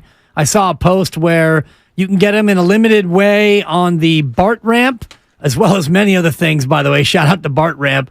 I've actually gone to the Coliseum and forgotten to go to games because I've spent time on the BART ramp. Dude, trust me. Shout out the BART ramp. That'll be one of the true losses if the A's, in fact, do leave 66th and Hagenberger, especially Raider games. My God, the BART ramp. I went to a college football game years ago with a girl who ended up never making it inside. Yeah, there's party buses happen. I never saw her again. Oh yeah, the overpassing from the BART station to the Collie, it's about a 200-yard gauntlet of this and that. You can also get him in the parking lot. There's an official tailgate of the 68ers. Okay. The Cell shirts will be widely available, and I like what Brian said about his reason for going. It's the best reason I've heard yet, to be around A's fans. Yeah, to just go there and be around A's fans and be there with A's fans who are doing something together. That's actually a great reason on why you're going. This doesn't need to be some sort of a picket line. If this is a support group for some people, which is kind of the way Brian put it, fine. I get it. In fact, the gentleman who called a few minutes ago was flying to New York. He's like, look, this is a funeral. I've been to funerals before. The person is already dead. They don't know that you're there. But you go anyway because you want to be around all of the other people who are suffering from this situation. And sure, that's valid. It's totally valid. And that's kind of what this is, because Brian made a good point when he said, I don't think that this is going to change anything. And he's probably right. If what you reported about the Nevada legislature is true, that the first hurdle, I don't know what other hurdles they need to clear, but the first hurdle being cleared of the A's eventually moving to Vegas, it's going to be, I just hope that the bad news doesn't permeate the Coliseum tonight and lead good people to do bad things. That I agree with. I mean, I feel like that's kind of omnipresent with everything that happens. There was a shooting in the Celebration in Denver. 10 people. Last night. So always hope that alcohol and bad judgment do not end up taking over this event. So I think that's a very fair statement as well. But we get it, man. Wherever anyone's coming from, if you're heading to the game tonight, we'd love to hear from you. 888-957-9570. That is the number. We're presented by Fremont Bank, full-service banking, no compromises. Twitch, YouTube, and the Comcast Business text line. Let's keep the chat going there as well. This is Willard and Dibs. And the time of year has arrived.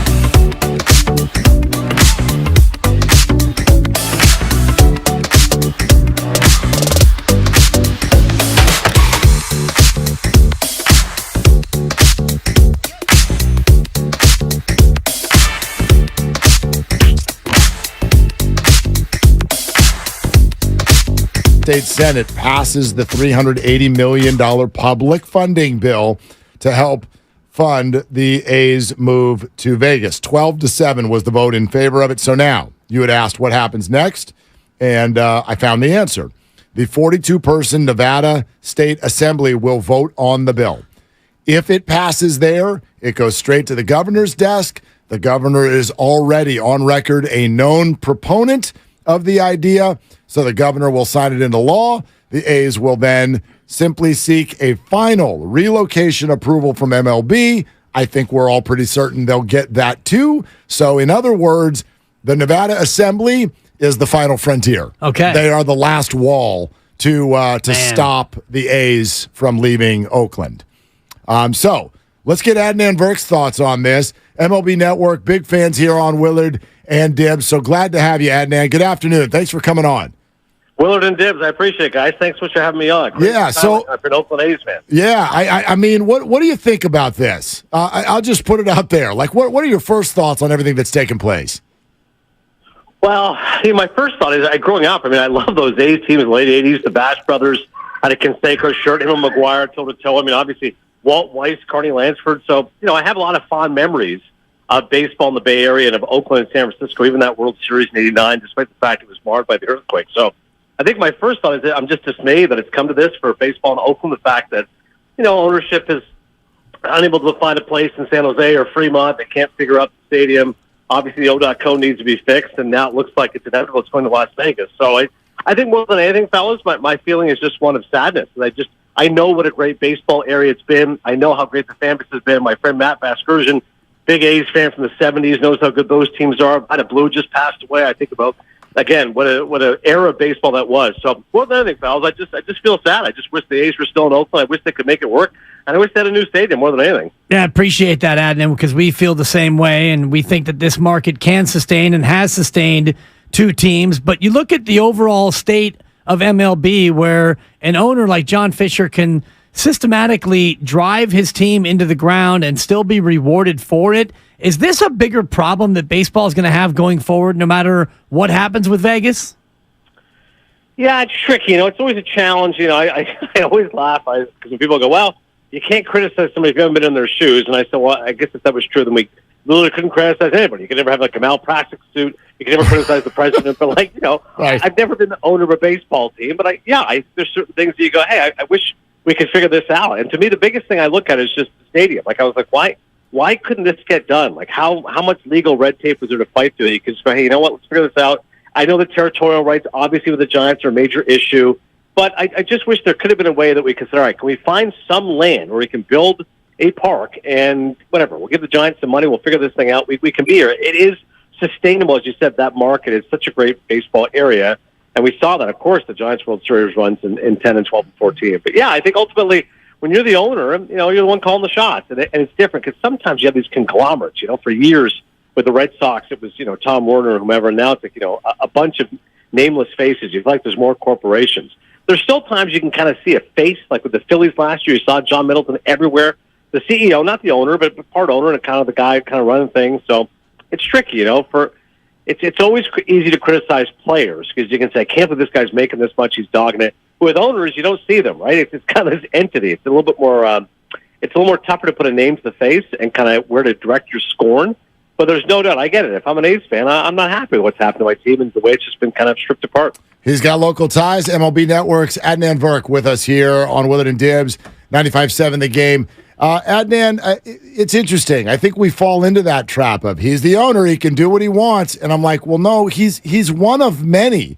And there's a larger entity here that I think is lesser for having teams go through situations like this to where they're taking it out on their fans. They're not trying to win. I don't understand why other owners and the league as a whole don't have a say here and clap and clamp down on this. I guess my question is, how much of this is on baseball and not just the A's? Yeah, I guess if you look at the situation overall, you kind of say there's plenty of blame to go around as to how did the situation, deteriorate to this extent. I think if you looked at any league right now, you'd say, okay, at least one or two teams, you go, well, it hasn't really worked out there, whether it was basketball or hockey or, whatever league, you'd always say there's a couple of markets where it's struggling where we can improve. And certainly in baseball, the two that jump out right away is obviously all the kerfuffle in Oakland, and also what's happened in Tampa. You say, how can this be Team B, bottom 5 in payroll, yet the best team in baseball? They're incredible at home, by the way. The Trop is just, no place that nobody wants to play except for the home team, and yet they can't draw fans on a consistent basis. And I'll ask people, and they'll say, well, there's the bridge. And I'm like, what do you mean? They go, well, it's St. Pete, it's not Tampa. If you know the Florida area, once you go across the bridge, it's tough. There's parking issues, traffic. I go, you're telling me that otherwise they'd be able to draw just because of where the stadium is? Like, it's that simple? I go, yeah, sometimes it is. Look at Atlanta. Their stadium, Turner Stadium, has been around for 20 years, I think. They built a new one. You go, wait, this is kind of sudden. They go, well, Cobb County, that's where more the people are now, et cetera. That's more of their fan base. So there's all these different nuances that go into it. And listen, you saw that with the Warriors. I've been to Warriors games, and I enjoyed it. And I was like, wait till you see the new park. It's going to be, the Chase Arena is going to be in San Francisco. It's much better, not in Oakland anymore. And so it's like, sometimes certain areas can be deemed as unfit. And then all of a sudden, Oakland becomes this gentrified place. It's where hipsters are, and things change again. So it's always tricky when you try to navigate a situation in a certain locale. But I always go back to this. What's the history in that place? If there's a rich history, it should be able to succeed. Like the Thrashers in Atlanta didn't work in hockey. And I go, okay, it's just not a hockey hotbed. I get it. But baseball in Oakland has survived and thrived and been very successful for decades. And even up until a few years ago, this is a team that can win 95 games seemingly with this very small payroll. And this is what they do, right? They win 95 games, they strip it down, they get rid of a bunch of guys and redo it again. So I think just more than anything, it's just frustrating. You go, well, how can you be successful as a team? You're clearly efficiently well run by Billy Beane, et cetera, and then ultimately you can't draw fans, you can't get the same, things aren't going to work out. And ultimately the one that gets burned is the fans, right? Like ultimately you go, if it goes to Vegas in 3 years, I draw the parallel being Canadian, thinking of what happened in Montreal. Like I saw that unfold and go, they just feel like lame duck fans. Like why would I go to a game at the Big O in Montreal if my team's going to go to Washington? And that sense of frustration, imminent doom, is awfully tough. And this is just an idea. I'm just thinking out loud. But if they do indeed go to Vegas, do we really have to have 3 more years in Oakland? Can't we just find a AAA ballpark in Las Vegas to make this work? Because that's just going to be painful for the fans. Yeah. Seeing the end coming near. No doubt. Adnan Verk with a great point in terms of the lame duck years that are yet to come. But first we have tonight, and something I don't think I've ever seen in pro sports, a reverse boycott. What have you heard about this nationally, and what do you make of this in terms of the national perspective on fans who are determined to show up tonight to show the world that they aren't the problem? Yeah, it's pretty crazy. I always appreciate fans who will take action, right? It's so often in life you can just go, hey man, I'm frustrated by things, I'm bummed out, and I feel like there's nothing I can do about it. Of course, there's always something you can do about it. You can have your voice heard. And the pessimist and the cynic says, well, what's the difference? What is one night going to do? It's already a fait accompli. Why waste your time? Just stay at home, find something else to do. But I appreciate anybody that has a cause. I don't care if it's a cause I agree with. I appreciate anybody that says, you know what? I am going to figure something out. I'm going to have my voice heard. Come hell or high water, this is what I believe is what's fair and what's right and what's just. In this case, I don't think that to be the case. So in terms of a reverse boycott, to have, whatever it's going to be, 25,000 fans showing up for an A's game, it's crazy. I got the Pollyanna in me says, I wish we could just get 25,000 fans every night and there'd be a great ballpark and we could go from there. But unfortunately, that's not going to be the case. But yeah, on a night like tonight, this will get some buzz. There's no question about it. People are going to talk about it. Certainly the Bay Area where you guys are, and I'm sure the national level will talk about it too, and credit to the fans for just to have their voice heard, right? Adnan Verk, MLB Network, is with us. You can catch Adnan and Harold Reynolds on MLB Tonight, first pitch, weekdays at 3 p.m. Pacific. Also, you should check out Adnan's podcast, Cinephile, which is a movie podcast. However, there's a recent controversial statement on that podcast that we will discuss in just a moment. But before we do that, Adnan, let's get a couple thoughts on the Giants from you. And in your mind, is this a realistic destination for Shohei Ohtani or not? Well, here's the thing. We talked to Farhan Zaidi a little while ago, and I was really excited because May, as you guys know, was Asian American Heritage Month, and I said, Farhan, I'd never talked to him before, and I said, I'm so excited to talk to him. He and I are both Canadian, both of South Asian descent, both around the same age, both credit 1992 Blue Jays as a touchstone moment, Joe Carter home run, etc. So it was a real pleasure to finally get to talk to him, and we had a great conversation. And what I wanted to say to him, I didn't dare do so. I mean, the conversation was more about, again, shared heritage and where the Giants are going. I asked a couple questions about Logan Webb and some of the stuff he believes in. But the real question I want to say to him was, hey, Farhan, like you clearly know you need a star. Like everyone knows what San Francisco needs more than anything is that big fish. And I saw a stat that I think it was last night. Brandon Crawford has now played something like 1,607 games with the Giants. That's the second most of one team of any active player. Joey Votto's more. I think he's like 1911. Of course, as you guys know, Votto hasn't played. The point being, if Crawford's the face of your franchise, listen, he's a wonderful guy and a terrific player, but like, you need the big fish. Everyone knows you tried to sign Judge, couldn't do it. Everyone knows you tried to sign Correa, couldn't do it. So it's like, just give Ohtani, and I originally said something like $450, and Harold laughed in my face and goes, come on. I'm like, okay, fine. $500 million. He goes, come on. I'm like, wait, how much do you think he's going to get? He's like, he's getting $600 million. Like, hang on a second. I love the guy. No one's going to love Ohtani more than me. He said, do the math. He's worth $30 million a year as a hitter. He's worth $30 million a year as a pitcher. And I said, but he's not 26. He's in his early 30s. It doesn't matter. This guy is transcendent. And imagine all the different angles you can do. Again, strong Asian population in San Francisco. Imagine all that money you're generating from Japan, overseas. You just, dude, the guy, you're printing money to get him. So I think for San Francisco, the sell would be, hey, Shohei, you can be the guy. You will be the face of this franchise. Let me show you some videos from 2010, 2012, 2014, and show you what a great fan base we have. We are just, we packed the house here. This is one of the best ballparks in baseball. It is a great baseball city, and we've proven that we can win. And you know what? What will be sweeter? Hey, Shohei, it'd be really easy to just take that Dodger money, right? Go to Los Angeles. No. It'd be even sweeter if you come with us.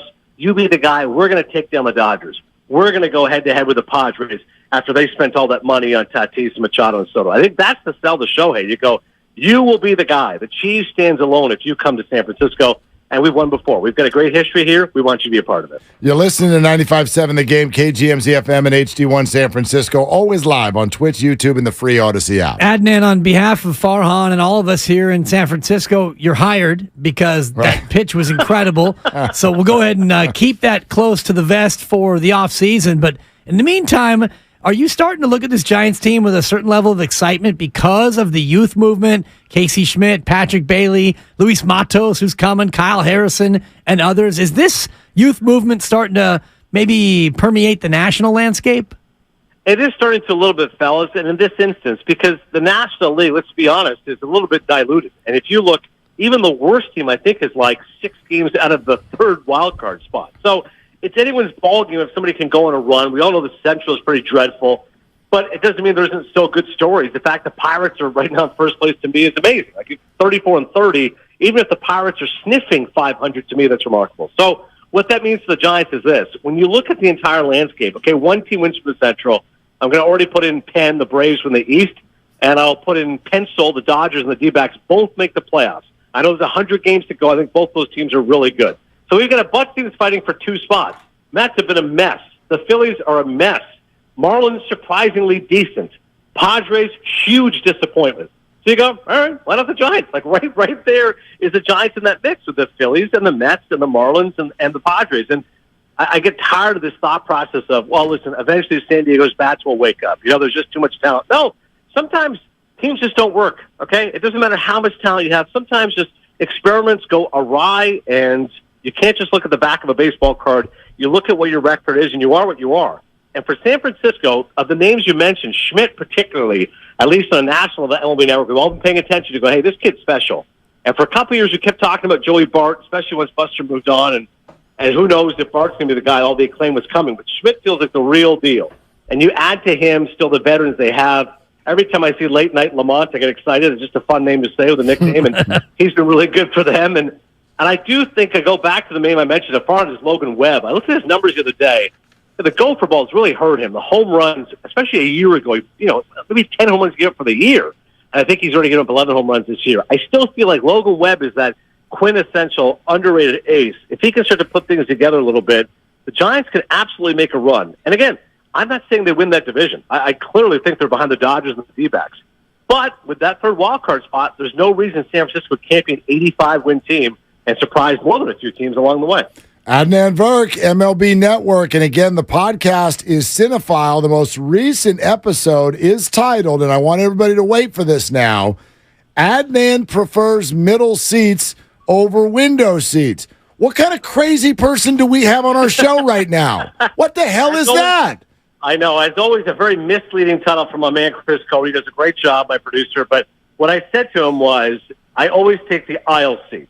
But if there's 3 seats and the aisle seat is occupied, I will take the middle seat over the window seat. And he was so aghast by the statement, he immediately made sure that was the title of the podcast, which is very misleading. I suppose already to most that would still be surprising, a middle seat over a window seat in the event of 3 seats.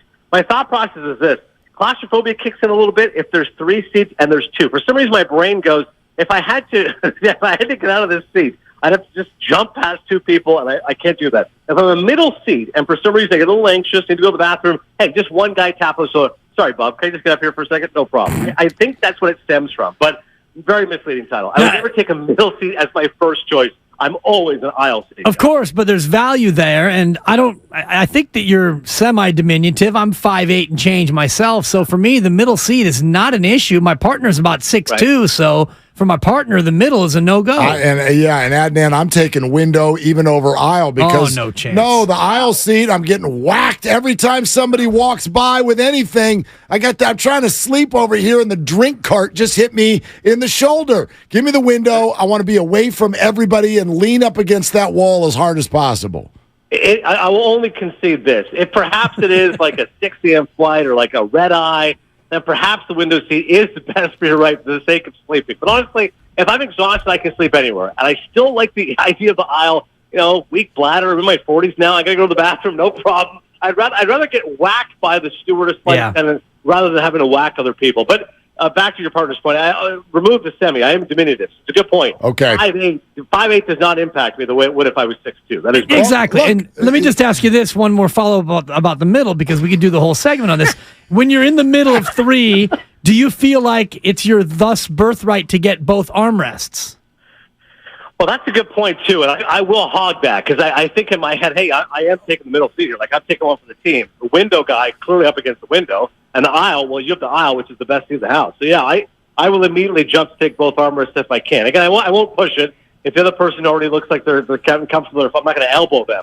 I'm not going to pull a Gordie Howe here, but if I have the option, if neither one, I will simply pull down the armrest and absolutely take both. I feel like that's the lone solace I can take of the middle seat. I get it. Yeah. I'm excited because the 3 of us are compatible on an airplane. Exactly. Dibs is in the aisle, you're in the middle, and I don't want to talk to either of you. I'm sleeping on the window. Done deal. If it ever happens, Adnan, thank you. Thank you for coming on. Really appreciate it.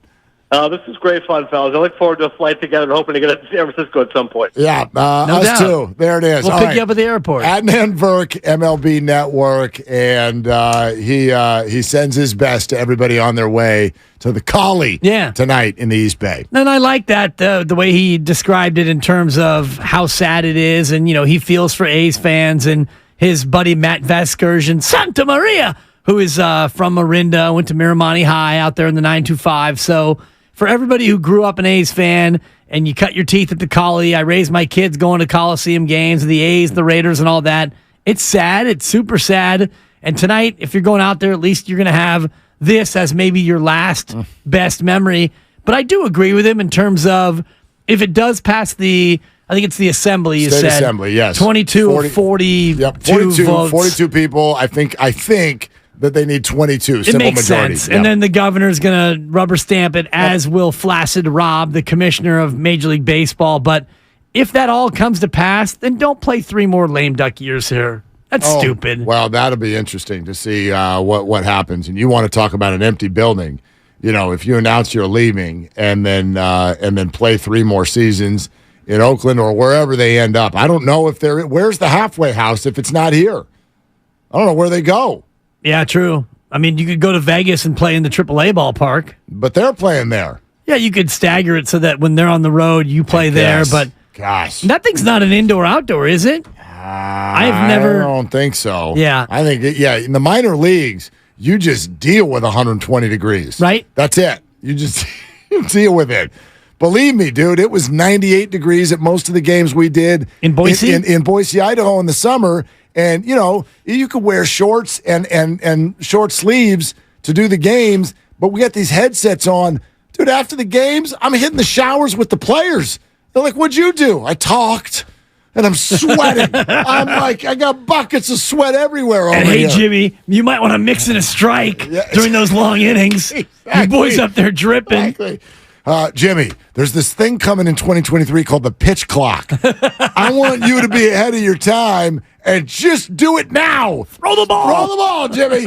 We got places to be. All right, speaking of places to be, some of you on your way to Oakland in the reverse boycott tonight. And the question we're throwing out there is, what is it you're really hoping to achieve? In other words, why? Why are you going? Why did you decide not to go? As we get to this point on the same day where the A's situation in Nevada did pass in the state Senate and now has been kicked over to the state assembly for what will likely be the last potential blockade. Because after that, it goes to the governor. He going to say yes. And then it goes to Major League Baseball, and they going to say yes. And then bye-bye to the Tropicana. And here come the Oakland A's. And it's brutal. It's honestly brutal to think about what the city of Oakland has dealt with now just in the last 6 years. It's unthinkable. It's absolutely still an untold story, and it's just bananas. It's bananas. I know the Warriors are still here. Right. But it's different for sure. The Raiders gone, the A's gone. I mean, unprecedented. 3 professional teams to leave one city all at once like that is it's unthinkable. And it's sad for me, not so much for the city of Oakland and the residents of Oakland, because, Oakland residents were being asked to support a billionaire and his stadium proposal, and they were being asked to, support and say yes to certain changes in their city that they shouldn't have had to say yes to. Build the damn new stadium where the old stadium is. You've got the land there, and you could rework that entire East Oakland area, but John Fisher didn't want to do that. He got greedy, and he wanted a big land grab near downtown, and he got matumboed by a number of different agencies. Real quick, Gene in Oakland here next up, and then we'll continue with your phone calls. Hey, Gene, what are you doing? Actually at the dog park with my dog Chili right now. Not a bad Chili. Last name Davis? Yeah. What's that? Never mind. Go ahead. Canyon Park in Oakland. Anyways. So, yeah, it's really sad what happened. I'm still going. I'm going for basically the same reason that Brian mentioned a few callers ago. Basically for the camaraderie. I look at this as kind of like a homecoming. I was an A's fan since 1973 when I moved here. So it's been a long time. I kind of tuned them out the last couple of years. But, just to get together, probably for the last time with all my fellow A's fans will be nice. Hey, I have a question, though, for you guys. Dibs, earlier you mentioned that these owners are going to share in the relocation fee, but I thought, it's like a $500 million or something like that. But I thought that Manfred waived that so that Fisher could build his $500 million roof. When did that change? It may not have changed. I was just assuming that the relocation fee was still in place. I didn't see that updated. I have to get my Casey Pratt on to get all the details. I do think it's waived. If Gene's correct and if I remember correctly, I do think that it's waived. But I also think, I don't know, owners, in my opinion, it would be so short-sighted to approve it solely for that, solely for the relocation fee. There's so much more going on. Let's hear from all of you. Those of you who are on your way to the game tonight for the reverse boycott. 888-957-9570 is the number, and this is Willard and Dibs. UCSF Sports Medicine Center is dedicated to treating every type of athlete, from kids.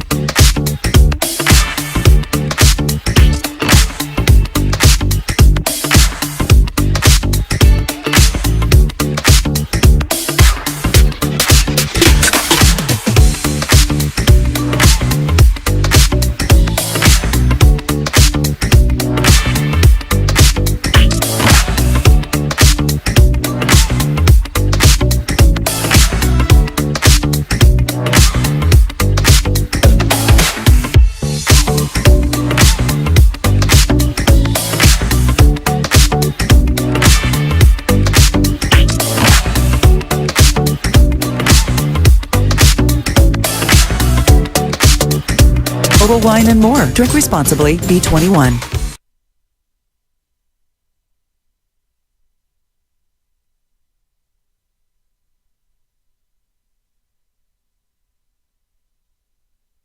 When you're in the middle of 3, do you feel like it's your thus birthright to get both armrests? Well, that's a good point. Now, back to Willard and Dibs on 95.7 The Game. Now, let the record show that's a good point. That's a good point. Not a good question. Although I'm always, just as someone who interviews people, sure, I'm always kind of knocked off course when people do that. When you ask someone a question and they go, well, that's a good point. I didn't make a point. I asked a question. But they feel like the question is leading, and therefore they're like, oh, I get your point. It was definitely leading. Yeah. So, but it was also were you trying to make a point? It was a It question. was a good question, but it was a stupid question. Dude, it's the stupidest question ever. It is kind of a stupid question because the answer is yes, it is your birthright. When you sit in the middle, you get both armrests because in a 3-seater, and shout out Southwest Airlines, I'm now free to move about the country. I fly Southwest almost exclusively. And sometimes you get B59 in your boarding group and you're screwed because you get on the plane and the lovely attendant says, nothing but middle seats left. Go ahead and pick one on your way back, honey. Yep. And I say, thanks, coach. God, do they all call you honey? That's creepy. I mean, it's men and women. Man. You know, forget the pronouns. When you look like this, you get called a lot of pet names. And then off you go limping down the aisle. Thanks. I usually leave the brace at home, but when you go to the middle seat, and usually when you're, B59, you're out of overhead storage, so now you tuck your bag. And I'm very good about carry-on luggage. I usually don't bring any bags at all. I check my bag because I want comfort and I think about other people. But when I sit in the middle, I do get both armrests. That was very... Do you want to talk about people I hate on planes? Well, I can tell. Power ranked? Well, but you just made everyone who has a carry-on bag feel like they don't think about other people. If your carry-on... That's a little bit of a statement. First of all, if you have 2 carry-on bags, both of which are suitcases, you're selfish. If your carry-on bag... Yeah. If your carry-on bag is not directly in the overhead compartment above your row... You're selfish. Well, sometimes you don't have a choice. Yeah, you do. No, you don't. Not if you end up, as you said, with it. And I prefer B-52s over B-59s. Thank you. But if you, lobster. Yeah, like if you end up there, you put the bag where it fits. If they close the one that's right above you, what do you do? If there are 6 seats, if it's a 3 and 3, there's an overhead compartment above these 3 and also one over these 3. But other people might take it. But there can't be, if each person had just one bag, there'd be room for your bag. Right, but not everybody in front of you does that. So because people are selfish. Well, but if you bring more than one bag, you're selfish. If you stand up and charge forward during the disembarking of the plane, I hate you. That's not allowed. Yes, that's not allowed.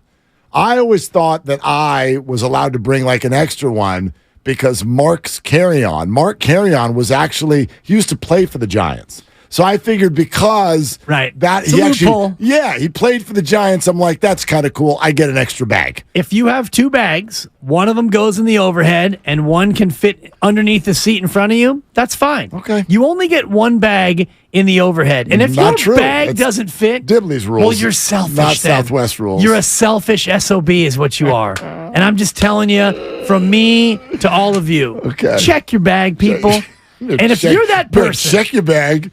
If you're that person who tries to bring their carry-on on the plane and it's too big, and then they have to write you up and then put your bag underneath, you're selfish and you're causing all of us to be late. Okay.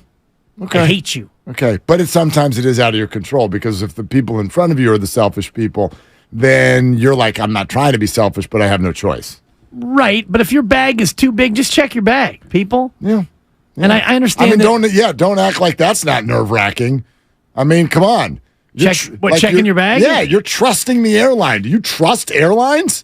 Absolutely. Are you a crazy person? Are you trying to not get us an endorsement on Southwest? Hi, I'm Mark Willard, and I fly Southwest. I'm flying Southwest a lot this summer. That's actually true. They fly to Hawaii, mainly because of all the points I got when they messed up Christmas. But anyway, I'm over that. I'm sorry. I know that's not the read. I'm sorry. You're talk blocking my endorsement right now. Hi, I'm Dan Dibley, and I've got a Southwest account. I even have a Southwest credit card I'm about to hold up to the... No, I'm not going to show you. Hi, I'm Mark Willard, and I got stranded on Christmas. You had it coming to you. Karma. For all those years that I brought 2 bags on the plane. That's exactly right, bro. 888-957-9570. That is the number. Guess what? I got breaking news. Ready for this? I am. How about Eric Burns is coming on in 25 minutes? I can't wait. Speaking of crazy people. I love Burns. I can't wait to let this guy get loose because he's got stuff. He got things to say. He is a madman. He is One time Yes, he called me on the phone. We spent an hour. I was at Farmer Joe's. He was asking me about ultra marathon running because he had never done an ultra and he wanted to pick my brain about the process and this and that. So we spent an hour on the phone going back and forth and my training and what I did and what it was like. And he goes on to be... Now he does it every day. He ran across the country. Right. He triathloned across the country. Yes. I love listening to him. It's also very unsettling at the same time. Have you ever seen his weather report? Oh, I've seen it all. When he dives in the snow shirtless. There's stuff happening with selfie sticks in the dark. There's so much going on. I've got so many questions. Now him and Will Clark are yelling at each other every day. It's my favorite player growing up.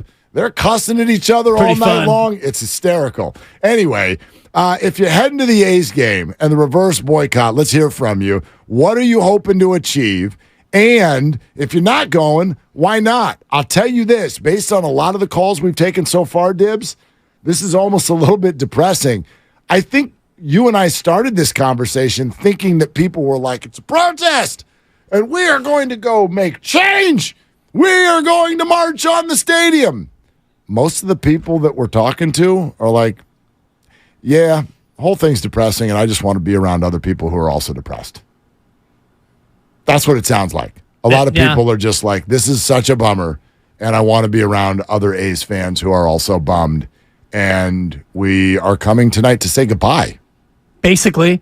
I mean, some A's fans, I'm sure, are going tonight knowing that they'll never go to another A's game as long as John Fisher is the owner, and that's just the way it goes, and it's sad that it has to go this way, but I've changed my tune a little bit on this reverse boycott because of what people have said in terms of it does feel more like a wake and a collection of lost souls as opposed to a let's protest. I think it's just a bunch of disenfranchised A's fans who want to be around other disenfranchised A's fans.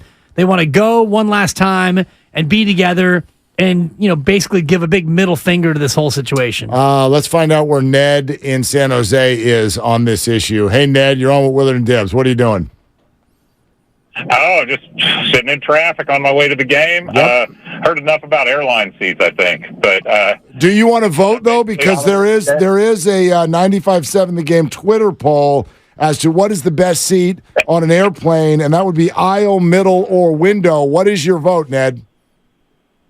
Exit row on the Southwest. Exit row with the no seat in front of you. Okay, but are you willing to help the other passengers, and are you listening when you figure out how to open the exit row? Absolutely. Okay, all right, then you're hired. Go ahead. I've got that. All right, so A's fan since I was a kid, moved to California because I'm an A's fan. But basically it's a wake. So I'm meeting my friends there, and we're going to give thanks for all the good times we had. And it was not great of that guy from Canada to throw that 1992 Toronto Blue Jays dart in there because they took down the A's. But that basically we're there to go have fun, remember the good times with Stu and Ricky and Canseco and all those folks. So all right, so you're going to see friends. You're going to say goodbye. Are you wearing a Cell T-shirt and chanting, or have you kind of given up? I donated for the Cell shirts, and if they've got one, I'll wear it. I gave away all my A's shirts when they doubled the ticket prices. So I have an A's hat, and I'm wearing a Davenport, Iowa T-shirt. Stanford baseball is if you want to watch some good baseball at a sensible price, I've switched over to Stanford baseball. Thoughts on Quinn Matthews throwing 400 pitches the other night? It was only 156. It was awesome. Basically, free parking, $15 tickets, Great ball. All right. I do like Sunken Diamond. And all the metal bat that you can stand. Thanks, Ned. Have fun tonight at the wake. Yeah. Jeez. It's a great strat. If a lot of A's fans are looking for a new team, if they leave, just support college baseball. Do you know one thing that I just thought of when he was talking about the A's hat that he's wearing?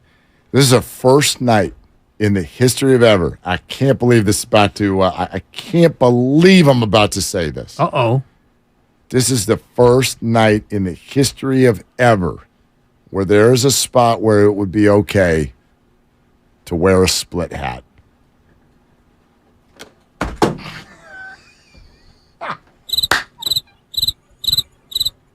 I'm kidding. We got a mic back here. Yeah. Did just walked into the studio. I'm just kidding. Still not okay. Okay, no, I'm back. For the YouTube audience, that was not theatrics.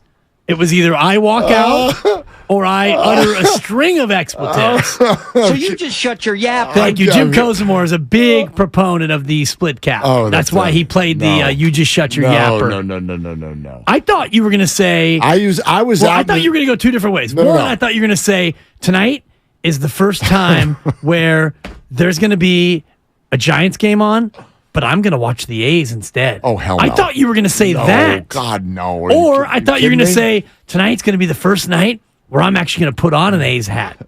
I thought you were going to say that. Oh, man, also acceptable. Yeah. More acceptable than that crap that you did say. Not acceptable at all. I'm wearing a backwards Giants hat when Jude took me deep on the wiffle ball field earlier today. Giants, till I die, every day, only on Mondays, Tuesdays, Wednesdays, Thursdays, Fridays, Saturdays, and Sundays. That's it. Period. Yeah. But no, the split hat is still gross. Okay. And when the pandemic started and we were all out of toilet paper, I considered going out in the streets with split hats and offering those to people because that's what they're good for. There you go. That's my guy Are we right all right there. now? I think we're back All now, right, Marky. We're back. We're friends again. I thought you were going to say you were going to use the split hat for that. But if any A's fans, you want to become a Giants fan, I'm not mad at you. If you want to switch. Don't pander. No, it's not pandering. Mark, don't pander. I'm not pandering. Mark, don't do this. I'm not pandering. Don't do this, Mark. Do what? What am I doing? Don't be disrespectful. What you're doing is you're trying to magnanimously reach across the aisle. We, on behalf of the A's fan, we don't want that. I know you don't. We would rather become fans of Cal State East Bay. I know. The Stanford Cardinal and the Sunken Diamond, the Cal Fighting Golden Bears, or whatever high school baseball team you want to support. And that's fine. We're not doing Oracle Park. We're not doing 80. But if you want... We're about to be, by the way. I feel like I'm sweating a little bit. You made a nice adjustment in the break. I did, yeah. I'm starting to learn by watching you. I learned by watching you, Dibs. I learned by watching you. That's a 4. It's an old reference. Anyway, I've had a few of them today. I just brought up Mark Carry-On. There are not a lot of people who understand my jokes today. But anyway, that's probably normal. Point is, you don't have to join the Giants. That's not what I'm saying. But if you wanted to, I'm not mad at it. Thanks. Yeah. On behalf of A's fans, thanks. Thanks. We don't want it. I know you don't. We don't want it. I'm a Giants fan. You don't. Yeah, you're already with us. Yeah. But somebody might. There might be some people out there who are like, all right, and I bet that's also a question for the day that this becomes official, if it does. Right. Or the days when, and I'll allow for this. Like, for example, your son, who's 9 years old. If he were an A's fan, if you happen to grow up in A's country and he was an A's fan, I mean, what would you do as a baseball-loving dad in 5 years when the A's are officially gone, if it goes that way, and he wants to be a Giants fan, if he wants to then cross over? Tough to tell a kid, no, we're not that household. Yeah, I'm not going to listen. This is taken from somebody whose kids were born in L.A. and I raised Giants fans. I raised Giants fans who never lived here until 4 years ago. But if they had sat me down one day, Dad, Dodger Stadium is 9 miles from where we live. And not close, huh? Well, everything's 9 miles. Good point. 45-minute drive, but it's an hour and a half. Anyway, Dad, the Dodgers play 9 miles from here, and the Giants are like 450 miles away. And all my friends are Dodgers fans, and so I'd like to switch. What would I have done? Would I have told that kid, no? 3 words. You can't be a Dodger. Adoption. Am I right? I was thinking, how many words is get out of my house? It's 5. Is actually what 5 words. Get out of my house. Get out of my house. Well, your Skip, who we just heard from, is a former Dodger of sorts. Your GM, your president of baseball ops, is a former Dodger. Although they were both other things before that, too. But still, they reek of blue. Oh, does Farhan Zaidi reek of green, too? And gold. Oh, there you go. Been trying to get it off of me ever since. Yeah. 3 chuckles in your Farhan. You always. make him sound a little too snivelly. Just a little bit. Not snivelly at all. I know, but it sounds Listen to a that way. Farhan interview. You know, we're pretty excited about what Joey Bart is doing down in AAA. Every answer. Your impressions this is different. That's just Shanahan. They're versions of Kyle Shanahan. This is different than my Tiger. Who was Tiger, Farhan, and Kyle Shanahan? Please do them all back to back so we can tell the difference. Go ahead. Well, I wish that I was actually playing in the U.S. Open in Los Angeles. Nasally Kyle Shanahan. That's Tiger. Well, I think that Brock Purdy and stuff is going to be ready to go and stuff. I think he's looking good. He's throwing a towel and stuff. There's Kyle. I think he's going to be ready. Now give us some Farhan. I think Joey Bart's... It's just snivelly Kyle. You got nasally Kyle, snivelly Kyle, and Kyle. That's what you got. I think Joey Bart's looking good. You get the chuckles in there. You got to get the Farhan chuckles. Because every answer he gives is replete with 3 chuckles. What is going on here? We're really happy with Conforto. He likes to laugh. What's wrong with that? It's I a like nervous it laugh. It's a super nervous laugh. You think? I do. I don't think Farhan's very nervous. I think he's doing fine. Now he is. Yeah. Listen to if the season ended today, they're going to the playoffs. Stop it. It's a big win. You're trying to get last me night. today. First the split cap. Just wanted to let all the A's fans know the Giants are in playoff position. But A's anyway, hottest team in baseball. Fact. Rocketing all the way up to 18-50. Here comes Anthony and Hayward, everybody. Hi, Anthony. What are you doing? Hey, just at work. Happy revenge, boycott, whatever you guys want to call it. Diehard A's fan since the late 80s. Unfortunately, I can't go tonight, but if I did, I would definitely wear the shirt that says "Sell." So I think if I did go out to the park tonight, I would be celebrating with other fans, just getting together with true diehard A's fans. But I was born, raised in Hayward. I recently moved to Tracy, so during the week, it's hard for me to go to a game during the week, but I definitely go on the weekends. But I am close to the single A affiliate, the Stockton Port, so that's always a fun game out. But yeah, go A's, and hopefully this does something for the organization. Yeah, Anthony, thanks very much. I wonder, how long does it take you to get, if you do that commute, you live out in Tracy, and you're going in the afternoon, you're heading home. How long does that thing take you? To leave right now? Yeah, that'd be a great time. Yeah, you leave right now, headed for Tracy. From here to Tracy. That normally would be nothing in your way. That's an hour. Yeah, it's an hour. Nothing in your way. That's an hour from San Francisco. Probably. Yeah. Probably. Okay. So in the commute, this time of year, probably an hour and 40.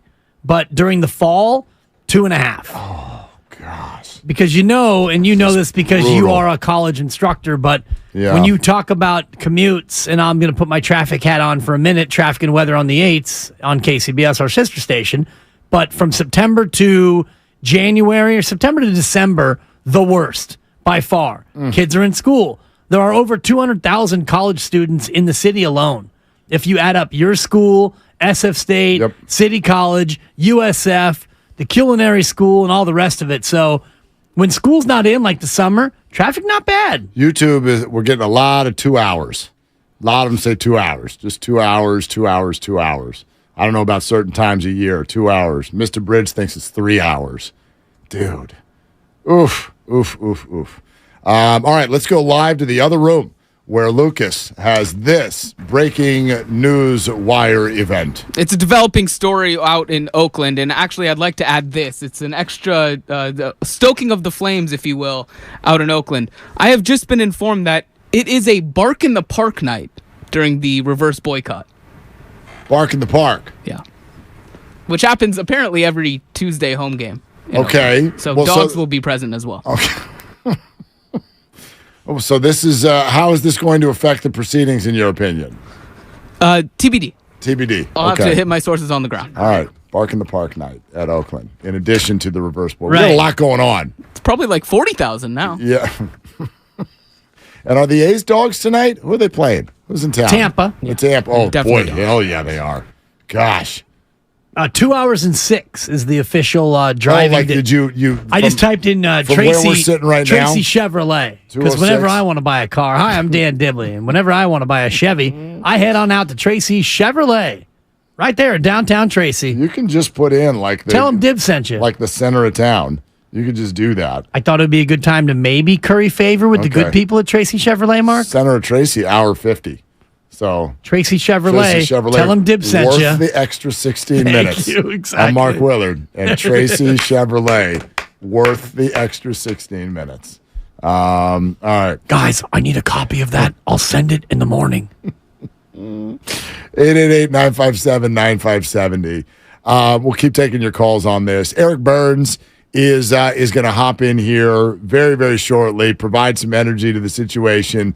But I get it. You know, and it's interesting. I think, both of us, with where we were kind of sitting ahead of time, you were saying, no way, no how, not one quarter, not one penny am I going to give to John Fisher. And I totally get that.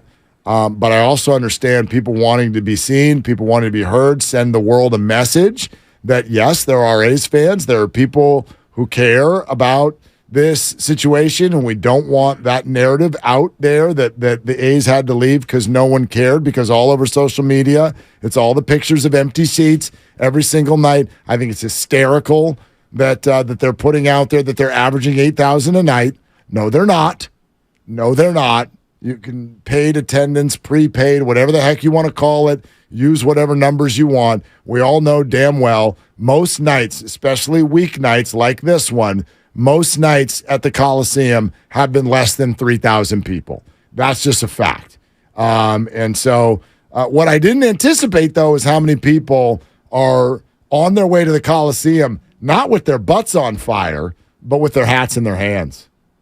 They're just... Well, you're resigned to it. Yeah. After all these years of the hand-wringing and the back and forth and Howard Terminal, and remember the Laney College idea that Dave Cavill, the team president, didn't bother to contact the Peralta Community College District to say, hey, we may want to build a stadium at Laney College. He made that up out of nowhere. I actually happen to have talked to a trustee from the Peralta Community College District, and he told me in excruciating detail what a sham that was, the whole we're going to Laney College idea. Speaking of a sham. I know people.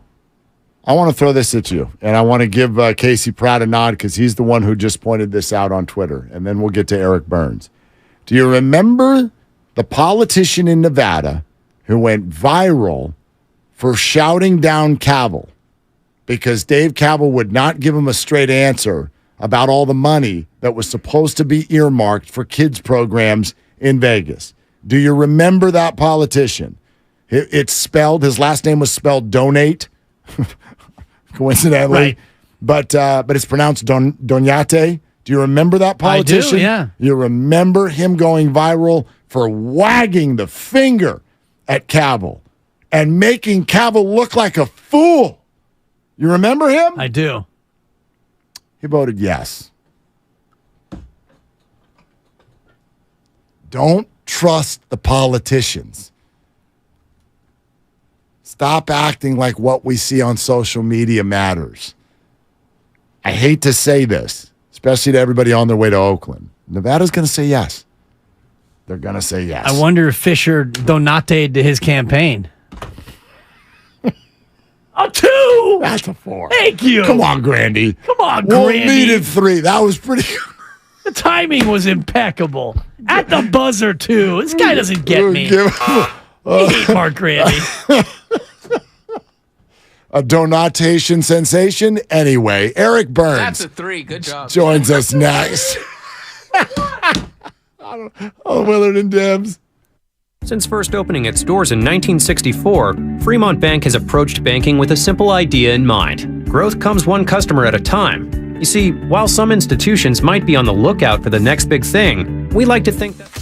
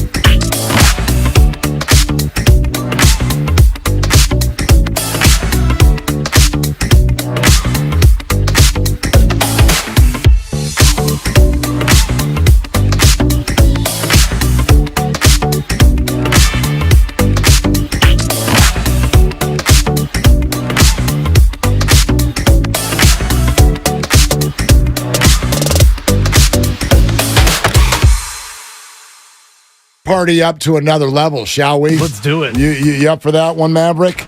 All right. It's Willard and Dibs.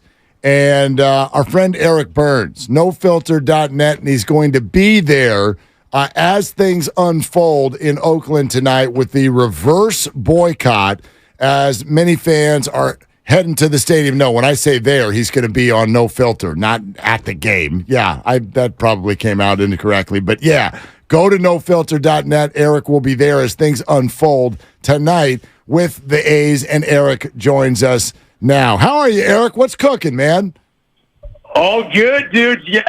I mean, I thought about going down to the Coliseum. We actually got a whole crew of dudes that are heading out there that are part of our Let Them Play travel ball organization. So we're going to be well represented. And as soon as I go on at about 6:30, one of my assistant coaches and like a handful of players are going to be my boots on the ground correspondents live from the Concrete Toilet Bowl in Oakland, just kind of taking in the whole scene and everything. But I think this is super cool. It really is to see A's fans unite like this in such a kind of weird time.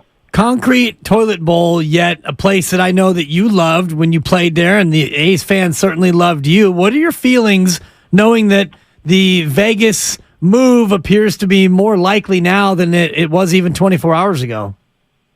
You know what, Tim?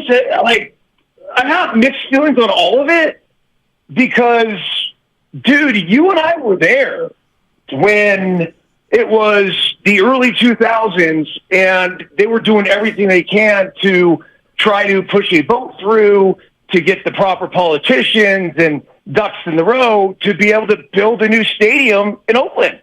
And here we are 20 freaking years later, and nothing's happened. And so the only thing that I can say is that it's incompetency at its best when it comes to just getting something done. And I'm over who's responsible. I don't really care anymore. I just know that it's embarrassing for the organization. The organization's better than that. The fan base is better than that. They deserve better than that.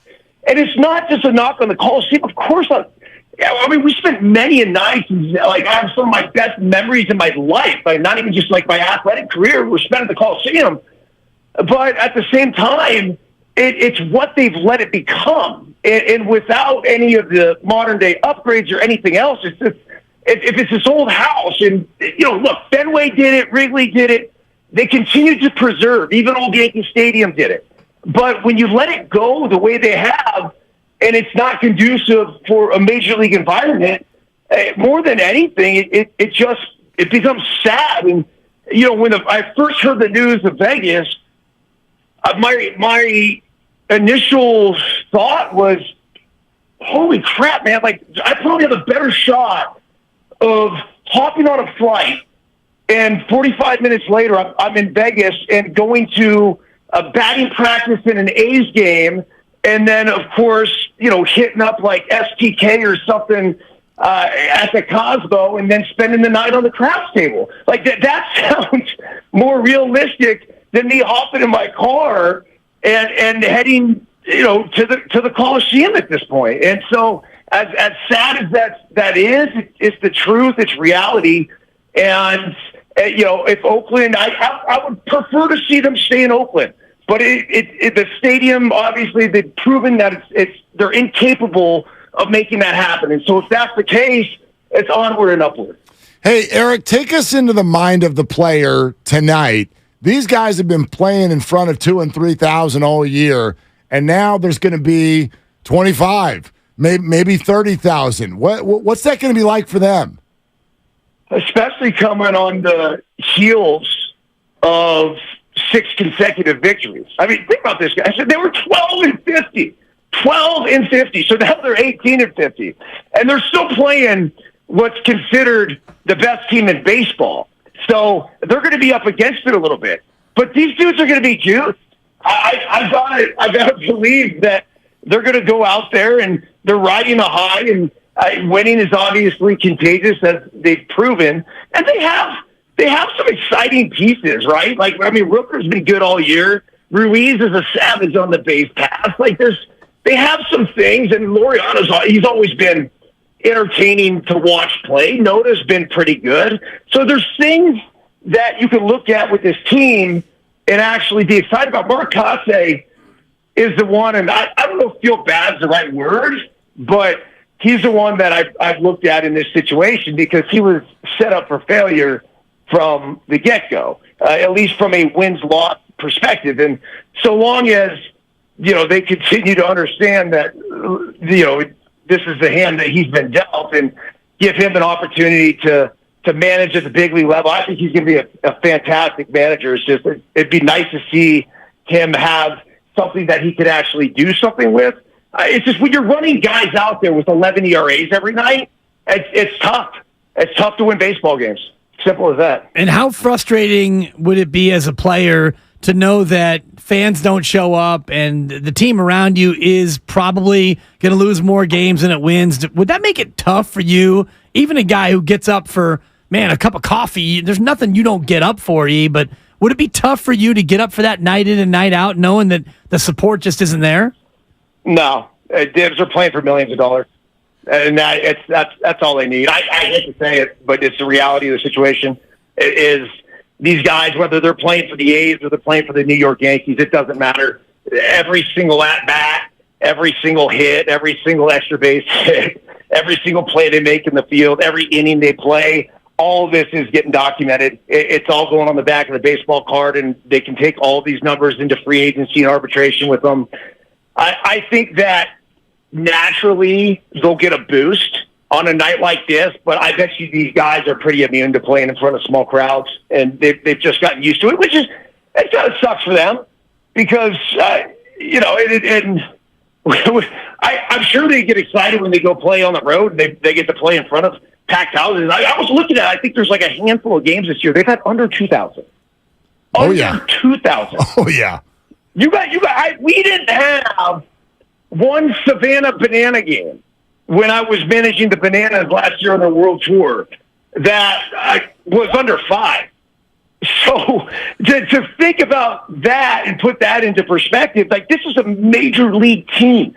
And not only that, it's not just the A's either. And that was always a tough thing because when we were having those fantastic years in the early 2000s, and you're looking across the bay and they're putting 40,000 people in the seats every single night. And we had 12,000, which was sort of, and that was the consistent number that we would get. And I don't know what we ended up averaging. Maybe one of the years it was closer to 20, but it was, and then we play the Giants and we get 55. And then, but this is the greatest thing about A's fans is that when we went on that streak, and that 20-game win streak on the Moneyball team, there were 55,000 people there that night. And that just goes to show you that if you build it, they will come. And the fans are all there. Whether they're South Bay or East Bay, Peninsula and City's pretty locked into the Giants. But, there's a whole, gigantic area, and that's why the Giants were so possessive over San Jose, is because they were trying to battle for those fans, right? But I think overall with the A's, it's the fan base will always be there, and they were in Philadelphia, they were in Kansas City. I remember going to some of these cities, especially Philadelphia, and there was like A's fans in Philadelphia who it was like their great grandfather who then their grandfather was the A's fan. And there was a father was the A's fan. Now they're A's fan, and they're still in Philadelphia. So I remember that. Like this organization, the class organization, they've always done a fantastic job when it comes to building baseball players and putting these guys in position to succeed. So the organization will continue on and be a quality organization regardless of what city they play in. Eric Burns is with us here on Willard and Tibbs 95.7 The Game, and we got more questions. I don't want to get too off track, but you mentioned the Bananas, and I want to ask you why did you ruin them, Eric? You made them way too popular. I wanted to take my son to see them later this year, and tickets are like $1 billion. Like what'd you do, Eric? You made it too popular. Mark, it's a joke, dude. It really is. It's so bad. When we started this, you could tell that it was gaining traction, but then after the quote-unquote world tour last year, and even as we were in the midst of it, it just continued to gain steam against and you look at like whether it's the Ticketmaster, StubHub, SeatGeek, whatever it is, and you're seeing tickets for hundreds of dollars. And I feel terrible because I can't tell you how many people that I've had to turn down for tickets where people are blowing my phone up saying, hey, I'm sorry, not just in the Bay Area where San Jose's it's going to be one of the toughest tickets there is. Yes. Because, it's so small. Like, they don't play in these venues anymore. We used to play in those venues when we were first getting going, where you play in somewhere where, like, Savannah is only supposed to hold, like, 4,000. I swear to you, they jam, like, 6 in there every single night. But it's when it's small like that and the demand is high in the Bay Area, you go to a big city, there's no doubt in my mind, I think the Giants would probably tell you the same thing. I think they could sell out Oracle Park. I know they can. Oh yeah. But Jesse, the owner, he has a plan on how he wants to build it up, and he wants to create this crazy demand. And part of the Banana experience is having the intimate atmosphere and having the sold out crowds. He won't even open a gate if he thinks the line's not long enough yet, because everything's open seating. So we have a parade before we open the gates. There was one time, I was last year in Kansas City, actually, and this was in the Banana Land documentary. If you guys haven't seen it, check it out. It's pretty funny. I think it's like a 6-part series. But the fans got so antsy that they broke the gate down. Huh. Yeah, exactly. And then they started rushing in, and then there was this mass holdup of, stop them. And then it's just like, dude, just let them go. But it's all part of the process. So yeah, they've had an incredible amount of success, and it just goes to show you when you put fans first and you have that concept and idea of entertaining the fans and making them a part of everything, and giving them a glove and say, hey, catch a foul ball and the batter's out. I mean, it's a total game changer. It's literally it's making baseball fun. Got it. So you're saying you can't get me tickets. Good to know. All right. You're listening to 95.7 The Game, KGMZ FM and HD1 San Francisco, always live on Twitch, YouTube, and the free Odyssey app. And with Eric Burns here and a little baseball roundtable, I'm sure you saw this. Stanford pitcher Quinn Matthews threw 156 pitches, a career high, to keep his team alive in the College World Series. You're a youth baseball coach, and I know we're talking about a 22-year-old here, but what'd you think about a pitcher throwing 156 pitches, Eric? I thought it was moronic, but I also thought that, man, look, if the guy said he's not coming out of the game, he's not coming out of the game. It is somewhat the coach is responsible for protecting the kid against himself. This is a nasty left-handed pitcher. I mean, would he punch out 16 guys? Yeah. This is somebody who obviously has a long pro career ahead of him. I also will tell you, Dibs, that I don't think we throw enough, and it doesn't necessarily – we pitch too much and we don't throw enough. I don't know what he's built for. I don't know what his highest pitch total was. So if you're 100, now all of a sudden you're 156 in the most high-leverage situation and game that you've ever pitched in, that's not going to be good for your arm. So that said, I'm also not going to judge or condemn when I don't know the intricacies of the process of what it took to get him to 156. Nolan Ryan threw a 235 pitch, extra inning, complete game. I want to say no hitter or one hitter. And I don't think he dealt with an arm injury his entire life, or anything significant, I should say, at least. I'm sure there's plenty of soreness. And so some guys are just built for it. That said, from like a youth travel ball, level, I wouldn't even think of it. Like, it's just not. Yeah. You get to that. We're at a point where we just get to the 80, 85 pitch mark. This is done. That's it. That's the absolute max. And I won't even do that. There's probably only 2 or 3 other kids on the team I'm currently coaching right now that I would even think about doing that with because they're trained to do that. Whereas everybody else, and we have every one of our kids pitches, but most of our kids are trained to up to about 50 pitches. And then it's just like, nah, that's it. That's enough. Now we can stretch them out to 60, and then you build that up to get to that 85 pitch mark. If you look at the pitch smart, USA Baseball does a really good job with recommendations, and they have a pitch smart recommendation chart that I would encourage any youth travel ball coach or little league coach to adhere to. And they've done a lot of research with this. I mean, one of the things, the shocking discoveries, that and don't specifically quote me on this, but my cousin happens to be on the board of USA Baseball as well. And John Gall, Stanford legend, all-time Pac-12 hits leader. But one of the things for all these years, we thought curveballs were so awful for the arm. Well, they're saying, like, if thrown with proper technique in a proper way, like, it doesn't matter if you're throwing a fastball or a curveball. It's the amount of pitches that actually is the issue when it comes to arm care at a younger age. So, for all these years, like, don't throw a curveball, you're going to wreck you. Where it's like, nah, that's actually not the case after a bunch of studies that have been done. Eric Burns with us here, Willard and Dibbs, 95.7 The Game. Eric, going back to original comments where you said, look, you're kind of done with who's to blame in the whole A's situation. But I do wonder this. With all those fans coming to Oakland tonight, if you had a chance to address them, let's say someone gave you a wireless mic on the field, what would you say to them? Thank you. Thank you for the years that I got to spend playing there. Thank you for the encouragement. Thank you for the drums. Thank you for I know I hit some rough patches along the way. Thank you for sticking behind me through all the ups and all the downs.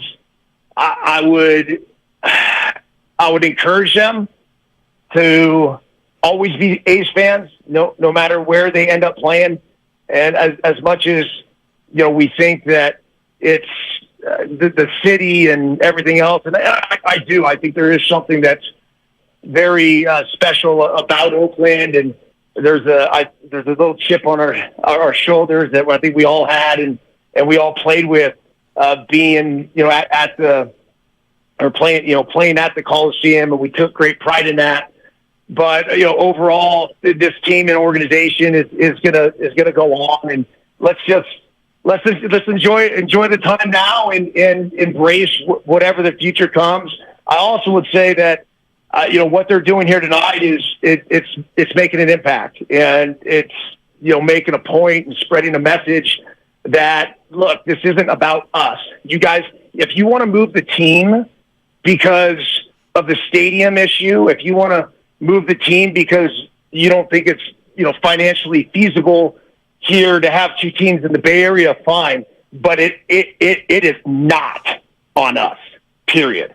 And I couldn't agree more with them because it's that fan base is strong as could be. I'll reiterate it again. I always said it when I played. We have the best 12,000 fans in all of baseball, and I promise you, there's going to be 12,000 and even some more out there tonight. Eric, great stuff, man. It's always great to get your energy. And again, nofilter.net tonight. You'll be there as all of this unfolds. So thanks so much, man. Mark, thanks, man. Diz, always good hearing your voice, dude. Right on, brother. And thank you for the shirtless weather reports when you dive in the snow. It makes me feel really good when I'm at home with my slippers on. I love it. I'll keep them coming then. Yeah, and good job getting Will Clark to loosen up, man.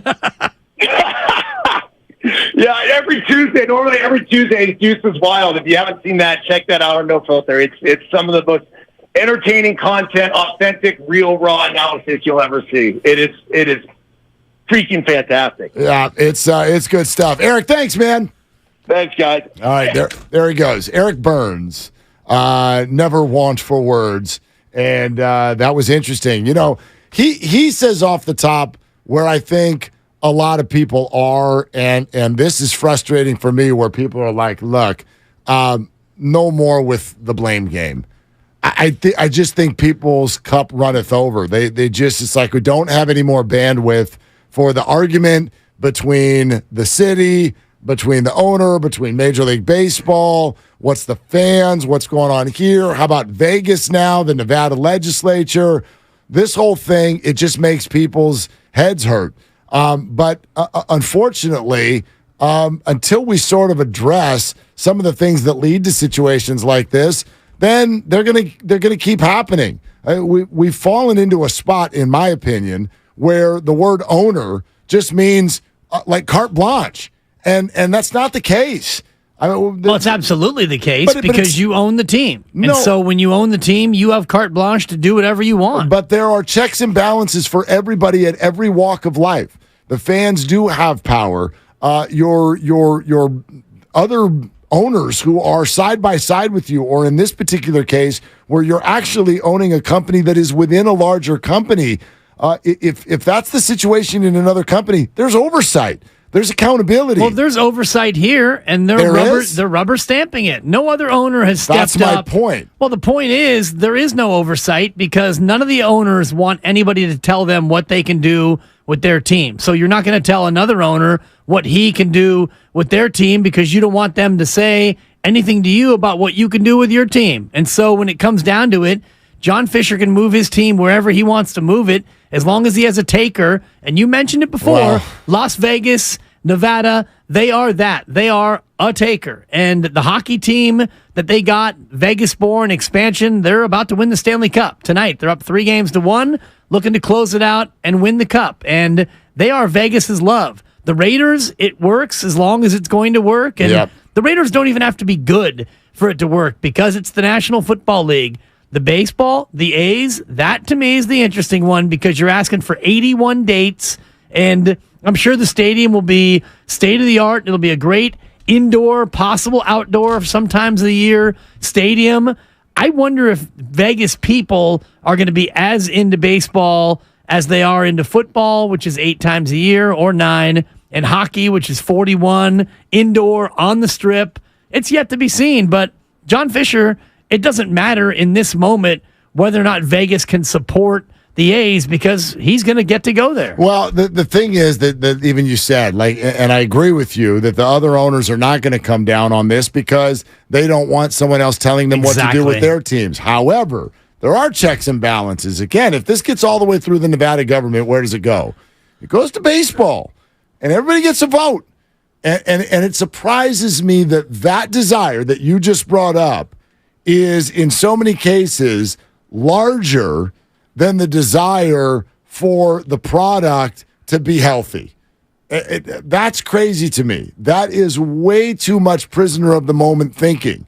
So in other words, I'm an owner. I own the Royals, and I'm going to vote yes because I don't want anyone telling me what to do with my business. That is a bigger deal than the overall health of the sport. I mean, how far off are we? And maybe the answer is very far.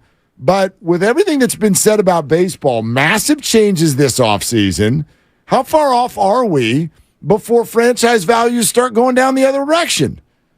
I don't know the answer to that. Pretty far, I think. Maybe. Pretty far. Maybe. If we've already hit the tipping point and you've seen attendance slowly go down year over year, forget the pandemic years, but before that, attendance was higher. Attendance is going down. You've got many of the networks that cover these teams declaring bankruptcy. The model of networks paying hundreds of millions of dollars to broadcast these teams, that is where you're seeing an erosion in terms of the money that's going into Major League Baseball. So if the TV money is going down and the attendance is going down, then you're starting to see these franchises maybe start to lose their value. Even if we've had the tipping point, Mark, I still think that we're a full generation away from this sport being in any sort of real trouble. You mentioned the relocation. Owners' meetings are taking place right now in New York, June 13th to 15th. Mm-hmm. They need 3/4 of the owners to say, yes, you can relocate. No problem. So of the 30, you need, I guess that'd be 22 of the 30 to say, yes, you can. And the Giants are going to say, yes, go ahead and off you go. The A's are a yes vote. So beyond that, I wonder what What franchises, what teams would say no to the A's going to Vegas? I have no idea. The Diamondbacks, do the Diamondbacks not want them up the road? I have no idea. But by the way, like Andis Brown here on YouTube, I don't know if I did a poor job of making my point or if you did a poor job of listening. He said, that's a poor take, Mark. Put the blame on where it should be. If you give them a pass, behavior won't change. Blame the owner and MLB, who's let Fisher run a team into the ground. Is that not what I've said for 3.5 hours? What you said right now that he obviously missed was what Eric Burns said, which is he's gotten past the point of who to blame. Yeah, yes, that's Burns' words, not mine. Well, not mine. And honestly, you can blame whoever you want to blame, but like with any breakup, you've been in one, I've had one, we've all had them. You get to a point where the breakup has happened. So you can live your life pointing the finger and blaming who needs to be blamed. And yes, it's Major League Baseball. And yes, it's John Fisher, the owner. And you could even blame the city of Oakland if you want. I don't blame the city of Oakland myself. I do not. As an Oakland resident, I didn't want the deal that John Fisher was trying to push through, and Dave Cavil, snake oil salesman, was trying to push through. That was a hard no for me. So you can blame who you want to blame. I think today fans are feeling the loss as opposed to the blame game. That's definitely what we've heard, and want to reiterate, if you're on your way to the game right now, we'd love to hear from you in terms of what you're hoping to achieve, why you're going, or if you're not going, why not. 888-957-9570, and the A's have just put out a press release that we'll read to you in just a second. But I think what you just said, that's the important thing for me. What I said earlier is John Fisher is Darth Vader, which means he's evil, and he is up to no good. He is on the dark side. Nice. But there's an emperor, and the emperor is Major League Baseball, or collectively all of the other owners who are involved here. This is a franchise. It's not the whole company. It's a franchise. So it is one portion of Major League Baseball. And normally, if you grab the franchise label, the example I used earlier was Subway. If you are a franchise owner of a Subway and you let your building become decrepit, if you literally try to make people not come buy sandwiches, if there's mold on your turkey, then Subway closes you down. And you say, you're not letting our label be on you. We're not going to do that to our greater brand.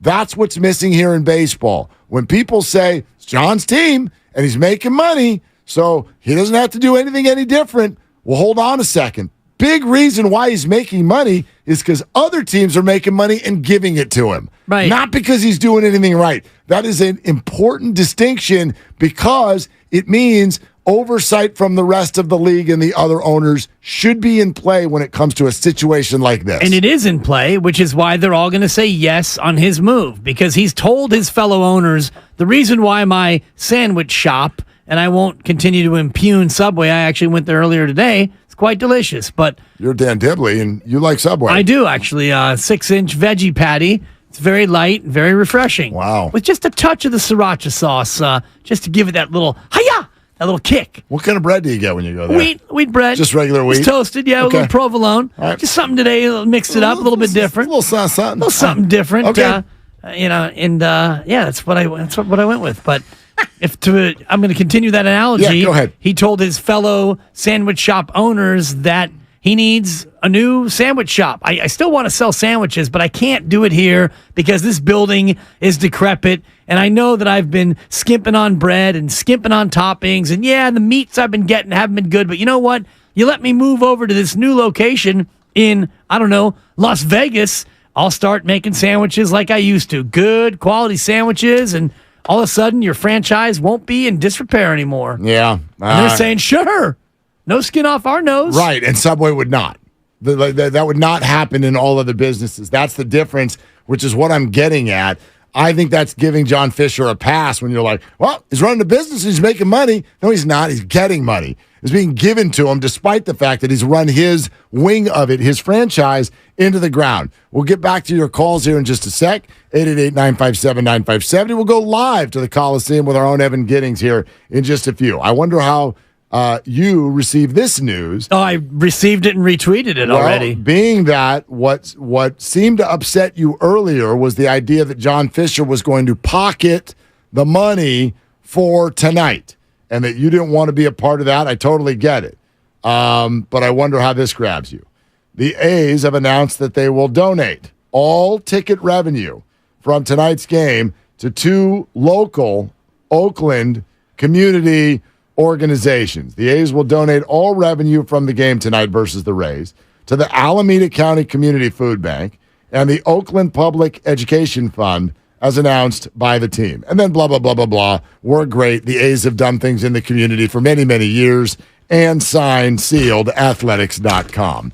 But all of this revenue tonight that seemingly many of you were worried about, if you are one of the people who's like, I'm not giving my money to John Fisher, well, now your money's going to the Alameda County Community Food Bank and the Oakland Public Education Fund. I love You feel any better about it? Definitely. Okay. Yeah, and I have to say this with my cynicism very much intact because this is what I do when I look at a news story like this.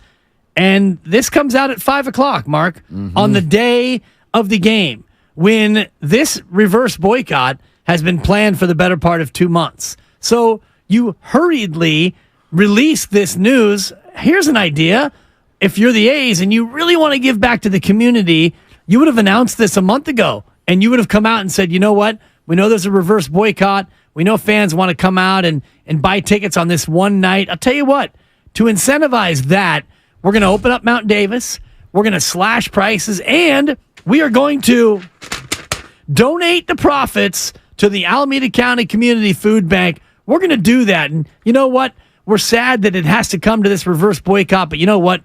A's fans, disenfranchised A's fans, we're going to help you help us and the Alameda County Community Food Bank. We're going to get 60,000 people here. We're going to blow the roof off this mother jumper, and we're going to really raise a ton of money. This is an 11th hour CYA maneuver. Yes, it's good that the money, the proceeds, by the way, not all the ticket money, no, just the profits, is going in the 11th hour. It's a donation sensation. You're right. You're absolutely right. You're absolutely right. But how do you go about? Crumple, and it's a long shot. How do you go about getting everybody? And it's an air ball on the side. That was very, very bad. That was wide to the right. Yeah. Anyway, Scott Norwood. Yeah. Anyway, how do you get public sentiment on your side, make people feel better about it without getting the building full because you don't want that either? Well, this is how you do it. Yeah, you wait till everybody's already there. Or you wait till it's too late for anybody to buy tickets and get there. The game starts in an hour and a half. Exactly. And just to your point, one of the big reasons why you don't want people there is because then you have to actually staff the building. And I wonder, and I look forward to talking to Evan Giddings in about 10 minutes, but also tomorrow after the fact, because I would imagine that the A's aren't going to staff the concession stands and all of the other infrastructure for 25,000 people. I don't know. That's a good point. I don't know exactly what this is going to look and feel like. It's one of the reasons Evan's going to come on in a few. Kenny is on 580 on his way to the game. Hey, Kenny, you're on with Willard and Dibs. What are you doing? Hey, what's going on, guys? Oh, just sitting in traffic to the good old Ashby down in New Hampshire. Dibs, I just want to say, dude, you're on fire with your last couple takes. Exactly what you said about, the A's come in last second with this whole, donation. Well, the sentiment is great. Don't give me that. It's all, a charade in the end. In that, what I will disagree with you on is I'm actually heading to the game tonight because I've gone there much like you since I was a kid. My very first game against Detroit Tigers sitting in section 315. I'll never forget those orange sheets back in the day. But what I want to do is just kind of use this as almost like a last straw, being with the true A's fans who want their voices heard. What we've gone through back to owner, we've been through the ups and downs, a lot more downs than ups. And if I'm not going to go down without, I look at this as like a fight. This is our chance to have our voices heard, protest or whatnot. Having a piece of that history, I know my kid, he's just turned 8 years old, this week, and I'm not going to have those memories with him that I shared with my dad at this Coliseum. So it gets me choked up just thinking about it. But it's like, A's fans, we. Yeah, Kenny, the Thanks, phone is Kenny. just bouncing a little bit too Appreciate much. the But praise. definitely get the sentiment. And I wonder, you sort of brought this up earlier. A's fans, the idea of if they do end up going to Las Vegas, are you a free agent? What are you looking to do? Do you give up on baseball? Right. Are you switching to a different team? I especially wonder about the parents because what if you do have wide-eyed kid who loves the game? Kenny's got an 8-year-old. What do you do with that 8-year-old? Are you still rooting for the Las Vegas A's?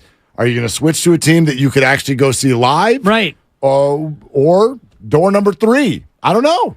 I don't know what the answer is. Our former coworker here, back when we would do sports updates, Anna Kagarakis, just fantastic young lady. She grew up an A's and Niners fan, and I was always struck by that.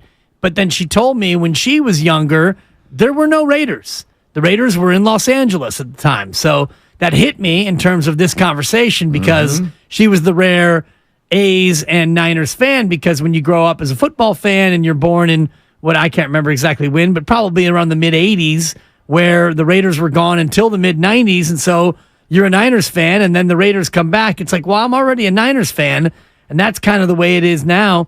I think about my daughter, who's 9 months old. She won't have the opportunity to be an A's fan if she wants to be a baseball fan. Maybe the city of Oakland will have an expansion team by the time she's old enough. You just helped me with what my gift for her first birthday will be. Yeah. That'll be a San Francisco Giants onesie. Well, we're a Giants household. Supper's a Giants fan. I know. You know I'm a Giants fan. Granny's not even there when he pushed the button. I know exactly. It was good. I know exactly who you root for. Exactly right. Yeah, man. Make it for a 6 months. She's a little small. She's a little petite. I hate relocation. I think it's stupid. I don't quite frankly understand it. Like, it's just, if you think about it all the way down to the level of what we're doing here, it doesn't really make a whole lot of sense. I get that this is convoluted and maybe this is a way too easy take for what is reality. If you end up with a team in a certain spot where they are actually not liked and there's actually no attendance, despite the best efforts of the team, okay, we can have a discussion. Like, I don't even remember. How did the Grizzlies do in Vancouver? How did that go? Were they getting people? What was the reason for the move to Memphis, Tennessee? I think they were getting people. You know, I look at all of these. Art Modell moving in the middle of the night. I was just going to ask you what the worst, like the Sonics going to OKC. That was the next one I was going to bring up, is really bad. Like, Seattle loved that team. OKC loves this team, but Seattle loved that team. What was the worst? I mean, we're always drawn to the ones that we experienced a little bit closer. So I'm looking at this. I'm looking at the Raiders, and I'm looking at the Chargers as those that I've been closest to. I know a lot of people would bring up Art Modell and the Ravens. I can tell you that when I thought the Giants were going to Tampa as a kid, 1992, not that much of a kid, but a kid. I was still, had not turned 18 yet. Yep. Was crushed. Yeah. Rushed. Peter McGowan, baby. And that Safeway money stepped in and saved the day. And then next thing you know, you get Bonds and you win 103 and don't go to the playoffs. Hello, wild card. Exactly. What a turnaround. And hello, Oracle Park. From we're going to Tampa to no, you're not. Oh, you get Bonds and you win 103. All within the span of like a 6 month. And then you don't go to the playoffs and baseball changes forever with the wild card. It's wild. And now there's 17 wild cards. And so it continues to grow. Grizzlies, by the way, 17,000 a game. The first year it did drop, but it took Memphis 10 years to do better attendance-wise than what they did in the Couve. It's like, so where are you going? What are you doing? Like, trying to think what they weren't even there that long. How long were they even in Vancouver? I think 4 years. I mean, what are we doing? Right. What are we doing? That's your city. You don't leave because you want a mall. What are we doing? Stop telling me this is like other businesses. It's not. From so many different angles. 6 years in Vancouver. That's wild. Leave after 6 years. Oh, they stunk, too. What the hell are we doing? They stunk. Evan Giddings is in Oakland right now, our own Evan Giddings. E-Dog is standing by at the Collie and looking at everything that's unfolding. Hey, Evan, what's going on out there, man? What does it look like? It's fantastic. I'm glad you called it the Collie because that is what everyone has been screaming since the moment that I got off the BART bridge. And I got to tell you, I've been coming to A's games for a long time. I'm sure other people have for much, much longer, but I've not seen the Coliseum parking lot look like this, honestly, in the last couple of years. And I know there hasn't been a whole lot to cheer for, but it's just been a great sight to see. 20,000 people out here. Everyone's already lined up, ready to get through the gates. Everyone's picking up their sell-the-team shirts. And unfortunately, I know that might not be the case based on what transpired earlier today in Nevada, but it's just been a great sight to see the fans show out and try and voice their opinion for a team they love. Yeah, I mean, it's got to be heartbreaking for so many people out there, Evan. And I'm looking at some of the images on Instagram and people playing cornhole with Fisher and Cavill's face in it. What would you say is the relative level of, I don't want to say anger, but edginess as fans get ready to get into the game?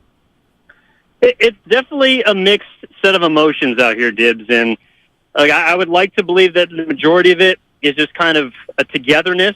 I'm here with a lot of people that I played Little League with, that I went to high school with, even that I went to college with. And I think there's a lot of people in the same boat that are trying to just experience that sense of community. And that word has been something that's escaped the Oakland A's for quite some time. And so to have that one last chance potentially to get everyone here in the same place at the same time and enjoy the team and the sport that we all grew up loving is hopefully more than, of course, the rage or the anger that's felt towards the ownership group with the Oakland Athletics. And I personally haven't been focused on that too much because I've just been walking down memory lane with a lot of people that I know and love, and I believe that that's kind of the sentiment that's been spreading throughout this parking lot so far. Well, Evan, that's what I wonder. Like, is this going to change at all when it goes from parking lot to actual games? So many of the people who have been calling into us at our show the last few hours are expressing that this is not about like John Fisher rage. This is like, let's get together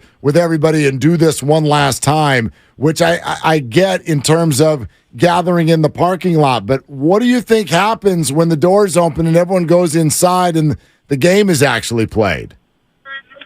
I think it's kind of a similar feeling. I mean, everyone's going to enjoy a baseball game. And why do we go to games? Yes, to see our teams, but to be in the group and to be in the presence of the people that were around. The fans here in Oakland have not had, obviously, a whole lot to cheer about this season, and nor are they necessarily expecting a great victory, even though the team's won 6 in a row. If they did, I'm sure they'll scream their heads off, but this team has seen playoff victories, of course, going back to the 80s and the 70s, world championships, and in my lifetime have had some string of success that's been great. So I think it's just a chance to kind of soak that in once the game starts. The Tampa Bay Rays, on paper, best team in baseball. Nobody, I think, is expecting a win, and that's kind of the point of the entire protest, showing out party, whatever you want to call it, is to show that it's not actually about what's happening on the field. It's about what people experience. It's about what people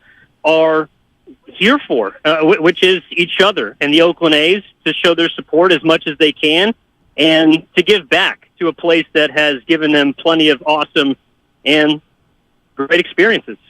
What's the percentage of people that you're seeing that have the Sell shirts on, and do you have one yourself, Evan? I do. I have one right here on my chest, and I have one right here on my belt waiting for a friend that's coming over from BART. So I got the old 2-for-1, and I would say that I know they were giving out 7,000. I think that bumped that to close to 10,000. There's multiple locations around the lots, A, B, that they've been giving out these T-shirts for. I would say close to 60-70% of people that are here have those Sell T-shirts on. For those that showed up late, unfortunately, that's not going to be the case. So we'll see once we get inside. But everyone that's had a chance to get their hands on these Sell shirts is absolutely wearing them and rocking them proudly. I wonder, Evan, so is it the kind of crowd, the vibe that you're looking at as you go into the game tonight, where everybody is still just like, man, it's great to see you. Let's go down memory lane and have a beer. Or is this like a crowd that's going to start chanting and really getting crazy and up the energy? Well, so there are some cheer instructions that will be handed out at the gate. Oh. And I've spoken to the man that organized this entire event, Stu Cleary, was fortunate enough to go to college with his kid teammates, and so I know these guys very well. They've been very passionate about this. The entire plan is for the beginning of every inning to chant "Sell the team," and at the end of every inning, it is to say a particular message to John Fisher that may or may not turn a bit vulgar as the drinks and the night ensues. But at the beginning and end of every single inning, there is going to be a chant, ideally vocalized by the entire 25,000-person crowd. And I would imagine that the chant is "Thank you, Fisher," with "thank" maybe being a 4-letter expletive? Yes, that is the goal. 4-letter word, your choice.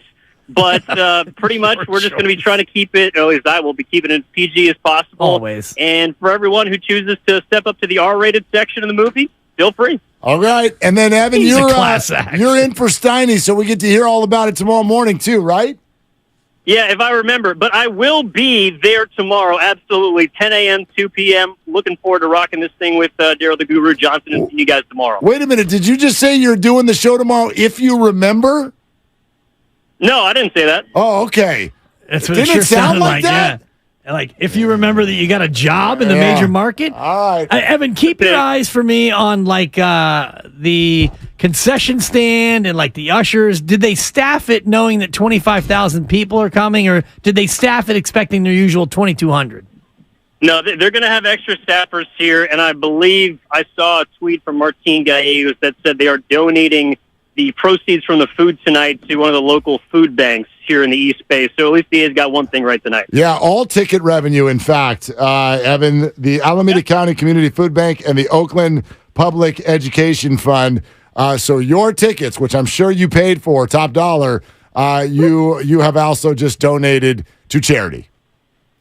Sounds good. Wish I could say that I did. But if I, in fact, purchase something later tonight, I know it'll be going to a good cause. There you go. You want a beer? Have a beer. All right. Thanks, Evan. Appreciate it, guys. Have a good one. All right. There goes E-Dog. He'll be on with Guru tomorrow if he remembers. Oh, my God. No, I didn't say that. Well, yeah, you did. You totally said that. Yeah, we'll have to rack that. We'll have to rack that back, boys, for tomorrow. 10 to 2. He's in with the goo, and I'm looking forward to that.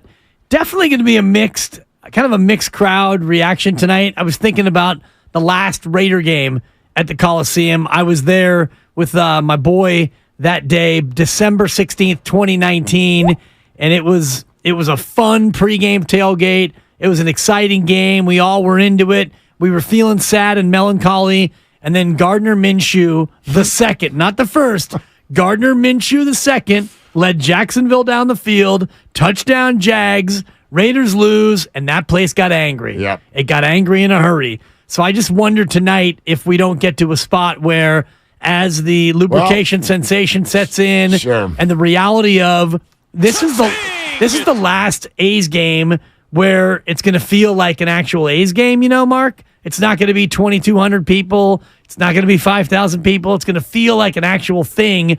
I wonder how it ends from a fan standpoint. Yeah, that's a great question. I depending on how much is consumed and where the whole energy of the crowd goes, we'll see. Rich in Fremont is next up here on Willard and Dibs. Hey, Rich, what are you doing?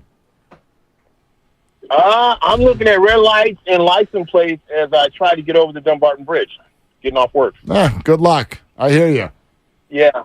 So I'll tell you something. I just saw an A's fan pass me. He had an A's hat on, and I'll tell you something. I'm a Giants fan, but I remember when I was a kid, my dad took me to my first ever A's game, and it was Reggie Jackson bat day. And I was a kid at the time, so we all got Reggie Jackson bats. My mom's been a big A's fan, watched Stu, for years. I remember looking at the Sporting Green and seeing the day Dave Kingman hit 3 home runs out of the Coliseum. And I'll tell you something else. I feel like at this point, what A's fans have had to endure with Fisher, Cavill, and that whole management group is just brutal. And I'll tell you something else. If it's up to me, you go to Vegas, Fisher, Cavill, Don't let the back door hit you where the good Lord split you. You go to Vegas, too. Get out of town. You don't belong here. What you did to A's fans is just downright wrong. So, yeah, I'm bringing the anger because I don't feel like what they did to them was right. I'm a Giants fan. Even I'm appalled at what they did to those fans. Thanks, guys. Yeah, Rich, appreciate it. It's like I said off the top of the show, my friend, I grew up a Giants fan. The only time in my life I have cared about anything in terms of results for the Oakland A's was in 1988 when they were facing the Dodgers. How'd that work out for you? It did not work out very well. Yeah. It did not. It worked out kind of like the tail lights that we saw leaving Dodger Stadium when Kirk Gibson hit his home run. I hope you all paid a lot for your tickets. You didn't even stay to see one of the most iconic moments in the history of the game. So that's bad on you. But today was the second time where I woke up rooting for something as far as the Oakland A's organization. I hope that the Nevada State Legislature turns it down. I don't think they will, but I hope they do. I hope that each A's fan gets some sort of satisfaction out of tonight. I hope they're heard. I'm glad that some money is going to be made for a couple of good causes. I hope that this goes somewhere. I'm skeptical, but I hope it goes somewhere. And above all, at the end, I hope everybody who heads home feels a little bit better about what just happened. I just hope all those things, but also to add on one piece, I just hope that A's fans and the greater Bay Area doesn't embarrass itself through any sort of act of, whether it's throwing a flammable object on the field or throwing garbage on the field or running on the field or breaking up the seats, or let's just keep it classy and just know that whatever actions that you demonstrate is a reflection on all of us. Remember, tomorrow, that's when we're starting to give you and a guest a chance to go to Chase Center and attend the Warriors introductory press conference with the player they draft. How cool is that? So we're going to be showing you a keyword on our YouTube and Twitch channels, certain points of the show. You'll qualify by texting those words to a number that we're going to give you at the time. Starts tomorrow. Search 95.7 The Game on YouTube and Twitch now so that you are ready to go. More on that and more of your calls. Are you on your way to the game? Are you already there? Give us a ring on Willard and Dibs. Mom?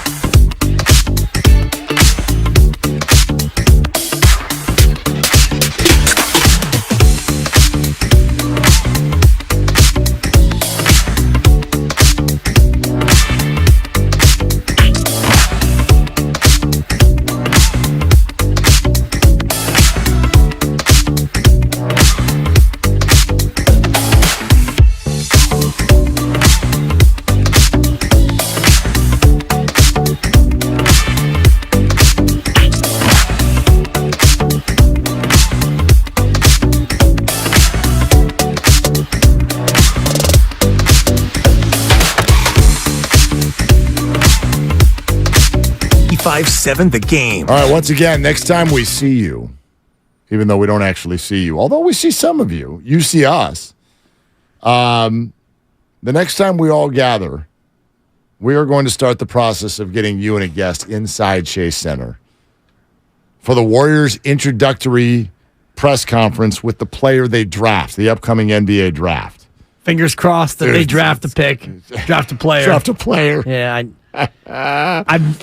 I'm cautiously cautious about this whole contest. I love the contest. It's a great, unique, one of a kind opportunity, but I am of the mind that they may not make a pick. Well, anything could happen. Hell, you could end up at Chase and end up being the GM. They don't even have it. True. We're asking for them to make a pick. We need somebody to make the pick before they even make a pick, and then you get to meet the pick. Who's making the pick? You got to make the pick before you meet the pick. Boy, right. That's a great question. When the pick is in, who sends it in?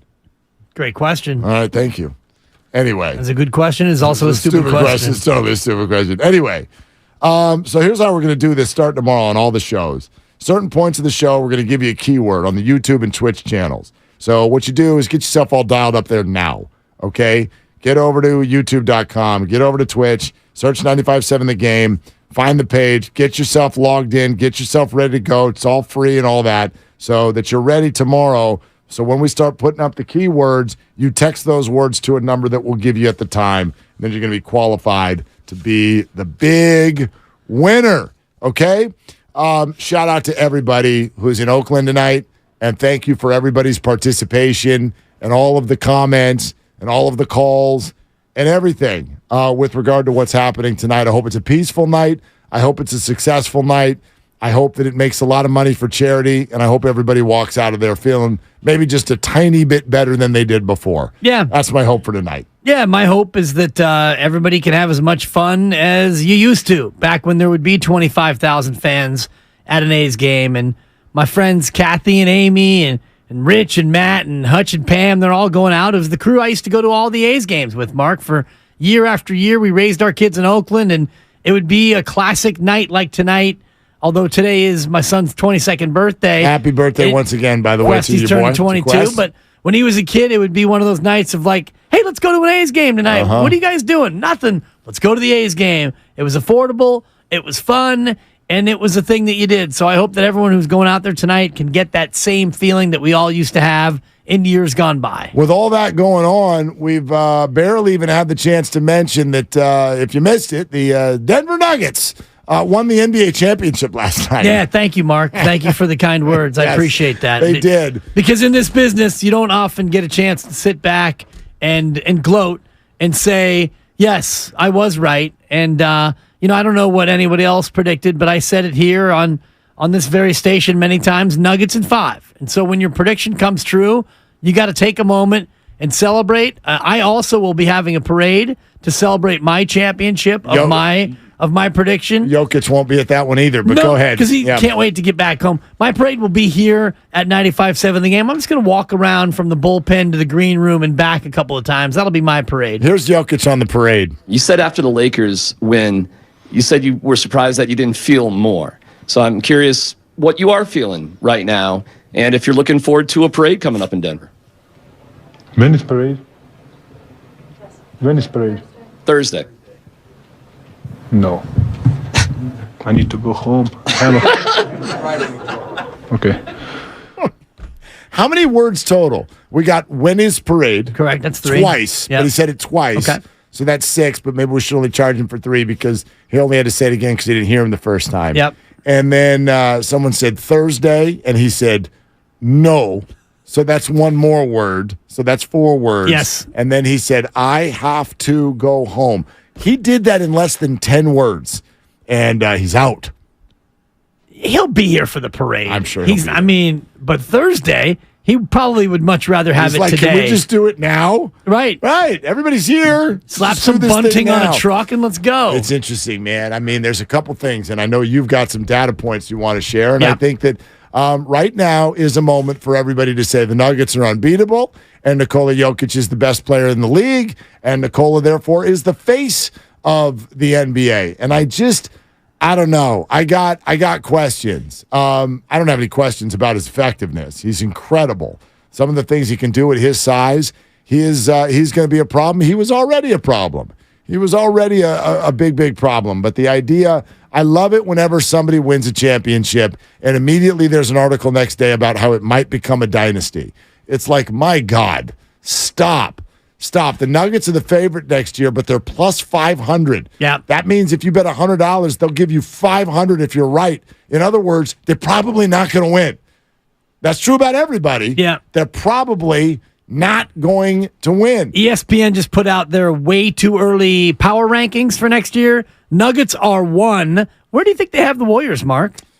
Power rankings? These are not odds, right? These are power rankings? Correct. I put the Warriors somewhere in the neighborhood of 6 or 7. They got them at 10. 10? Yeah, 12-1 is the odds, plus 1,200. They've got them behind the Knicks and the Grizzlies, the Lakers and the Suns, and then, all of the usual suspects, Boston, Miami, Milwaukee, and Philly. That's interesting. I was surprised that they were that low. Yeah. You're getting different odds from different spots. Like these are courtesy Caesars. Yeah, I got a different book, and it's moved a little bit since I first checked it out. The Nuggets are down now to plus 475. That's what this has them at. Yeah, yep. but Boston is the second. Milwaukee is the third favorite.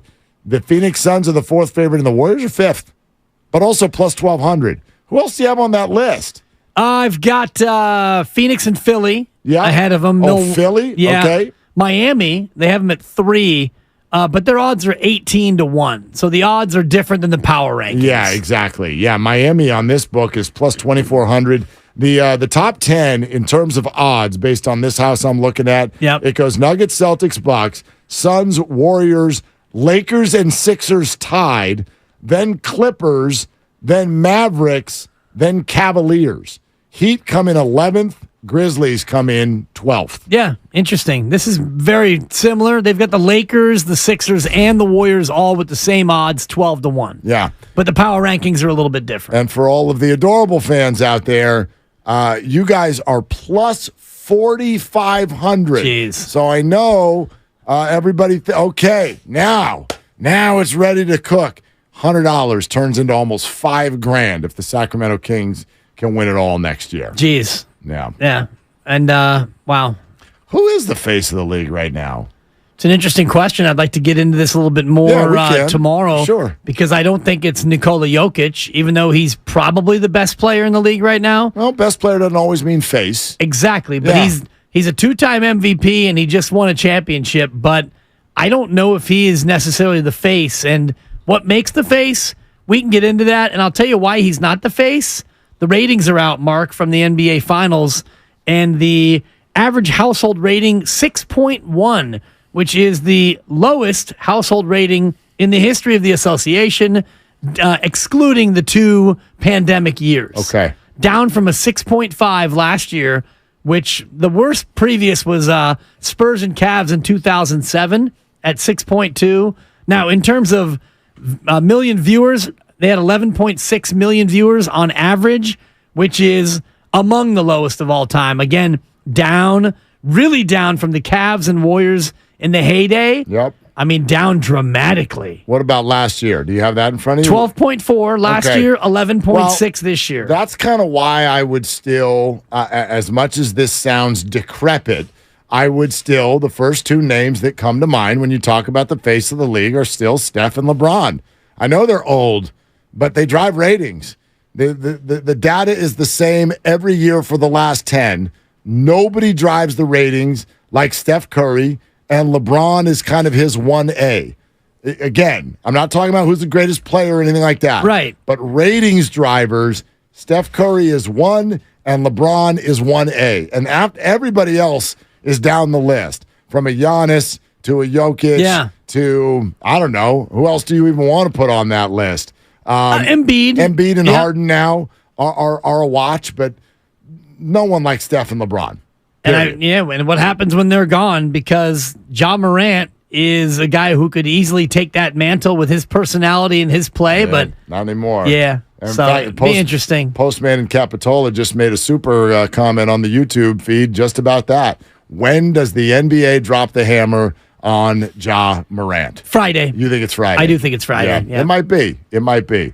All right. You want to do it again tomorrow? Just one more time. Okay. Oh, that's right. Oh, look at Tomorrow's you. my Friday, Holmes. Heading for the hills. All right. Yep. What's coming up in the game is brought to you by Fremont Bank. Full service banking, no compromises. It's the best of the game. Full hour of the best content today on 95.7 The Game, and none other than Mark Grandy will be the one holding your hand, bringing you all the way through it. All right. That's it. So for Dibs and Grandy and Lucas, I'm Mark. Shoot your shot. That's all you got. It's been said that time flies. It's up to you to be the navigator.